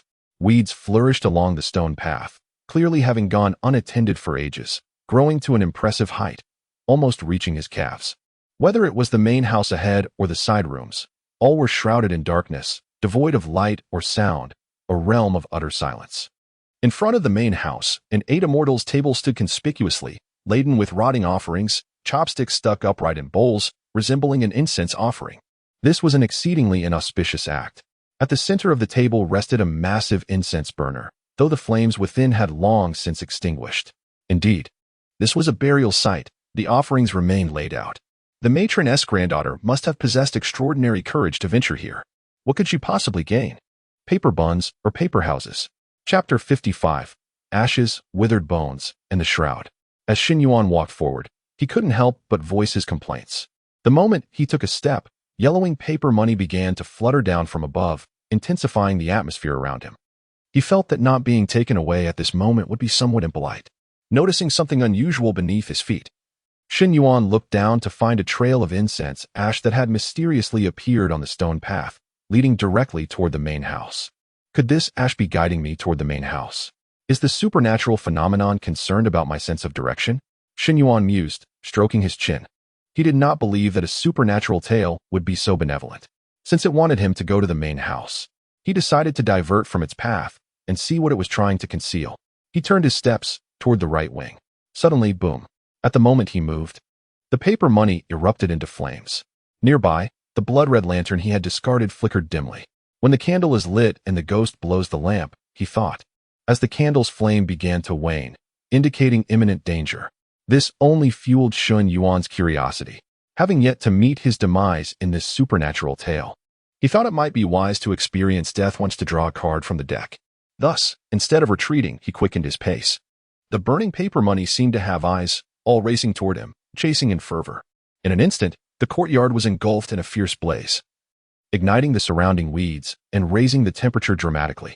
Shen Yuan's defenses plummeted rapidly, yet he remained undeterred, striding forward. Ultimately, he met his fiery end just as he reached the front of the wing. In a certain part of the estate, Tang Li observed Shen Yuan being consumed by flames, her expression devoid of emotion. Nearby, Sister Xia slapped her forehead, puzzled. What on earth is he doing? The incense ash is so clearly guiding him. Why does he still choose to walk sideways? Is this a rebellious phase typical of youth? I must be getting old. Unable to comprehend the actions of these youngsters, Cui Ju scoffed, crossing her arms. It seems Shen Yuan is not as remarkable as he appears. The past instances may have merely been strokes of luck. He is but an ordinary player who stumbled upon fortune. This hidden supernatural tale is indeed highly challenging. But its difficulty does not lie in puzzles or reasoning, but in other aspects. There is no need for convoluted paths. Shen Yuan is simply overthinking, mistakenly believing the wing holds hidden clues. Ultimately, his cleverness backfired, wasting precious time. Tang Li remained silent. She had harbored similar thoughts in the past, but often found herself harshly rebuffed. Post-death detected.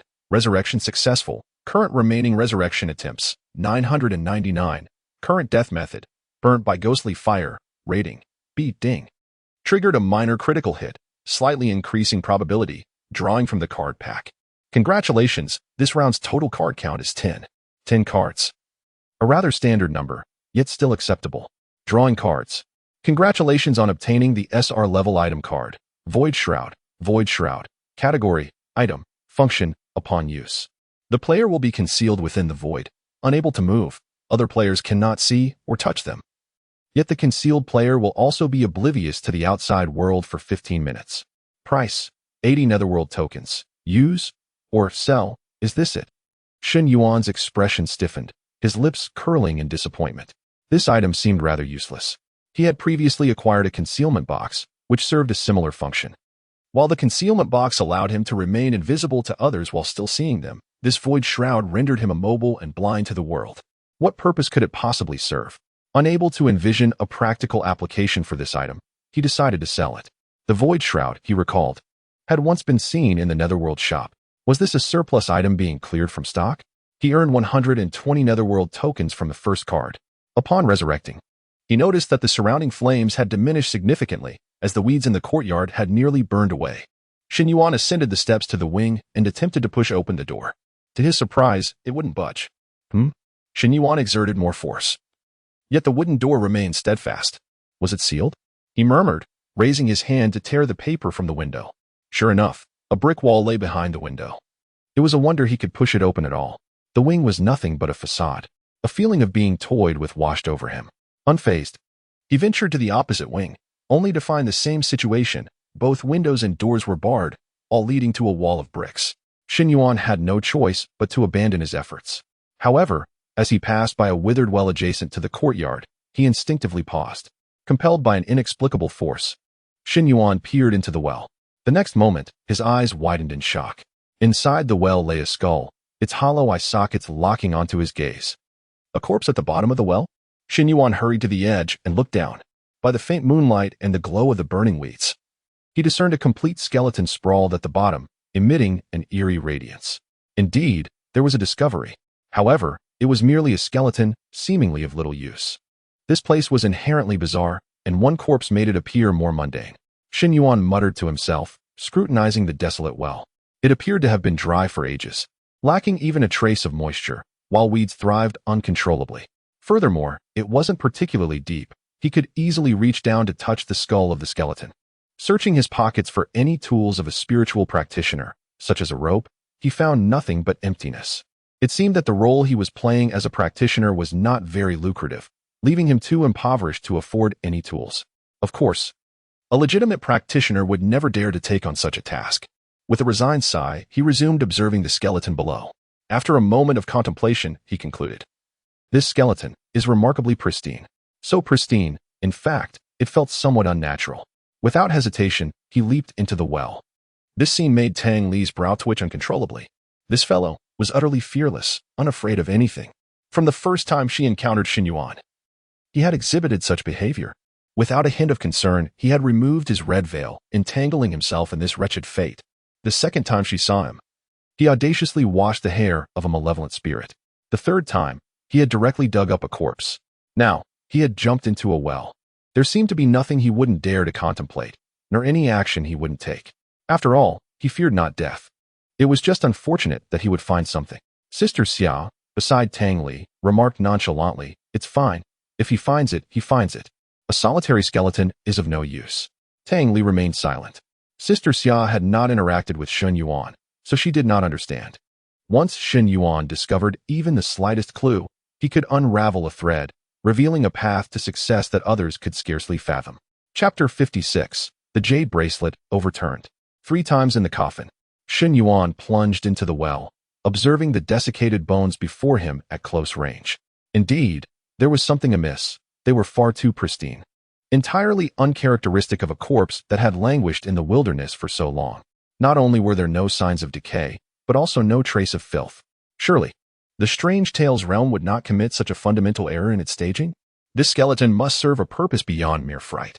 Shen Yuan's gaze diligently scoured the skeleton for any clues, and soon, a jade bracelet on the wrist of the skeleton captured his attention. This bracelet was evidently extraordinary. Though he was yet unaware of its function, acquiring it was undoubtedly a wise choice. He swiftly removed the jade bracelet and stowed it in his backpack. With an air of nonchalance, he stepped onto the shoulder of the skeleton and leapt out of the well. With the lack of clues in the side room, his only recourse was to proceed to the main room. As he passed by the 8 Immortals table, He cast a fleeting glance at the incense burner atop it, but did not linger, hastening onward. Creaking, he pushed open the wooden door to the main room, where moonlight and flickering flames shattered the darkness within. There, in the distance, he beheld a figure, and his eyes widened in astonishment. This was the most striking silhouette he had ever encountered. Every aspect, from stature to features, to the proportions of the physique, was flawless, only slightly less captivating than the friends in the comment section. Upon closer inspection, Shen Yuan feigned surprise, exclaiming, "I thought it was someone exceptionally handsome. Turns out it's merely a mirror." Before he could finish his jest, he suddenly focused his gaze. Behind him, he glimpsed a crimson figure, silently standing at a distance of about 10 meters, just outside the dilapidated house. Shen Yuan whipped around, but to his bewilderment, there was nothing behind him. Only the empty threshold of the dilapidated house, stained with the blood of the aged woman. Am I seeing things? Shen Yuan turned back toward the enormous mirror in the hall, only to be horrified to find the crimson figure had drawn closer, now merely 7 or 8 meters away. Was it only visible in the mirror? Shen Yuan scrutinized the crimson figure reflected therein, instinctively blinking. In that fleeting moment, the figure surged forward, closing the distance by a couple of meters. Not only had the crimson figure in the mirror drawn nearer, but the vast mirror itself seemed to be approaching him as well. So that's how it is. A sly smile crept onto Shen Yuan's lips as he suddenly closed his eyes, speaking with a playful tone. "What is the point of standing so far away? Come, step before me." His voice resonated clearly within the main room, arrogant and self-assured. The crimson figure within the mirror was, in fact, Tang Li, embodying her role in this strange tale. Indeed, it was the enigmatic bride once more. The second act. The enigmatic bride was undoubtedly Tang Li's most significant role.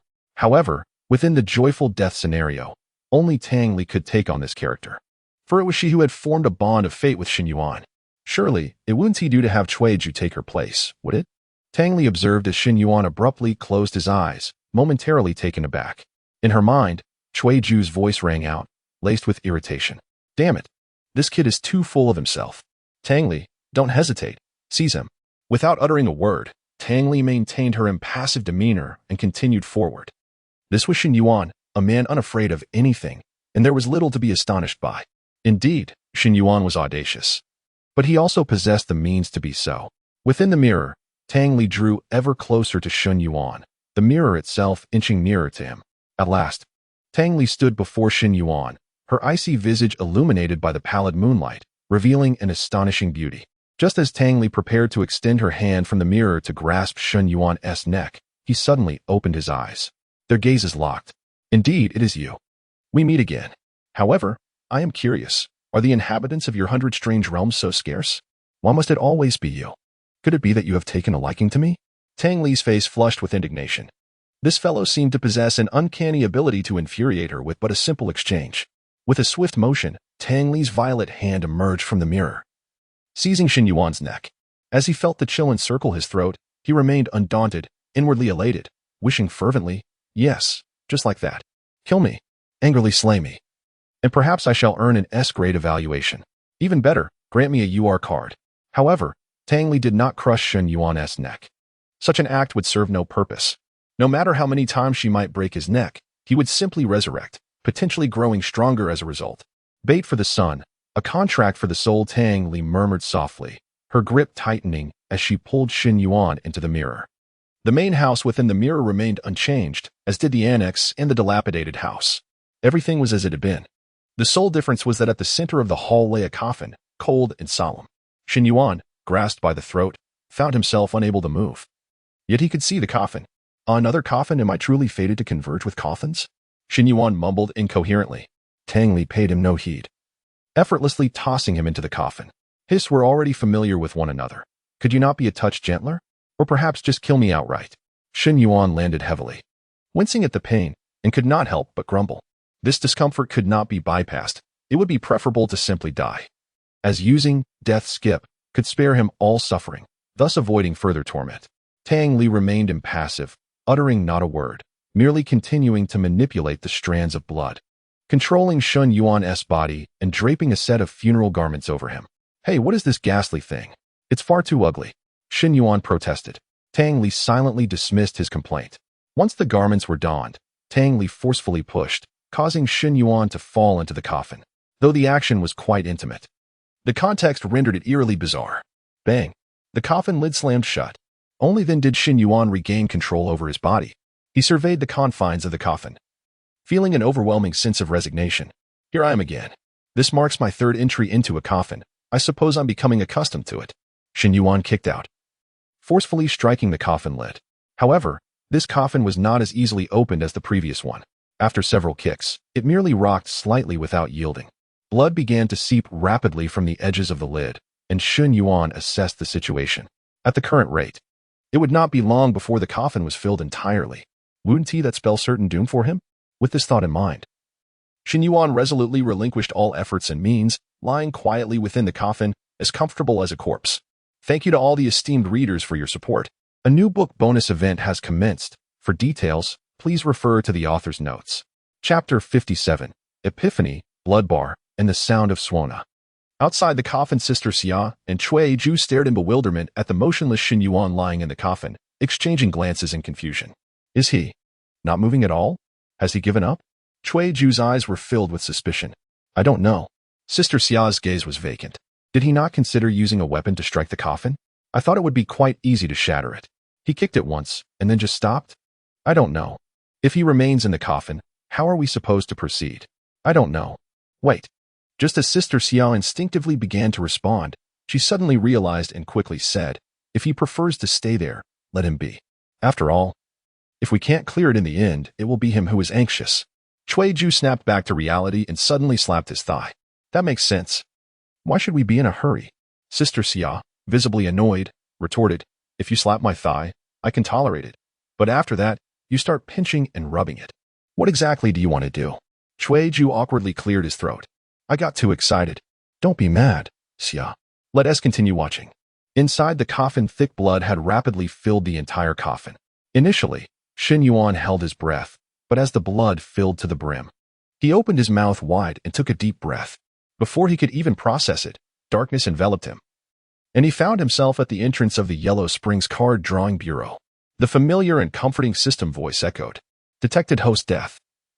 Resurrection successful. Current remaining resurrection times, 999. Method of death this round, blood flooding. Rating, A ding. Triggered top-tier critical hit. Probability significantly increased. Remaining cards in the pack, 9. Drawing cards. In an instant, a scarlet light exploded before Shen Yuan's eyes. What the hell? Red. Shen Yuan was overjoyed. He never expected that merely an A rating would yield a UR level card. This was only his second time drawing a UR level card. Could it be that this is a compensation for the previous half-hearted reward? Congratulations.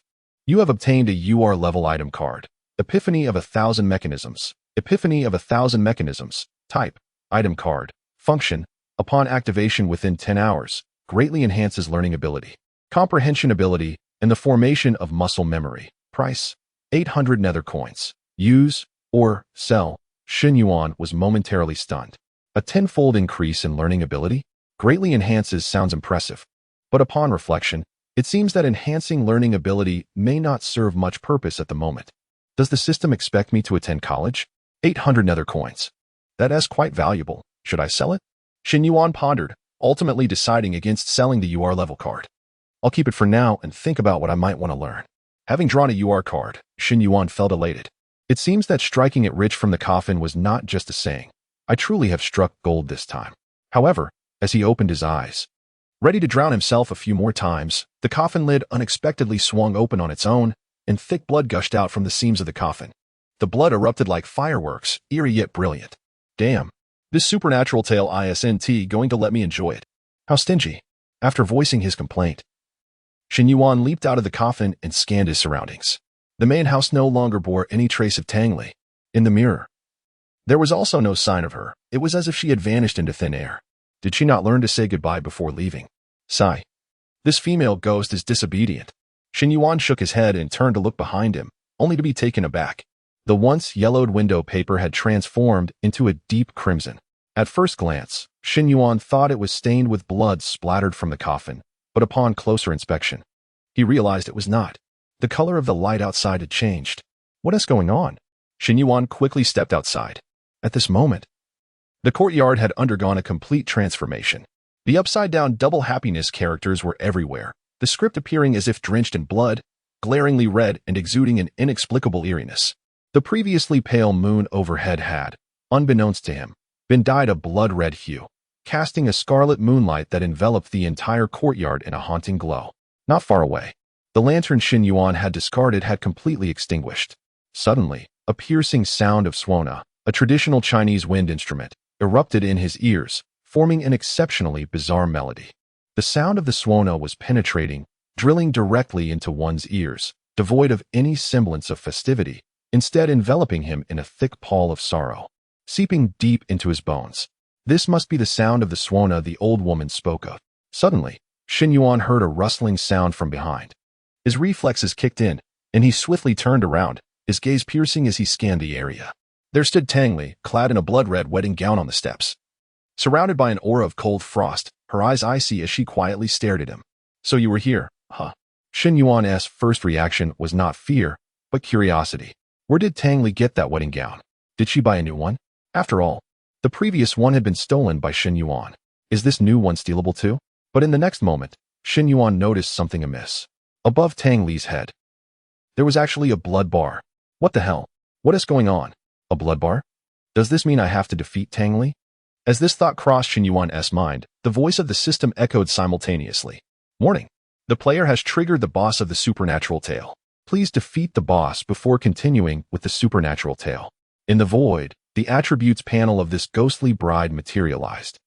Ghostly bride, red calamity of the underworld. Type, boss. Health, 299,999. Energetic, 199,999. Attack, 8,999. Speed, 2,899. Skills, 1. Bone porcelain embroidery needle. Attack type, 2. 8 carried ghostly blood palanquin. Attack type, 3. Underworld wedding dance. Healing type, 4. 9 thread puppet play. Control type. Shen Yuan was left utterly dumbfounded. A boss. Do bosses also appear in supernatural tales? Isn't that something that normally occurs in monster hunting dungeons? Why on earth is it appearing in this supernatural tale? Moreover, the system seems to imply that only by defeating this boss can the tale continue. Shen Yuan was genuinely perplexed. How am I supposed to clear this? The disparity in attributes between him and the ghostly bride was simply too vast.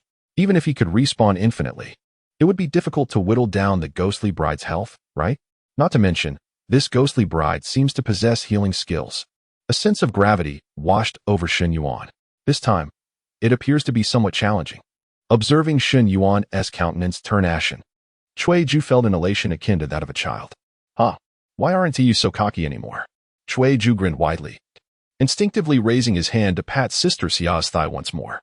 However, upon sensing Sister Xia's death glare, he quickly withdrew his hand and sat up straight, declaring, Shen Yuan finally knows fear. Ha ha ha. This time I'm eager to see how he will cope. The difficulty of this hidden supernatural tale is certainly beyond his current capabilities. Sister Xia chuckled softly. Regardless, it is utterly impossible for Shen Yuan to rely on resurrection to wear down Tang Li. The disparity between Tang Li's health and Shen Yuan's offensive attributes is simply too vast. With a mere restorative skill, she can recover effortlessly. To eliminate Tang Li, Shen Yuan may have to endure an eternity. The Shisha dungeon, being a unique instance, can last no longer than 48 hours. Should Shen Yuan fail to clear it within that time frame, he shall be eternally trapped. Cui Ju nodded emphatically, his face reflecting a profound yearning. It seemed he could already envision the moment of triumph over Shen Yuan. With a sudden clenching of his fist, he declared to himself, this time, I shall undoubtedly etch my name in history. Perhaps, my position as a judge could ascend even further. Chapter 58. Embroidery, blood palanquins, not enough. Within the secluded courtyard, exhaled silently, gradually closing his eyes. When he opened them again, the emotions within had transformed. The earlier expressions of sorrow and fear had vanished, replaced by unwavering determination. It was time to take a chance. Regardless of the outcome, he had to try. Even if the prospects seemed bleak, one must seize the opportunity. Without the effort, the possibility of a miraculous turnaround would forever elude him. If they intended to intimidate him, it was far from sufficient. Retrieved his suspended heavy shield from his backpack. The massive shield thudded heavily onto the ground, sinking into the earth and stirring up a cloud of dust.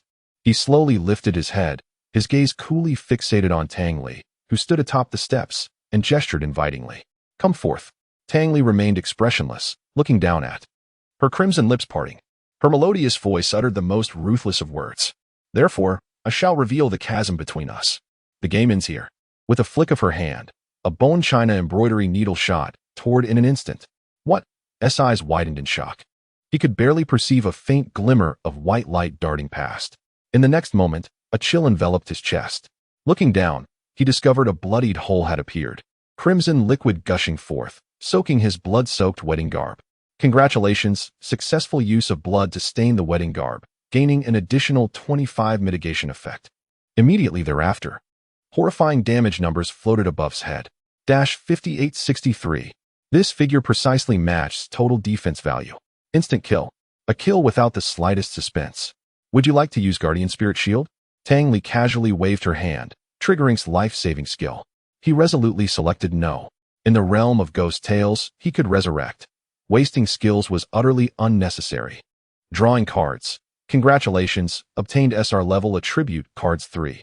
Use successful, congratulations, speed attribute 35, defense attribute 100, stamina 30. Before his resurrection, cast a puzzled glance at the damage panel.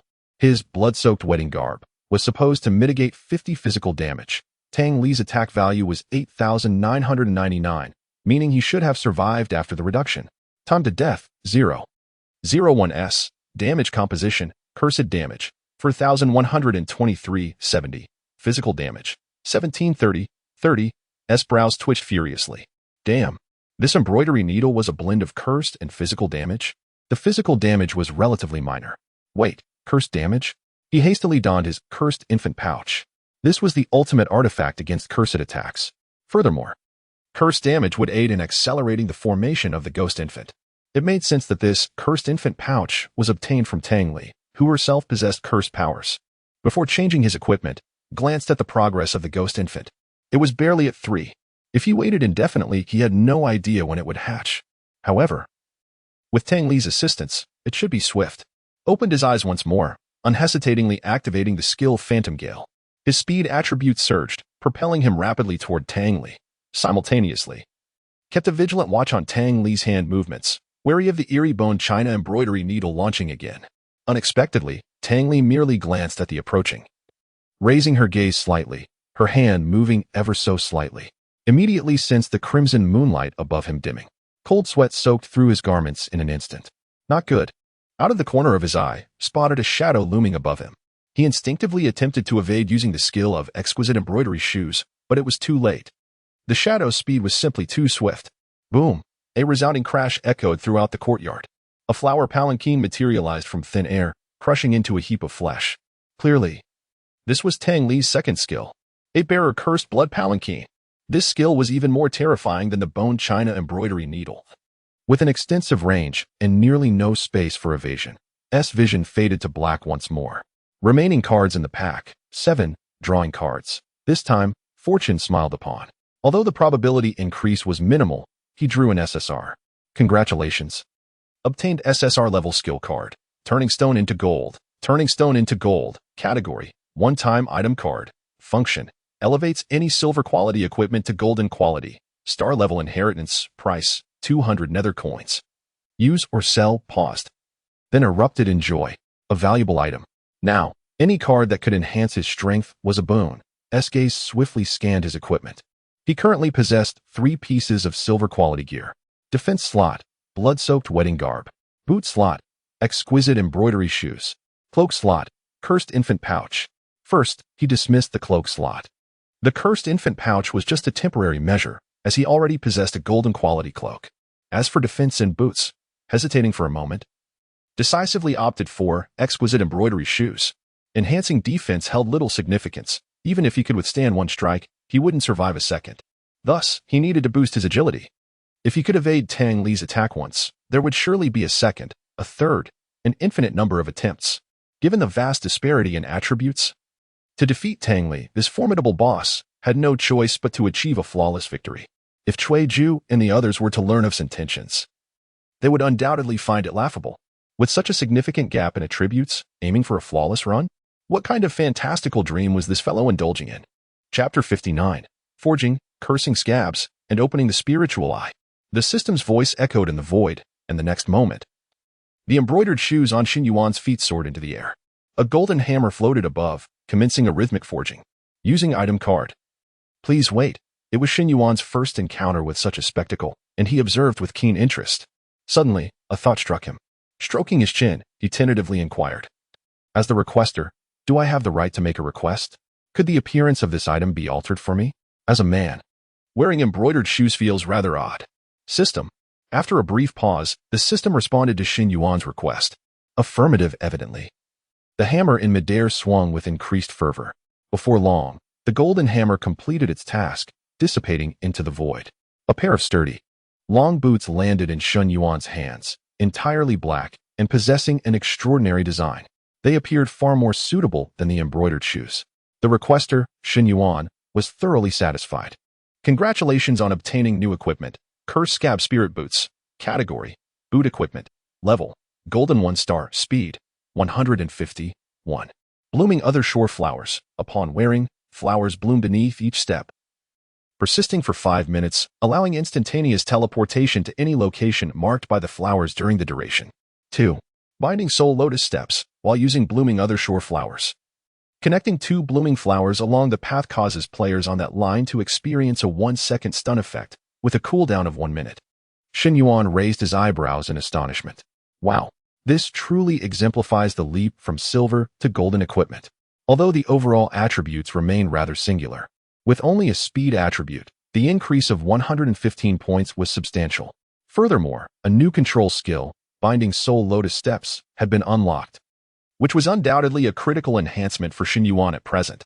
Without hesitation, Shen Yuan equipped the Curse Scab Spirit Boots and revived once more. Whoosh! A sharp sound of air being sliced open suddenly erupted. A porcelain embroidered needle, infused with a chilling force, shot towards Shen Yuan.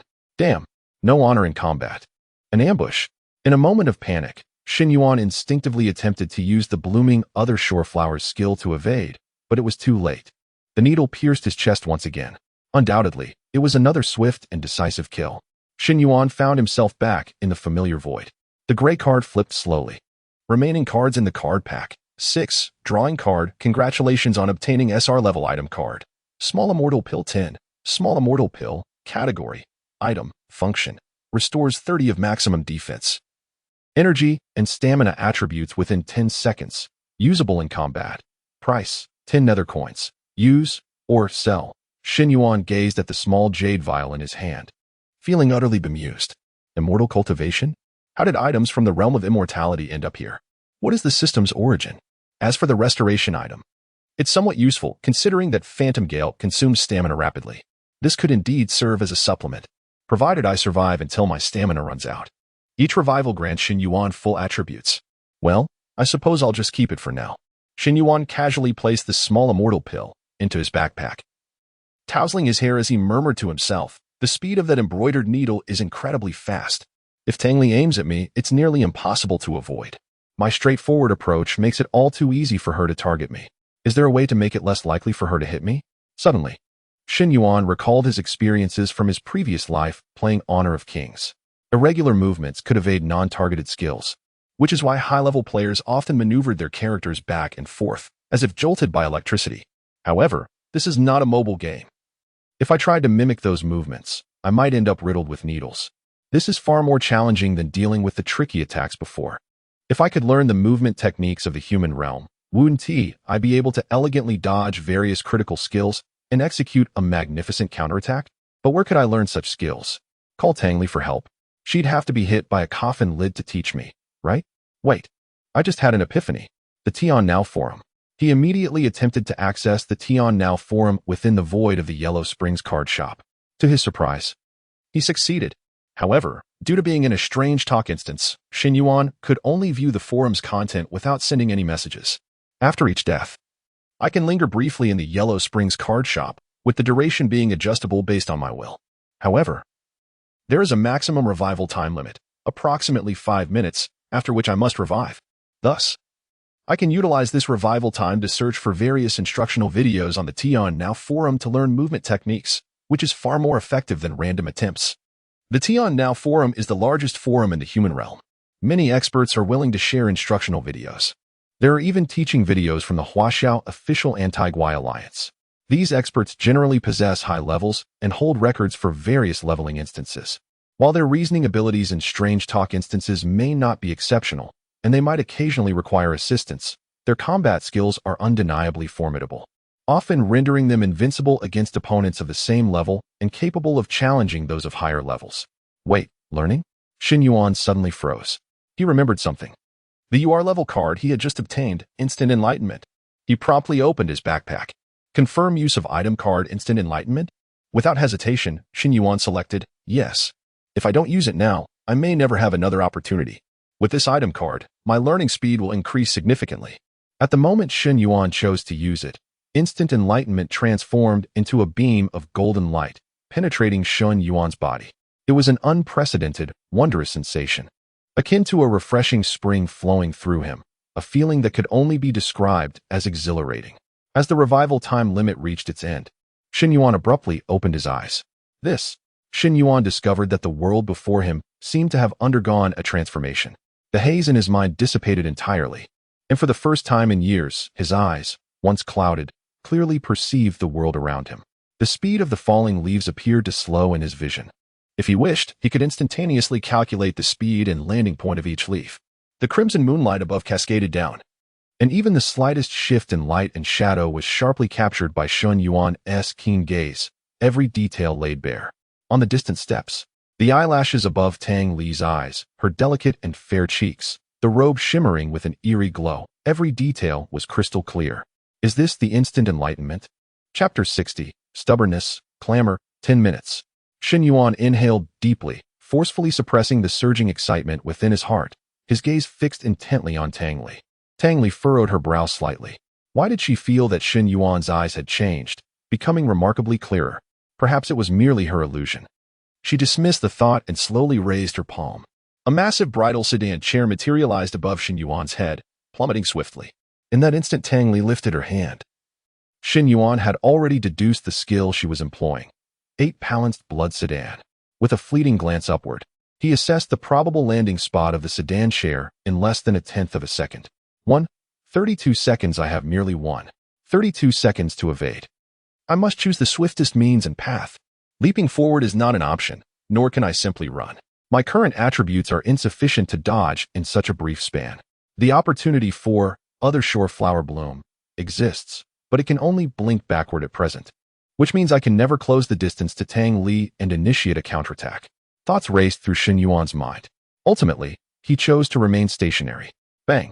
He was directly crushed into a pulp by the descending sedan chair. So it was I who frightened myself. Seeing this, Tang Li quietly exhaled in relief. She had genuinely believed that Shen Yuan had awakened some latent power to dodge that strike. It appeared she had overthought it. Tang Li fluttered her eyelashes and murmured softly, the disparity in attributes is not so easily bridged. In her ear, Cui Ju's teasing voice echoed. It is not merely difficult, it is impossible. Tang Li, you might have to exert yourself a bit more. There are still approximately 47 hours left in this narrative. Take your time to play with him. It seems our prepared, abyssal soul device will not be required at all. What a pity. Tang Li remained silent, not responding. Within the underworld's card-drawing chamber, however, Shen Yuan felt a surge of exhilaration. This profound state was indescribably delightful. After employing Epiphany of the Thousand Machines, he truly glimpsed the possibility of a flawless victory. Although the challenge remained immensely daunting, he had discerned a minuscule chance of 1 in 10,000. As long as there is a possibility, miracles can be forged. Hurry, draw the cards. Do not squander my time. Shen Yuan implored fervently. Underworld card drawing chamber. Remaining cards in the pack. 5. Drawing cards. Congratulations. You have obtained an SR level experience card 1. Heh, is that all? Shen Yuan dismissed it with a glance, promptly stowing the experience card in his inventory. Such trifles were unworthy of his time. With remarkable speed, Shen Yuan opened the Tian Now forum, seeking tutorials on movement techniques, commencing his study with the most liked videos. 5 minutes later, Shen Yuan was forcibly revived, reopening his eyes to find himself once again before Tang Li. This time, Tang Li did not strike immediately. Instead, she squinted at Shen Yuan, speaking in a low voice. Shen Yuan, give up. While you may resurrect infinitely, you cannot defeat me, and thus the dungeon cannot progress. In 48 hours, you will be forcibly removed from the narrative due to time overrun. If I recall correctly, you are already out of health. I must admit, your class is formidable, stronger than any I have ever encountered, but it is time to end this. Tang Li's intention was to persuade Shen Yuan to surrender, asserting that there was no need to expend further effort. It would be better to simply enjoy the remaining 48 hours. Unexpectedly, Shen Yuan scoffed. Leaning against the suspended heavenly shield, with a radiant smile, one that bore an air of provocation. What are you rambling about? I do not understand a word. In the creed of my life, the word surrender does not exist. Upon witnessing his resolute defiance, Tang Li's brows knitted tightly. Why must you be so obstinate? At her words, Shen Yuan merely waved his finger nonchalantly, his eyes ablaze with fervent battle intent. How tiresome. Let me deplete your health bar first. Then I shall entertain your incessant chatter. Before the echo of his words had faded, Shen Yuan had already seized the massive, suspended heavenly shield, racing towards Tang Li. He needed to close the distance swiftly, for only then could he inflict damage upon her. In truth, Shen Yuan had contemplated relinquishing the suspended heavenly shield, yet ultimately decided against it, for this was a form of weight training. If he could avoid Tang Li's attacks while encumbered by the suspended heavenly shield, which hampered his speed by 10, then the moment he shed all constraints would herald his true transformation. Unfathomable. Tang Li's eyes turned icy, and she ceased her words, raising her hand with a swift motion. In an instant, Shen Yuan keenly perceived her action. Tang Li possessed 4 skills, having thus far employed only 2, bone china embroidery needle and 8 balanced blood sedan. The gestures for these 2 skills bore subtle differences.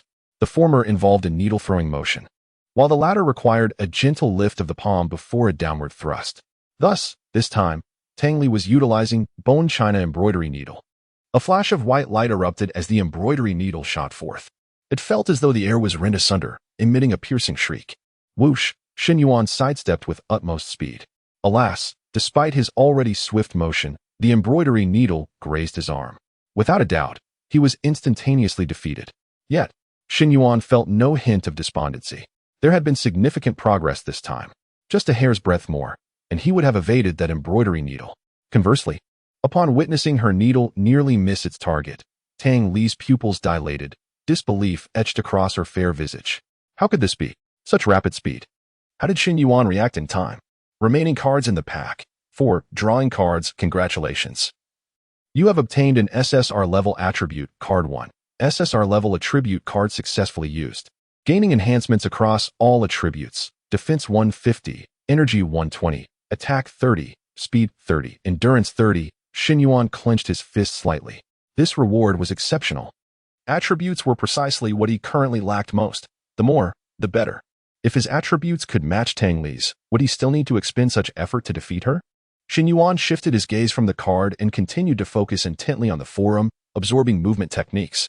Upon reviving once more, he appeared increasingly invigorated. Come, let us continue. This time, he no longer charged forward blindly. Instead, he began employing the combat technique he had just learned, Thunder Z-Flash. Thunder Z-Flash did not advance in a straight line, but utilized alternating lateral movements to obscure his trajectory, significantly complicating his opponent's predictive efforts. While it sounded simple, executing it smoothly was far from easy. Typically, even gifted players would require over a week to transition from understanding the principles to practical application. From practical use to fluid execution would demand months of arduous training. Yet Shen Yuan achieved this in 10 minutes. The moment he finished watching the tutorial, he had mastered it. Such was the formidable nature of Shen Yuan's talent paired with the terrifying potential of Epiphany of the Thousand Machines. Chapter 61. Thunder, Empty Shot, Juicer. Within the secluded courtyard, a malevolent wind howled, enveloping the area in a scarlet glow. As Tang Li gazed at Shen Yuan, whose form darted like lightning, she found herself utterly bewildered. What is he doing? She had never anticipated that Shen Yuan possessed such a technique. In her eyes, his movements were erratic and unpredictable, making it nearly impossible to gauge his intent. I must not allow him to draw closer. Furrowing her brow, she contemplated for a moment before decisively targeting a minuscule distance before Shen Yuan, launching a needle with precision. At the instant the needle was cast, Shen Yuan seemed to have already foreseen her prediction, abruptly altering his course. Clang, the needle whizzed past him, embedding itself into a mound of earth behind him. Vanishing from sight, Tang Li had actually missed. In that fleeting moment, she was engulfed in shock. It felt as though she had been transported back to their second encounter in the eerie tale nightmare bathroom, where Shen Yuan had evolved in the midst of relentless slaughter, entering a spectral state that allowed him to evade countless attacks with near perfection. Though the difficulty of dodging a needle was incomparable to that of evading the attacks in the tale, Shen Yuan's current state evoked a sense of familiarity in Tang Li. Shen Yuan, he is growing at an alarming rate. In the corner of the eerie tale, Cui Ju, who was spectating, suddenly sprang to his feet, his astonishment so profound that his eyes nearly popped from their sockets. Thunder Z-Flash. How could Shen Yuan, merely a novice player, master such an adept technique? Sister Xiao, puzzled, glanced at Cui Ju and inquired, "What did you just say? What thunder? What's—" As a judge in the realm of 100 oddities, Cui Ju held a position of high esteem, generally interacting with players from the human realm who were of levels 50 to 60, thus possessing a broader experience. He pressed his eyes back into their sockets, inhaled deeply, and solemnly stated, "It is the Thunder Z-Flash, a C-class combat skill in the human realm, essential for many high-level players." What is a combat skill? Sister Xia blinked curiously, prompting Cui Ju's heart to melt, and he patiently elaborated. The assessment of a player's prowess in the human realm typically hinges on 3 aspects. The first is attributes, the most straightforward criterion. The second is skills, encompassing class changes, equipment functions, and learned abilities. Finally, there are combat skills, techniques cultivated by players over the years to enhance their operational limits. Attributes establish the foundation, skills determine height, while combat skills define the extreme. Combat skills are categorized from low to high into 5 ranks: D, C, B, A, and S. The technique Shen Yuan just employed is a C-class skill, the Thunder Z-Flash. Sister Xia appeared perplexed. C-class combat skill? It seems rather simple to me. Cui Ju inhaled deeply and replied, "It merely appears simple. Although I harbor no fondness for Shen Yuan, I must concede that his execution of the Thunder Z-Flash is comparable to that of the top players I've encountered in the human realm. However, to think he could eliminate Tang Li with just a C-class skill is nothing short of a fantasy. The Thunder Z-Flash is only effective at range. Once in close quarters, it becomes ineffective. Moreover, Tang Li would not permit him to close the distance." Xiao Xia, look. Sister Xiao promptly turned her gaze to the battlefield. Taking a deep breath, Tang Li swiftly cast aside her chaotic thoughts, forcing herself to regain focus. Rapidly enhancing her combat techniques was no simple feat. Even if Shen Yuan were truly extraordinary, it was unlikely he could achieve that. Furthermore, she possessed more than one skill. Thus, Tang Li promptly revised her strategy. If a single needle was difficult to land, she would opt for a more reliable option. 8 Palace Ghostly Bloodshare, descend upon him. The Thunder Z-Flash was ill-suited for evading large-scale attacks like the 8 Palace Ghostly Bloodshare, and Shen Yuan failed to dodge, meeting his demise once more. I succeeded. In the void, Shen Yuan felt no sense of loss from his defeat. For him, this moment represented a monumental leap forward. He had managed to endure against Tang Li's second assault. Remaining card quantity in the card pack: 3 cards, drawing cards. A flash of crimson light flickered. A UR level card was again in his possession. Shen Yuan's luck seemed astonishingly fortuitous. Yet, his expression remained unchanged. His mind preoccupied with various evasion techniques discussed in the Celestial Brain Forum. In the state of enlightenment of the 1,000 machines, Shen Yuan absorbed combat techniques with remarkable swiftness. For ordinary D-class combat skills, he needed merely a single viewing of the demonstration to grasp the principles instantaneously. C-class techniques could be mastered with a single video view at 100. B-class skills could be understood at approximately 60 to 70 after one viewing, with the remainder achieved through further observation, contemplation, and practice, culminating in a 99 mastery rate. Regrettably, B-class and higher combat skills were not searchable on the Celestial Brain Forum. To learn them, one had to enroll in the official academy of the Alliance for Advanced Study. This was somewhat akin to university in Shen Yuan's previous life. Congratulations on obtaining UR level item card. Pain currency machine. Shen Yuan raised an eyebrow, his thoughts returning. This UR card appeared intriguing. Pain currency machine. Category: special item card. Function: converts death pain into nether coupons. Limitations: repeated deaths and low-value deaths will reduce the quantity obtained. Price: 1,000 nether coupons. Use or sell the pain currency machine. It can actually convert my death pain into nether coupons? Shen Yuan was taken aback, raising an eyebrow. This was undoubtedly an opportunity not to be missed. With the capabilities of this pain currency machine combined with my rebate assistant, my accumulation of nether coupons would accelerate significantly. Without hesitation, Shen Yuan opted to use. Boom! A resounding explosion reverberated through the void, startling Shen Yuan. What was that? An earthquake? He swiftly turned to observe. A massive machine had descended heavily beside him. Its appearance resembled a juicer.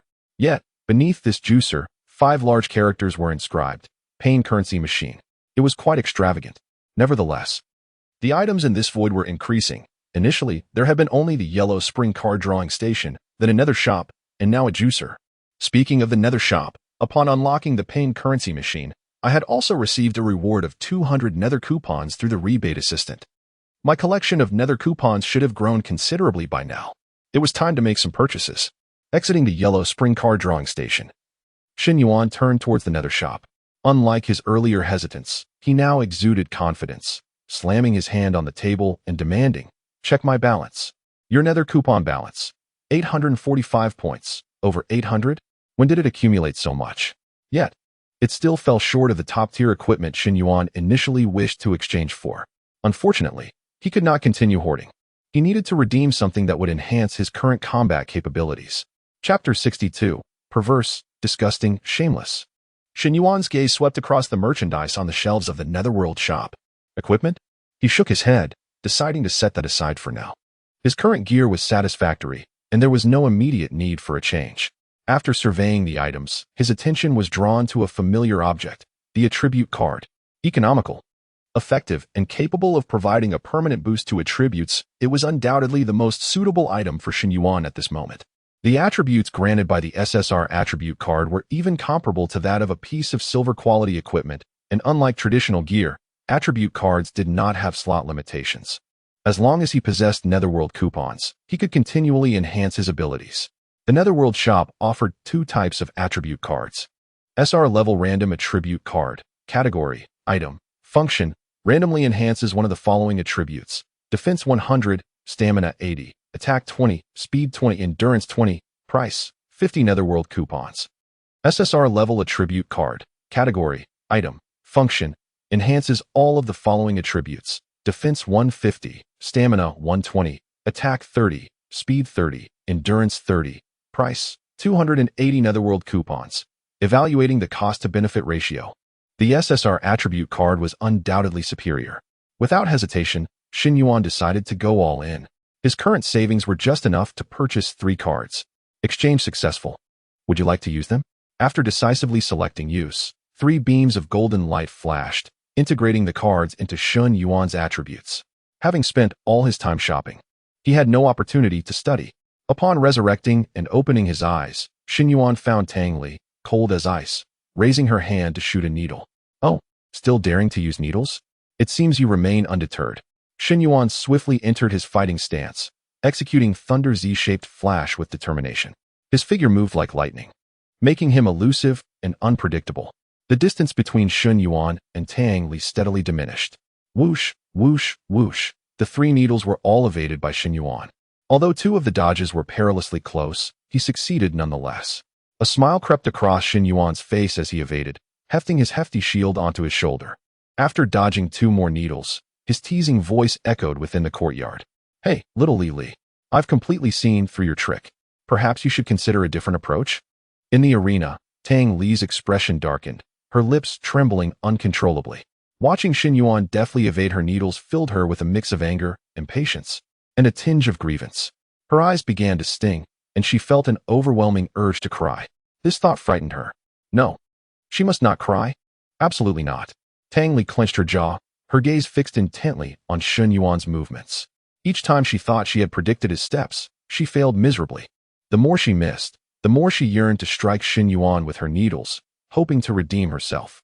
She refused to concede defeat, especially after Shen Yuan's mockery. "Little Li. Who is your little Li? Perverse, disgusting, shameless." The author is overjoyed. Thanks to little Li, the chapter title is established. At that moment, a somewhat urgent voice from Cui Ju reached Tang Li's ears. "Tang Li, what are you doing? Quickly use 8 Bear Blood Sedan. The needles are ineffective against Shen Yuan. His Thunder Z-shaped flash completely counters you. Do not give him the chance to close in." Tang Li, ignoring the advice, continued to launch her needles. This time, she abandoned prediction altogether, opting to overwhelm him with sheer volume, randomly throwing them to create a barrage. Remarkably, this strategy proved somewhat effective. Just as Shen Yuan dodged one needle, another arrived, blocking his escape route. Thud! The sound of the needle-piercing flesh echoed. The notorious Shen Yuan fell once more beneath the needle, blood pooling around him. Tang Li gasped for breath, her chest rising and falling rapidly. Yet a faint smile graced her lips. She had succeeded. Having proven herself once, there was no need for a second demonstration. With a light step, she distanced herself from Shen Yuan's lifeless body, raising her hand as a shadow loomed above him. The flower sedan was in position. She merely awaited Shen Yuan's resurrection to reduce him to pulp. 12 needles. Quite impressive, a swift improvement. However, Tang Li is undeniably stubborn. Knowing full well that the 8-bear blood sedan would more easily crush me, yet she refrains from using it, denying me the chance to practice. Shen Yuan shook his head, his gaze drifting toward the card pack in the void. This was the penultimate card of this instance. Drawing card. Congratulations on obtaining an SSR level experience card, TSK. Is this it? While the SSR experience card grants substantial experience, at least for Shen Yuan at present, it is merely a useless card to be tossed into his backpack to settle for now. Perhaps one day, when he reaches the pinnacle of the novice leaderboard, he would bring it forth. Suddenly, a buzzing sound reached his ears. It was the noise emitted by the adjacent, pain currency machine. Shen Yuan turned to look, noticing that the previously empty juicing area now contained a swirling mist. Within the mist was a depiction of Shen Yuan's death. The needle piercing flesh, crushing organs, and erupting into a cloud of blood mist. It appeared exceedingly gruesome. TSK. Little Lily truly is ruthless. Under Shen Yuan's gaze, the juicer crushed the image of his demise. Ding dong, 5 pitch black coins fell from the juicer. Oh, is this the successful conversion? With a wave of his hand, the 5 coins landed in his palm. 5 Netherworld coupons, not bad. Offering a casual remark, Shen Yuan shifted his gaze to the cursed infant pouch he wore. Even with the cursed infant pouch equipped, Tang Li's damage could still obliterate him, truly terrifying. However, the progress of the cursed infant's gestation had surged to 60. A few more deaths should lead to successful gestation. Chapter 63, Close Combat, Dark Faith, Death Unending. Shen Yuan focused his mind, dismissing all distractions, and immersed himself in the study of combat techniques. This time, he was learning skills specifically aimed at countering the 8-bearer blood palanquin. The area of effect from the palanquin's attacks was vast, necessitating the swiftest reflexes and evasive maneuvers to have any chance of dodging it. The difficulty of evasion far surpassed that of a needle's precision. Previously, his erratic performance had made it clear that, given Tang Li's temperament, she would surely attempt to crush him with the palanquin the moment he revived. Alas, her intentions had been anticipated. Before long, Shen Yuan resurrected and stood up. Without a moment's hesitation, he executed a forward roll with the utmost speed and fluidity. The next instant, a shocking scene unfolded.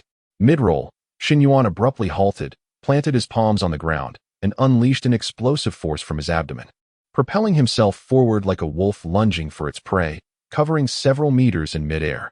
This maneuver demanded extraordinary bodily coordination. A slight miscalculation in power application would have rendered such a rapid dodge impossible. Yet, for Shen Yuan, this posed little challenge. Boom. The palanquin crashed down, sending dust swirling. Tang Li's expression turned grave as she fixated on the cloud of dust. Had Shen Yuan perished? Hello? Were you looking for me? A mocking voice echoed through the haze. Panic surged through Tang Li as her face paled, her body stiffening, and her gaze snapping toward the source of the voice. This time, Shen Yuan had not been squashed into oblivion. Instead, he landed smoothly, brandishing the suspended heavy shield as he charged toward Tang Li with fervor. He was now within mere meters of her. With all his strength, Shen Yuan swung his shield toward Tang Li. You've struck me for long enough. It's my turn now. What? Cui Ju, who had only just settled down, stood up in disbelief, his face a mask of shock. A B-level combat technique. Wolf Assault Charge. He could not fathom that Shen Yuan possessed such a skill. Cui Ju had initially perceived Shen Yuan as merely an ordinary player who had stumbled upon a fortuitous awakening of an extraordinary class. However, it was becoming increasingly evident that Shen Yuan was far more complex than he had imagined. Cui Ju remained rooted in place, his expression shifting dramatically. The two techniques Shen Yuan had just employed were executed with such proficiency that fewer than 3 players below level 30 in the human realm could replicate them. Fortunately, this fellow had yet to fully mature. Moreover, he remained oblivious to the clues concealed within this eerie tale, due to the disparity in their attributes. Tang Li still would not fall to him. We can certainly achieve this. Though Cui Ju spoke with conviction, his initial confidence was waning. However, he quickly reassured himself that even if Tang Li were to fall, the abyssal soul device would serve as a safety net. No worries. With me, Cui Ju, there will be no mishaps. Tang Li gazed at the shield hurtling toward her, her mind momentarily blank. Had the palanquin been evaded? Had she been closed in on? Despite her mental fog, her instinctive reaction compelled her to raise her hand to counter. Tang Li's delicate hand collided with Shen Yuan's formidable shield. Boom! A tremendous sound erupted as Shen Yuan's hands, gripping the shield, were instantly shattered, flesh and bone scattering, only to be reduced to dust moments later. Shen Yuan was obliterated in an instant. The oppressive force of attribute suppression was nearly terrifying. Yet, Tang Li could only watch in disbelief as -382 floated above her head, devoid of any joy. How could she have been struck by Shen Yuan despite such a disparity in attributes? Was there truly anything beyond his capability? Wow, it worked, Shen Yuan exclaimed, joyfully raising his fist in the void. Though he had only a little over 300 health points, far less than even a fraction of Tang Li's total, it was still a cause for celebration. Having nearly mastered evasive combat techniques, it was time to prepare for the study of offensive skills. First, to examine the card draw results. This was the final card from Shen Yuan's dungeon card pack. In the void, a gray card shimmered with violet light. An SSR level card. Congratulations. You have obtained an SSR level software card, Dark Faith. Staring at the characters in the void, Shen Yuan was taken aback. A software card? What on earth is that? Dark Faith. Category: Soul Hub Software. Function: WeChat of the 100 Eerie Realm, a fully functional chat application. Value: 200 nether coins. Use or sell. Shen Yuan's expression was peculiar. He had drawn software from the Soul Hub. With WeChat, could Douyin be far behind? Perhaps the Tomato novel app would soon follow? However, what purpose would unlocking the local version of WeChat in the 100 Eerie Realm serve? Would he be chatting with the eerie beings? Though it seemed odd, after some contemplation, Shen Yuan ultimately chose to use. The Soul Hub was a valuable asset worth exploring. Who knows? He might uncover intelligence from the eerie beings of the 100 Eerie Realm in the future. In his recollection, there had never been any accounts of communication between players from the human realm and the eerie beings of the 100 Eerie Realm. They had always been at odds. Shen Yuan shook his head, focusing his thoughts as he continued his studies. Thousand Machines' enlightenment was time-sensitive. He did not wish to squander this precious opportunity. As Shen Yuan rose again, Tang Li had already distanced herself from him once more. Yet Shen Yuan remained undeterred, tirelessly charging toward her. Given the vast speed difference between them, closing the gap was exceedingly challenging. Shen Yuan could only exhaust every ounce of his being, unleashing various D, C, and B-level combat techniques, leaving Cui Ju in a state of astonishment until he gradually became numb to the spectacle. Nevertheless, even so, the instances of Shen Yuan successfully closing in on Tang Li were few and far between. Typically, he would only have a chance to approach her after dying 7 or 8 times. Yet Tang Li was alarmed to discover that Shen Yuan's close combat skills were rapidly becoming formidable. Though he still posed no actual threat to her, the duration he could persist near her was steadily increasing. The speed of his progress was nothing short of terrifying. Shen Yuan continued to die, repeatedly, frantically. Once, 10 times. 20 times, 100 times, 500 times. Shen Yuan had long lost count of how many times he had perished. All he knew was that his skills were reaching unprecedented heights. Chapter 64. The Warlord, the Jade Bracelet, and the Ashes of the Incense Burner. In the corner of the eerie tale, Cui Ju's expression was grave. How did he accomplish this? Throughout Shen Yuan's continual cycle of death and rebirth, Cui Ju had witnessed over 100 battle techniques. What was truly terrifying was not merely the quantity, but the fact that each technique employed by Shen Yuan was executed with remarkable proficiency. Sister Xia took a deep breath, her face clouded with worry. Brother Cui, are there many players of his caliber in the human realm? Cui Ju shook his head, his gaze profound, as if lost in reflection. The last time I encountered someone so skilled in combat techniques was decades ago, back when I had yet to become a judge. That player from the human realm has since become a pillar of the Huaxia Anti-Deception Alliance. Sister Xiao's mouth fell open in astonishment. A pillar?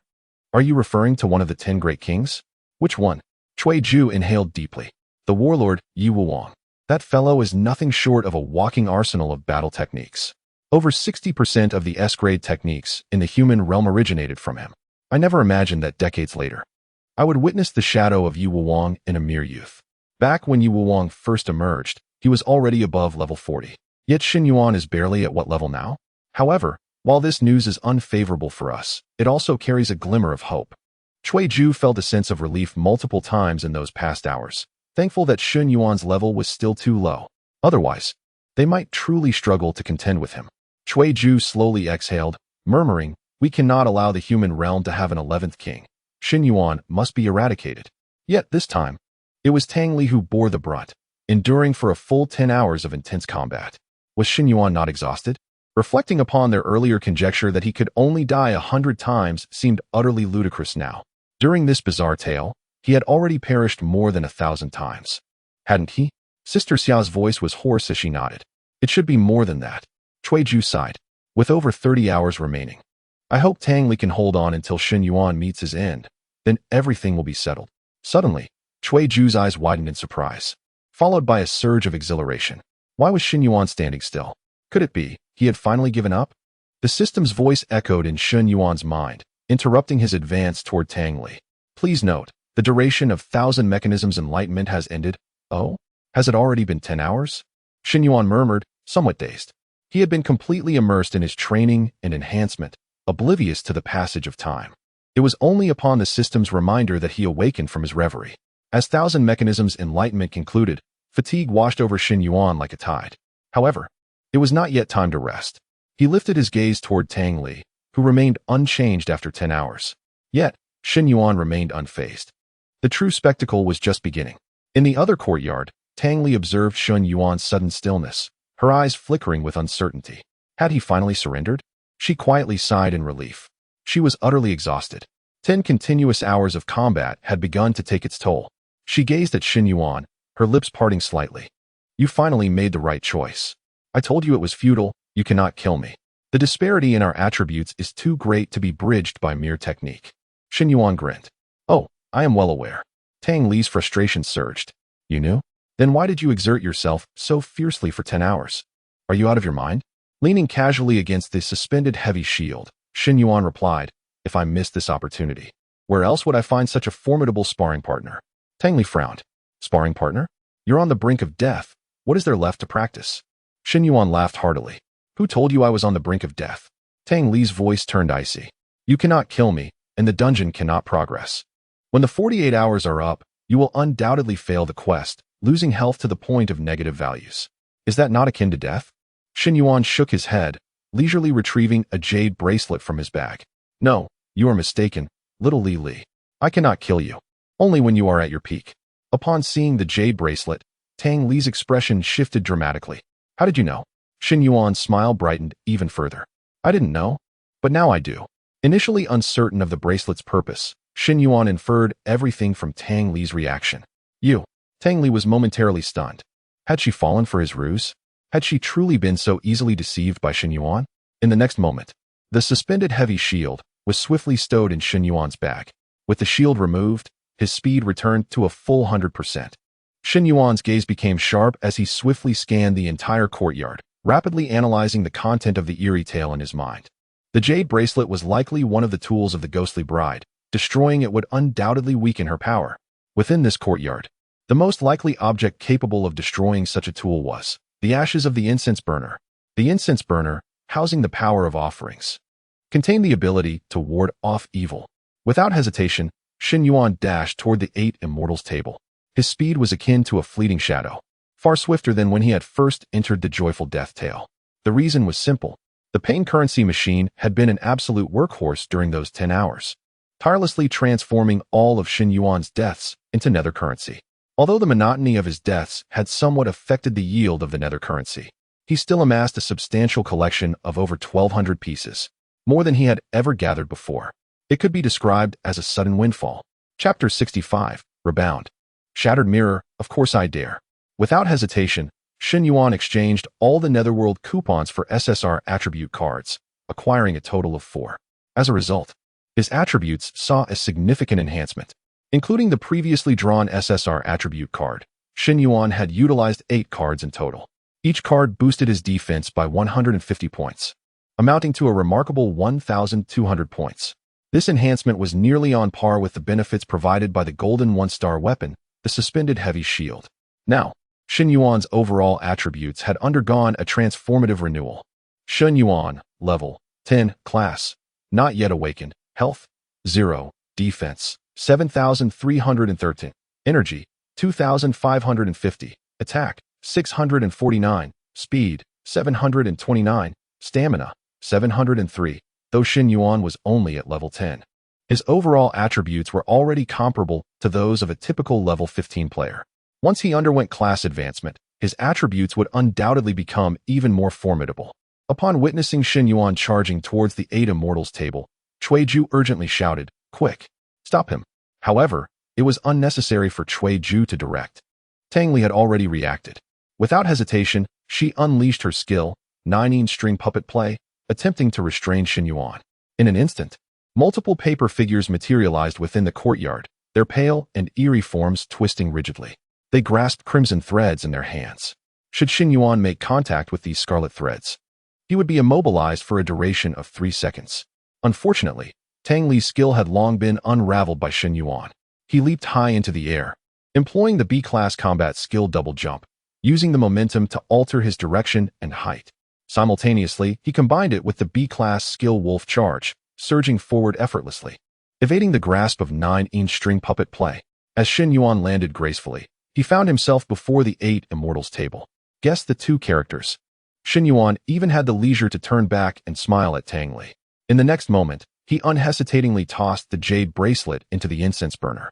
Upon contact with the jade bracelet and ash, a fierce sizzling sound erupted from within the burner, akin to a heated iron being plunged into icy water. No, Tang Li halted abruptly, her bridal gown tightening painfully, followed by a wave of excruciating agony. The crimson bridal attire began to emit smoke, and her various attributes swiftly declined. The voice of the heavenly brain echoed gently. The enigmatic bride, hellish red makeup, is currently experiencing a rebound, with the rebound progress at 10. Indeed, Shen Yuan had been correct.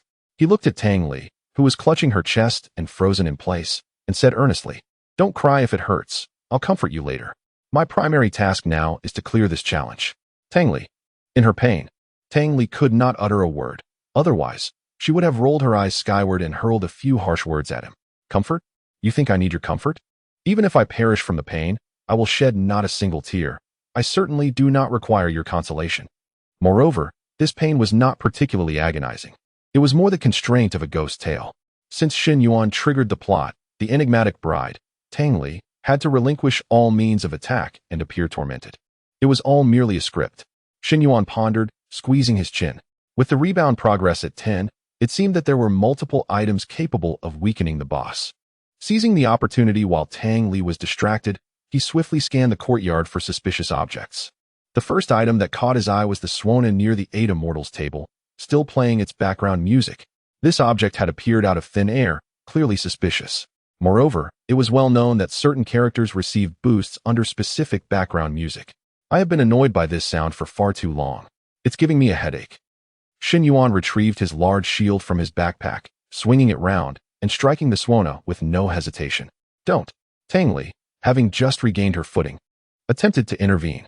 Unfortunately, Shen Yuan was quicker. Crack. The piercing sound of the Swona abruptly ceased.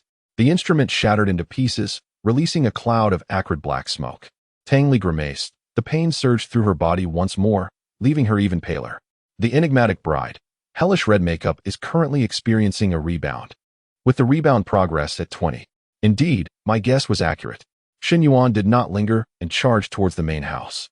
There was another object that seemed highly suspicious. That was the mirror in the main house. Shen Yuan had not forgotten that he was dragged into the mirror by Tang Li. This meant he was currently within the mirror. The mirror was undoubtedly problematic. Such a glaring flaw could not escape Shen Yuan's meticulous mind. "Shatter for me." The shield struck the large mirror with tremendous force. Crack. A resounding crash echoed throughout the entire courtyard. At the moment the mirror shattered, the entire courtyard seemed to tremble violently, shaking and spinning. The rotation made Shen Yuan feel nauseous, forcing him to grip his suspended heavy shield tightly. After a sharp cry, the chaotic transformation finally ceased. Congratulations. You have returned to the normal world. The enigmatic bride, hellish red makeup, is currently experiencing a rebound, with the rebound progress at 50. This mirror was indeed crucial.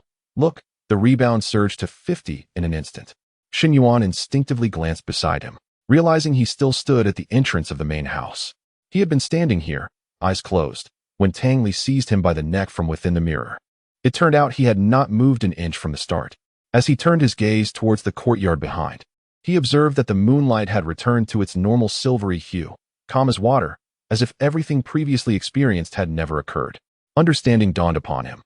All that transpired had merely been an illusion within the mirror. Now that the mirror lay shattered, he had returned to the realm of reality.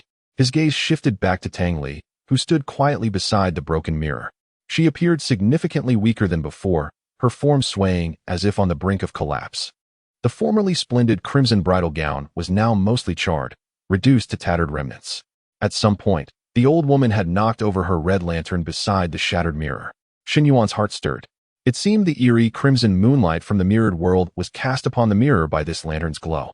However, I believe 50 is not the limit. Shen Yuan's gaze fixated once more ahead. The original mirror had obscured his view, but now that it was shattered, the main house behind it was revealed without a doubt. A blood-red coffin lay before him.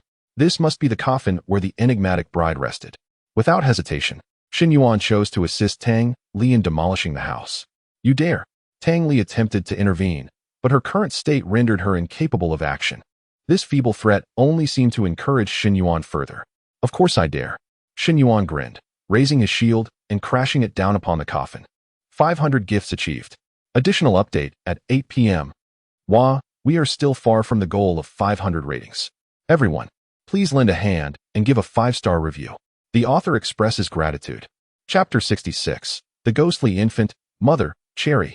With a resounding crash, the coffin disintegrated, splintering into fragments. The voice of the system echoed softly. The cursed bride, red makeup of the underworld, current backlash progress, 80, has reached the limit. Oh, the limit has been reached? Shen Yuan turned his gaze towards Tang Li. At this moment, Tang Li's attribute panel had undergone a significant transformation.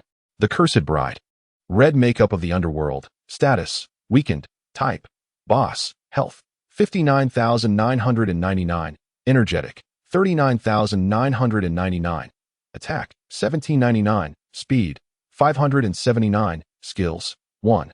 Porcelain embroidery needle, attack type, 2. Unavailable 3. Unavailable 4. Unavailable. The weakened version of the cursed bride was indeed in a pitiable state. Not only did it have only one remaining skill, the weakest of the 4, but its attributes were reduced to a mere 20. Although its health was still substantial, for Shen Yuan, it was no longer an insurmountable challenge. Most importantly, after being weakened, Tang Li's speed was even inferior to his own. With her original speed of 2,899 points, she had been unable to prevent Shen Yuan from closing the distance. Now, what could she accomplish? Grasping the suspended heavy shield, Shen Yuan slowly approached Tang Li, a playful smirk gracing his face. Since it had come to this, I shall demonstrate the disparity between us. Tang Li. This game concludes here. Tang Li's face flushed instantly. This line sounds all too familiar. Doesn't he it? That wretched fellow. How dare he return her own words to her unaltered? He was mocking her. Raising her hand, she flung an embroidery needle towards Shen Yuan. He, of course, noticed the needle. If he wished to evade it, it would never strike him. Yet, Shen Yuan remained motionless, allowing the needle to find its mark. 891. This amount of health was insignificant to Shen Yuan at present. He nodded in satisfaction, murmuring, just right. This needle has successfully elevated the evil cherry to level 10. However, it cannot rise any further. Exceeding me would be undesirable. Tang Li was momentarily taken aback. What evil cherry? Shen Yuan grinned. You were called Little Pear, so I named it Evil Cherry. It fits its image while still being a fruit. Tang Li was perplexed. Shen Yuan continued, realizing he had not yet enlightened her. Oh, right, you probably don't know yet? It is time for you to witness this, as this child is inextricably linked to you. But fret not, you need not bear any responsibility. Shen Yuan's words left Tang Li even more bewildered. Has your mind broken? What are you saying? What responsibility? Shen Yuan ignored her, leisurely retrieving the cursed infant pouch from behind him. The moment Tang Li beheld the cursed infant pouch, she recognized it immediately, her face reddening further. This was likely the very one she had worn. Is this man deranged? How can he still wear it? She scolded angrily. Pervert. Lothario, what do you mean by this? But the next moment, Tang Li's eyes widened in shock. Shen Yuan shook the pouch, and a head. Well, it seemed not quite right. A child, completely bathed in a pale red hue, was unexpectedly revealed by Shen Yuan. The skin tone resembled that of a cherry. Tang Li instantly recognized the identity of this child. A ghostly infant. Shen Yuan crouched down, tentatively poking the ghostly infant's body, then turned its head towards Tang Li's direction. Come, evil cherry, call out to her. No, let me think, Shouldn't you call her mother? Tang Li felt as though her entire world had crumbled. How could Shen Yuan use his pouch to gestate a ghostly infant? In the corner of the tale, Cui Ju and Sister Xia were equally dumbfounded. Even the well-versed Cui Ju felt an absurd sense of unreality at this moment. A ghostly infant? How could this be possible? Do not be misled into thinking that a ghostly infant is merely a term for a young monster. A young monster is still referred to as a young monster and is never called a ghostly infant. In the hundred monsters realm, any entity bearing the term ghost is undoubtedly of the most sinister and malevolent nature. Ghostly infants symbolize curses within the hundred monsters realm, existing only near the abyss, and possess strength and potential far superior to ordinary monsters. To articulate this may still not clarify the terrors of the ghostly infant. In the hundred monsters realm, the status of monsters is typically correlated with their rank. Ordinary folk are mere common monsters without position, possessing average strength, often relying on low-end tales for their survival. Like Tang Li and Sister Xia, above the common folk are the monsters of justice. These possess considerable strength and are able to handle certain affairs of the common folk, responsible for more advanced tales. Above the monsters of justice are the judges. The judges hold a notable position within the hundred monsters realm, certainly regarded as prodigies among monsters. 1 in 1,000. Above the judges resides the King of Hell. Each of the 10 divisions has a King of Hell, mysterious and formidable. Many monsters may never encounter even one in their lifetime. It is rumored that 100 judges working together might not even stand against a single King of Hell. Above the Kings of Hell lies the legendary Ghost Emperor. Indeed, you read that correctly. It is the ghost and ghostly infant. According to legends, among the 5 existing ghost emperors in the hundred monsters realm, 3 hail from ghostly infants. This illustrates the terrifying nature of ghostly infants. At this moment, Cui Ju was immensely excited. If he could capture a ghostly infant, he would have a significant chance of advancing further. Witnessing Shen Yuan daring to poke at the ghostly infant ignited an overwhelming fury within him, and he bellowed, "Outrageous! This is utterly excessive. How dare he show such disrespect to a ghostly infant?" Beside him, Sister Xia looked at him with a bemused expression. "You should calm down. Shen Yuan has already discovered a method to weaken Tang Li. Thus, with his current strength, he will surely be able to defeat her. What shall we do next?" Cui Ju instinctively replied, "Naturally, we shall employ the Abyssal Soul Device to directly slay him. Tang Li has delayed long enough. The Abyssal Soul Device has been fully charged and is ready for use at any moment." Sister Xia nodded and added, "But what if the Abyssal Soul Device also kills the ghostly infant?" Cui Ju suddenly paused, realizing the gravity of the situation. Damn, indeed. What about the ghostly infant? Even if the ghostly infant possesses terrifying talents, it does not mean it can withstand the might of the Abyssal Soul. Should I personally slay this ghostly infant? If I wish to keep this ghostly infant, must I then let Shen Yuan go? Cui Ju's expression turned grave. No, Shen Yuan cannot be spared. Absolutely not. Chapter 67. Maternal Betrayal, Suffocation, No Slacking Off. Sister Xia tilted her head, contemplating for a moment before suddenly proposing. What if we let Tang Li take the ghost infant away? This way, we could preserve the ghost infant without interfering with the elimination of Shen Yuan. Cui Ju frowned and shook his head, lacking Sister Xia's optimism. He replied gravely, "It's not as simple as you think. This ghost infant has clearly recognized Shen Yuan as its master, and it will be difficult to approach any other entity before it develops its own consciousness." Before he could finish, Cui Ju's eyes nearly popped out in astonishment. What? In the arena, the ghost infant, Evil Cherry, after hearing Shen Yuan's words, surprisingly looked up obediently at Tang Li. The ghost infant's large eyes blinked, and it wobbled towards Tang Li, arms outstretched in a gesture of seeking embrace. Cui Ju felt utterly contradicted. Cui Ge, what do you say? Sister Xia observed him with keen interest, the unspoken words hanging in the air. Cui Ju coughed awkwardly, quickly justifying himself. I didn't expect Tang Li to possess such charm. Even the ghost infant cannot resist? Wonderful. If that is the case, we shall have no reservations. Once Tang Li, disguised as a ghost bride, is eliminated by Shen Yuan, she can reveal her true self and take the ghost infant away. I want it all. Then, we could activate the abyssal soul device and eliminate Shen Yuan to defeat the demon and acquire a ghost infant. If I don't get promoted this time, who will? Cui Ju's excitement grew, and he slapped Sister Xia's thigh with a resounding clap. Before Sister Xia could scold him, Cui Ju froze, once again looking incredulously at the scene unfolding before them. What? The situation in the arena had turned yet again. In another courtyard, as Evil Cherry staggered towards Tang Li, she too was dumbfounded. Tang Li instinctively bent down, ready to embrace the approaching ghost infant. However, in the next moment, Shen Yuan, with his hands in his pockets, coldly commanded, Cherry, now, strike. Eliminate your mother. In an instant, the ghost infant's innocent smile dissipated like smoke. Its small figure seemingly swallowed by the void, vanishing without a trace. What? The rapid shift in the situation left Tang Li bewildered. Before she could react, the ghost infant had already circled behind her, delivering a small punch aimed at her back. 623. The ghost infant mirrored Shen Yuan's attributes at level 10. It replicated Shen Yuan's level 10 abilities. However, the ghost infant lacked combat techniques and chaotic skills. More importantly, like Shen Yuan, it had no fear of death.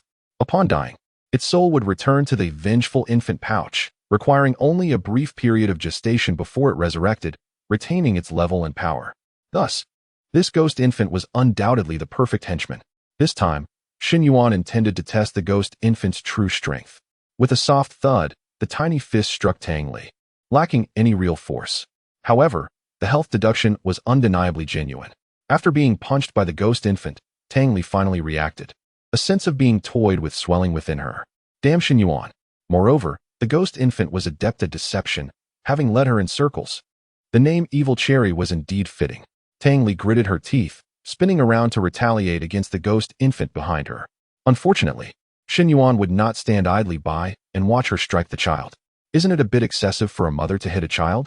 Shen Yuan's mocking voice echoed within the courtyard, infuriating Tang Li to the point her hands trembled. Shut up. Tang Li's eyes widened in fury as she shouted. To her surprise, the reprimand proved effective. Shen Yuan indeed fell silent, though his actions showed no signs of halting. The shield he swung soared through the air. Clang.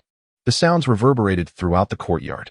Shen Yuan had not wasted 10 hours of practice. He had mastered various combat techniques, fluidly combining them and adapting on the fly, overwhelming Tang Li, whose health rapidly dwindled. In that moment, Tang Li truly felt the oppressive force emanating from Shen Yuan. Suffocating, it was utterly suffocating. Without the immense pressure of attributes, all that remained was suffocation. Why?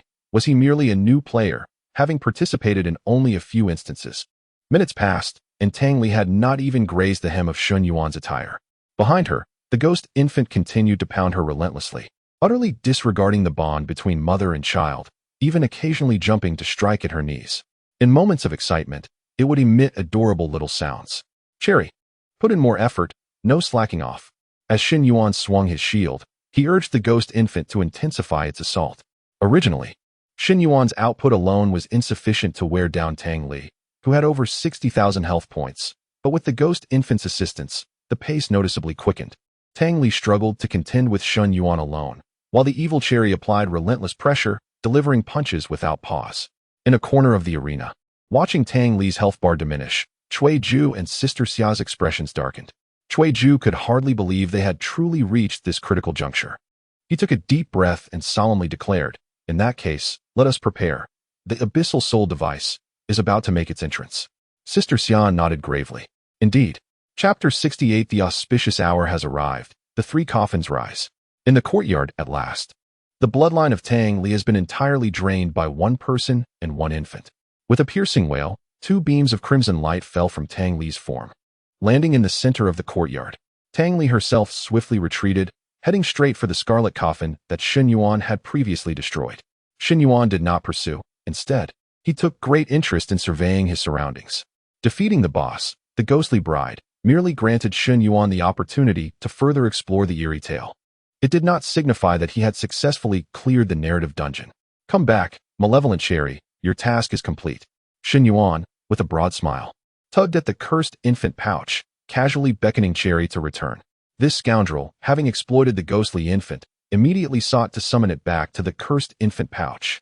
This pouch served as the ghostly infant's home, allowing it to return at will, not necessarily needing to follow Shen Yuan closely. He could summon it whenever required.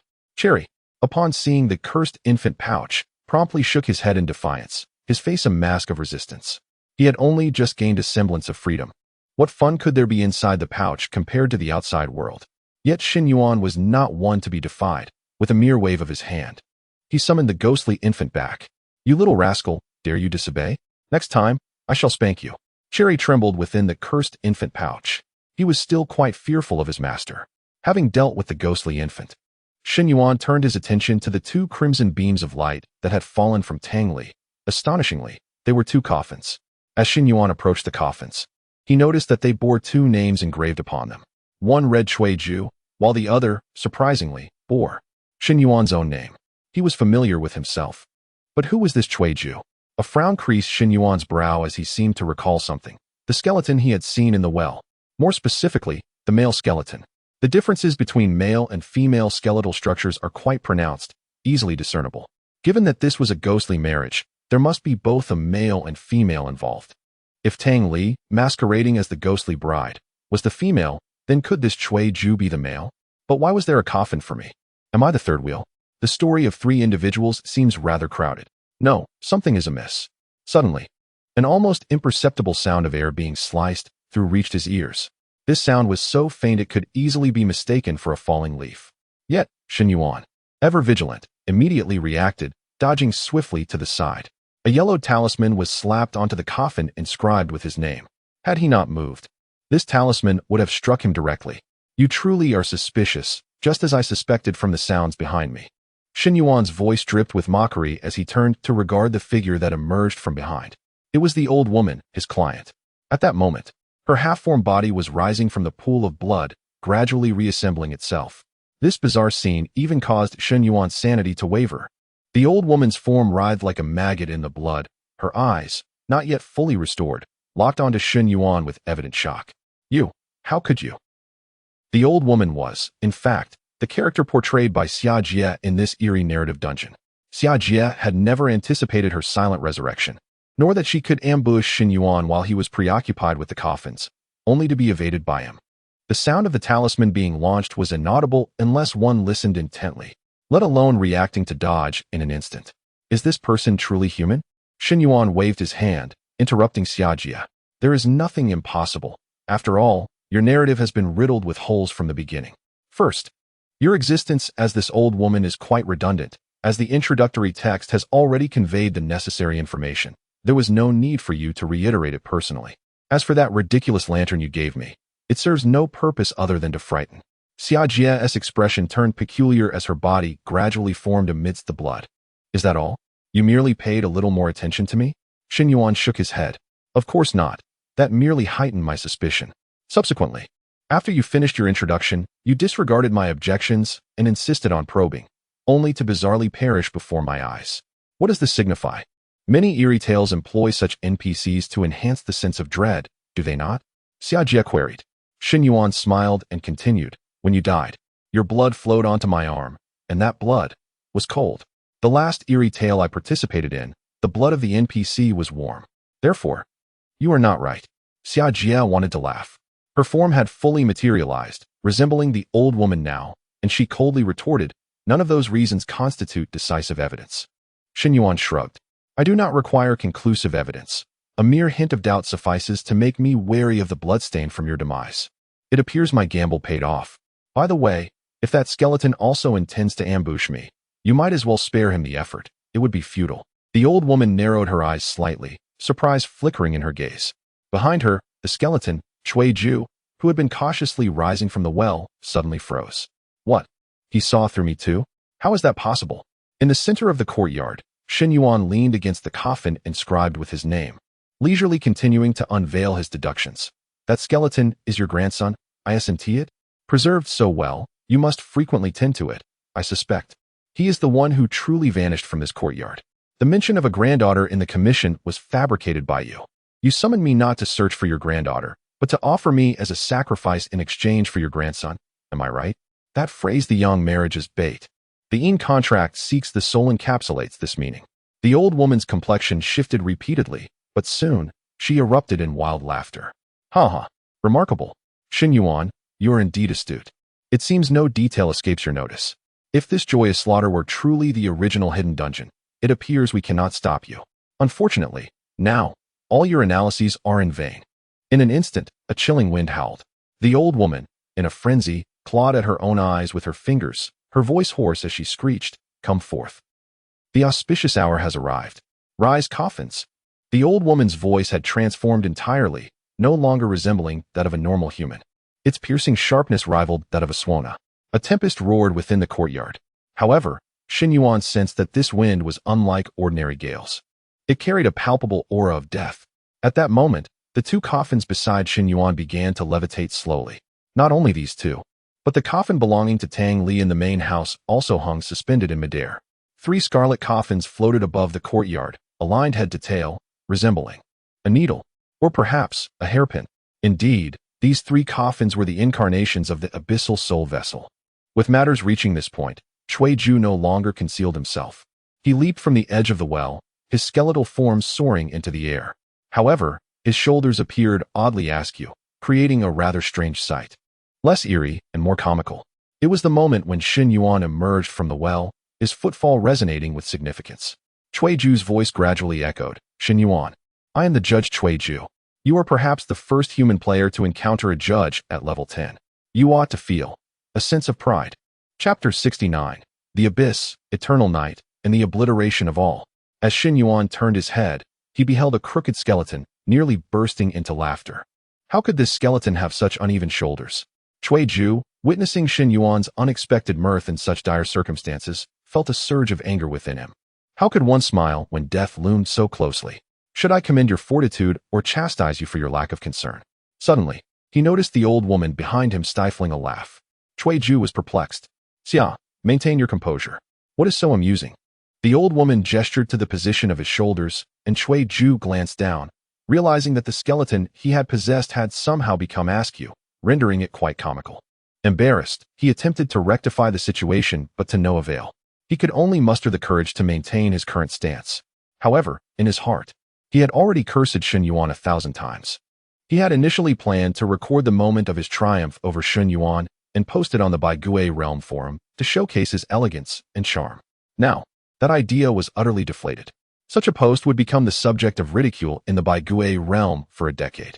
Ju's eyes turned icy as he fixed his gaze on Shen Yuan, declaring in a deep voice, "Shen Yuan, the current narrative has evolved into a scenario of 3 spirits suspended, in energy obscuring the sun, 3 coffins merged, heaven and earth weeping. The abyssal soul artifact has locked onto you with precision, and a net of doom has been woven. Like a trapped beast, you have no hope of escape. However, to perish beneath the abyssal soul artifact is the greatest honor of your life." Below, Shen Yuan raised an eyebrow, a flicker of curiosity crossing his eyes. "Abyssal soul artifact? The abyss? Shen Yuan? That does sound rather impressive, especially since it bears my name." In the next moment, Ju's voice thundered like a bell, resonating with immense force, sweeping across the entire courtyard with a cataclysmic intensity. "Deep, abyss, eternal night, obliteration of all. Soul, breath, burning, heaven shattering, 10 halls. Shen Yuan, rest in peace." With Ju's final words, a hairpin fashioned from 3 coffins descended with a resounding crash towards Shen Yuan below. The coffins fell slowly, yet an odd sensation rose within Shen Yuan. He could not escape. No matter how he tried, evasion was futile.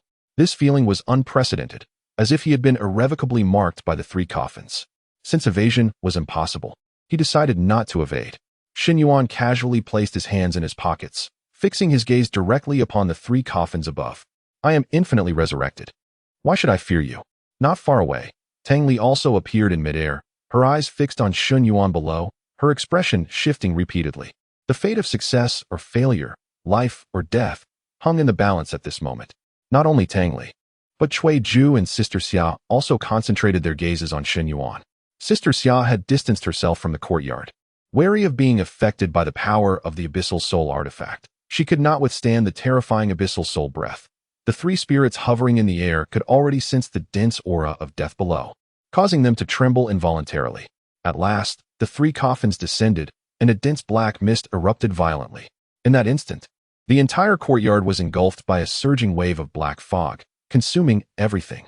The thick darkness snuffed out all light in the blink of an eye, leaving nothing but endless blackness, as if they had plunged into an eternal abyss. Simultaneously, a tremendous shockwave surged forth from the epicenter of the explosion. The force was so powerful that even Cui Ju and the three spirits hovering in midair could not escape. Like flies swatted away, the three spirits were sent flying dozens of meters away. The weakest among them, Tang Li, even spat blood, her complexion growing paler. Sister Xia fared little better. Only Cui Ju, possessing the greatest strength, managed to stabilize himself quickly, merely coughing a few times, suffering minimal impact. Still, his eyes were filled with shock. He had anticipated the power of the abyssal soul artifact to be terrifying, yet it seemed he had underestimated its might. The three of them were not even at the center of the explosion, yet they endured such a horrific onslaught. Cui Ju dared not imagine how devastating it would have been had he been the one below. With a sigh, Cui Ju gazed at the roiling black clouds within the courtyard, a hint of relief in his tone. At last, it is over. Shen Yuan slowly opened his eyes in the void. Just as he prepared to resurrect and rise again, the voice of the system echoed in his mind. Post-death detected. Resurrection successful. Current remaining resurrection attempts, 999. This round of death method, consumed by abyssal soul breath. Rating. Strangely, the system paused at this point. Shen Yuan raised an eyebrow. Hey, are you stuck? Why have you halted? Does the system experience lag too? After a brief pause, the system finally resumed normal operation and continued its report. Rating S. Shen Yuan's eyes widened in astonishment. What? Did I hear that correctly? The rating for my recent death is S? This is the first time since awakening the advanced version of the death lottery system that I have received such a high evaluation. He had not anticipated that the seemingly inconspicuous three coffins would possess such formidable power. At this moment, Shen Yuan was utterly astonished. However, he was further taken aback by the system's comment. Comment. S is currently the upper limit of ratings, but it is not the limit of abyssal soul breath. Please continue to enhance the system's level. Shen Yuan was left speechless. S is not even the limit? What on earth is this abyssal soul breath that is so incredibly potent? In fact, he had sensed something amiss earlier. This current narrative was exceedingly bizarre. Previous narratives featured only one spirit, Tang Li, while the others were mindless NPCs. Mere characters within the script who followed their roles dutifully. Yet this time, it seemed as though the characters were all spirits, acting out their roles while secretly targeting him. For instance, the old woman and the lopsided skeleton Cui Ju's words bore no relation to the narrative. It felt more like they were there to kill him. Why would they want to kill me? Are the spirits of the Baigui realm so idle? Shaking his head, Shen Yuan chose not to dwell on it further. Best to see what he drew from the lottery first. Chapter 70. The Black Mist, the Marriage Contract, and the Equipment Slot. Shen Yuan recalled that even if he had exhausted all the card packs in this dungeon, obtaining an S-rank evaluation for his demise would grant him an additional card. Ding. This draw guarantees a UR level card. Drawing in progress. Congratulations. You have obtained a UR level item card. Equipment Slot Unlock card. Equipment Slot Unlock card. Category, Item, Function, unlocks an additional equipment slot without restrictions, allowing for the assembly of any type of equipment. Price, 2,000 nether coins. Use or sell. Today, Shen Yuan's mood was soaring, reaching unprecedented heights. An extra equipment slot. This UR card was astonishingly powerful. Without hesitation, he promptly chose to use it. Congratulations. You have received a rebate of 400 nether coins. Shen Yuan hurriedly opened his attributes panel. As expected, in addition to the 6 equipment slots available to all players, he had gained one extra. Equipment Slot 7. Vacant. However, he currently lacked any surplus top-tier equipment. He had sold all his silver gear, leaving only a cursed baby pouch, but he could not absorb any more cursed attacks for now. He had to be wary of the ghostly infant's strength surpassing his own. Otherwise, the malevolent cherry would truly become the ultimate villain. Thus, equipping the cursed baby pouch was not an option at the moment. In that case, he would leave the additional equipment slot empty for now. He would wait and see if the celestial brain could reward him with more equipment after clearing this dungeon. However, Would such a special hidden dungeon also have ranking rewards? That seemed unlikely. He could not harbor too much hope. Shen Yuan pinched his chin, preparing to depart the void when a thunderous noise erupted from the juicer beside him. In the next moment, a cacophony of sounds ensued. Shen Yuan was momentarily bewildered. What was happening? Nether coins poured out of the pain currency machine as if they were worthless, overflowing to the point of littering the ground. This entire process lasted a full minute. As Shen Yuan collected the coins, the pain currency machine continued to spew forth its bounty. He barely had time to count how much he had gathered. Once the pain currency machine finally settled down, he took a moment to organize himself. He was too lazy to tally the coins and simply deposited them all into the nether shop before checking his total balance. Prior to this, he had nearly depleted his nether coins. Just moments ago, the rebate assistant returned 400 points. Thus, the remainder must have come from this conversion. Your nether coin balance is 2,689 points. Shen Yuan was momentarily stunned. 2,689. This meant that just from this round, the pain currency machine had converted over 2,200 nether coins. How terrifying. One death was more formidable than his previous 10 hours of effort combined. Not only had he recovered all the nether coins he had spent earlier, but he also had a surplus. After a brief moment, Shen Yuan clicked his tongue. Summing it up, it was utterly insane. Not lingering in the void any longer, Shen Yuan opened his eyes and returned to the secluded courtyard. What is happening? Is it dark? The dense black mist still lingered, and Shen Yuan gazed around in confusion. The enigmatic figures of Cui Ju and Sister Xia had vanished. Shen Yuan shouted hoarsely, "Hey, are there any remaining specters? Is that attack, the so-called abyss, going to happen again?" Silence enveloped him. Not a single sound to be heard. They have all left? I've said it 1,000 times already. Can't you at least say goodbye before departing? Don't humans and specters have any semblance of courtesy? Shen Yuan sighed helplessly. It seemed that the earlier opportunity was indeed rare. Forget it. This dungeon had already taken enough of his time, and it was time for him to clear it. This marked the longest duration Shen Yuan had ever lingered in a horror tale, over 11 hours combined. He was indeed feeling a bit fatigued. Shen Yuan was merely a bit weary, but Cui Ju felt as if he were on the verge of death. The three of them had heard Shen Yuan's voice, but they no longer had the spectral energy to respond. Shen Yuan was still alive. The abyssal soul's breath had no effect on him. A deep despair enveloped Cui Ju's mind. His hands trembled, and the confidence and arrogance he once possessed had vanished entirely. He had truly become subdued. Tang Li stood quietly in the corner, her gaze steady, lost in thought. Indeed, they had failed. Shen Yuan had resurrected as usual. Only one horror tale dungeon remained. And after its conclusion, it would be Tang Li's final hour. Sister Xia took a deep breath, wishing to console Tang Li littly. Tang Li shook her head, interrupting Sister Xia. Sister Xia, I want to be alone for a while. You need not comfort me. I am fine. Sister Xia looked at Tang Li with a heart full of compassion. Why? Why did this happen to Tang Li? Why was she bound to this twisted fate with the abnormal Shen Yuan? A profound sense of helplessness washed over Sister Xia. As the black mist gradually dissipated, the three specters once again beheld Shen Yuan's figure. At that moment, he was retrieving the invitation given to him by the old woman at the beginning. The invitation felt slightly moldy and sticky to the touch, an odd sensation. At this point, Shen Yuan noticed the three specters hovering above and cheerfully inquired, "Oh, you haven't left yet? Why so silent? Are you still up for a fight?" Cui Ju was still enveloped in shock and fear, unable to respond. Sister Xia gazed at Tang Li with concern, while Tang Li lowered her head, lost in her thoughts. None of the specters wished to acknowledge Shen Yuan, the instigator of their predicament. Shen Yuan shrugged in disappointment, murmuring to himself, "Also aloof. Being aloof is just fine, just fine." He held the invitation and walked towards the square table. Since they had summoned him to replace a soul, this invitation was likely a ruse. He speculated it must be a marriage contract. Otherwise, they had no reason to forcibly abduct him. Shen Yuan sprinkled a bit of ash from the incense burner onto the invitation, and in an instant, the characters on the contract transformed. Marriage contract. Shen Yuan was too disinterested to read the other chaotic content. Seeing the two characters' marriage contract at the top sufficed.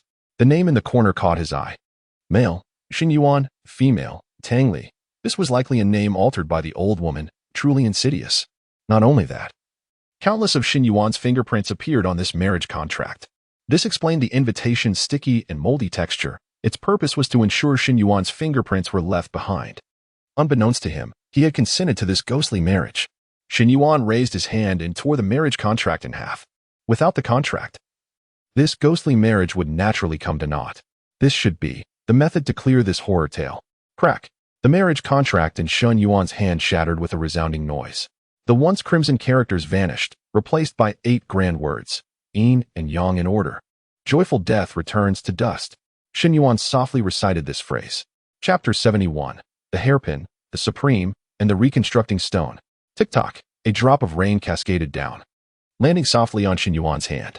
In the blink of an eye, the rain intensified, pouring down like a torrential deluge. Amidst the downpour, 3 grotesque figures gradually turned to ashes, and even the desolate mansion where Shen Yuan stood began to fade away. The eerie tale of Shisha was drawing to a close. Shen Yuan stood in the rain, allowing the water to wash over him. Suddenly, he noticed something had fallen out from the ashes of Cui Ju's skeletal remains. Could this bizarre narrative still yield equipment? Considering that even a boss had appeared in this tale, Shen Yuan deemed it plausible. He stepped forward. A hairpin lay quietly soaking in the rain, appearing quite ordinary. Yet, Shen Yuan understood that with Cui Ju reduced to ash and the narrative nearing its end, what remained could not be a mere trinket, regardless of its utility. It was wise to seize it first. Shen Yuan bent down to pick it up. The hairpin felt chilly to the touch, devoid of any peculiarities. Skybrain. Examine the attributes of this hairpin, Shen Yuan silently commanded, eager to uncover its nature. Hairpin. Category. Level. Function. The attribute panel indeed materialized, yet it was filled with question marks, leaving Shen Yuan utterly perplexed. What on earth? Never mind. I'll keep it for now. There is ample space in my inventory. Shen Yuan shrugged, initially anticipating to find something remarkable, only to discover a series of large question marks. After placing it in his bag, the voice of Skybrain echoed in unison. Congratulations, player Shen Yuan, on successfully completing the hidden narrative Shisha. Reward calculation in progress. Completion time, 12:09:56. Completion rating, SSS level. Congratulations. You are the first player to clear the hidden eerie tale. A global announcement will be made. Do you wish to display your real name? Shen Yuan's jaw dropped in astonishment, nearly hitting the ground. What? This time, I am not merely ranking first. I am the first to conquer the hidden narrative? The human realm has stood for centuries, and yet no one has ever completed this hidden tale? Is it truly this challenging? Reflecting on the terrifying attributes of the ghostly bride boss, he nodded in agreement. Indeed, it was quite difficult, whether to display his real name. Shen Yuan rubbed his chin, decisively making up his mind. Absolutely not. His current strength was still too meager to attract attention. A spot on the newcomer leaderboard would suffice. There was no need to stand out in such a historic moment. Should his abilities be revealed, it could invite unforeseen troubles. Despite the prowess of his death card system, the resurrection effect only functioned within the narrative. If a powerful being in the human realm sought to eliminate him, he would find it exceedingly difficult to defend himself. After all, he was merely a level 10 novice player. You have chosen to remain anonymous. Global announcement in progress. Hidden narrative reward calculation in progress. 1. Random Supreme Fragment 1-2. Immortal Reconstructing Stone 1-3. 500,000 gold coins. The moment Shen Yuan beheld the first 2 rewards, he was utterly bewildered. What were these? He had never heard of such items. Searching through his previous memories yielded no clues. Could it be that all the rewards were obscure and worthless? This time, even a random piece of equipment was absent. However, upon seeing the 3rd reward, Shen Yuan felt a sense of reassurance. The fact that 500,000 gold coins ranked only 3rd suggested that the first 2 items must hold greater value. Shen Yuan opened his inventory and clicked on the introduction panel of the first Random Supreme Fragment. Random Supreme Fragment, upon activation, receive a Random Supreme Equipment or Supreme Skill Fragment. The description was straightforward, yet Shen Yuan remained uncertain about what Supreme Equipment and Supreme Skills entailed. Nevertheless, he sensed that this item was likely significant. He promptly accessed Skybrain's search interface and entered the term Supreme. To his astonishment, he discovered that Supreme quality was indeed superior to Diamond quality. Equipment or skills of Supreme quality were not even dropped as complete items, but only as fragments. Only by collecting all fragments could one obtain the entirety of a Supreme quality item. More crucially, all Supreme quality equipment or skills were unique, one of a kind in the entire world. This item seems quite formidable. Without hesitation, Shen Yuan chose to activate it. He was eager to see what he would unveil. Random Supreme Fragment activated successfully. Congratulations, you have obtained Primordial Calamity Wood Fragment 1. Primordial Calamity Wood Fragment Number 1. Category: Weapon Equipment. Level: Supreme. Function: Unknown Fragments. 1-6. Legend has it that this is a branch of the ancient tree that split the world during the onset of chaos, suffused with bloodshed and sin. Primordial Calamity Wood. What a powerful name. To assemble this weapon, one needed to gather 6 fragments, quite a daunting task. Given his current strength, obtaining the remaining 5 would be exceedingly challenging. Shen Yuan attempted to log onto the Sky Network to search for information regarding Primordial Calamity Wood, but he remained cautious, opting for an indirect inquiry. Unfortunately, he found no records of anyone showcasing other fragments of this Primordial Calamity Wood. Perhaps no one had acquired them, or those who had were too fearful to reveal their treasure. After all, the saying "a common man is innocent," but possessing a jade can lead to guilt resonates with everyone. For the time being, supreme quality equipment seemed somewhat irrelevant to Shen Yuan. Still, he decided to retain it. After all, with his death card system, who could say he wouldn't draw a supreme fragment? After securing the Primordial Calamity Wood Fragment, Shen Yuan turned his attention to the second reward. Externally, it appeared to be an utterly ordinary piece of jet black stone. However, strangely enough, when held, one could faintly sense an odd aura emanating from it. Could this be the elusive colorful black? Muttering to himself, Shen Yuan examined the introduction panel of this stone. Immortal Reconstructing Stone. Category: One-time use item. Function: Enhances any quality equipment to diamond quality. Inherent star rating. Level requirement remains unchanged. Note: upon reconstruction, retains the original equipment's characteristics and skills while elevating it to diamond quality. Chapter 72. Forging Anonymity. Sixth Sense. Shen Yuan stared, astounded, at the unremarkable stone in his hand, momentarily at a loss for words. Could it truly be the Pro-Max version of the legendary turning stone into gold? The quality of diamonds. Shen Yuan had never imagined that diamond-grade equipment could be so close at hand. Moreover, a critical point was that by utilizing the Immortal Reconstruction Stone to elevate it to diamond quality, the equipment's level remained unchanged. Initially, Shen Yuan was able to don the golden grade Skeletal Phoenix Crown at level 5 thanks to the merits of turning stone into gold. Typically, bronze quality equipment has no level restrictions for wearing, silver quality requires level 5 or above, and golden quality necessitates level 10 or higher. From platinum quality equipment onward, the level requirements expand significantly, demanding a minimum of level 30. However, diamond quality gear requires level 50 to wear. Yet with the Immortal Reconstruction Stone, Shen Yuan could equip diamond quality gear at level 10. It was utterly terrifying. Taking a deep breath, Shen Yuan began to scan the equipment adorning him. It was imperative to use this stone at the optimal moment.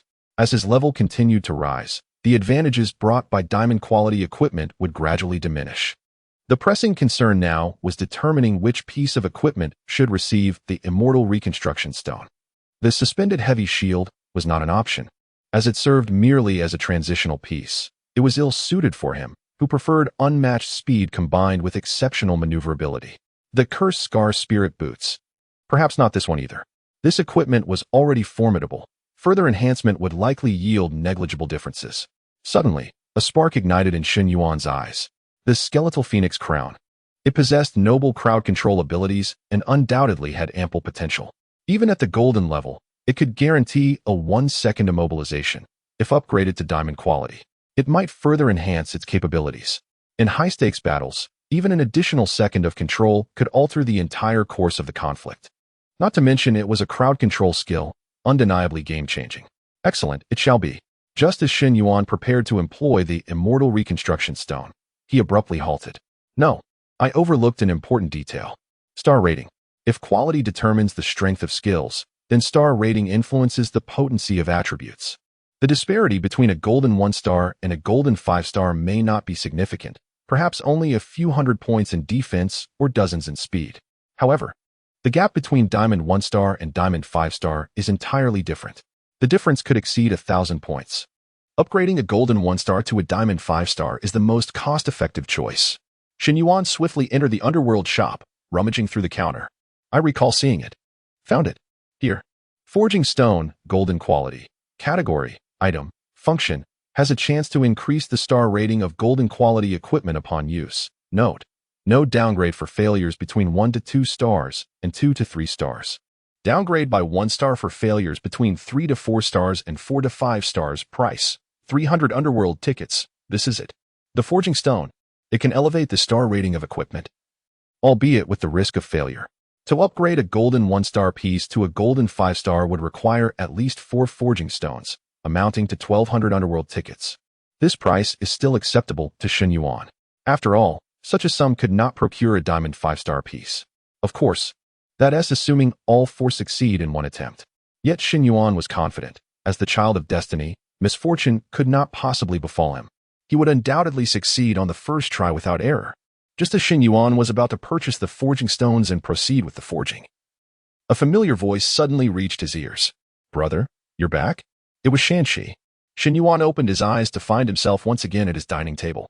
The Eerie Tale Dungeon Joyful Death had officially concluded, and the Eerie Domain dissipated, returning Shen Yuan to the human realm. Observing his surroundings, he felt a momentary disorientation. It seemed as though he had been away for an eternity. Yet, in the human realm, he had only been absent for an hour. At the dining table, the dishes remained steaming and fragrant, bearing little change from when Shen Yuan had departed. Clearly, Shenxi had reheated the meal, waiting patiently for his return. A warmth blossomed in Shen Yuan's heart. Strictly speaking, Shen Yuan, as a traveler, was a complete outsider. He and Shenxi shared no connection in his past life. He had never known her. However, how could one not feel compassion for such a sweet and vulnerable girl? In his previous life, Shen Yuan had no family, living and dying in solitude. Thus in this life, he genuinely cherished Shenxi as his own sister, caring for her deeply. Shen Yuan smiled broadly. "Yes, I'm back." "How did you?" Suddenly, the voice of the celestial brain interrupted his words. Global announcement: congratulations to player Anonymous for overcoming the myriad obstacles of the hidden Eerie Dungeon with extraordinary prowess, achieving the world as first completion. A global celebration. All global players receive the Universal Celebration buff. This week, rewards from all Eerie Dungeons and monster-slaying dungeons are increased by 20. Shen Yuan raised an eyebrow in astonishment. So this is what a global announcement entails. He hadn't anticipated that his accomplishment in clearing the hidden Eerie Dungeon would grant all players worldwide an additional reward boost. Shenxi, having grown up, was hearing a global announcement for the first time. Her face lit up with surprise as she exclaimed, "Brother, did you hear that? A global announcement. This Anonymous is amazing." Shen Yuan felt helpless. Due to her vision issues, Shenxi had seldom attended school and thus lacked knowledge in many areas. Anonymous was not a name but rather indicated that the player had concealed their identity, wishing to remain unknown. Shenxi gasped and innocently remarked, "Brother, you just emerged from the Eerie Tale, and the announcement about Anonymous came right after. What a coincidence. You're not Anonymous, are you?" Shen Yuan's brow twitched. Goodness, is this the sixth sense of women? No, of girls? It's a bit eerie, my friend. Chapter 73, The Unexpected, the Untroubled, In Jiuzhu. Shen Yuan cleared his throat, his mind racing, and quickly said, I am just joking. How could it possibly be me? I am not that formidable. Moreover, if it were indeed I, why would I choose to remain anonymous? Shouldn't I seize this opportunity to enhance my reputation? That would make it easier for us to repay our debts, wouldn't it? Shenxi tilted her head in contemplation, finding her brother's reasoning quite persuasive. It's all right, brother. Even if you are not the anonymous one, you are still the most impressive in my eyes. Shen Yuan chuckled, truly a sweet-talking lad. By the way, Shi, how did you know I had returned? Shenxi smiled, revealing her small canine teeth. I calculated the time. You left precisely 1 hour ago, and I heard your breathing. Shen Yuan affectionately ruffled Shenxi's hair. But, didn't I say I would return to my room? Why have you been waiting for me in the living room all this time? Shenxi promptly lowered her head, resembling a child caught in wrongdoing. Fearful of Shen Yuan's reprimand, and explained, I was worried you might be hungry when you came back, so I came out 5 minutes early to warm up your meal. Shen Yuan held no intention of scolding Shenxi, and indeed, he was quite hungry. He picked up his chopsticks, savoring the food while earnestly stating, Our family situation is currently precarious. Those who seek repayment may act irrationally. If you ever find yourself in danger, make sure to prioritize your safety and do not concern yourself with me, understood? But this situation won't persist for long. I will strive to repay our debts swiftly, or once I attain the strength to fear no one, those debt collectors will cease to harass us. In this world of mortals, strength reigns supreme. Without power, we must comply with repayment. With power, there will be many eager to offer us assistance. Before that, however, Shishi, you must protect yourself. Shen Shi obediently nodded, offering no verbal response. Having returned from the eerie tales, Shen Yuan felt significantly more relaxed, engaging in casual conversation with Shen Shi. Time slipped by unnoticed, and when Shen Yuan glanced at the clock, it had already struck 11 o'clock in the evening. All right, Shi, it's 11 now, it's getting late. And you should return to rest. Shen Shi was taken aback, her mouth agape. What? It's already 11? Sister Wang next door hasn't practiced the piano today? She always plays at 10:30 without fail. I hadn't heard a sound and thought it wasn't even close to that time. Shen Yuan was also puzzled.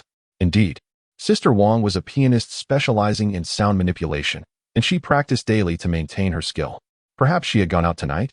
Not dwelling on it further, Shen Yuan and Shen Shi proceeded to their respective rooms after finishing their nightly routines. Meanwhile, in the world of mortals, countless players received the announcement from the celestial brain. Hidden Tail cleared. These 6 words profoundly shook everyone. On the forums, a plethora of discussion threads regarding this event sprang up almost instantaneously. In the world of mortals, players of higher status understood the significance of these 6 words. The Hidden Tail dungeon was not a first-time occurrence. Throughout history, many powerful players had attempted to conquer Hidden Tails, including several S-rank professionals. Yet, without exception, they all failed. The clearance rate stood at 0.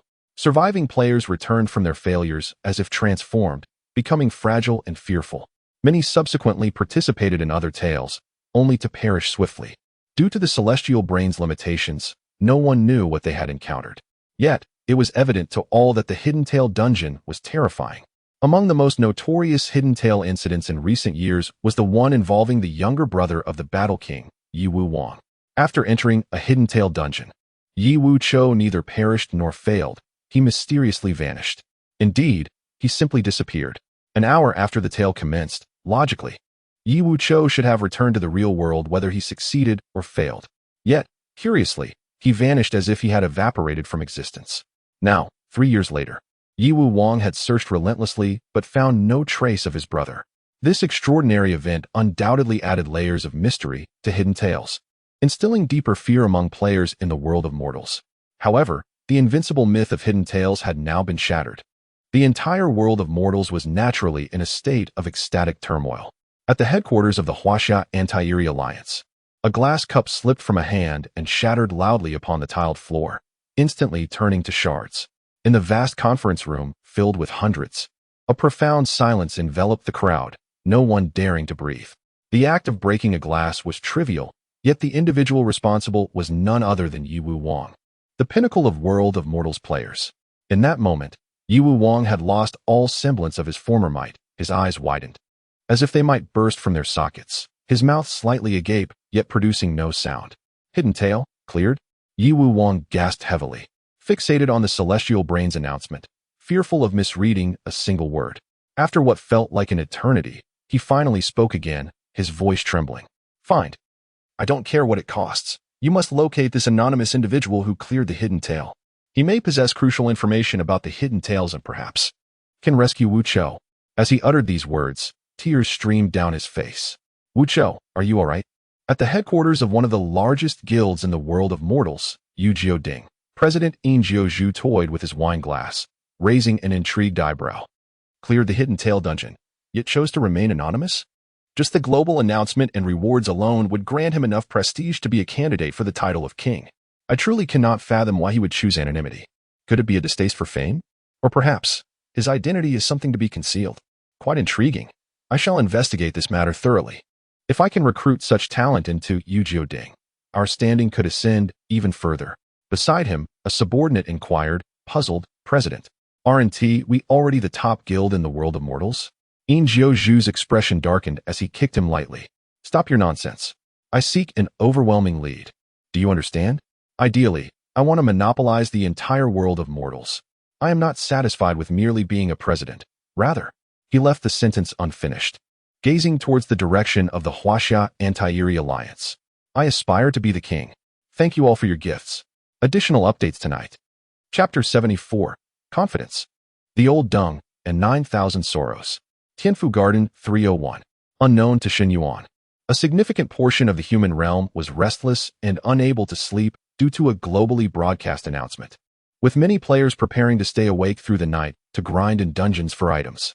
If fortune favored them, they might even acquire some equipment, which would elevate their status dramatically.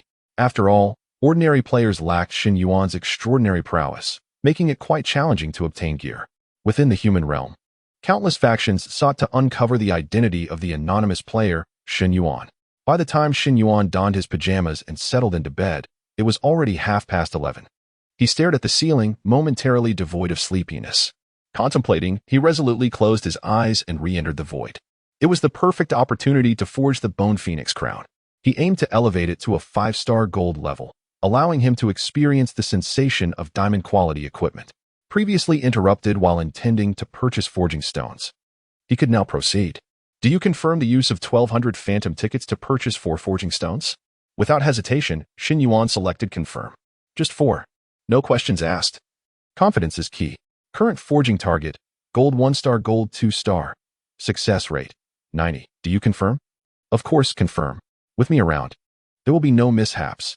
At this moment, the overly confident Shen Yuan remained oblivious to the fact that such notifications often heralded impending misfortune. The Bone Phoenix crown and a forging stone ascended slowly, suspended in midair. A golden hammer materialized from thin air, descending heavily. Yet, who could have anticipated that with the first strike, the forging stone would shatter with a resounding crack, scattering into fragments? Forging failed. Shen Yuan. What the heck? How could it fail on the first attempt? A 90 success rate, and I encounter such a debacle? Is this a joke? Frustrated, Shen Yuan retrieved another forging stone from his inventory and coldly threatened, I'll give you another chance. If you fail this time, just see what happens. I'll unleash a storm of lime upon you. Perhaps spurred by his threat, Shen Yuan's second forging attempt was successful. If he were to fail consecutively twice with a 90 success rate, his luck would certainly warrant a lottery ticket. He could win the jackpot tomorrow and pay off all his debts. Onward. Maintain this momentum. Shen Yuan decisively pressed forward with a third forging attempt. Without further incident, it succeeded once more. However, due to the earlier failure, he had become more cautious and refrained from prematurely celebrating. Observing the Bone Phoenix crown hovering in the air, he murmured, the Bone Phoenix crown is now of gold 3-star quality. Should I fail to elevate it to gold 4-star, it could lose a star, which would be far more than simply expending another forging stone.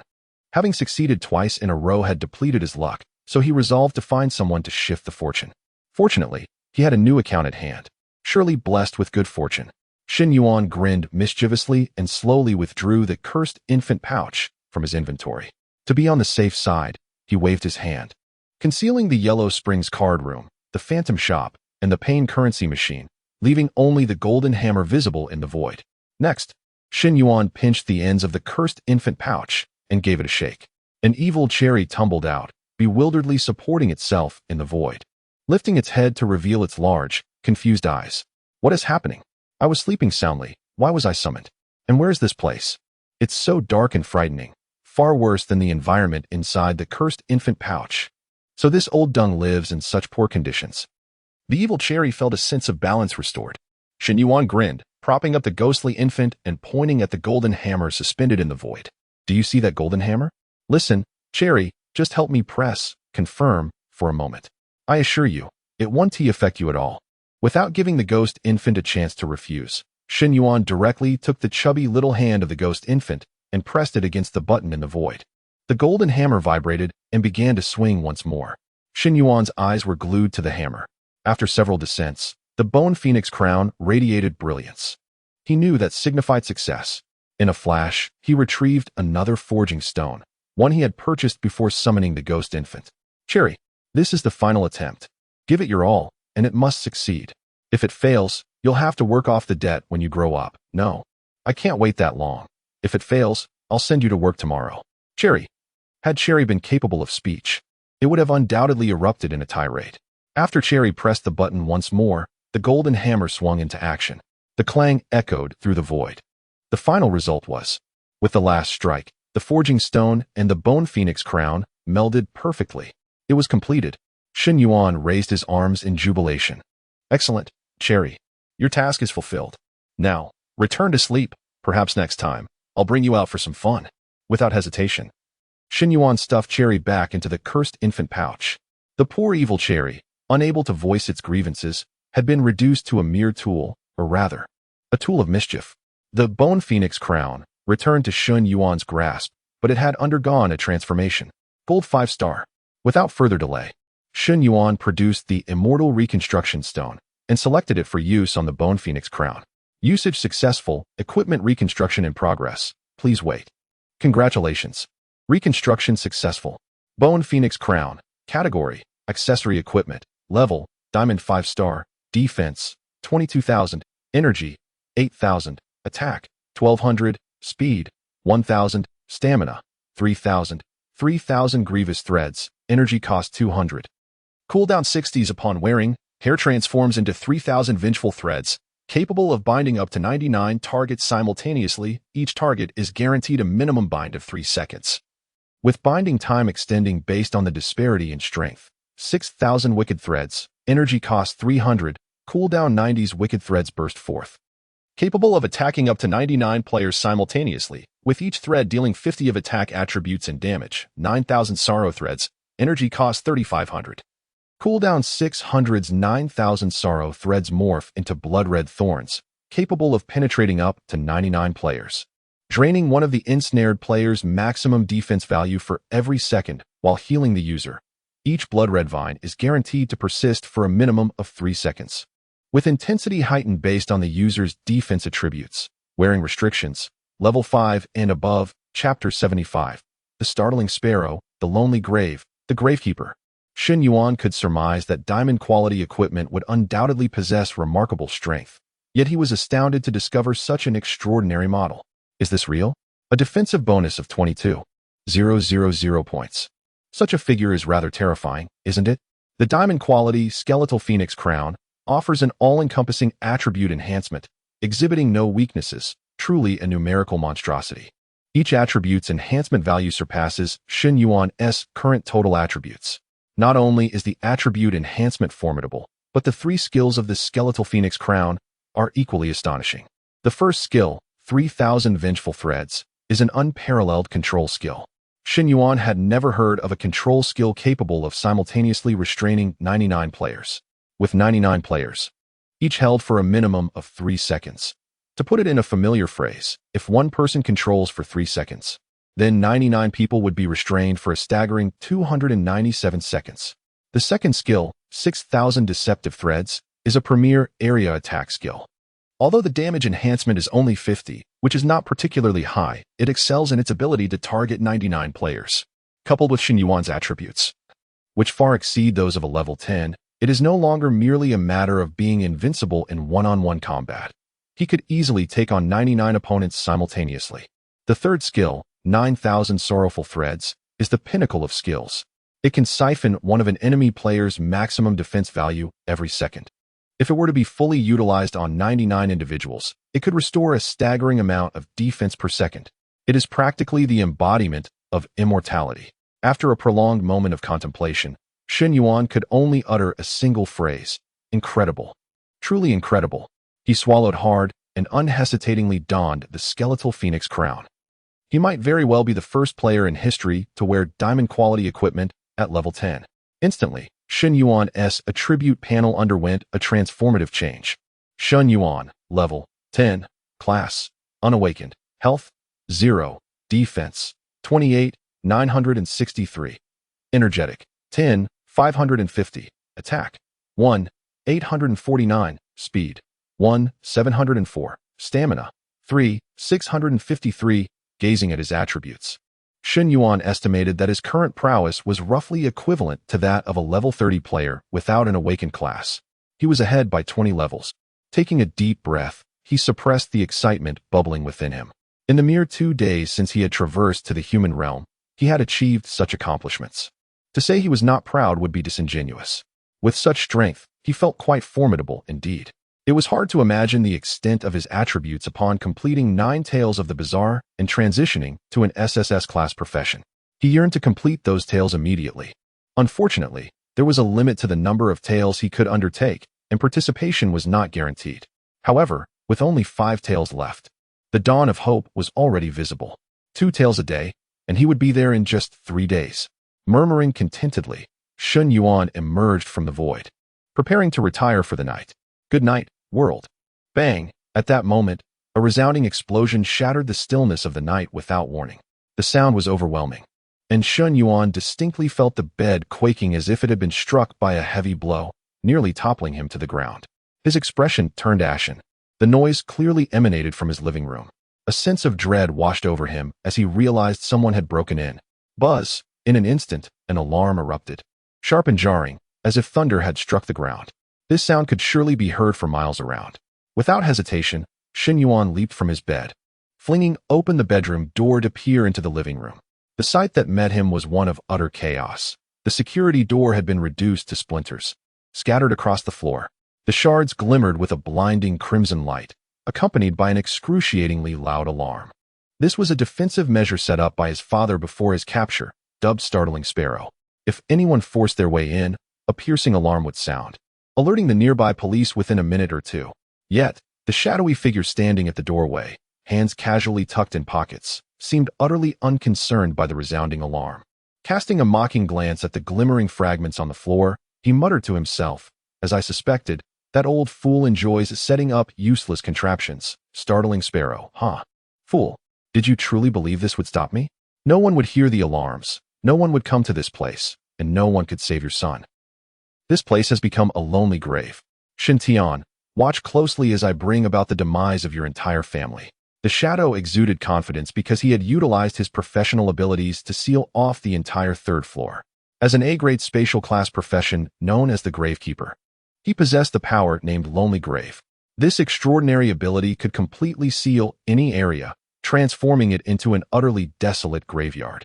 Once the Lonely Grave was successfully activated, the area would become isolated from the outside world, rendering those within unable to escape. The Lonely Grave of the Gravekeeper is considered the most potent sealing skill known in the human realm, justifying the title of A-grade profession. Moreover, the duration and scope of the ability are proportional to the time spent channeling it. Today, the shadow had lingered here for a full 10 hours, successfully encompassing the entire third floor within the Lonely Grave. In the calm before the storm, Shen Yuan had unwittingly become a caged beast. What overwhelming, what formidable pressure! Almost instantaneously upon seeing the shadow, Shen Yuan sensed something was amiss. His heart surged with tumultuous waves as he regarded the figure in the darkness. The intensity of the pressure was a clear indication that this individual vastly surpassed him in terms of power, the disparity unfathomable. Shen Yuan swiftly retrieved the Yinyang Eye Elixir Pro from his backpack, dripping it into his eyes. A golden glow flickered in the night, as if granting him the ability to see through all. The shadow's attribute panel was now revealed before Shen Yuan. Pei Duan Home. Level, 59. Class, A-grade, Spatial, Gravekeeper. Health, 1. Defense, 247, 310. Energetic, 100, 910. Attack, 14, 591. Speed, 8, 038. Stamina, 26, 772. Number of equipments, 6. Weapon slot, Dragon Flame S Judgment, Platinum 1 star. Armor slot, Embrace of the Seraph, Gold 3 star. Shoe slot, Wanderer, Gold 5 star. Ring slot, Chaos Dual-Born Ring, Platinum 2 star. Amulet slot, Eternal Oath, Silver 5 star. Cloak slot, Abyssal Depths, Gold 1 star. Chapter 76, Crisis. Cornered Beast, unable to escape? As Shen Yuan inhaled sharply, his heart plummeted into despair. Level 59. All 6 pieces of equipment fully upgraded. Such terrifying strength surpassed even that of the Joyful Bride within the realm of Joyful Death. While the Bride's speed attribute was a mere 2999, this individual boasted an astonishing 8,038. The attack attribute soared to an incredible 14,000. At present, Shen Yuan's defense could withstand only 2 of his attacks. Even factoring in the damage reduction from the blood overflowing wedding garment, he could endure only a few more blows. Just moments ago, Shen Yuan believed he had made significant progress in his strength, yet reality had delivered a harsh slap to his face. Not enough. Far from sufficient. His power was still too low, rendering him vulnerable to manipulation. Anger surged within Shen Yuan as he clenched his fists, his voice cold as he demanded, "Who are you? Why have you invaded my home?" Pei Duanhong smirked, glancing at Shen Yuan by the bedroom door, and sneered, "What's wrong? Don't recognize me? I thought I allowed you to continue your infiltration." Have you forgotten the task I assigned you? Boom. Shen Yuan's mind erupted like thunder. It was him. The man behind Hui Yuzhu. In an instant, Shen Yuan's gaze turned icy. So it was you. You intend to kill me. Pei Duanhong laughed uncontrollably, nearly gasping for breath. Ha. Indeed, it is I. Did you think that by mimicking Hui Yuzhu's tone in your responses, I would be deceived? Shen Yuan, do you believe others are fools? The moment Hui Yuzhu perished, I knew. I merely didn't expect that they couldn't even handle a novice like you. Truly incompetent. I have no choice but to take matters into my own hands. Shen Yuan cast a discreet glance towards Shen Shi's room, silently praying that she would not emerge. He took a deep breath, focusing on the shadow in the darkness, and spoke with gravity. You seek money, correct? I have money. I can give it to you. I will repay my parents' debts slowly. If you kill me, you will gain nothing. I found no money in my home. Killing me is utterly pointless. My parents have not set up any concealment charms. Pei Duanhong shook his head, his voice menacing. The concealment charms were arranged by Shen Tian. I am certain he has hidden them. Shen Yuan, your attempts at evasion are futile. I require the information within that safe. I must know what they have discovered. As for money, do you think I need those filthy coins? At my level, money is nothing but a triviality. Shen Yuan was perplexed. No money? What is a safe? What is the relationship between Pei Duanhong and his father, Shen Tian, that he was able to observe the arrangements of the concealment charms? How is it? Have I exposed your lies, leaving you speechless? Pei Duanhong's patience seemed to wane as he stepped closer to Shen Yuan, encroaching into the moonlight. This was the first time Shen Yuan clearly saw his face. Pei Duanhong possessed a square jaw, with well-defined features and strikingly prominent eyebrows and eyes. Undeniably handsome among middle-aged men. Yet, his eyes exhibited an almost sinister crimson hue, swirling with complex emotions of savagery and malevolence. As if he might devour Shen Yuan the next moment. It was a gaze more terrifying than any monstrosity. At that moment, Pei Duanhong appeared to scrutinize Shen Yuan. Deep in thought. Shen Yuan, this is not our first encounter, yet this time you present a different aura. Indeed, Shen Tian's genes are formidable. If you continue to grow, you may become a prodigy. Alas, today, you are destined to die. Shen Yuan remained composed, asserting, you heard the piercing alarm, did you not? Soon, someone will arrive. If you kill me, you cannot escape. Pei Duanhong scoffed, stiffly cracking his neck. Having decided to act, there will be no unforeseen circumstances. Neither you nor your sister Shen Shi can escape. Shen Yuan's expression changed dramatically. This man was aware of Shen Shi and had no intention of sparing her. Pei Duanhong continued, only with both of you dead can I locate that safe. I must obtain their research results. Results that must never be discovered by humanity. Thus, perish. As his words fell, Pei Duanhong carelessly raised his hand, poised to crush the insignificant creature before him. However, he did not anticipate that Shen Yuan remained alert, keenly observing his movements. Almost simultaneously with Pei Duanhong's gesture, Shen Yuan acted. He decisively unleashed the B-tier combat technique Wolf Assault Charge, swiftly darting aside and distancing himself from Pei Duanhong. Upon landing, he rolled seamlessly and sprang to his feet, maintaining his speed as he sprinted towards the entrance. The series of movements flowed effortlessly. Not only did he create distance from Pei Duanhong, but he also diverted his attention, safeguarding Shen Shi within the room. A double-edged strategy. Pei Duanhong, having grasped at nothing, turned in surprise to see Shen Yuan's rapidly vanishing figure. He is quite fast. What level is he? How can his attributes be so high? Wasn't he just an adult a few days ago? Perhaps I misremembered? Furthermore, if I'm not mistaken, that was a B-tier combat technique he just executed. How has he mastered such advanced skills? Despite Pei Duanhong's confusion, he dismissed it. Even if Shen Yuan was stronger than he anticipated, he was still merely a slight nuisance, easily crushed. He had no intention of pursuing Shen Yuan, as he believed escape was impossible for him. Pei Duanhong watched Shen Yuan's fleeing silhouette mockingly, saying, run, by all means. I can always kill your sister Shen Shi first. After all, you wouldn't want her to be a burden, would you? I shall take care of her, and you can escape. Perhaps you might survive. Shen Yuan's steps faltered, gritting his teeth in frustration. Damn it. Abandoning Shen Shi was absolutely out of the question. What to do? What should he do? With his back to Pei Duanhong, Shen Yuan inhaled deeply, his mind racing. He understood well that in moments of dire crisis, one must remain calm. He could not afford to lose composure. Focus. Quickly. Think. Chapter 77. Concealment, Judgment, Hide and Seek.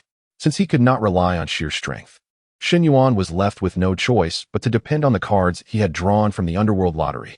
In Shen Yuan's mind, the cards he had once obtained flashed through like a revolving lantern. Eureka! In an instant, his thoughts crystallized, and he suddenly recalled the particular item he had drawn, the box of concealment. The function of the box of concealment was invisibility, and it could envelop Shen Shi in its shroud as well. Once concealed, the two could seize the opportunity to escape from this predicament. However, the box of concealment required a 5-second guidance period, and he needed to be right beside Shen Shi when it activated. Thus, he had to enter Shen Shi's bedroom. Without a moment's hesitation, Shen Yuan unleashed his 3,000 grievous threats. Thousands of strands of hair, concealed in the darkness of the night, shot forth towards Pei Duanhong. By the time Pei Duanhong discerned these hair strands, it was already too late. The 3,000 grievous threads swiftly coiled around Pei Duanhong, binding him in place, rendering him immobile. What on earth? Pei Duanhong was taken aback. What was this? He instinctively struggled, only to find that he could not break free. As the 3,000 grievous threads ensnared Pei Duanhong, Shen Yuan wasted no time and sprinted towards Shen Shi's bedroom. He had only 3 seconds. No matter how formidable the Bone Phoenix crown was, Shen Yuan was merely level 10, and the disparity between him and the level 59 Pei Duanhong was insurmountable. He could maintain control for at most 3 seconds. Any longer would be improbable.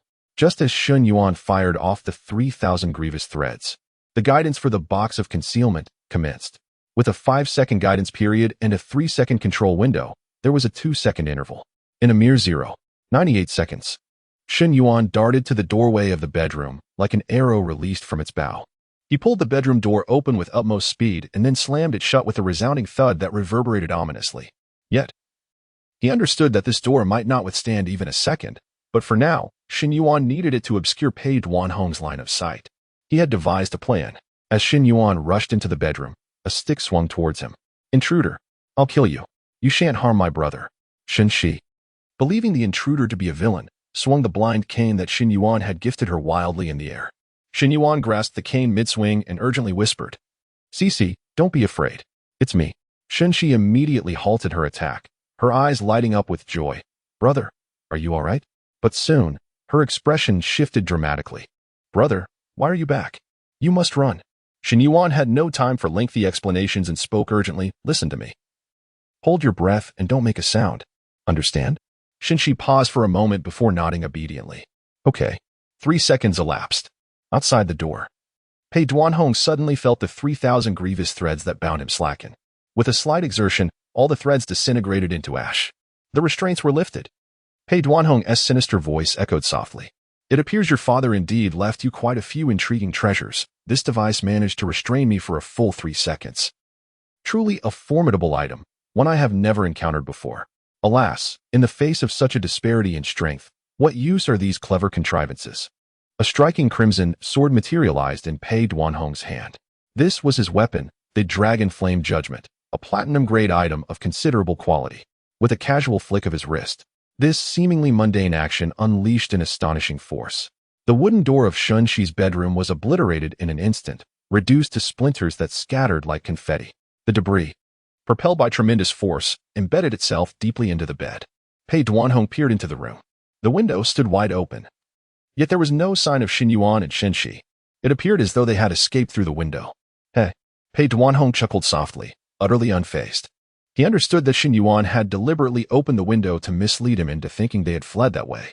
However, what Shen Yuan did not realize was that this entire floor had been sealed by his lonely grave, rendering the window an impossible escape route. Shen Yuan's self-deceptive ruse was merely the folly of a jester. They were undoubtedly still hiding here. What purpose would a game of hide-and-seek serve? "Shen Yuan, you are rather naive." Pei Duanhong's voice resonated ominously.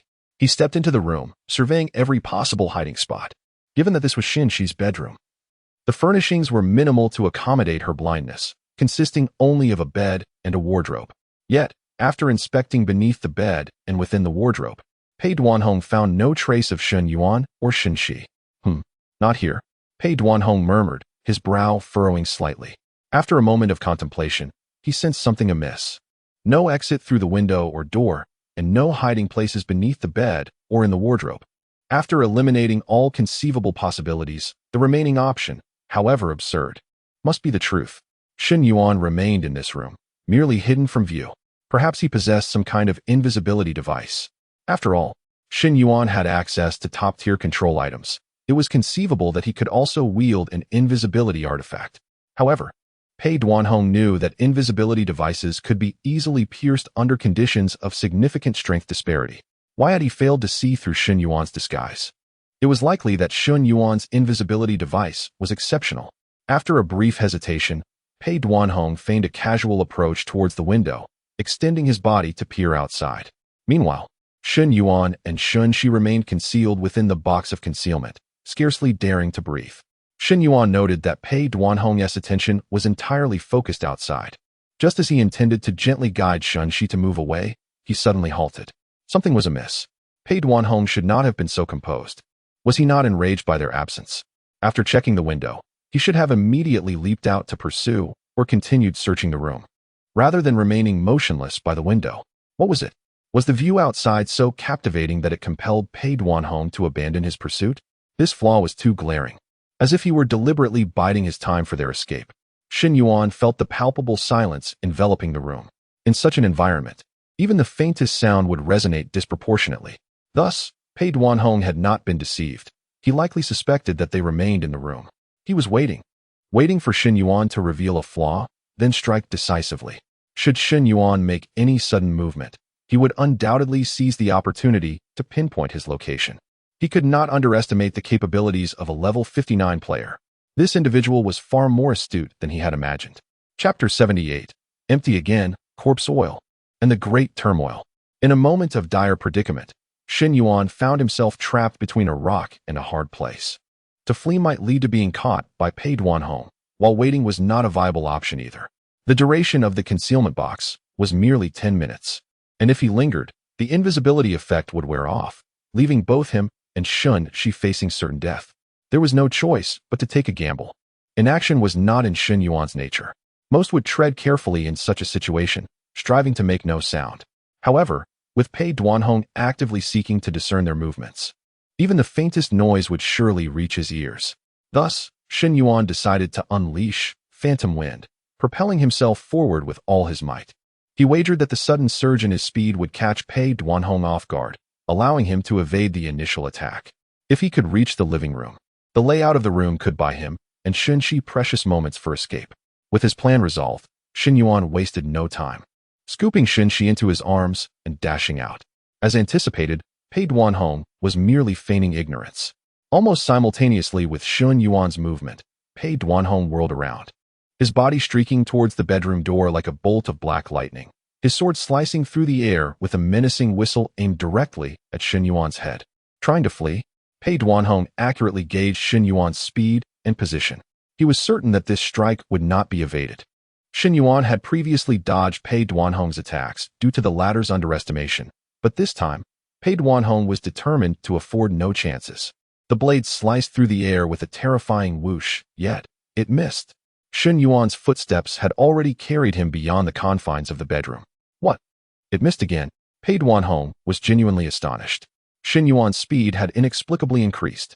This meant that he had not been utilizing his full capacity to evade Pei Duanhong's prior strikes. Pei Duanhong's expression shifted to one of seriousness. I underestimated you. In a life-and-death moment, you still dared to hold back? Your audacity is commendable.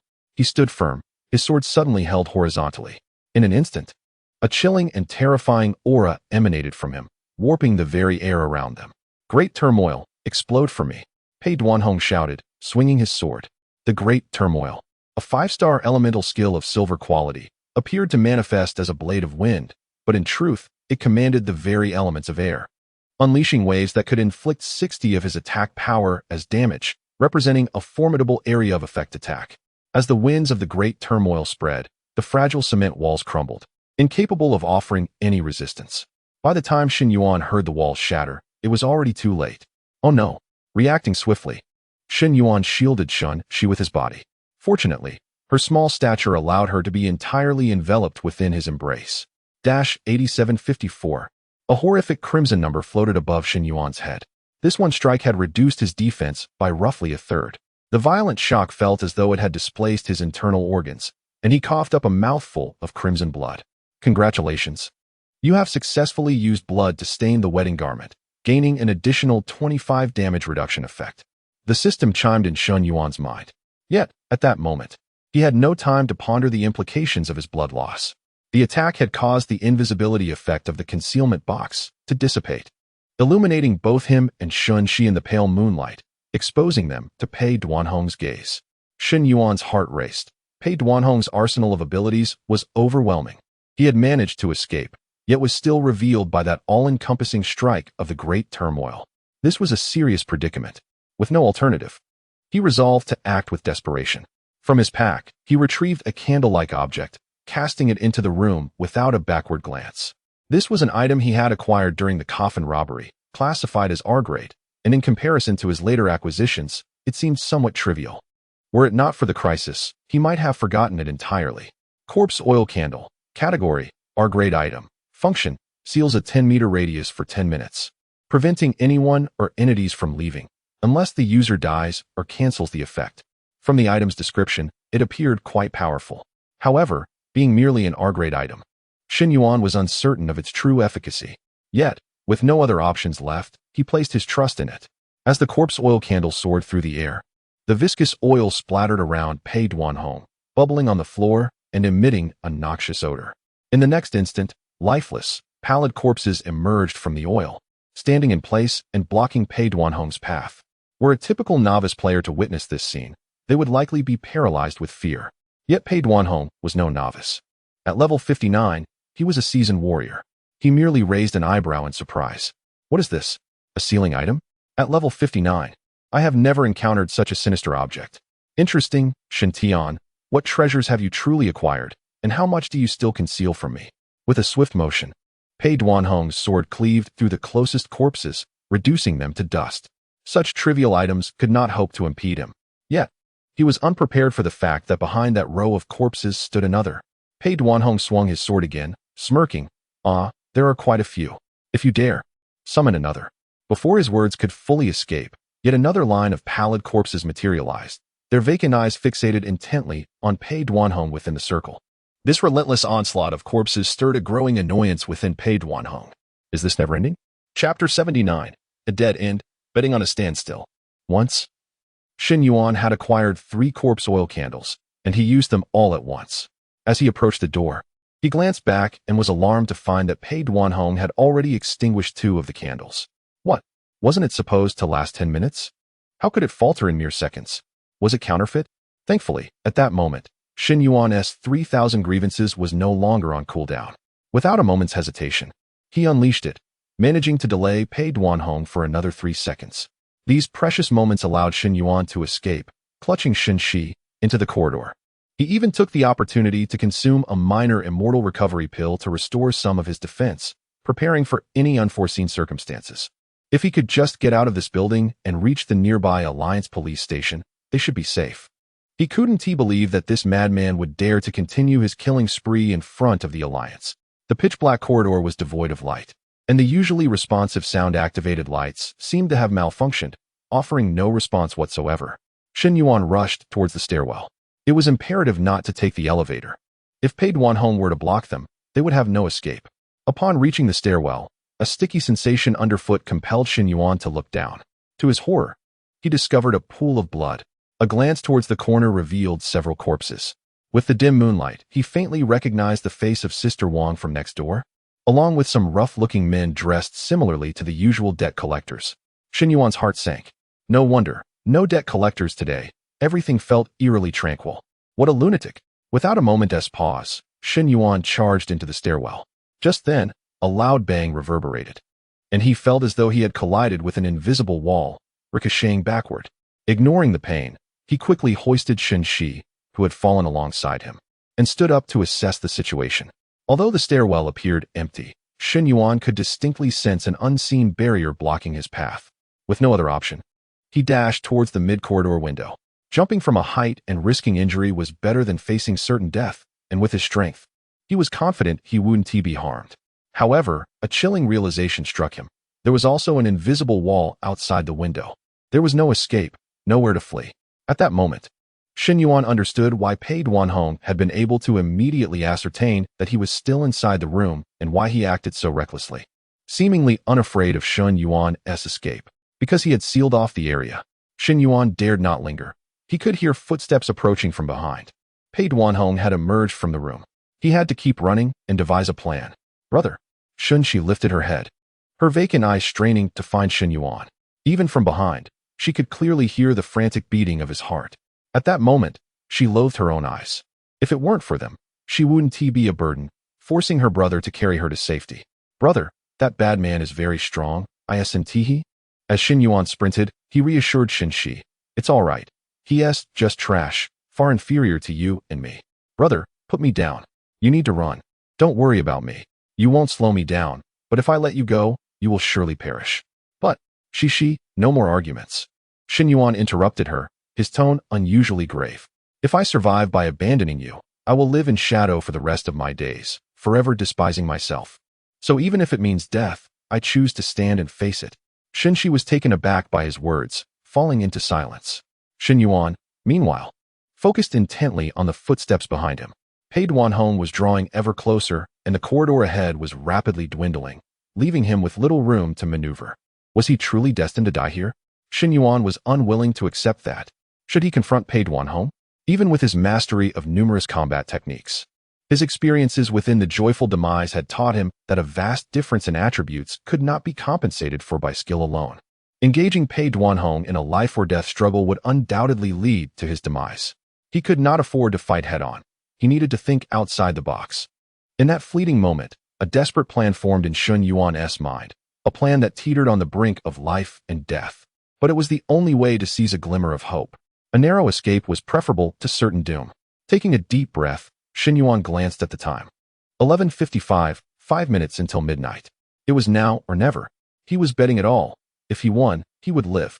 Once he navigated through this deadlock, he firmly believed he would one day ascend to the pinnacle of this mortal realm, gazing down upon the world with a smile.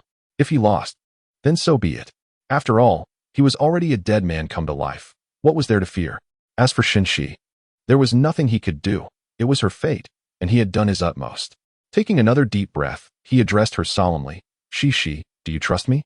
Shen Shi paused for a moment, then resolutely replied, Of course I trust you, brother. Shen Yuan smiled, suddenly halting his flight.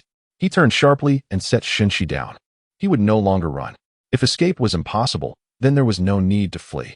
The only path to survival lay in confronting death. Shen Yuan retrieved the heavenly shield from his backpack and positioned it in front of Shen Shi. Shi, crouch down and hide behind this shield without moving.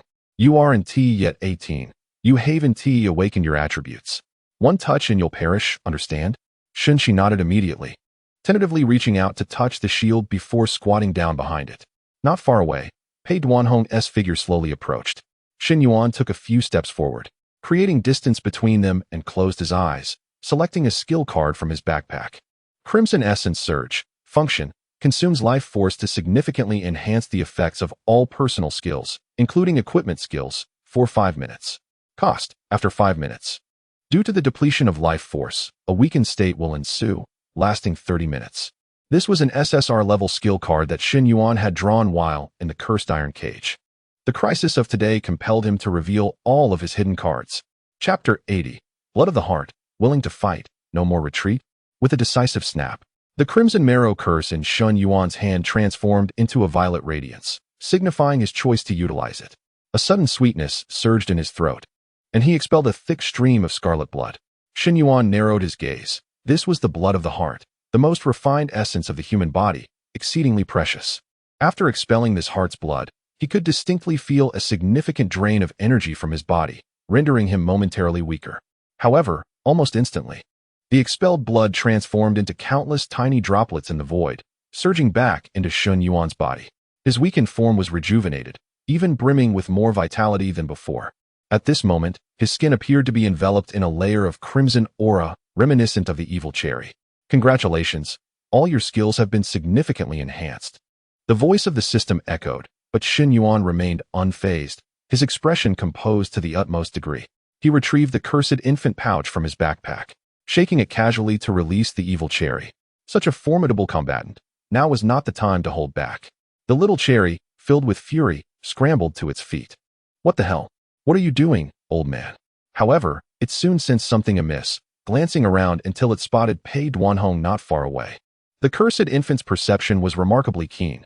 It could sense the malevolent intent and immense power emanating from Pei Duanhong. The cherry's anger dissipated, replaced by a serious demeanor as it fixated on Pei Duanhong with heightened vigilance. Shen Yuan exhaled silently, simultaneously retrieving another item from his backpack, instructing, "Cherry, intercept him. No matter how, you must create time for me." The cherry shook its head vigorously, as if trying to shake off a persistent pest. "Are you joking? Even without the yin-yang eye potion, I know I can't defeat this guy. Charging in would be suicide." Ignoring the cherry's objections, Shen Yuan coldly stated, "Let me remind you, the cursed infant pouch is bound to me. If I perish, you will not survive either." At this, the cherry's expression shifted dramatically. It understood the gravity of the situation. Dying once or dying forever was a distinction it could grasp. With a cry, it lunged toward Pei Duanhong. Meanwhile, Shen Yuan began to activate another card in his hand, similar to the Crimson Marrow Curse, also an SSR-level card. Wall of Ghosts function. After guidance, select any player to create a Wall of Ghosts area. The player will be trapped within and cannot leave until the wall is breached. Limit: usable only once within 24 hours. Durability: 100. The faster the wall is breached, the greater the durability loss. Once durability reaches 0, the item disappears. Shen Yuan intended to use this card to stall Pei Duanhong. Yet, as he initiated the guidance, his heart sank. The guidance period for the Wall of Ghosts took a staggering 30 seconds, far longer than he had anticipated. Moreover, he could not move during the guidance, and he was not in an invulnerable state, meaning he would still suffer damage from external attacks. He was essentially a target standing still. However, the sole comfort was that being attacked would not interrupt the guidance process. With no retreat left, Shen Yuan had to gamble on his success in guiding the spell. 30 seconds, here goes everything. Under the night sky, Pei Duanhong approached Shen Yuan leisurely, relishing the thrill of cornering his prey. His profession suited this predatory game perfectly, trapping his quarry, pursuing them relentlessly, driving them into a corner, and savoring their despair, trembling, and tears. Just like Shen Yuan at this moment. Not running away? Is this surrender? No more struggle? Aren't you full of clever tricks? Pei Duanhong mocked, yet Shen Yuan remained immobile, clutching something tightly in his hand, though Pei Duanhong could not discern what it was. He scoffed, his tone dripping with disdain. "More items, huh? How quaint. But I have no interest in playing house with you anymore. Killing you will grant me the vault I desire. It all ends here. Don't blame me. Instead, curse your two fine parents." Pei Duanhong raised his long sword, preparing to grant Shen Yuan a swift end. The night had already dragged on long enough. Yet suddenly, a diminutive shadow surged forth from an unknown direction, startling Pei Duanhong. What the hell? Upon recognizing the appearance of the cursed infant, Pei Duanhong almost believed he was hallucinating. This creature bore an uncanny resemblance to the cursed infants from the 100 Demons realm. Why was it here? Had he inadvertently stepped into a tale of horror? For a moment, Pei Duanhong felt disoriented. When the cursed infant began to claw at his leg, he snapped back to reality. This infant must have been summoned by Shen Yuan.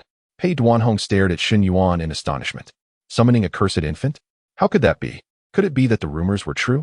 Suddenly, he laughed. Who would have thought Shen Tian was not wronged?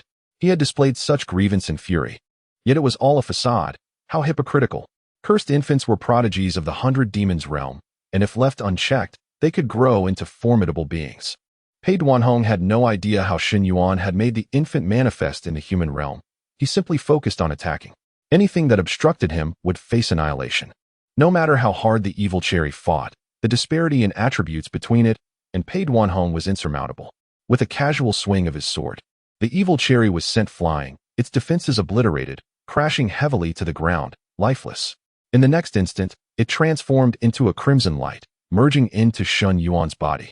Vanishing from sight, the cherry had truly sacrificed itself to buy time for Shen Yuan, stalling for a total of 8 seconds. Yet Shen Yuan's guidance still had 22 seconds remaining. Pei Duanhong, intrigued, lifted his bloodied sword and swung it with intent. He had no further words for a corpse. Pei Duanhong was unaware of how Shen Yuan had withstood one of his attacks earlier in the room, but there would not be a second chance. His sword lunged toward Shen Yuan. Clang! Instead of the sensation of piercing flesh as Pei Duanhong had anticipated, it felt as though he had struck a solid suit of armor.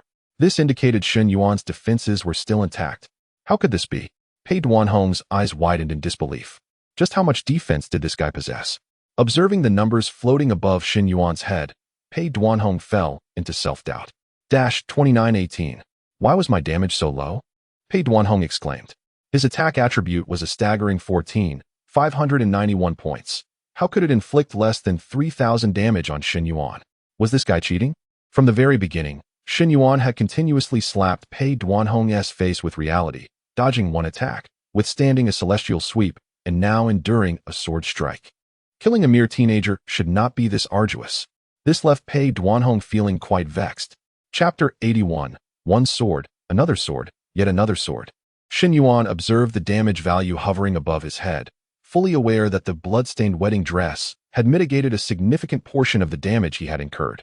Thanks to the enhancement from Crimson Curse Surge, the damage reduction effect of blood-stained wedding dress had soared to an impressive 80.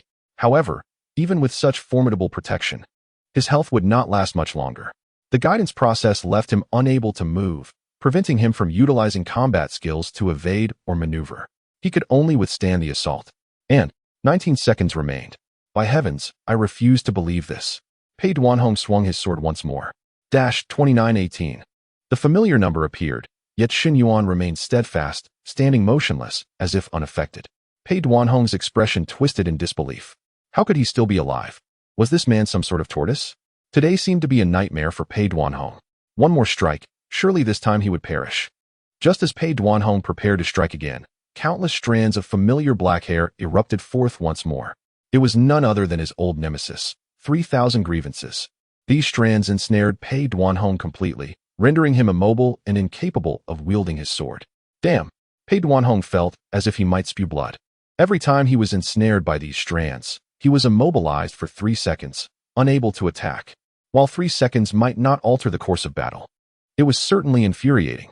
3,000 grievances had granted Shen Yuan a crucial delay of 3 seconds, yet this only served to incite Pei Duanhong's fury further. Die already. As the 3 seconds elapsed, Pei Duanhong decisively broke free from the grip of 3,000 grievances and lunged at Shen Yuan with renewed vigor.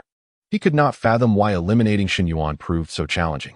Was his defensive capability truly unfathomable? One sword still alive. Another sword, still unscathed. Pei Duanhong's expression contorted in disbelief, unable to accept what he was witnessing. Aside from cloud-dispelling strike, he had struck 4 times. Even if the damage was abnormal, 4 strikes should have dealt nearly 12,000 points of damage. Surely Shen Yuan should have perished by now. He could not possibly possess tens of thousands of defensive points. Could he? Yet the reality before Pei Duanhong forced him to confront the truth. Gritting his teeth, he prepared to unleash a 5th strike when he was horrified to discover that his sword passed right through Shen Yuan's body. What? Pei Duanhong was stunned. Why had Shen Yuan's form shifted into an ethereal state? Suddenly, it dawned on him. He had heard of an equipment skill known as Night Watchman, which activated when a player's health dropped below 50, granting them 3 seconds of intangibility, rendering them untargetable and immune to attacks. Could it be that Shen Yuan had triggered the Night Watchman skill? Meaning, Shen Yuan's defensive value had merely halved? Damn! Could it be that Shen Yuan possessed over 20,000 points of defense? This was utterly preposterous. Had he truly reached level 30? Pei Duanhong felt his breath quicken. Moreover, skills like Night Watchman were exclusive to equipment of gold quality or higher, indicating that Shen Yuan must have possessed gear of exceptional quality. What had this man done? What had Shen Tian left for him? Shen Yuan, observing his ethereal state, allowed a smile to grace his lips. Another 3 seconds of delay. Pei Duanhong must be beside himself with rage. After 3 seconds, the guidance time remaining was 9 seconds. However, with only around 13,000 points of health left, he could withstand Pei Duanhong's onslaught for a maximum of 5 more strikes. Yet Shen Yuan remained unfazed, as if everything lay within his calculated grasp. Seeing Shen Yuan still in an ethereal state drove Pei Duanhong to the brink of madness. He no longer cared whether he could land a hit. He swung his sword wildly, consumed by rage. As the 3 seconds came to an end, Shen Yuan's form returned to normal. Pei Duanhong continued his frenzied assault. His mind fixated solely on one thought: to kill Shen Yuan. Kill Shen Yuan. Kill Shen Yuan. If Cui Ju from the 100 Whims realm were to witness Pei Duanhong in this moment, it would surely be a sight to behold. A poignant scene of one man and his demon weeping together. Suddenly, countless strands of hair reappeared. Pei Duanhong jumped in alarm, instinctively attempting to evade, believing it to be 3,000 grievances once more. However, to his shock, this time the hair did not entangle him, but instead pierced directly into his body. What? Pei Duanhong was left dumbfounded, only to feel in the next instant that the strands within him were siphoning away his defensive value. 2473. A scarlet number floated above his head. He was actually taking damage. Even more astonishing, Pei Duanhong watched helplessly as the strands, akin to straws, drained his defensive value and surged toward Shen Yuan. What sort of outrageous skill was this? With Pei Duanhong's level 59 prowess and platinum quality equipment, he felt as though his own skills paled in comparison to Shen Yuan's. Could it be a skill from diamond quality equipment? Pei Duanhong quickly dismissed the notion. Impossible. Absolutely impossible. With a fierce glint in his eyes, he gripped his long sword tightly. He would continue to strike, as Shen Yuan absorbed his defensive value to restore himself. Pei Duanhong relentlessly continued his assault. Unfortunately, Shen Yuan's recovery rate was far outpaced by Pei Duanhong's onslaught, his defensive value plummeting rapidly. Yet now, there were still 4 seconds left on the guidance timer. With a crisp shatter echoing through the corridor, Pei Duanhong's eyes widened in exhilaration. It shattered. Shen Yuan's defensive value had finally broken. Ha! Give me. Pei Duanhong wanted to laugh joyously at the heavens, but in the next moment, his smile froze upon his face. A layer of gray-white shield materialized around Shen Yuan once more. What the hell? Pei Duanhong roared in fury, utterly breaking through the defenses. Chapter 82. The Abandoned Child, Soul Guarding, Ghost Wall. As Shen Yuan beheld the furious countenance of Pei Duanhong, nearly laughing aloud, he recognized that the grayish-white shield was indeed the Skill Guardian Spirit Shield from the Suspended Heavy Shield. This particular skill is remarkably unique. When the defense value of the wielder is insufficient to withstand an impending attack, it generates an enormous shield, twice the wielder's maximum defense value, lasting up to 3 seconds. Though this skill can only be triggered once, it can be a lifesaver in critical moments. Enhanced by Crimson Curse Surge, the original double shield became a triple shield, resulting in an astonishing 84,000 points. Even if Pei Duanhong swung his sword with all his might, he would be utterly incapable of breaching this shield within those 3 seconds. This meant he was invincible for that fleeting duration. Meanwhile, the guidance of Ghost Wall dwindled to its final 3 seconds. He had wagered and won. Pei Duanhong's eyes blazed crimson. The grip on his sword twisted his palm grotesquely, yet he remained oblivious. All he desired was to eliminate Shen Yuan before him. 1 strike, 2 strikes, 3 strikes. His swordplay was almost too swift to perceive, yet the grayish-white shield remained unyielding. Pei Duanhong understood well that the duration of such a shield could not be prolonged. He must slay Shen Yuan the moment the shield dissipated, or his heart would be burdened with unquenchable resentment. 3 seconds felt fleeting, yet for Pei Duanhong, each second stretched interminably. At last, the grayish-white shield shattered, exposing Shen Yuan once more. Pei Duanhong let out a maniacal laugh. Give me, with a resounding crash. His sword descended heavily, yet it struck not but air. Once again, Pei Duanhong stood agape. Where is he? He gazed upward, frantically scanning his surroundings, only to be horrified to discover that the hallway before him extended infinitely, seemingly without end. A chill gripped his heart as he hurriedly turned to look behind him, only to find a similarly profound corridor, shrouded in impenetrable darkness, where he could not even see his own hand before his face. A sudden dread enveloped Pei Duanhong. This scene was all too familiar. He had often encountered it in ghostly tales. But now he found himself experiencing the ghost wall in the human realm. Within the 100 Ghosts realm, at the palace of the 10 Yama Kings, sturdy stone pillars stood silently throughout the palace, each adorned with grotesque and terrifying figures of vengeful spirits, their anguished wails echoing as they strained against their cold stone confines. Enormous bronze candelabras flickered with eerie blue flames, casting unsettling shadows. Beside the flames, a figure cloaked in darkness leaned against the stone seat, cold eyes fixated upon the kneeling Chuiju below. The atmosphere in the palace was so oppressive it felt as if it could freeze. So, you mean to say that after utilizing the Abyssal Soul tool, you not only failed to eliminate that human realm player, but also lost the Abyssal Soul tool, correct? The raspy voice from the stone seat caused Chuiju to tremble involuntarily. He quickly lowered his head, striving to maintain a calm tone. Yes, indeed. The figure on the stone seat showed little reaction, merely chuckling ominously. Chuiju, you truly are as capable as ever. Chuiju felt a surge of panic, not daring to respond. If he believed the King of Hell was praising him, he would be gravely mistaken. The palace fell silent for a moment before the king of hell spoke again. I have also taken note of that human realm player. However, I have little time to attend to such matters. That group of players has been rather restless lately. Curiously, today they abruptly halted their dungeon progression. I wonder what has transpired in the human realm that has afforded me the leisure to summon you. We cannot allow the next player king to grow. Since that individual's abilities are so formidable, you should deliver this soul-binding nail to that female specter. Upon finishing, the king of hell waved his hand lightly, and a dark, chilling steel nail fell before Ju.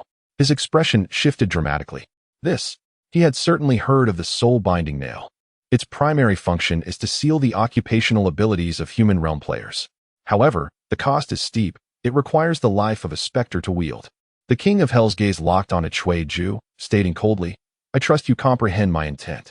This soul-binding nail is scarce if it is to be used. It must be wielded with precision." Ju remained silent, fully understanding the king's meaning. Tang Li had formed a sinister bond with the human realm, and after 5 dungeons, either Tang Li or Shen Yuan must perish. If Tang Li could not slay Shen Yuan, then it would be she who met her end. If death was inevitable for Tang Li, why not make the greatest contribution before her demise, aiding the 100 Ghosts realm in eliminating a formidable foe? Moreover, Shen Yuan's current predicament was the most opportune moment for the soul-binding nail. The higher the level of human realm players, the lower the success rate of the soul-binding nail. Once they surpass level 30, the success rate dwindles to nearly 0. Only for players at level 10 or below does the success rate soar to 100. Ju took a deep breath, accepting the soul-binding nail and bowing slightly. Understood. In the corridor, Shen Yuan remained composed as the ethereal sword passed through his body. Just as Pei Duanhong was about to strike, Shen Yuan successfully completed the incantation, trapping Pei Duanhong within the ghost wall. Thus, Pei Duanhong could no longer assault Shen Yuan. He and She had temporarily survived. However, Shen Yuan was acutely aware that it was not yet time to celebrate. This was merely the first step. True survival remained a distant goal. Pei Duanhong was only momentarily ensnared. Turning to the ever-cowering She behind the shield, he reached out and pulled her up, stating, She, I have temporarily confined that fellow. We must leave this place." The relentless sounds of swordplay and Pei Duanhong's desperate cries had left Shi terrified. Her heart consumed with worry for Shen Yuan's safety. Hearing his voice now brought her much-needed relief as she allowed him to carry her away. As Shen Yuan sprinted, bearing Shi upon his back, he silently prayed, "Please let an SSR endure longer than an R-grade card. Do not let me down in these critical 30 seconds." Chapter 83. Reinforcements, truly fragrant. Enter the horror story. Once again, Shen Yuan glanced at the time. The process of guiding the ghost wall had felt interminable. Yet it had only been a little over 30 seconds. Approximately 4 minutes remained until midnight. As soon as the clock struck 12, the number of times he could enter the horror story would reset, allowing Shen Yuan to immediately step into the narrative and complete his 5th horror story with Tang Li, thereby unlocking the blood contract and successfully binding Tang Li to him. Though cross-dimensional combat would incur a slight loss of power, Shen Yuan was confident that with Tang Li's myriad of abilities, dealing with Pei Duanhong would pose no challenge. This was the sole method of survival that Shen Yuan could conceive at present. However, the pressing issue was that once he entered the horror story, he would vanish for an hour. During this period, he would be safe, but Shi would not be. If Pei Duanhong were to find Shi, her demise would be inevitable. Thus, he needed to urgently secure a safe hiding place for her. As he had guided the ghost wall, Shen Yuan had continuously contemplated this issue, and now he had a rough idea of the solution. He recognized that Pei Duanhong was an astute individual. However, it is often the cleverest among us who fall prey to their own intelligence, as they tend to place excessive trust in their judgments. From Pei Duanhong's choices earlier in the bedroom, it was evident that he was a man of arrogance. Upon realizing that Shen Yuan was hidden within the room, he could have swiftly used Hun of the Cosmos to eliminate Shen Yuan in an instant, yet he chose to feign ignorance, granting Shen Yuan a glimmer of hope only to extinguish it himself. This was an exceedingly arrogant display of control. Such individuals believe they can see through everything and manipulate all circumstances, deriving pleasure from witnessing their prey endure torment before succumbing. Now, Shen Yuan intended to exploit this very psychology. He understood that in Pei Duanhong's eyes, he was merely a clever little fellow. Typically, when one seeks to escape, they would not return to their original position but would instinctively choose inconspicuous corners in the corridor, such as the water tank or other residents' homes. However, Those with a modicum of cleverness adhere to the adage, the most dangerous place is the safest place. Thus, Pei Duanhong would undoubtedly assume that Shen Yuan would opt for the dark under the lamp, returning to room 301 to hide within, gambling that Pei would not return to search there. Conversely, Pei Duanhong would likely do the opposite and search room 301 first. Only after finding nothing there would he consider looking elsewhere. As you wish, I have indeed decided to hide in room 301, but you might find it quite impossible to locate me. Shen Yuan chuckled softly, his eyes brimming with confidence as he strategized. The essence of cunning lies in thinking one step further than the opponent. Shen Yuan's advantage lay in the enigmatic items within the system, which Pei Duanhong could not anticipate. In the blink of an eye, Shen Yuan had returned to his doorstep. The house was in disarray, and at first glance, there seemed to be no suitable hiding spots. Without hesitation, he made a beeline for the storage cabinet in the living room. This cabinet was spacious enough to accommodate 2 people crouching inside. He gently laid down Shun Shi and swiftly entered the underworld shop, seeking an item with which he was quite familiar. Void body bag, category, item, function, upon use. The player will be concealed within the void, unable to move. Other players cannot see or touch them.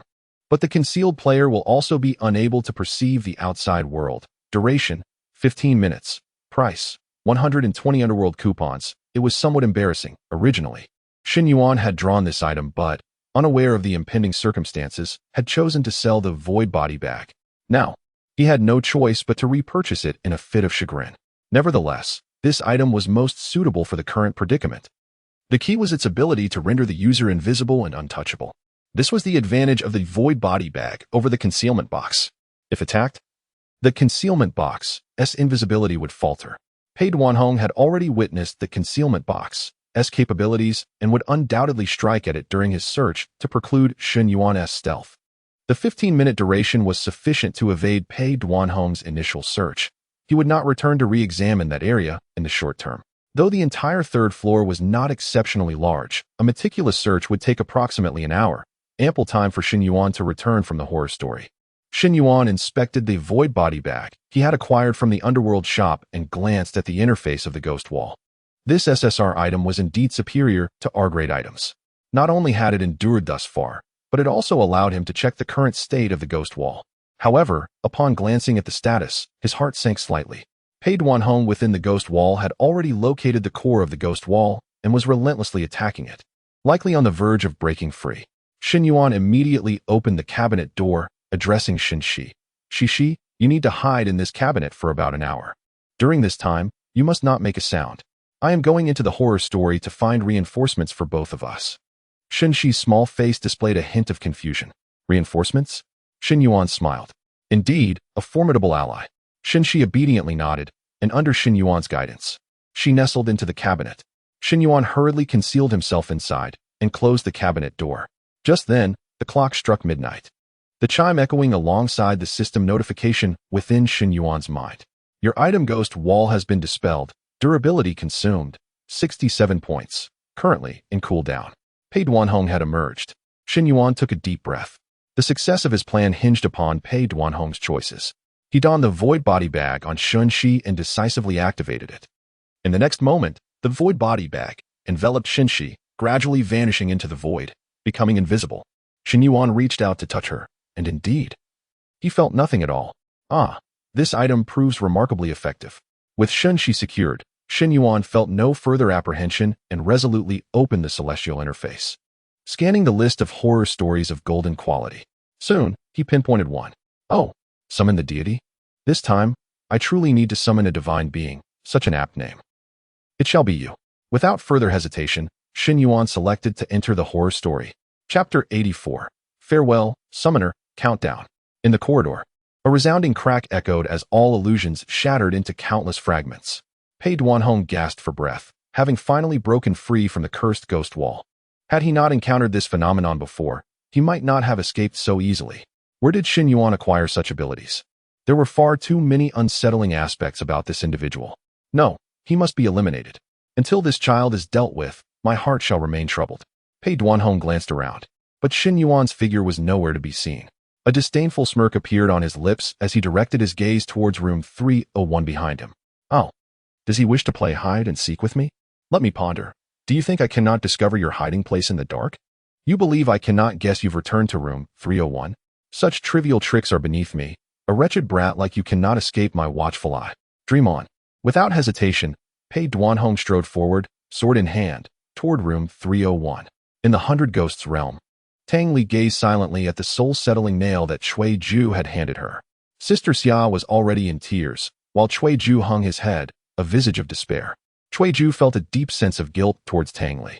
His fervent promises had led to this dire outcome. He understood that while the situation was logical, it was devoid of compassion. As Tang Li was on the brink of obliteration, the Hundred Ghosts realm chose not to save her, but rather to abandon her, utilizing her to eliminate a highly promising player from the human realm. This lacked any semblance of ghostly sentiment. After a prolonged silence, Tang Li finally spoke, her tone somewhat icy. It's all right, Brother Cui, I understand. This is not your fault. You all have done your utmost. I am grateful to everyone. This is my fate. It cannot be changed. She extended her hand and grasped the soul-settling nail. With her professional abilities sealed, Shen Yuan would have no opportunity to escape this time. Yet, it puzzled her. Despite the imminent chance to vanquish the troublesome Shen Yuan, she felt no excitement whatsoever. As Tang Li pondered, a sudden hum resonated, and a blood-red door materialized within the room. The three specters froze in shock. The appearance of the blood gate signified the arrival of the supernatural event. Tang Li expressed surprise, while Cui Ju's expression became increasingly complex. And Sister Xia was utterly incredulous. The blood gate had appeared far earlier than they had anticipated. Is Shen Yuan truly insane? Does he have nothing better to do than participate in these supernatural events day after day? Sister Xia, overwhelmed with emotion, lost her composure and began to curse Shen Yuan vehemently. It's all right, Sister Xia. Tang Li accepted the situation with remarkable composure, turning her attention to the information regarding the supernatural event. To no one's surprise, it was the all-too-familiar name. Current supernatural event information. Participating player, Shen Yuan, level 10. 0 health points. Record 47. Tang Li's eyes were devoid of emotion as she slowly articulated, whether early or late, it matters not. An early conclusion is a form of liberation for me. Sister Xia, thank you for your care over the years. Judge Cui, I apologize for any repercussions this may have on your career. She addressed them all, until we meet again, if fate allows. Closing her eyes and tilting her head back slightly, she fought to suppress her tears, gripping the soul-settling nail tightly as she stepped through the blood gate. Behind her, the two specters were already in tears. Ding! This supernatural event suggests a participation of 8 to 12 players. Do you confirm the selection of one player to enter? The voice of the heavenly brain echoed in Shen Yuan's ears. 8 to 12 players? Shen Yuan raised an eyebrow in surprise. This was the highest recommended number he had encountered in any of the instances he had participated in. Nonetheless, Shen Yuan chose to proceed alone. Collaborating with other players could be cumbersome. Dying in a straightforward manner was undesirable, and the experience would be less gratifying. Being on his own provided a sense of freedom. Welcome to the supernatural event instance. Current instance, Summoner. Introduction. Quick, listen. Do you hear the whispers of bronze? It seems to be saying, the countdown at midnight. Quick, smell. Do you detect the acrid scent of blood? It seems to be saying, the summoner feeds on flesh. Quick, look. Do you see the towering staircase? It seems to be saying, the top player ascends to divinity. Shen Yuan frowned. This instance's introduction was relatively obscure, likely requiring interpretation in conjunction with the supernatural event's content.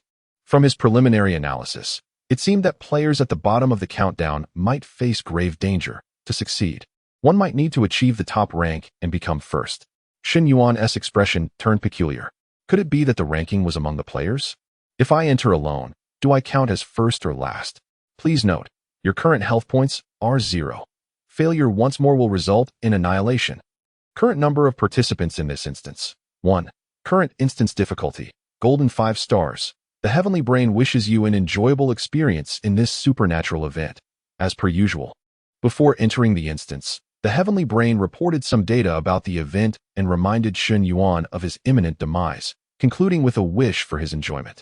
Indeed, Shen Yuan was quite pleased. As the surroundings transformed, upon reopening his eyes, he found himself standing before the entrance of a school, vague sounds of reading drifting from within. Looking up, the words Tree Confusion Middle School were prominently displayed above the gate. Instinctively lowering his gaze, Shen Yuan realized that his attire had inexplicably transformed into a pristine school uniform, a notice of admission clutched tightly in his hand. A school? Given the title of this supernatural event, I had expected a folklore-inspired scenario with a murmured comment. Shen Yuan opened the admission notice for Tree Confusion Middle School.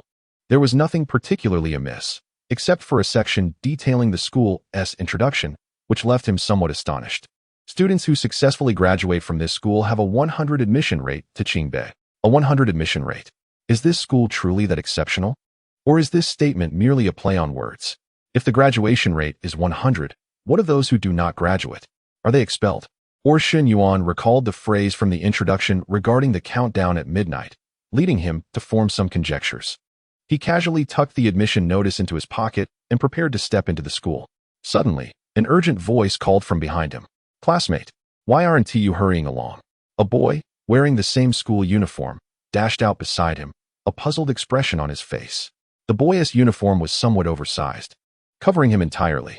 Shen Yuan paused for a moment before quickly realizing that this boy was likely the NPC responsible for guiding the narrative of this supernatural event. The boy, visibly anxious, noticed Shen Yuan standing still and promptly grabbed his arm, pulling him forward. As the boy raised his hand, Shen Yuan noticed that he only had 4 fingers, with the base of his index finger wrapped in bloody bandages, clearly severed. "Stop dawdling. We'll miss the morning prayer. Hurry, hurry." "Morning prayer? What is that?" Shen Yuan was utterly bewildered. He had heard of morning readings, but never of anything called morning prayer. "Apologies to everyone for the delay. I'll post a chapter now, but I have matters to attend to and will update the next chapter later. I'll get back to writing as soon as I can." Chapter 85. The Idol, Expulsion, Unqualified. The male student, without a glance back, dragged Shen Yuan along, breathlessly explaining, "I could tell you weren't anxious at the entrance.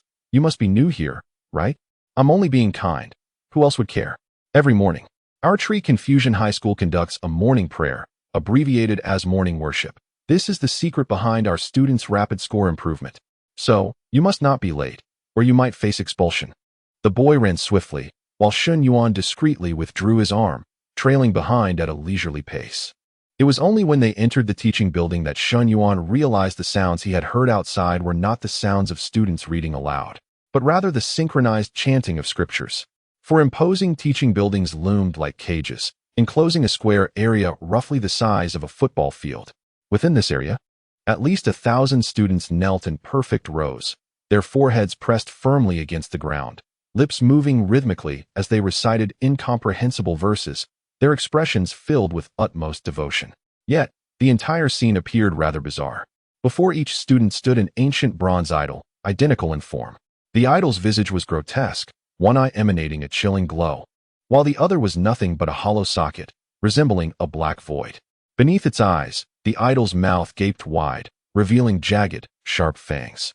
Its neck bore the gruesome appearance of flesh and sinew, as if they might burst forth from its tattered skin, exuding a bone-chilling aura. The idol's twisted arms were entwined with a variety of peculiar offerings. Shen Yuan squinted, attempting to discern the nature of these offerings. Examination papers? Exercise books? Even 2B pencils? What sort of tributes are these? And with such a multitude gathered in worship, can this truly be called a school, rather than some sinister cult? Shen Yuan couldn't help but voice a sardonic remark. However, his dangerous words startled the boy beside him, who quickly grasped his arm, placed a finger to his lips, and widened his eyes in alarm, signaling him to hush. "Are you insane? That is the idol. It is always watching us. We must show respect. As someone experienced, I advise you to offer tributes before every exam, or else." Suddenly, the boy's voice was cut short as a crimson blossom erupted violently, warm blood splattering across Shen Yuan's face. The boy's head transformed into a gruesome mass of flesh. For a moment, Shen Yuan was taken aback. Did he just die suddenly? Just like the old woman before? Has the bizarre tale run out of creativity? Yet, this time, the boy's blood was warm. Thud, the boy's lifeless body swayed and finally collapsed to the ground. Shen Yuan then noticed that the boy was not only missing a finger from his left hand, but had also lost a significant portion of his right hand. And several gaping wounds on his abdomen oozed blood, barely concealed by bandages. Why did this boy bear so many injuries? Suddenly, a chilling voice echoed. In yesterday's daily assessment, Wang Juanja from Class 1-3 scored below 150 in mathematics, achieving only 149, which is an unqualified result. Furthermore, Wang Juanjia was nearly late today, clearly disrespecting the idol. Expelled from the school. From the rear, a figure in a suit slowly emerged. His badge revealed his identity as the school's academic director. Yet, this director did not appear to be a typical individual. His skin displayed a purplish hue, his limbs emaciated, yet his abdomen protruded, and his eyes bulged unnaturally, emitting a grinding sound akin to gears grinding as he moved. Gazing at the corpse on the ground, Shen Yuan murmured, "Expelled from the school? Just as I suspected, students who fail are killed here. If that's the case, all I need to do is consistently perform poorly on tests to continue dying? Achieving full marks may be challenging, but failing, surely that's something anyone can manage? If 149 warrants death, wouldn't a score of 0 infuriate them? Perhaps I could even experience an S-rank death." Wang Juanjia's tragic demise and the director's chilling words failed to draw the attention of the other students, who remained faithfully kneeling, solemnly reciting their prayers. In a discreet corner of the plaza, a figure suddenly lifted their gaze toward Shen Yuan and the director, but quickly reverted to their previous position, forehead pressed to the ground, as if nothing had occurred. Shen Yuan keenly noted this moment. He memorized the uniform number of that figure. Strangely, their silhouette seemed familiar, though he couldn't recall where he had seen it before. Class 1, 1. Number 6, Class 1, 1. The enrollment notice indicated that I was also assigned to Class 1, 1. This person is in my class. This cannot be mere coincidence. This individual must possess clues for escaping this ordeal. I cannot afford to miss this. After exhausting my lives, I must swiftly find a way to rescue Cici. Otherwise, my heart will remain unsettled. As Shen Yuan surveyed his surroundings, the academic director's gaze locked onto him, a sinister tone accompanying his words. "You are the new student, Shen Yuan, correct? Within your backpack lies the idol assigned to you. Now, immediately, take out your idol and kneel down, seeking the deity's blessing like everyone else. Otherwise, you shall share the same fate as Wang Juanjia." Shen Yuan, hands in his pockets, showed no intention of complying, instead flashing a grin. The director's eyes narrowed, bulging even further. "Did you not hear my command? Seeking the deity's blessing is the custom of Tree Confusion High School. Those who refuse to do so will be expelled. Not just me. Every subject teacher will ensure your downfall. Here, our sole ambition is to reach Qingbei, and seeking the deity's blessing can aid you in achieving that desire. Do you understand?" Chapter 86. Cooling, Class, Old Familiarity. At these words, Shen Yuan's eyes lit up with evident excitement. "Oh really? You won't let me off the hook at all? We agreed, didn't we? No deception." Shen Yuan laughed heartily. Who would have thought that not summoning a deity could yield such benefits? It seems that he need not worry about the card-drawing method for this eerie tale. Perhaps this director could swiftly assist him in achieving an auspicious start for this macabre narrative. However, Shen Yuan's words left the director momentarily dumbfounded, utterly bewildered. Was this lad struck in the head by a prenatal injection back in the day? How could he be so dense? How did someone like him manage to gain admission to high school? Shuhua High School does not require the presence of someone like you. The director's gaze gradually turned menacing. His violet-tinged arms suddenly raised, unhesitatingly lunging toward Shen Yuan's head. To Shen Yuan, the director's speed appeared almost akin to slow motion. If he wished to evade, he could dodge this strike 99 times out of 100. Naturally, Shen Yuan had no intention of dodging. Death was precisely the destination he sought. With a squelching sound, like Wang Juanjia before him, Shen Yuan's head exploded, his body collapsing weakly. Host death detected, resurrection successful. Current remaining resurrection attempts, 999, drawing cards for this round. Congratulations. The total number of cards for this round is 8 cards. While somewhat few, it was still acceptable. Death method rating for this round. B. Card drawing in progress. Congratulations, obtained SSR grade item card. Mengpo's Cooling Elixir 5. Mengpo's Cooling Elixir. Category. Item. Function. Upon use, immediately reduces the cooldown time of all personal skills by 60 seconds. Cooldown for use. 120 seconds. Price. 80 Netherworld coupons. Use or sell. Shen Yuan pinched his chin, mumbling to himself. Produced by Mengpa? Has she begun to expand her business? I wonder if drinking this will affect my memory. Nevertheless, it was undeniably enticing. A reduction of 60 seconds in cooldown meant that his 3000 grievances ability, which had a cooldown of precisely 60 seconds, could be employed twice in quick succession, which was truly formidable.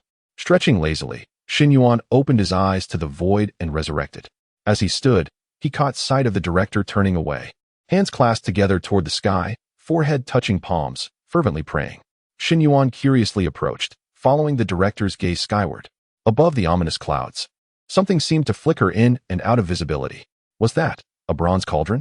Director, what are you busy with? The sudden voice startled the director, causing his jowls to tremble, and he quickly turned to the side. Upon seeing Shen Yuan, his expression turned even more horrified. Rubbing his nearly popping eyeballs, he stuttered, You were expelled by me. Why are you still here? Shen Yuan displayed a harmless smile. That was just my cousin. Director, I'm not summoning any deity either. Why not expel me as well? The director, with a hint of disbelief, scrutinized Shen Yuan, seemingly inclined to accept his explanation. Yet he refrained from taking further action, merely frowning and saying, Consider yourself fortunate. I've already reached my limit for expulsions today, so I cannot act further. Instantly, Shen Yuan's expression fell, losing interest in conversing with the director. Just then, a faint bell toll rang out. Almost instantaneously, all the students still praying sprang to their feet, carefully cradling their bronze statues, and hastily made their way back to their respective classrooms. Shen Yuan's gaze immediately fixed on the students of Class 1 from the first year, and he quickly followed suit. He still needed to inquire with that student numbered 6 about the clues for this eerie tale. Seeing Shen Yuan turn and leave, the director ominously called out from behind. Without summoning a deity, you won't survive a single class. Don't be so obstinate. Otherwise, you'll meet the same fate as your cousin. Shen Yuan did not turn back, casually replying, Thank you for your kind words. The student population at Shuhua High School was exceedingly vast. Even the spacious stairways were congested. After a few minutes, Shen Yuan finally located the back door of Class 1 from the first year. Entering through the back, he found that most of the students were already seated, preparing for class. Scanning the room, he quickly identified the student numbered 6. However, someone else was sitting next to him, a student numbered 28. This, of course, posed no challenge for Shen Yuan. He strode directly toward the student numbered 28, then patted his shoulder, deliberately adopting an arrogant tone. Hey, I'm sitting here, move aside. Shen Yuan's intention was to provoke the student numbered 28, fully prepared for a counterattack, ready to meet his demise once more. To his surprise, the student numbered 28 displayed almost no reaction, not even glancing up at Shen Yuan, silently gathering his belongings and leaving. Shen Yuan was taken aback. What was going on? Such a good temper? With this demeanor, he felt somewhat foolish. Rubbing his nose, Shen Yuan awkwardly cleared his throat, disregarding the previous encounter, and plopped down into the seat. At least the outcome was favorable. Turning to look at his classmate numbered 6, he was about to engage in casual conversation when he froze. Wow, isn't this a familiar face? No, rather, a familiar enigma? No wonder he had found the silhouette of student number 6 somewhat recognizable. Shen Yuan grinned widely, pleasantly surprised. Xiao Lily? What a surprise. Why aren't you playing the eerie bride this time? Chapter 87. Penetrating Insight, Rules, and New Equipment. Tang Li subtly tugged at the corner of her mouth and said with irritation, If you can't speak properly, it's best to say less. It must be said that Shen Yuan was truly exasperating, always poking at the sore spots, bringing up topics best left untouched. The character of the mysterious bride was one Tang Li wished to never encounter again in her lifetime.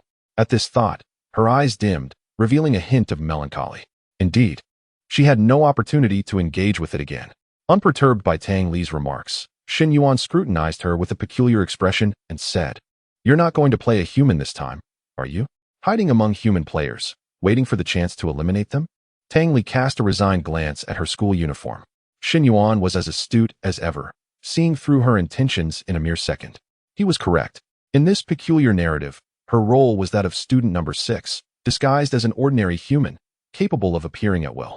Typically, players involved in this narrative would not recognize the identity of student number 6. They would perceive her merely as an NPC guiding them, leading them step by step into the abyss of annihilation. It was indeed a rather innovative gameplay mechanic within the tale. The enigmatic entity personally engaged, directing the players from the human realm to make choices.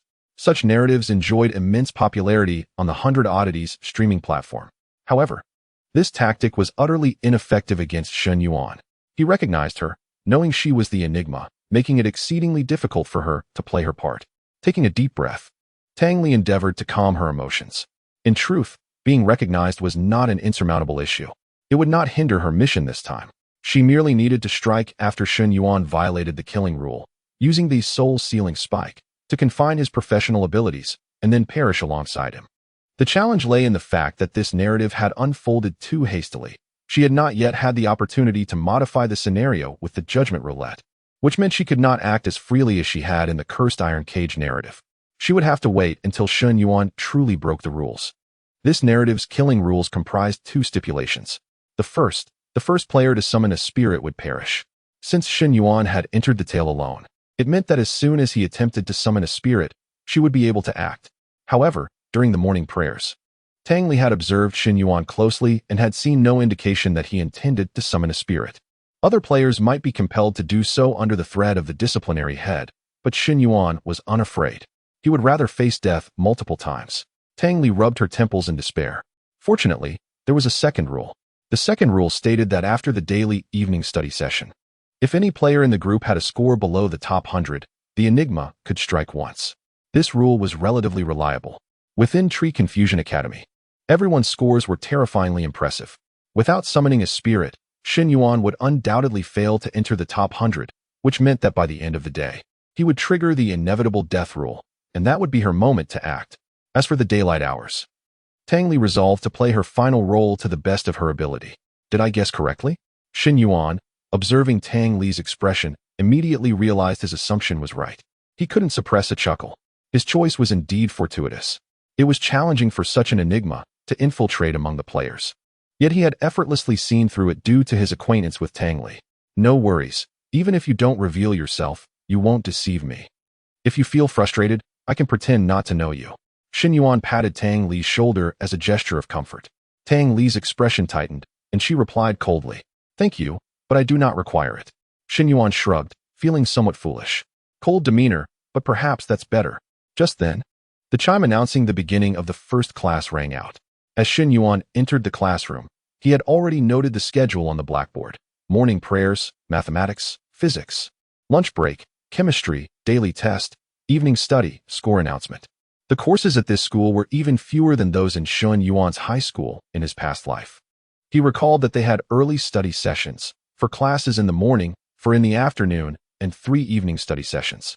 They were treating students like they were in Japan. Shen Yuan muttered to himself, "Indeed, reality is far more terrifying than any narrative." Tap, tap, tap. Footsteps echoed outside the classroom as the mathematics teacher arrived. The students inside quickly bowed their heads, rummaging through their desks. Shen Yuan initially thought they were retrieving their textbooks, only to be surprised to see them carefully presenting yet another bronze statue. However, this time the statue held a mathematics textbook in its arms.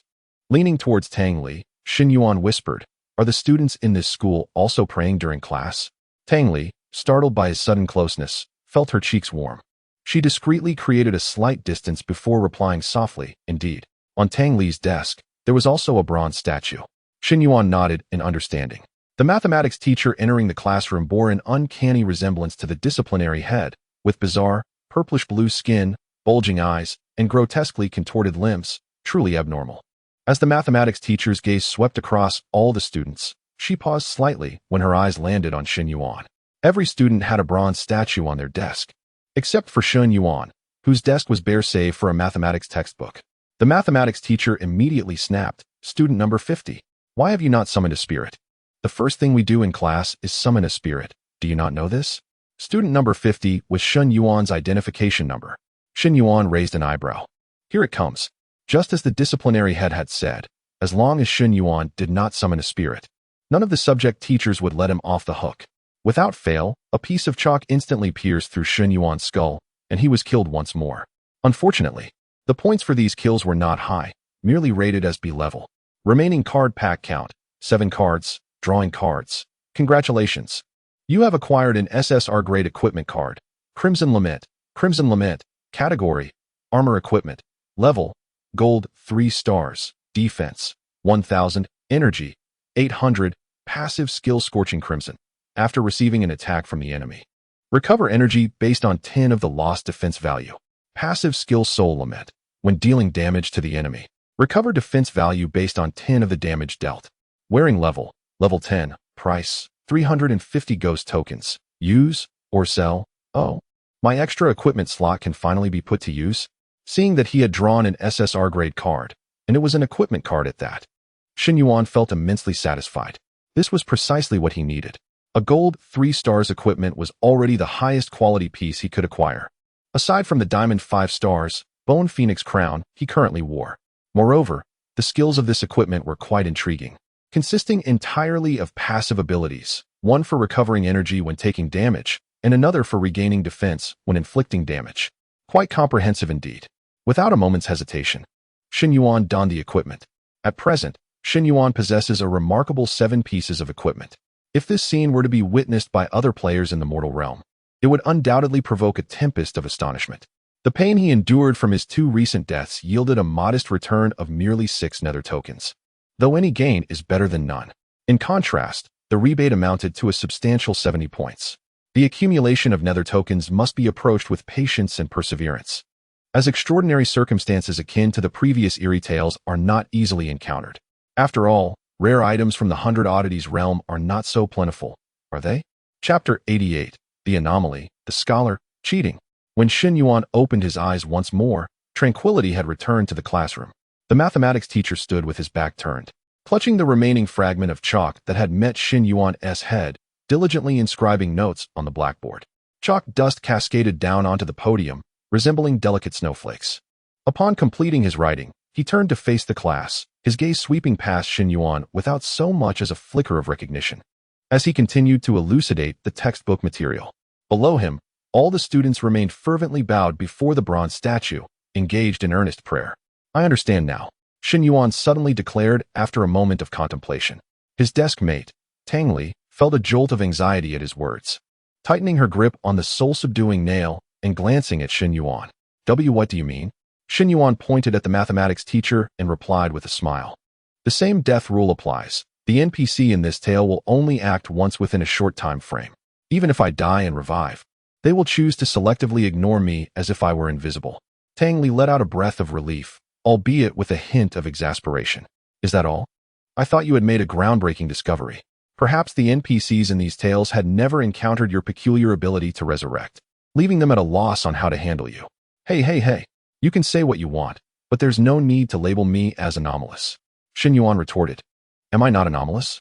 The entire 100-odd realms has no means to deal with you, until in the end, they can only. Tang Li paused, refraining from continuing her thought.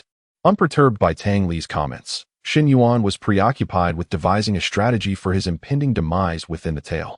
With 4 classes today, he could afford to die at least 4 times. Adding to that the instance where he was killed by the disciplinary director during morning prayers. He merely needed to seek out 3 more opportunities to fulfill his plan.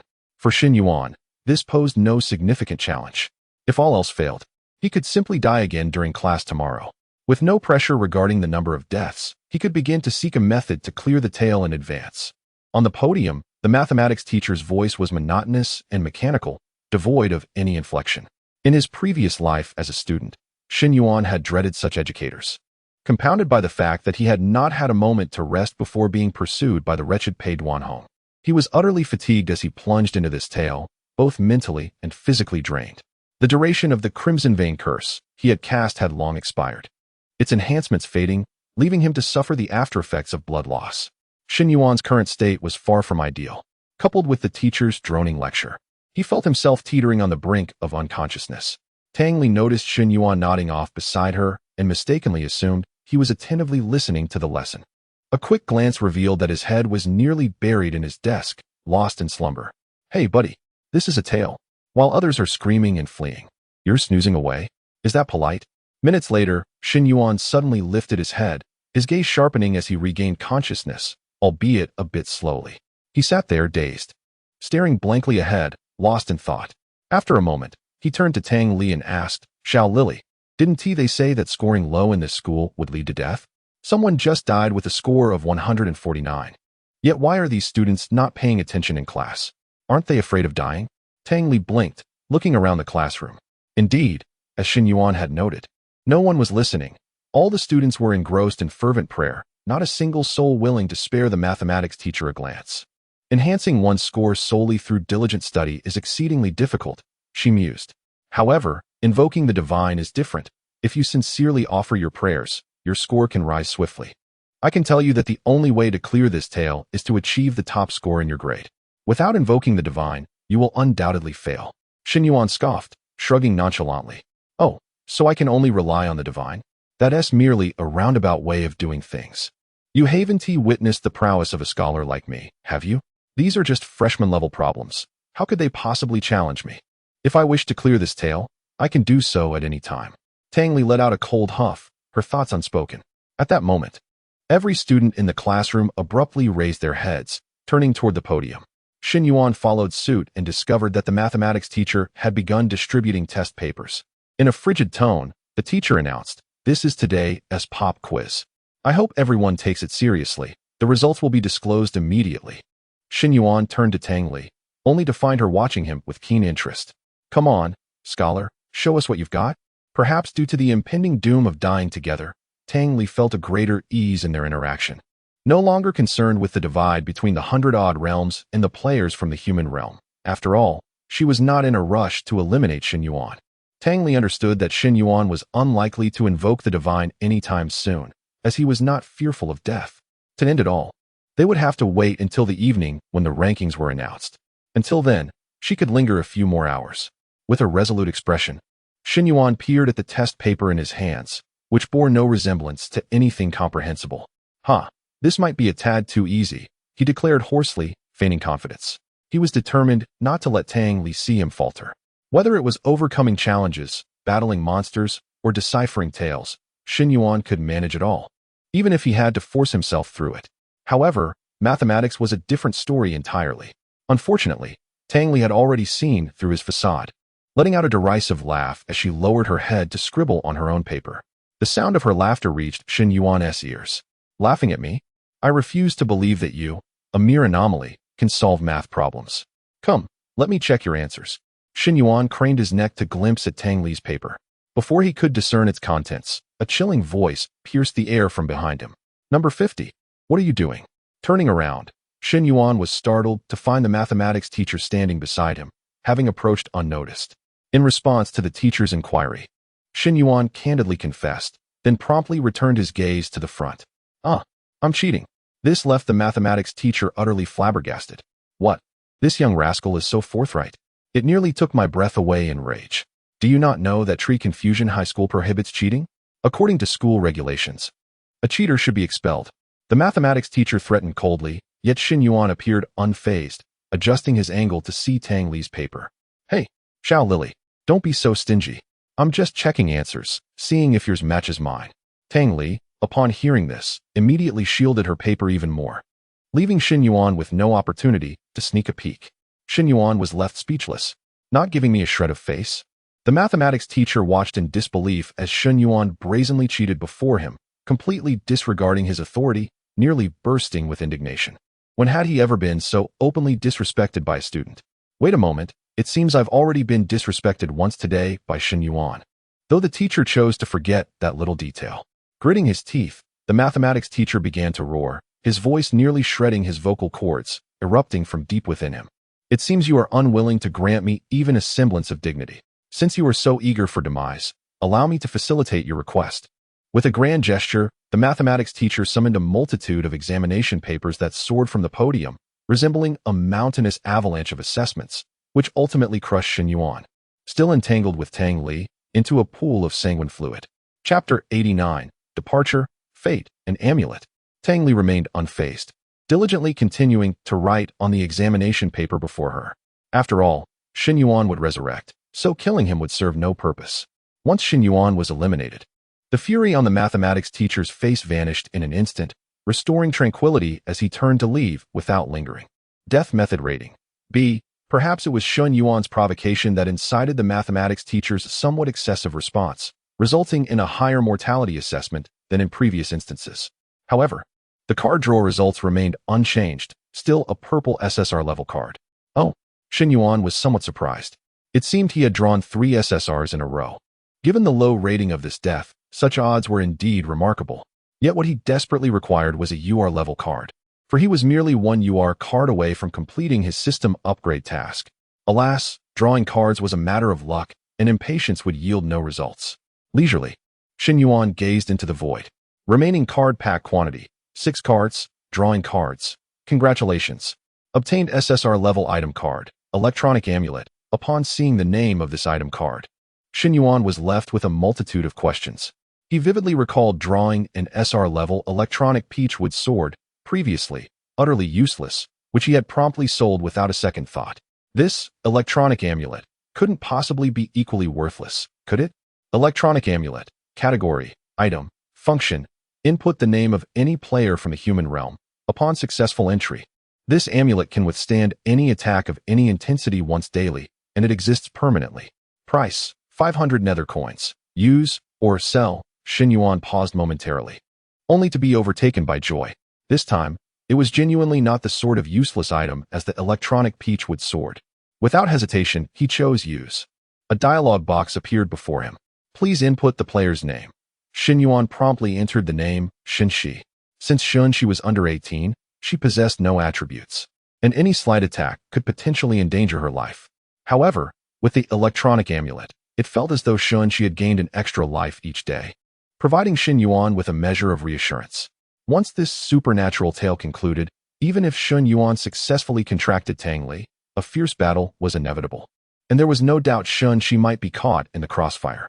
After completing the input, Shen Shi's profile appeared, and Shen Yuan selected his sister from several players with the same name, successfully utilizing the amulet. Wow, I leave for just a moment, and there are so many papers? Upon his resurrection, Shen Yuan was somewhat taken aback to find an abundance of examination papers at his desk. He casually shuffled them aside and glanced at Tang Li, who had remarkably completed a substantial portion of her exam. May I see it? Humph, does a top student still need to look at others' work? If you're not going to let me see, then I'll just copy someone else's. With a huff of pride, Shen Yuan stood up, preparing to cross the aisle to peek at a neighboring student's paper. Noticing Shen Yuan's movement, Tang Li relaxed her guard a little and released her hand from covering her answers. Unexpectedly, Shen Yuan, this cunning fellow, executed a sudden maneuver, nearly burying his head in Tang Li's embrace. Tang Li blushed deeply, almost raising her hand to smash Shen Yuan's head, but alas, the power of rules forbade her from doing so. This time, Shen Yuan successfully glimpsed the answers on Tang Li's paper, yet he still furrowed his brow. After a lengthy pause, Shen Yuan hesitated. In the cursed iron cage instance, your handwriting was not this atrocious.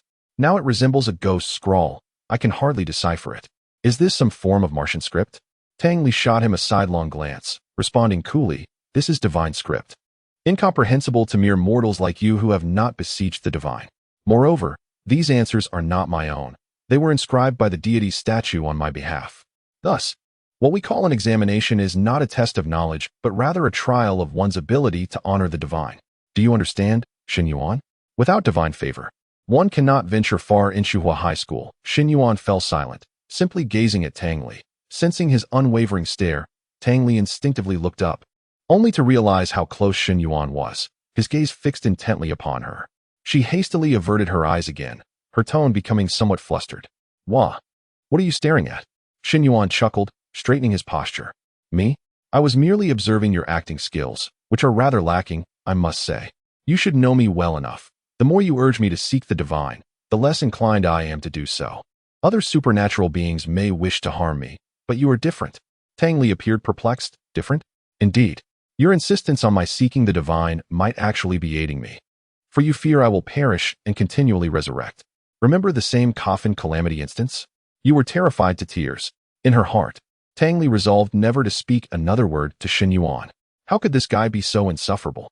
3 sentences in, and he always brings up his past misfortunes. Unaware of Tang Li's slight frustration, Shen Yuan continued unabated. So you wish for me to clear the instance quickly and depart, yet it is not feasible just yet. I must perish a few more times.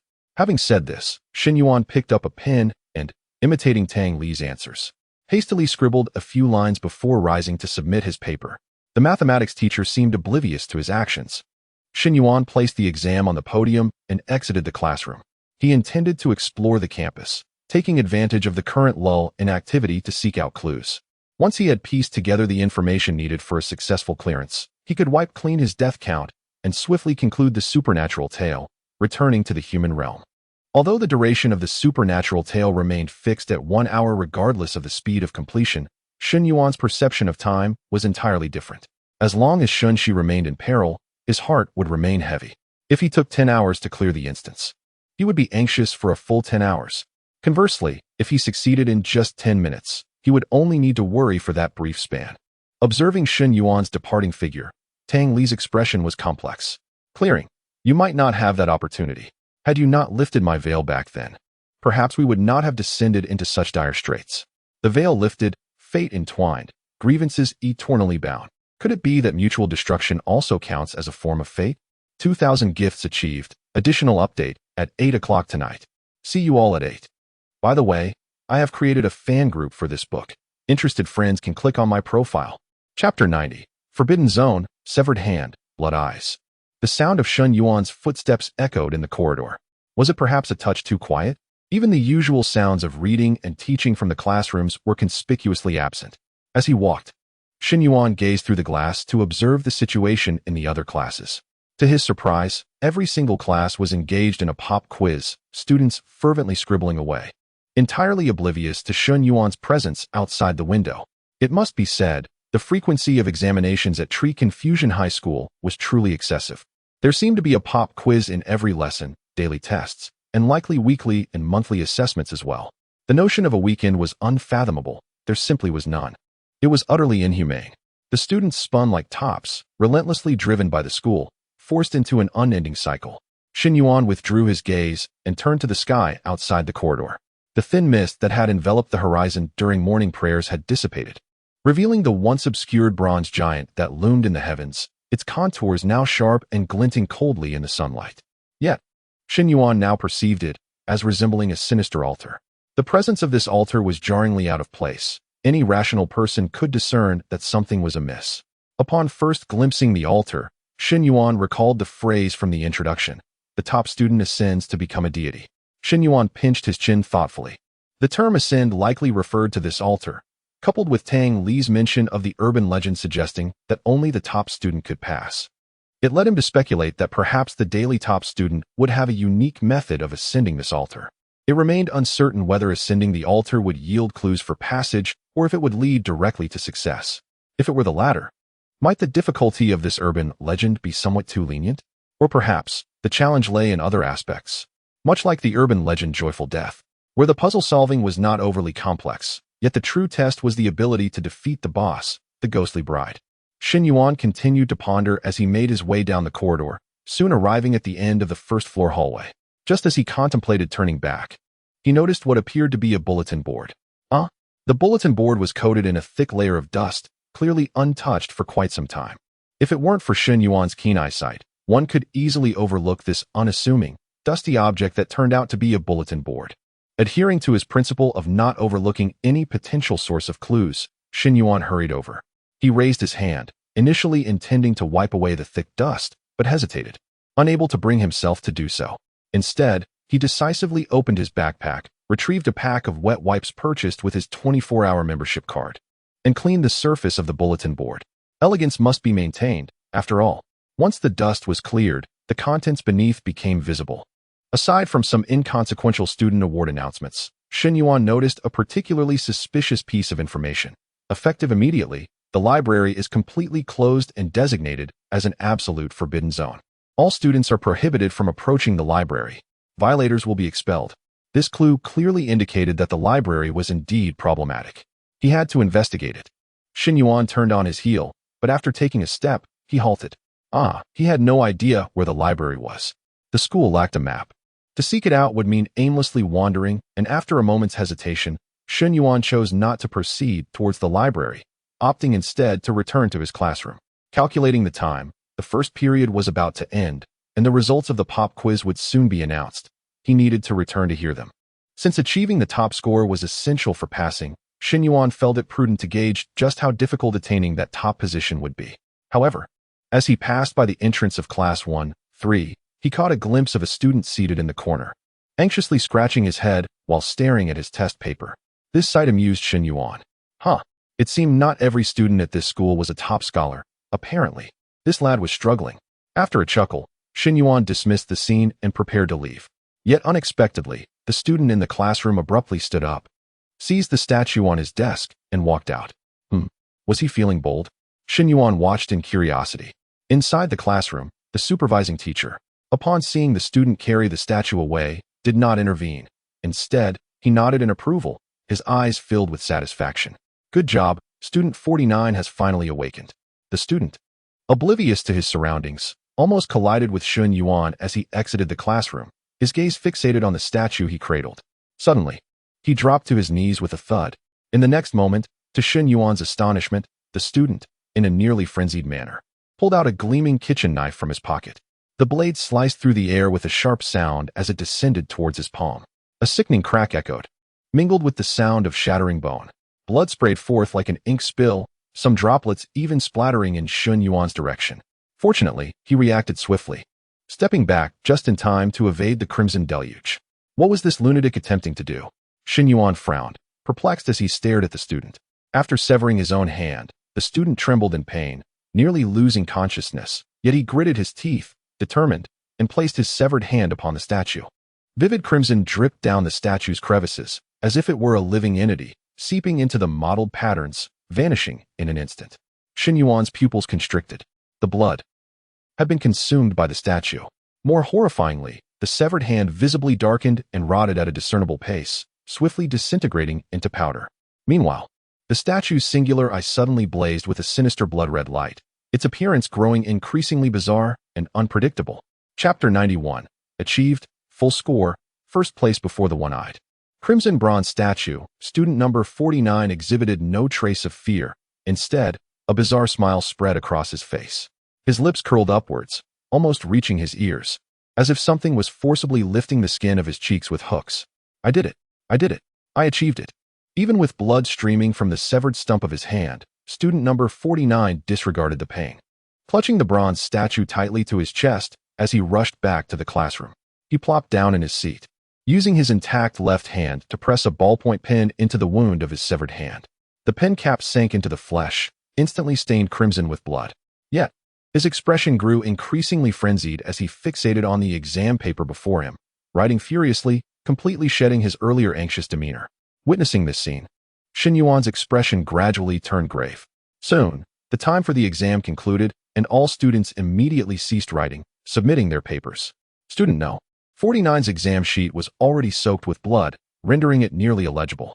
However, to everyone's astonishment, upon seeing student number 49's paper, the teacher's face, tinged with purple, revealed a flicker of excitement.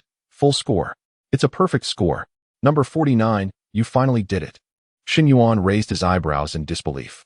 A full score? This is what constitutes a full score? No wonder Tang Li mentioned that invoking the deity could lead to high rankings. The effect was indeed immediate.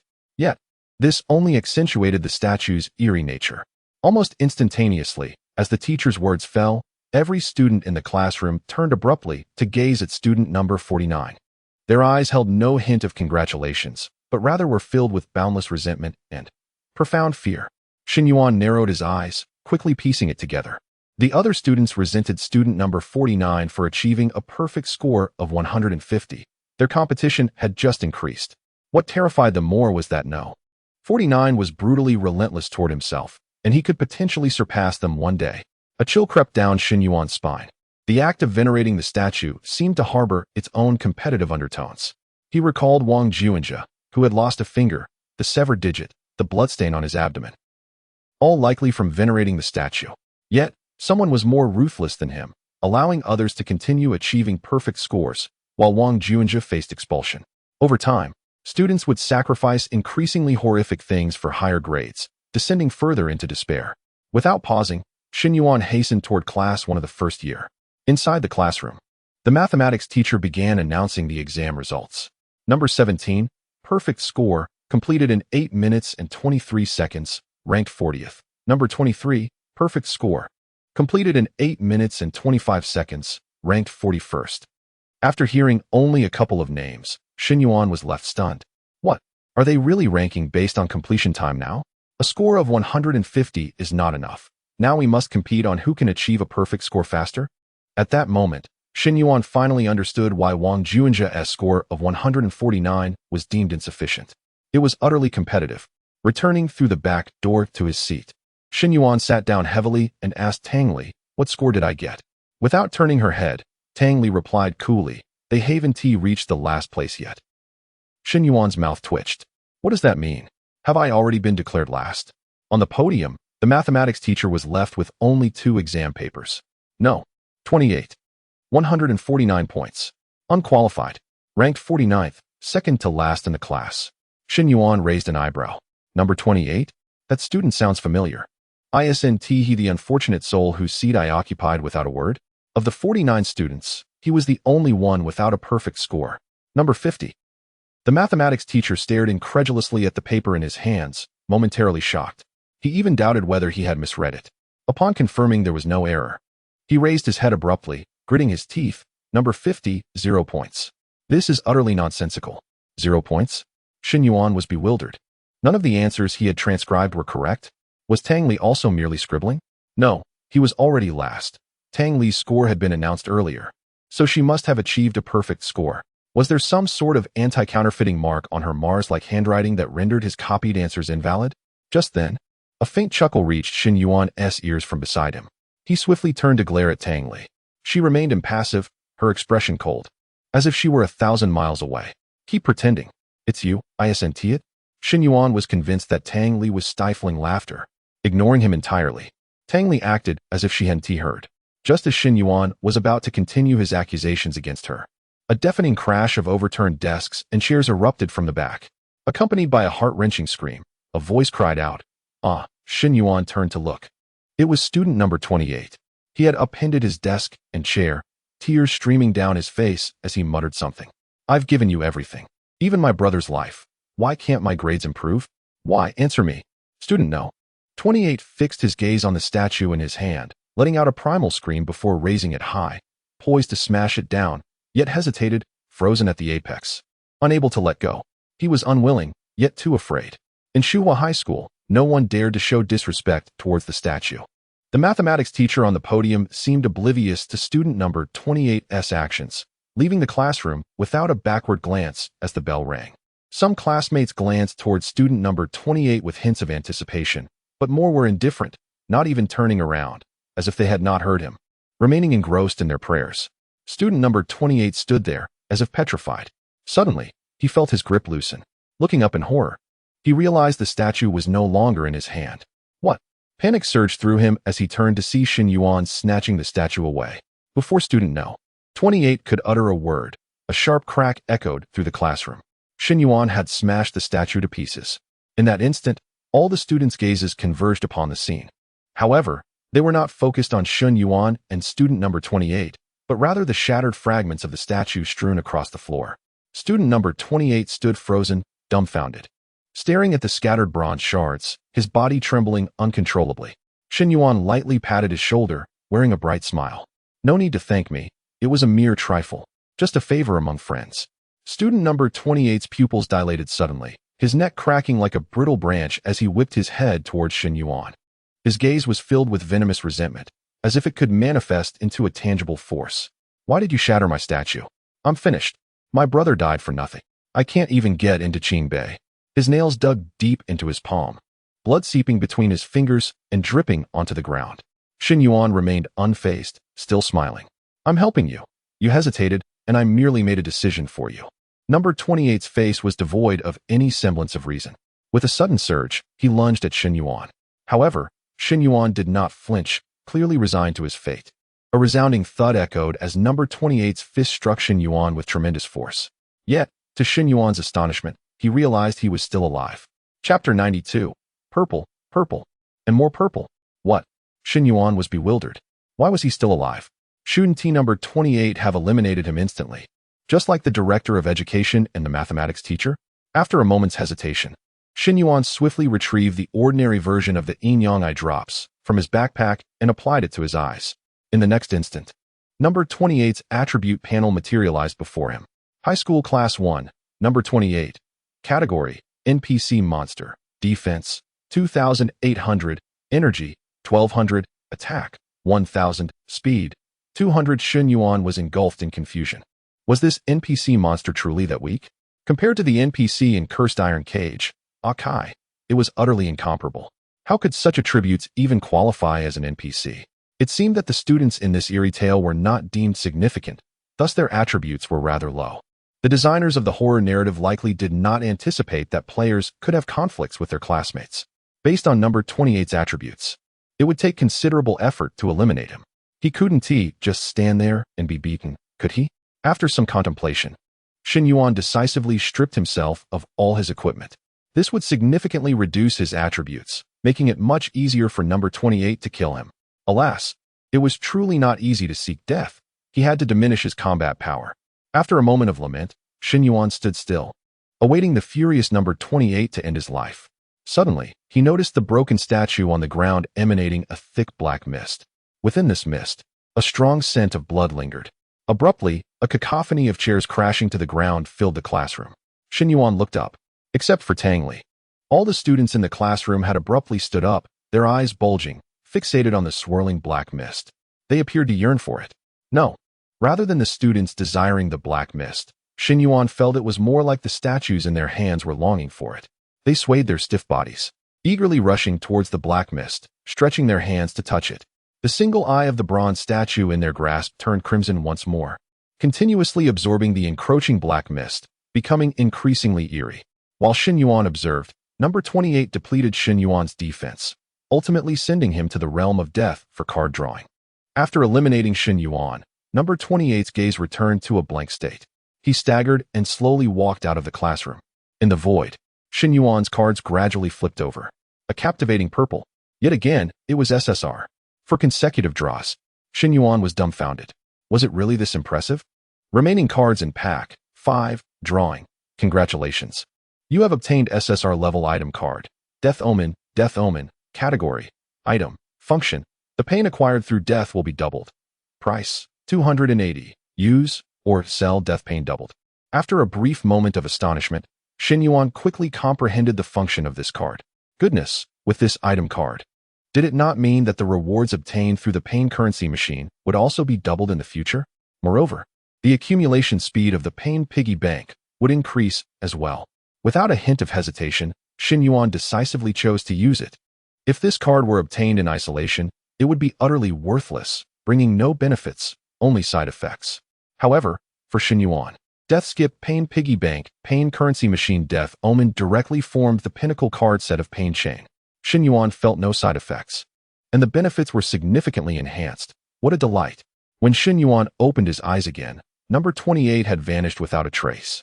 The black mist from the shattered statue had been completely absorbed, and the students returned to their seats, seemingly unsatisfied. The bell for the second period rang, and the sound of dragging footsteps echoed in the corridor. Outside the classroom, a middle-aged male teacher, sporting a round beer belly, gently nudged the old wooden door, which creaked open. The physics teacher had arrived. Similar to other teachers, he bore a pallid complexion, bulging eyes, and an appearance of half-life. Ascending the podium, the physics teacher's gaze swept over the class and instantly landed on Shen Yuan's empty desk. His expression changed drastically, filled with malice, and he began to berate Shen Yuan, echoing the words of the mathematics teacher almost verbatim. Did this horror tale not have any variation in dialogue? The designer of 100 Eerie Realms must have been rather lazy. Shen Yuan could hardly muster the energy to respond, waiting for the physics teacher to finish his routine before calmly awaiting his demise. Compared to the incident with number 28, this was far more straightforward. The physics teacher produced a small iron ball from somewhere, likely a prop for his lesson, and promptly smashed it against Shen Yuan's head. Once again, Shen Yuan returned to the realm of death for card drawing. Remaining cards in pack 4, drawing, purple. Astonishingly, it was still purple. Shen Yuan felt as though he was losing his mind. 5 consecutive SSRs. It wasn't that he despised SSR level cards. However, the system required UR level cards for upgrades. Just one UR level card was needed for the upgrade. Could it be that this time, the horror narrative would not allow for an upgrade? Was there no assassin to rescue him? Ideally, one capable of killing him with top-tier items. With a sigh, Shen Yuan glanced at the card's content. Congratulations, you have obtained SSR level skill card. Drop scroll, beginner. Drop scroll, beginner. Category, item, function, when equipped, after killing a world player. There is a 20 chance for the deceased player's equipment to drop. Each equipment slot is judged separately. Price, 460 fandom tokens. Use Or Cell, Chapter 93, Jumping from the Building. Life, Seeking the Divine? Who wishes to be my deskmate? Shen Yuan's mouth fell agape, his eyes widening in astonishment. Could it be that defeating a player resulted in the drop of equipment? This was undeniably a remarkable discovery. In the realm of human world, once an item was equipped, it could not be lost unless the owner willingly traded or gifted it. Otherwise, it could not be forcibly taken.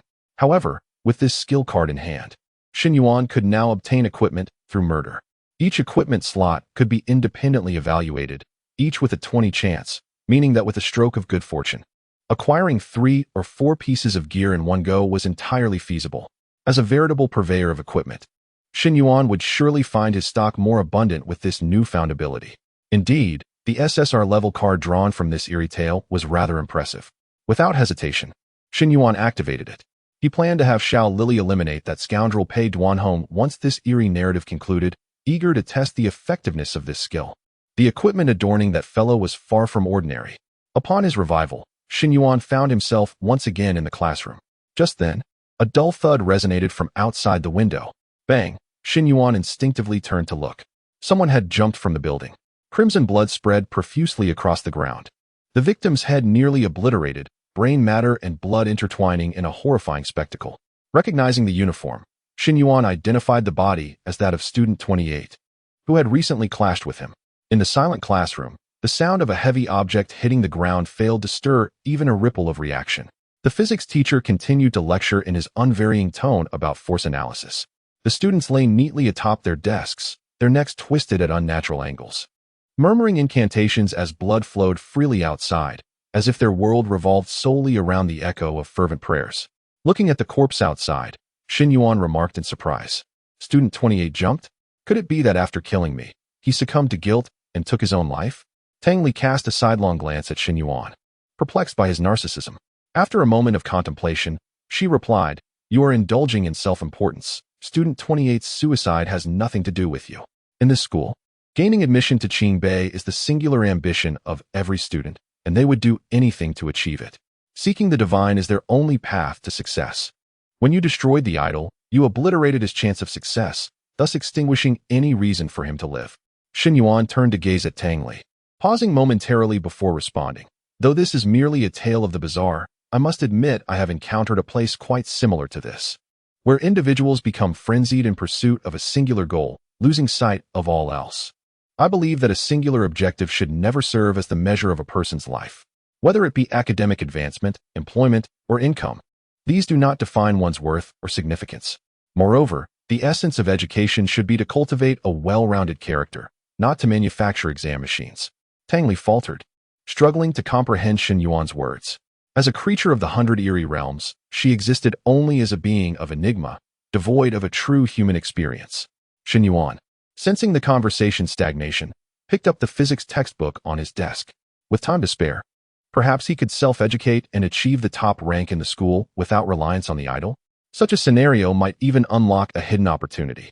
However, as he opened the textbook, an overwhelming stench of blood assaulted his senses. To his horror, the book contained no physics knowledge. It was saturated with crimson stains. The pages themselves were not made of paper, but rather layers of cold human skin. Before Shen Yuan could process this revelation, a wave of dizziness crashed over him. As consciousness faded, the last thought that lingered in his mind was, physics truly is a form of hypnosis. When Shen Yuan awakened once more, the physics teacher was already distributing the test papers for the lesson. Rubbing his head, he wondered why merely gazing at the book made him feel drowsy. Beside him, Tang Li, already engrossed in her exam, replied, "It's because you have not sought the divine. Naturally, you cannot comprehend the content of these books." Shen Yuan was left speechless. This eerie tale had gone so far as to stifle the path of self-education? How unseemly. The teacher imparted scant information.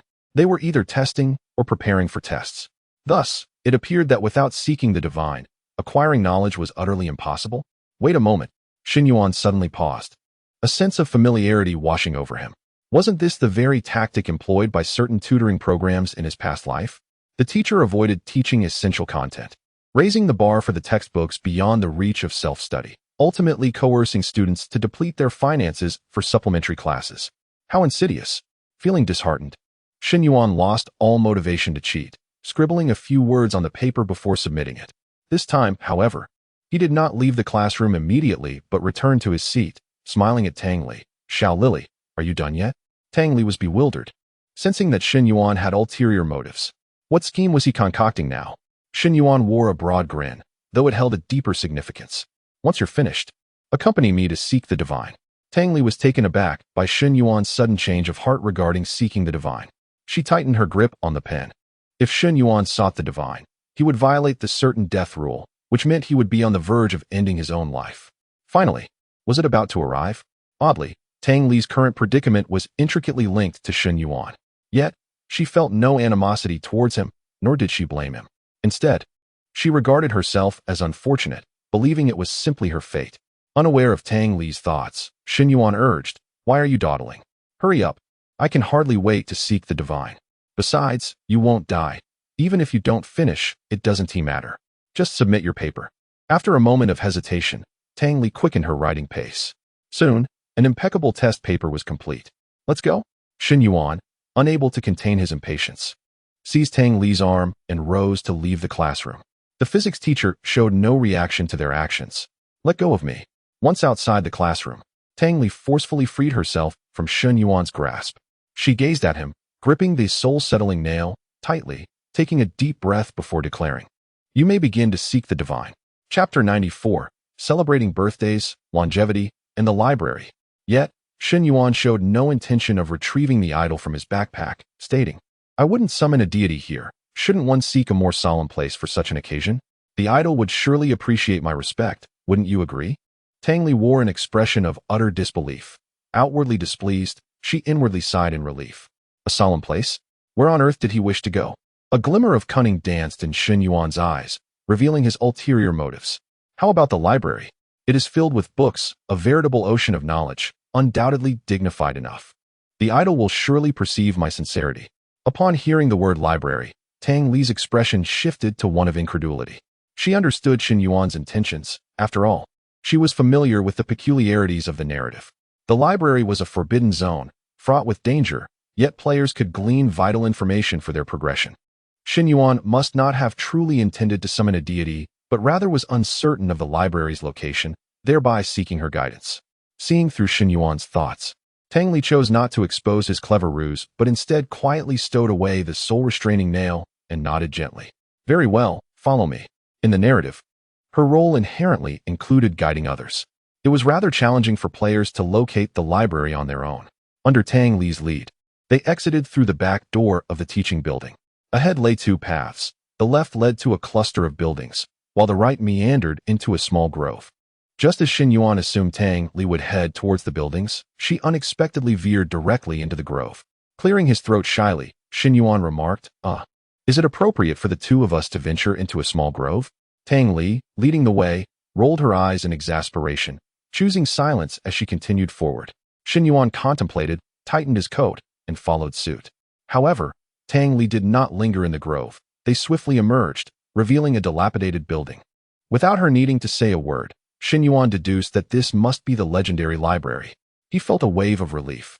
It was fortunate he had the foresight to bring Tang Li along. Had he attempted to find it alone, who knew how long it would have taken? Tang Li halted, casting an annoyed glance at Shen Yuan. "We've arrived." Shen Yuan nodded and was about to step inside when Tang Li suddenly raised her hand, blocking his path with keen interest. "Aren't you supposed to summon a deity? This library is off limits. You can perform your summoning right here at the entrance." Only then did Shen Yuan notice the iron chains tightly wrapped around the library's grand doors. He chuckled and nodded. "All right, let us celebrate then." Tang Li arched an eyebrow. "What did you say?" Shen Yuan reiterated with a grin, "Celebrate. Today is my birthday, and I am here to celebrate." Tang Li nearly choked in disbelief. "What? This kid is making a pun. Ridiculous. Celebrating? Then why the talk of idols and solemnity?" Shen Yuan remained unfazed. "Indeed, I intend to celebrate with the idol. So I must choose a place that would please it." Tang Li almost laughed in exasperation, resolved to engage him further. All right, celebrating, is it? But where are your offerings? Celebrating empty-handed?" Before she could finish her sentence, Shen Yuan astonishingly produced a bowl of longevity noodles, as if conjured by magic. Tang Li stared in disbelief. "Is he serious?" "Of course, I wouldn't celebrate empty-handed. I prepared longevity noodles," Shen Yuan replied. Tang Li face-bombed, exasperated. This is utterly ridiculous. Shen Yuan was practically unbeatable.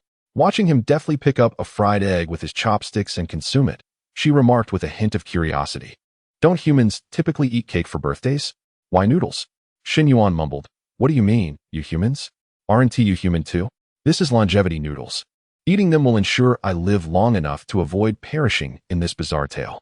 Upon hearing his words, Tang Li fell silent, gripping the soul-restraining nail in her hand once more, saying nothing further. Longevity. In the context of their current predicament, Shen Yuan's statement bore a hint of melancholy. Tang Li ceased to bicker with Shen Yuan and focused intently on his noodle eating. The noodles were lengthy, and it took Shen Yuan quite some time to finish. Watching him, Tang Li felt a pang of hunger and swallowed hard, curious to ask, are they tasty? After finishing the last strand of noodle, Shen Yuan wiped his mouth and shook his head. Not particularly. It's not as good as the ones I make myself. All right, the celebration is over. Let us go inside and take a look. Tossing aside the soup bowl, his gaze fell upon the iron chains at the library's entrance. They appeared quite sturdy. Breaking through would not be an easy task. However, Shen Yuan soon diverted his gaze, scoffing lightly. The one who locked this place up certainly has a peculiar sense of security. What use is such a thick chain when this rickety wooden door could easily be replaced? Before finishing his thought, Shen Yuan disregarded the chains entirely and kicked the wooden door open with a forceful blow. In the instant the door shattered, a deafening bell tolled continuously within the library. The piercing sound served as a warning to all at Trihu School. Someone had trespassed into a forbidden area. Seemingly unfazed by the alarm, Shen Yuan maintained his composure. The more defenses there were, the more crucial the information within must be. Even if it meant facing demise repeatedly, he would willingly embrace it. If only it could yield an S-grade death evaluation. Tang Li chuckled softly as she observed Shen Yuan's retreating figure entering the library, murmuring to herself. A fellow with infinite lives certainly has confidence. He dares to breach an alarm zone. After a moment's contemplation, she followed Shen Yuan inside. When she found him, Shen Yuan was diligently searching each bookshelf, though it seemed he was yielding no results. His gaze flitted rapidly across the rows of shelves as he murmured to himself. With the alarm ringing upon entering the library, the head instructor would surely arrive shortly, so clues should not be too difficult to uncover, at least. Something distinctly out of place should be evident. At last, an old notebook caught Shen Yuan's eye. It stood out starkly among the other books. Without hesitation, he pulled the notebook from the shelf. As he opened it, he was relieved to find that the contents were no longer drenched in blood or crafted from human skin. The material within the notebook brought him increasing delight. He had indeed found the right lead. Chapter 95. The Diary of Xiao Lu and Zhang Yongfu. The content of the diary is somewhat trivial, filled with many inconsequential details. Shen Yuan distilled the key parts related to the eerie tales within. This diary belonged to a student from Shuhua High School, which at that time was not yet a prestigious institution, and the students did not possess particularly alarming academic prowess. Most importantly, Shuhua High School had yet to be graced by the presence of any deities. The diary's owner, Xiao Lu, consistently ranked at the bottom of his class, suffering the consequences of this academic failure through frequent beatings. As such, he dreaded returning home immediately after exams, fearing punishment. The first half of the diary primarily chronicles Xiao Lu's dismay and anguish over his relentless thrashings. The turning point in the story occurred after the announcement of exam results, where Xiao Lu once again found himself at the bottom of his class. Too fearful to return home, he wandered outside aimlessly. During his meandering, he stumbled upon a rather peculiar statue. Upon his first gaze at the statue, Xiao Lu felt an inexplicable attraction. Emulating the protagonists in novels, he made a wish upon the statue, hoping for a slight improvement in his grades. To his astonishment, Xiao Lu's wish came to fruition. The following day, he exhibited remarkable progress in his test scores, leading even the teachers to suspect he had resorted to cheating. However, even when subjected to individual assessments, Xiao Lu consistently achieved the highest marks in his grade, leaving his teachers incredulous at his sudden improvement. It was then that Xiao Lu realized he had truly encountered a divine statue. Initially reluctant to disclose any information regarding the statue, Xiao Lu was soon approached by his closest friend, who inquired about the secret behind his academic leap. This friend, like Xiao Lu, faced severe repercussions at home for poor performance, often resulting in harsh beatings. Unable to bear witnessing his best friend's torment, Xiao Lu chose to reveal the existence of the statue, cautioning him repeatedly to keep it a secret. At this juncture, the diary abruptly concludes. Shen Yuan, curious, continued to flip through the pages, only to find the handwriting had changed entirely. It was evident that someone else had taken over the diary. Why would Xiao Lu entrust his diary to another? It was clear that an unexpected event was on the horizon. However, Shen Yuan did not anticipate that before he could decipher the diary's mysteries, a calamity would unfold in reality. The shrill sound of an alarm inevitably summoned the director of discipline. Outside the library, the director's gaze fell upon the damaged entrance, and his countenance darkened. His already pallid skin turned a shade colder, his nostrils flared violently, and his face contorted grotesquely. Following closely behind were at least a dozen teachers, their eyes vacant. Their bodies moving stiffly, their expressions twisted in a manner that defied description. The director hastily entered the library, spotting Shen Yuan engrossed in the diary. A surge of alarm coursed through him. The diary had been discovered. A glint of malice flickered in the director's eyes as he hissed through clenched teeth. Do you not realize the library is a forbidden zone? I will count to 3. Put down that diary and get out of here. Shen Yuan, unperturbed, continued to read intently. I am Xiao Zhang, Xiao Lu's friend. I am sorry for Xiao Lu. It was I who divulged the secret of the statue. This was never my intention. I merely intended to share it with the girl I admire, but she told her crush, who then passed it on to his own crush.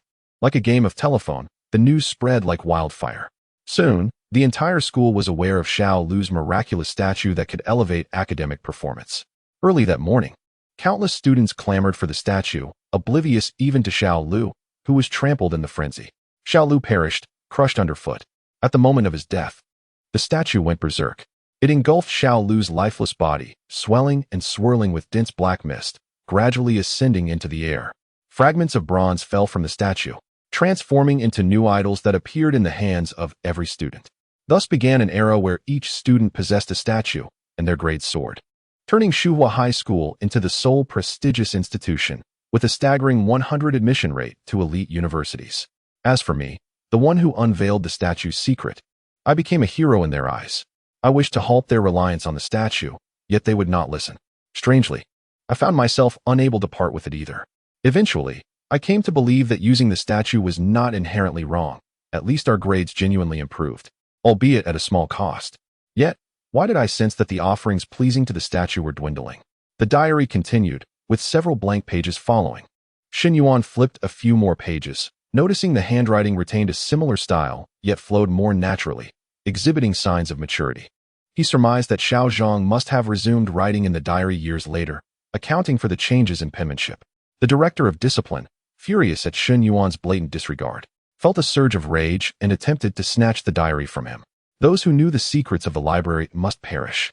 Only the dead could keep the secret. Hand it over. The director's movements were far from subtle, failing to escape Shen Yuan's notice. Shen Yuan scoffed, given the director's sluggish pace. Attempting to seize the diary was akin to a futile dream. With a casual sidestep, he evaded the director's grasp, leaving him stumbling. Observing the director's struggle to regain his balance, Shen Yuan smiled and calmly remarked, "Murder is permissible, but theft is not." The director abruptly turned, his bloodshot eyes glaring menacingly at Shen Yuan. "If you wish to die, I can accommodate you." Yet, Shen Yuan's unique vision revealed the director's attributes. Director of Discipline, Zhang Yongfu. Type, NPC Enigma. Defense, 18,910 Energy, 5,029. Attack, 100,000 Speed, 1,000. Apart from the exorbitant attack attribute, the others were rather average.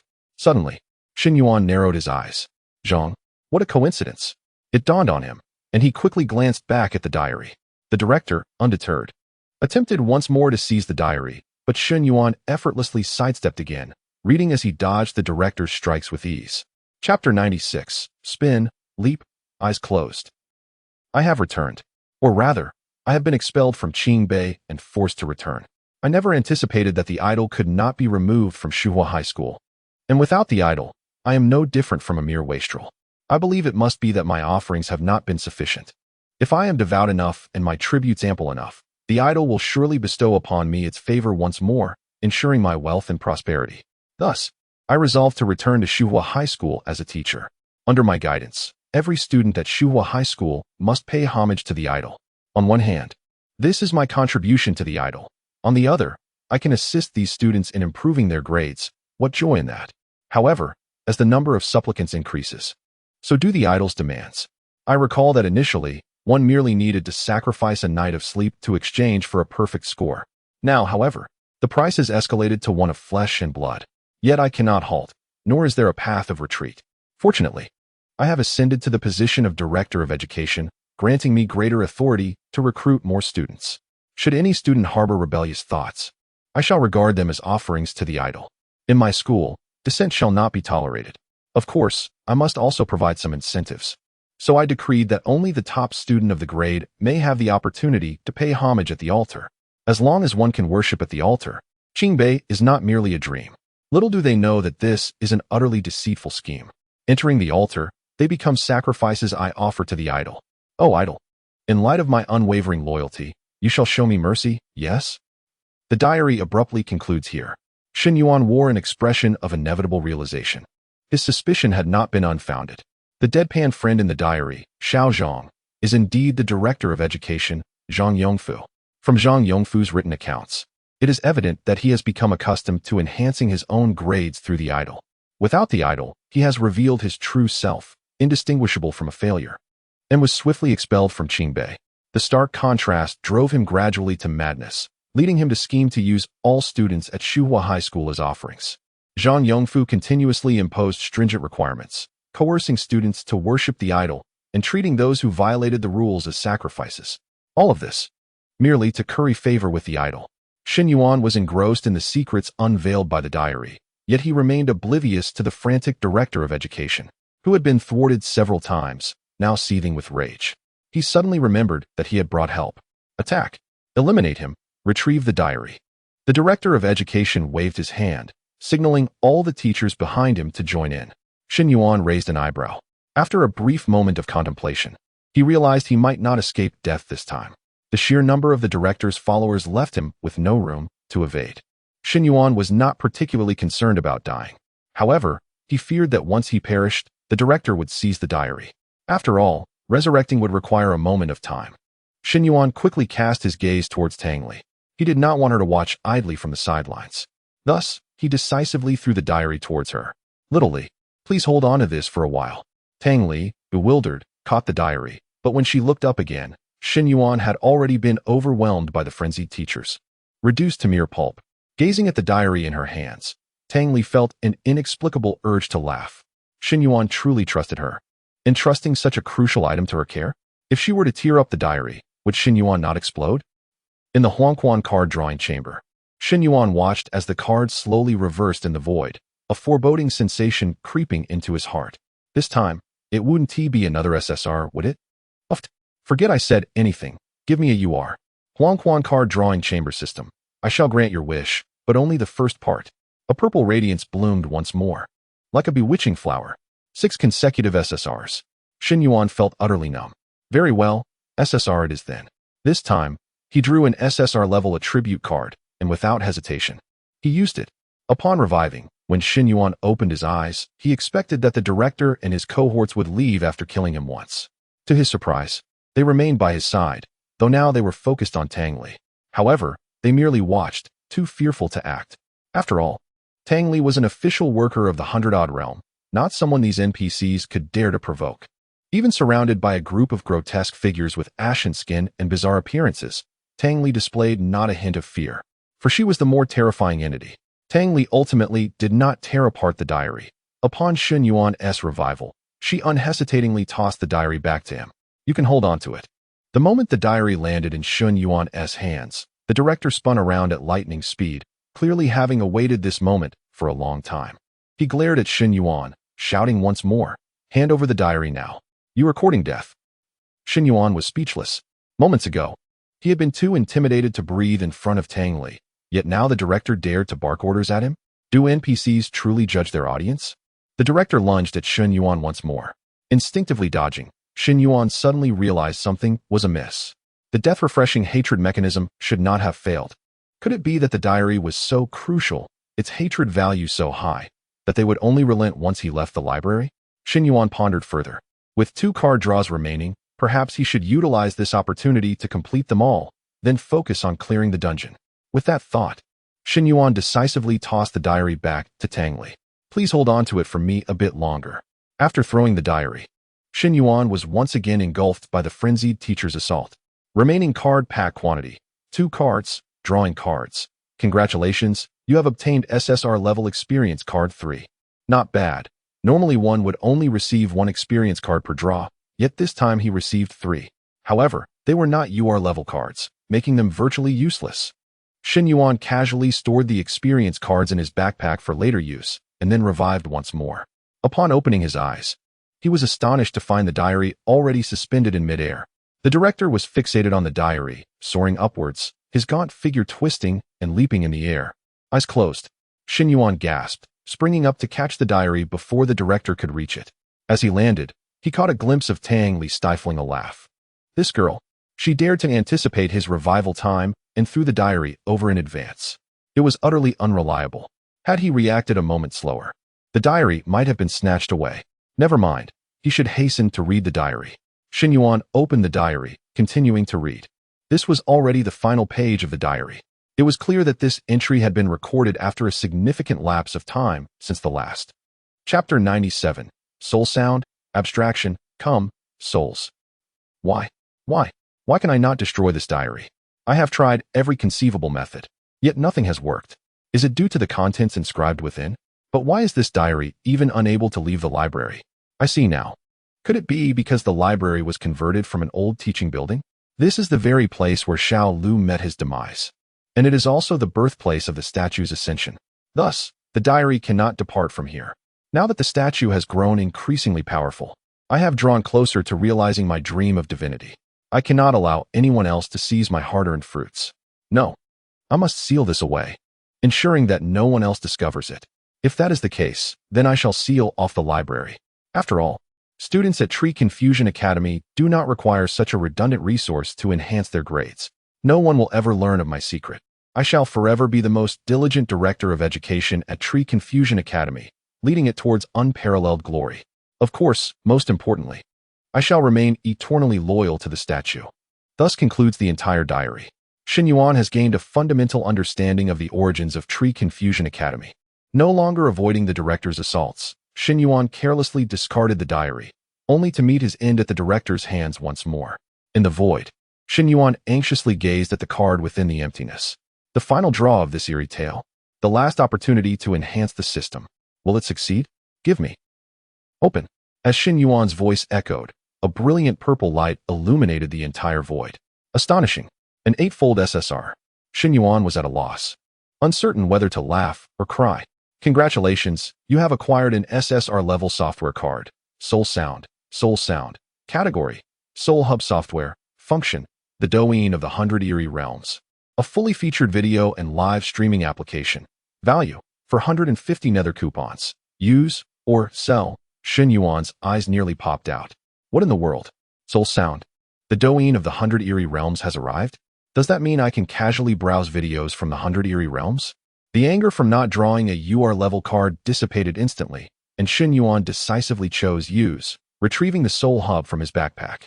Currently, the Soul Hub only contained 2 software applications, Nether Message and Soul Sound. Aside from that, he could only chat with nearby Eerie. Without a hint of hesitation, Shen Yuan opened Soul Sound. The opening immediately delivered a critical hit. An old woman stood by an ancient bridge, buffeted by chilling winds, stirring a large vat before her, with a sign boldly proclaiming, Meng Pa Soup Snail Noodles, newly launched collaborative edition. Shen Yuan was left utterly baffled. Meng Pa Soup and Snail Noodles? What on earth is that? He hastily swiped away. However, the next video left Shen Yuan even more bewildered. A bone-white skeleton was holding a microphone, passionately performing an excruciatingly off-key song. On the incense burner, paper money burns into white-yellow cards. Devoutly bow 3 times. Adding a few hundred to the death ledger. Easy is Meng Pa Soup. Difficult is waiting to be reborn. Come, souls, come. Come, souls, come. Soul Hub, Soul Sound, souls from all directions. Shen Yuan was so frightened that he immediately swiped away. Truly, this is the Soul Sound of the 100 Eerie Realms, filled with all manner of demons and spirits. I won't watch anymore. It's too bizarre. Just as Shen Yuan was about to exit the software, he inadvertently clicked on the trending search interface at the bottom of the application. He spotted a name that struck a chord of familiarity. Huh, Shen Yuan? Isn't that my name? Upon closer inspection, he nearly smashed the Soul Hub in his hands out of anger. Why hasn't Shen Yuan died yet? What the hell is this? It's actually trending at number 1? Wait a moment, how does the 100 Eerie Realms know about me? Coming to his senses, Shen Yuan realized something was amiss and, baffled, clicked on the first trending entry to investigate thoroughly. It was only at this moment that he discovered his participation in the previous Eerie Tales had been live-streamed. Unlike the secrecy surrounding Eerie Tales in the human realm, live-streaming had become quite popular in the 100 Eerie Realms.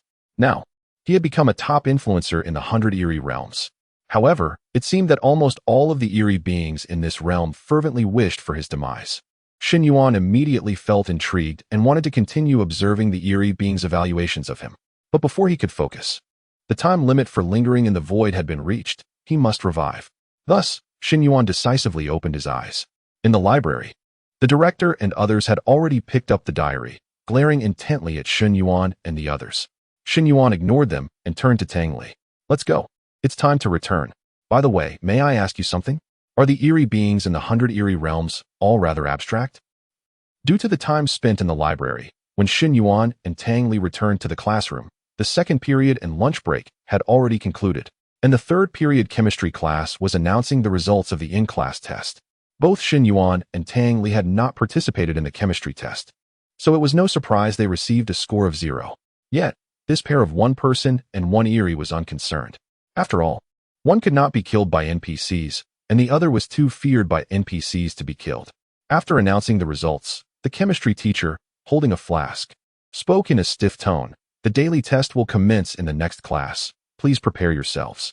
Having perused the diary, Shen Yuan now understood why Tree Confusion Academy had such an abundance of examinations.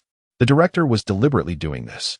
He aimed to compel all students to continuously enhance their grades, sacrificing their own flesh and blood to appease the statue, thereby fulfilling his own desires. Truly a scoundrel, unworthy of being a teacher. As the class bell rang, the chemistry teacher departed without a backward glance. The students remained fervently praying, heads bowed, creating an eerie atmosphere in the classroom. Perhaps due to the impending daily test, the fervor of their prayers intensified, becoming increasingly extreme and frenzied. Some even drew small knives to begin slicing their flesh, the dull blade scraping against skin, producing a grating sound. The metallic scent of blood began to permeate the air. Tang Li, however, looked curiously at Shen Yuan beside her. She had anticipated that after returning from the library with crucial information, he would take some action. Yet, this fellow merely remained seated, head down, seemingly engrossed in fiddling with something. Tang Li was quite curious about what Shen Yuan was so diligently engaged in. Could it be that he was hoping to self-study and achieve the top score? Shen Yuan did not strike her as someone so naive. Chapter 98, Live Broadcast, Abandoned Peace. Most fiery. After much hesitation, Tang Li decided to sneak a glance. After all, Shen Yuan had his back turned to her and would be oblivious to her actions. She slowly shifted her body, leaning forward, her head peeking out.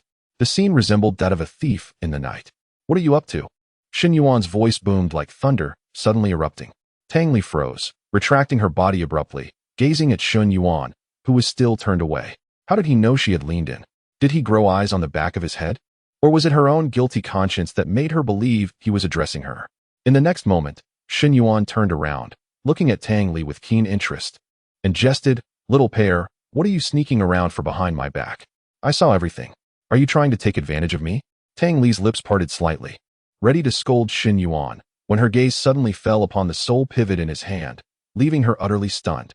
This was not the first time Tang Li had known about Shen Yuan's soul pivot. She had seen it during the cursed iron cage incident and had even conversed with him about it. However, at this moment, the soul pivot in Shen Yuan's hand was displaying the scene within the classroom. A chill ran down Tang Li's spine.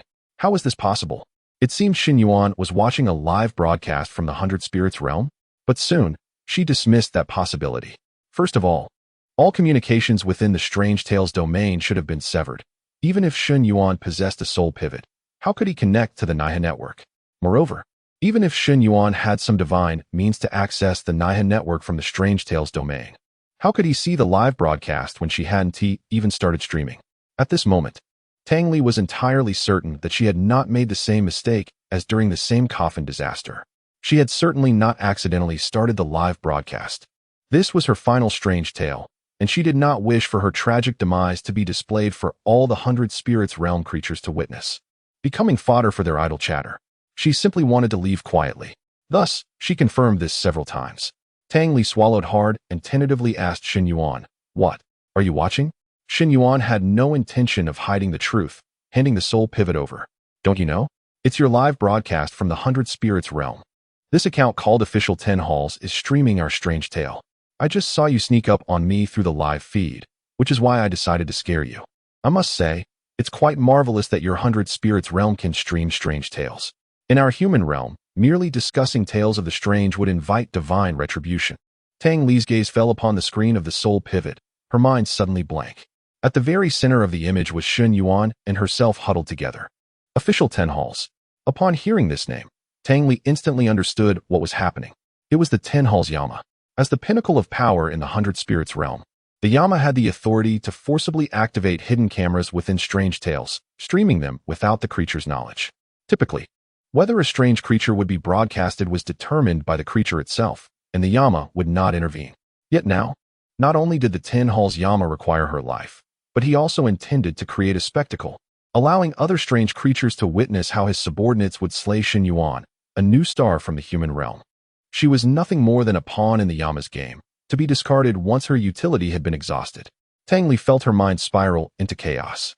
The pent-up feelings of resentment, injustice, and anger surged within her. Beside her, Shen Yuan, noticing Tang Li frozen in place, raised an eyebrow in confusion. "What's wrong? Don't tell me you didn't know? Wasn't this broadcast agreed upon by you?" Tang Li remained in a daze, but Shen Yuan seemed to grasp the situation. "You and the 100 Spirits realm are resorting to covert filming? How despicable. And the comments are revolting, all wishing for my demise. Do they truly despise me that much?" With vacant eyes, Tang Li uttered, "The 100 Spirits realm and the human realm have always been at odds. Your sudden rise to power would undoubtedly incite panic in the 100 Spirits realm." Shen Yuan chuckled, leaning in slightly. "Do you dislike me too?" Tang Li was taken aback, quickly distancing herself from Shen Yuan. However, she did not respond to his question.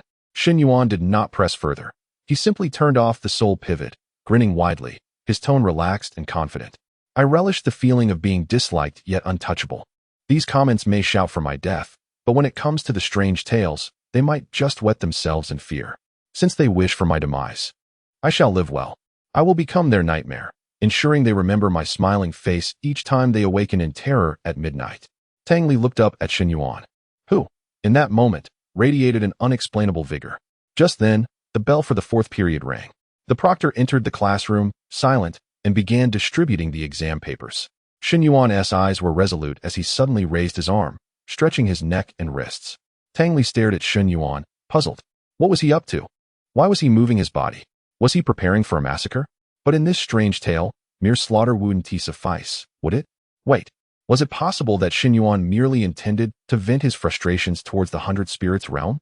For instance, by unleashing his wrath upon these NPCs? They claim they want me dead? Then I shall slaughter their NPCs right before their eyes. Shen Yuan seemed poised to roar his fury, showcasing his anger and strength to the entire 100 Spirits realm. The youthful spirit, brimming with audacity and ferocity, was like an invincible sword, sharp and unyielding in this world.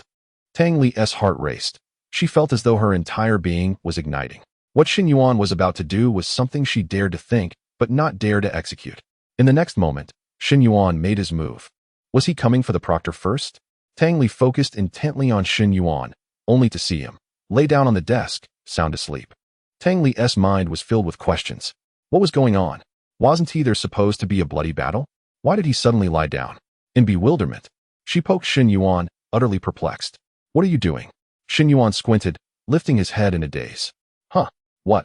5 o'clock to supplement yesterday's gift. Thank you for everyone's generous support. Chapter 99, Betrayal, Vitality, like a startled swan. Tang Li reiterated her words once more. What are you doing right now? Shen Yuan scratched his head, perplexed. Me? I'm sleeping. Can't you tell? How can you sleep at a time like this? Given your current situation, how can you possibly find rest? I don't know the answers for the exam. If I don't sleep, what else can I do? I may have a guess about the way to pass, but I have to wait until the results are announced to try it out. Right now, there is nothing for me to do. Tang Li was truly at her wit's end. It seemed she had concocted a fervent narrative in her mind, while Shen Yuan had no intention of resisting at all. After all, Shen Yuan likely didn't care about the opinions of the 100 Strange realm. With a sigh of disappointment, she fell silent and turned her gaze, somewhat dazed, to the exam paper, writing diligently. Her own fate was destined to meet its end within the confines of this tattered exam sheet. Seeing Tang Li's silence, Shen Yuan resumed his peaceful slumber. In the classroom, apart from the rhythmic sound of Shen Yuan's breathing, only the hurried scribbling of answers filled the air. Every student's gaze was fixated on their desks, writing furiously to secure the top score. They were all striving for first place. In the corner of the desk, a bronze statue emitted a chilling glow. Time passed slowly. When the bell rang to collect the papers, Shen Yuan awakened languidly. This time, the invigilator did not announce the results immediately, but collected all the papers and instructed the students to assemble in the corridor temporarily.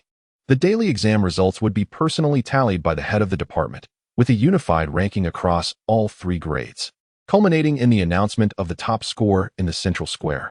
The sound of chairs scraping against the floor erupted. All the students eagerly rushed into the corridor. Unexpectedly, one person was faster than them all. Unbeknownst to them, Shen Yuan had already secured a position closest to the square. However, the other students paid him no mind. It didn't matter where one stood. Only the top scorer had the privilege to step into the square. Any other students who dared to trespass would face severe penalties, including expulsion. The corridor was packed with students, all hoping to hear their names announced as the top scorer. In the back, Tang Li slowly rose from her seat, her gaze complex as it fell upon Shen Yuan at the forefront of the corridor. The moment the top score was revealed, Shen Yuan would trigger the certain death rule. At that moment, she could finally kill him with her own hands, a prospect Tang Li had eagerly anticipated for a long time. From the moment she encountered Shen Yuan during the coffin challenge and had her veil lifted by him, she had yearned to end his life. After witnessing Shen Yuan's terrifying abilities, her desire to eliminate him grew stronger. Yet, she never expected that killing a human player would prove so challenging. In subsequent scenarios, Tang Li repeatedly faced hope, only to be met with disappointment, never finding a way to counter Shen Yuan's professional abilities. However, this time, the soul-stabilizing nail she held could seal all professional abilities. Shen Yuan was undoubtedly doomed. Yet, a question suddenly arose in Tang Li's mind. What had Shen Yuan done wrong to warrant her desire to end his life? Was it because of his abilities?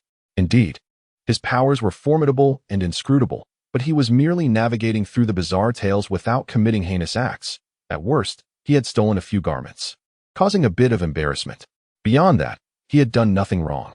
In fact, Tang Li held a degree of admiration for Shen Yuan's performance within the bizarre tales.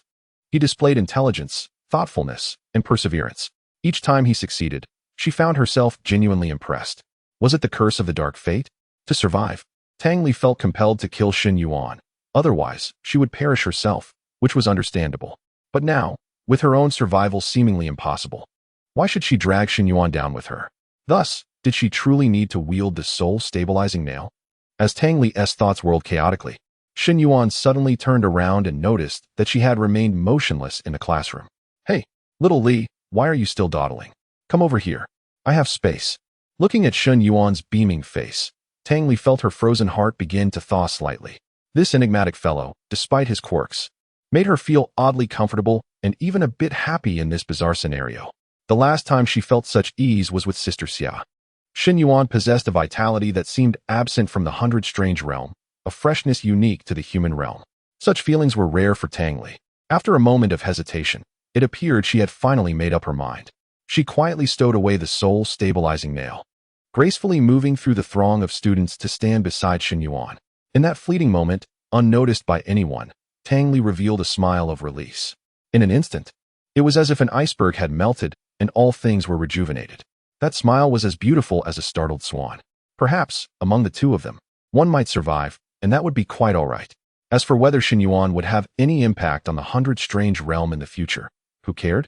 By then, she would have long departed from this world. Moreover, such considerations were not the burden of a pawn. Didn't the 10 halls of Yama revel in orchestrating grand spectacles? Let all the bizarre creatures witness how Shen Yuan thrived amidst countless perils. Within the Hundred Strange realm, at the 10 halls of Yama, upon the stone seat, the cold, sinister gaze of the Yama king scrutinized the live broadcast unfolding in the void. Tang Li's subtle expressions did not escape his keen eyes. She would not take action. She had utterly betrayed the Hundred Strange realm. Below, Ju trembled, hastily asserting, Yama king, she wouldn't. You may not know, but in previous bizarre tales, Tang Li suffered tremendously. So she desires to eliminate Shen Yuan more than anyone else. She would never betray. The Yama King's icy gaze swept toward Ju. In that instant, Ju felt as though a bucket of frigid water had been poured over him, chilling him to the bone. Are you implying that I am mistaken? At this, Ju grew increasingly alarmed, momentarily at a loss for words, and could only lower his head in silence. The Yama King seemed to disregard Ju entirely. Instead, a sinister smile slowly crept across his shadowed visage. It's nothing. This little Tang Li is still too young, so she doesn't understand a fundamental truth. In the 10 halls, nothing can escape my grasp, absolutely nothing. Chapter 100. Opportunities, Seizures, and the Path to Ascendancy. A gentle breeze wafted through, carrying the soft voice of Tang Li. Hey, what is the point of being up here? You submitted a blank paper. Even the headmaster wouldn't call your name if his eyes were blinded. After thoroughly comprehending everything, Tang Li's mindset underwent a transformative change, blossoming into an unprecedented sense of ease. At that moment, she wished to savor the last moments before obliteration, so she even playfully teased Shen Yuan. Upon hearing her words, Shen Yuan leaned in closely, nearly pressing his head against hers. With a deliberately understated tone, laced with an air of mystery, he proclaimed, "Who says standing at the front is futile? You do not understand. Did I not mention that I have a rough idea on how to navigate this bizarre tale? Although I may not succeed, it is worth a shot." Tang Li furrowed her brow. She had clearly stated that only those who ranked first in their grade could pass this bizarre tale. What could Shen Yuan possibly attempt after submitting a blank paper? She felt utterly unable to keep up with this guy's line of thought. At that moment, Shen Yuan continued, "Moreover, there is something of utmost importance I must convey." "What is it?" Tang Li's curiosity piqued, her large eyes blinking inquisitively. "I do not go by Hey, my name is Chu." "No, wait, I am Shen Yuan. While you may be a peculiar being, you must also remember to exhibit some manners, understood? Who addresses others as Hey right off the bat. Get lost." Tang Li rolled her eyes. Shen Yuan turned back, secretly lamenting within, the quality of education in this strange realm truly needs improvement. Just then, the breaths of the students nearby became rapid, and Shen Yuan could distinctly hear the pounding of their hearts. He gazed towards the center of the plaza, and indeed, the headmaster had made his appearance. In an instant, all students' gazes converged on the exam paper held by the headmaster, the paper of the top scorer for the day. With wide eyes filled with unabashed longing, the students wondered, who could it be? Who will it be today? Under the fervent scrutiny of the entire student body, the headmaster deliberately cleared his throat and slowly announced the name of the top scorer. The student who has achieved first place today is Class 2-3, student number 12. A chorus of anguished wails erupted throughout the school. No. Countless envious glances shot towards Class 2-3, brimming with malice. The sole fortunate recipient, after a brief moment of shock, joyously dashed from the crowd towards the center of the plaza. The headmaster regarded the ecstatic student No. 12 with a glimmer of derision in his eyes. Did these individuals truly believe this was a divine bestowal? How naive! In the next instant, the derision vanished, replaced by a gratifying smile. Congratulations! You are about to receive the opportunity to ascend the altar for prayer. You shall undergo additional specialized training at the altar, and upon completion, you can directly report to Qingbei. Student number 12, overwhelmed with excitement, nodded vigorously. However, the force of his nod caused his collar to slip, revealing what lay beneath. The neck of student number 12 could hardly be called a neck anymore. The flesh had nearly vanished, leaving only a few tattered remnants clinging on, while white bones lay exposed, glinting ominously. In the corridor, Shen Yuan raised an eyebrow. Wow, this guy is truly ruthless to himself. Even the flesh on his neck has begun to be sacrificed. Furthermore, Shen Yuan noticed the empty sleeves of student number 12. Clearly, his arms had long since disappeared. As for how this individual managed to write, don't ask. It was precisely due to his terrifying dedication that he had achieved the rank of top scorer. Suddenly, Shen Yuan turned to Tang Li. Ordinary players wishing to attain first place through divine intervention would likely have to pay a price equal to his. Tang Li hesitated for a moment, sensing that there was no longer a need for concealment, and gently nodded. Indeed. Furthermore, the cost on the first day of this bizarre tale is the least, as the students grow increasingly frenzied over time, making it more difficult to secure first place. Shen Yuan stroked his chin and inquired further, but why did our Class S student number 28, who claimed to have sacrificed his brother's life, fail to surpass others? Quite simply, because he sacrificed his brother, not himself. Had he sacrificed his own life, I believe that his final exam paper before death would undoubtedly have been the top score. Tang Li paused momentarily and then remarked with subtle implication. Even deities disdain those who sacrifice others for personal gain. Shen Yuan, unable to grasp the deeper significance behind her words, nodded earnestly. Well said. At that moment, in the plaza, the headmaster suddenly waved his hand, looking up towards the sky. In the next second, a stunning scene unfolded. The altar, once suspended in the heavens, began to descend slowly, casting a massive shadow that enveloped the entire teaching building. Under Shen Yuan's gaze, a fissure appeared in the altar high above, and with a thunderous rumble, a bronze staircase gradually descended from the clouds. With each step that fell, the air reverberated in response. Student number 12 trembled uncontrollably, his excitement distorting his features as he fixated on the bronze staircase. As long as he could set foot on this staircase, he would achieve a glorious life. This was the moment he had long yearned for, finally arriving. But just then, an unforeseen twist occurred.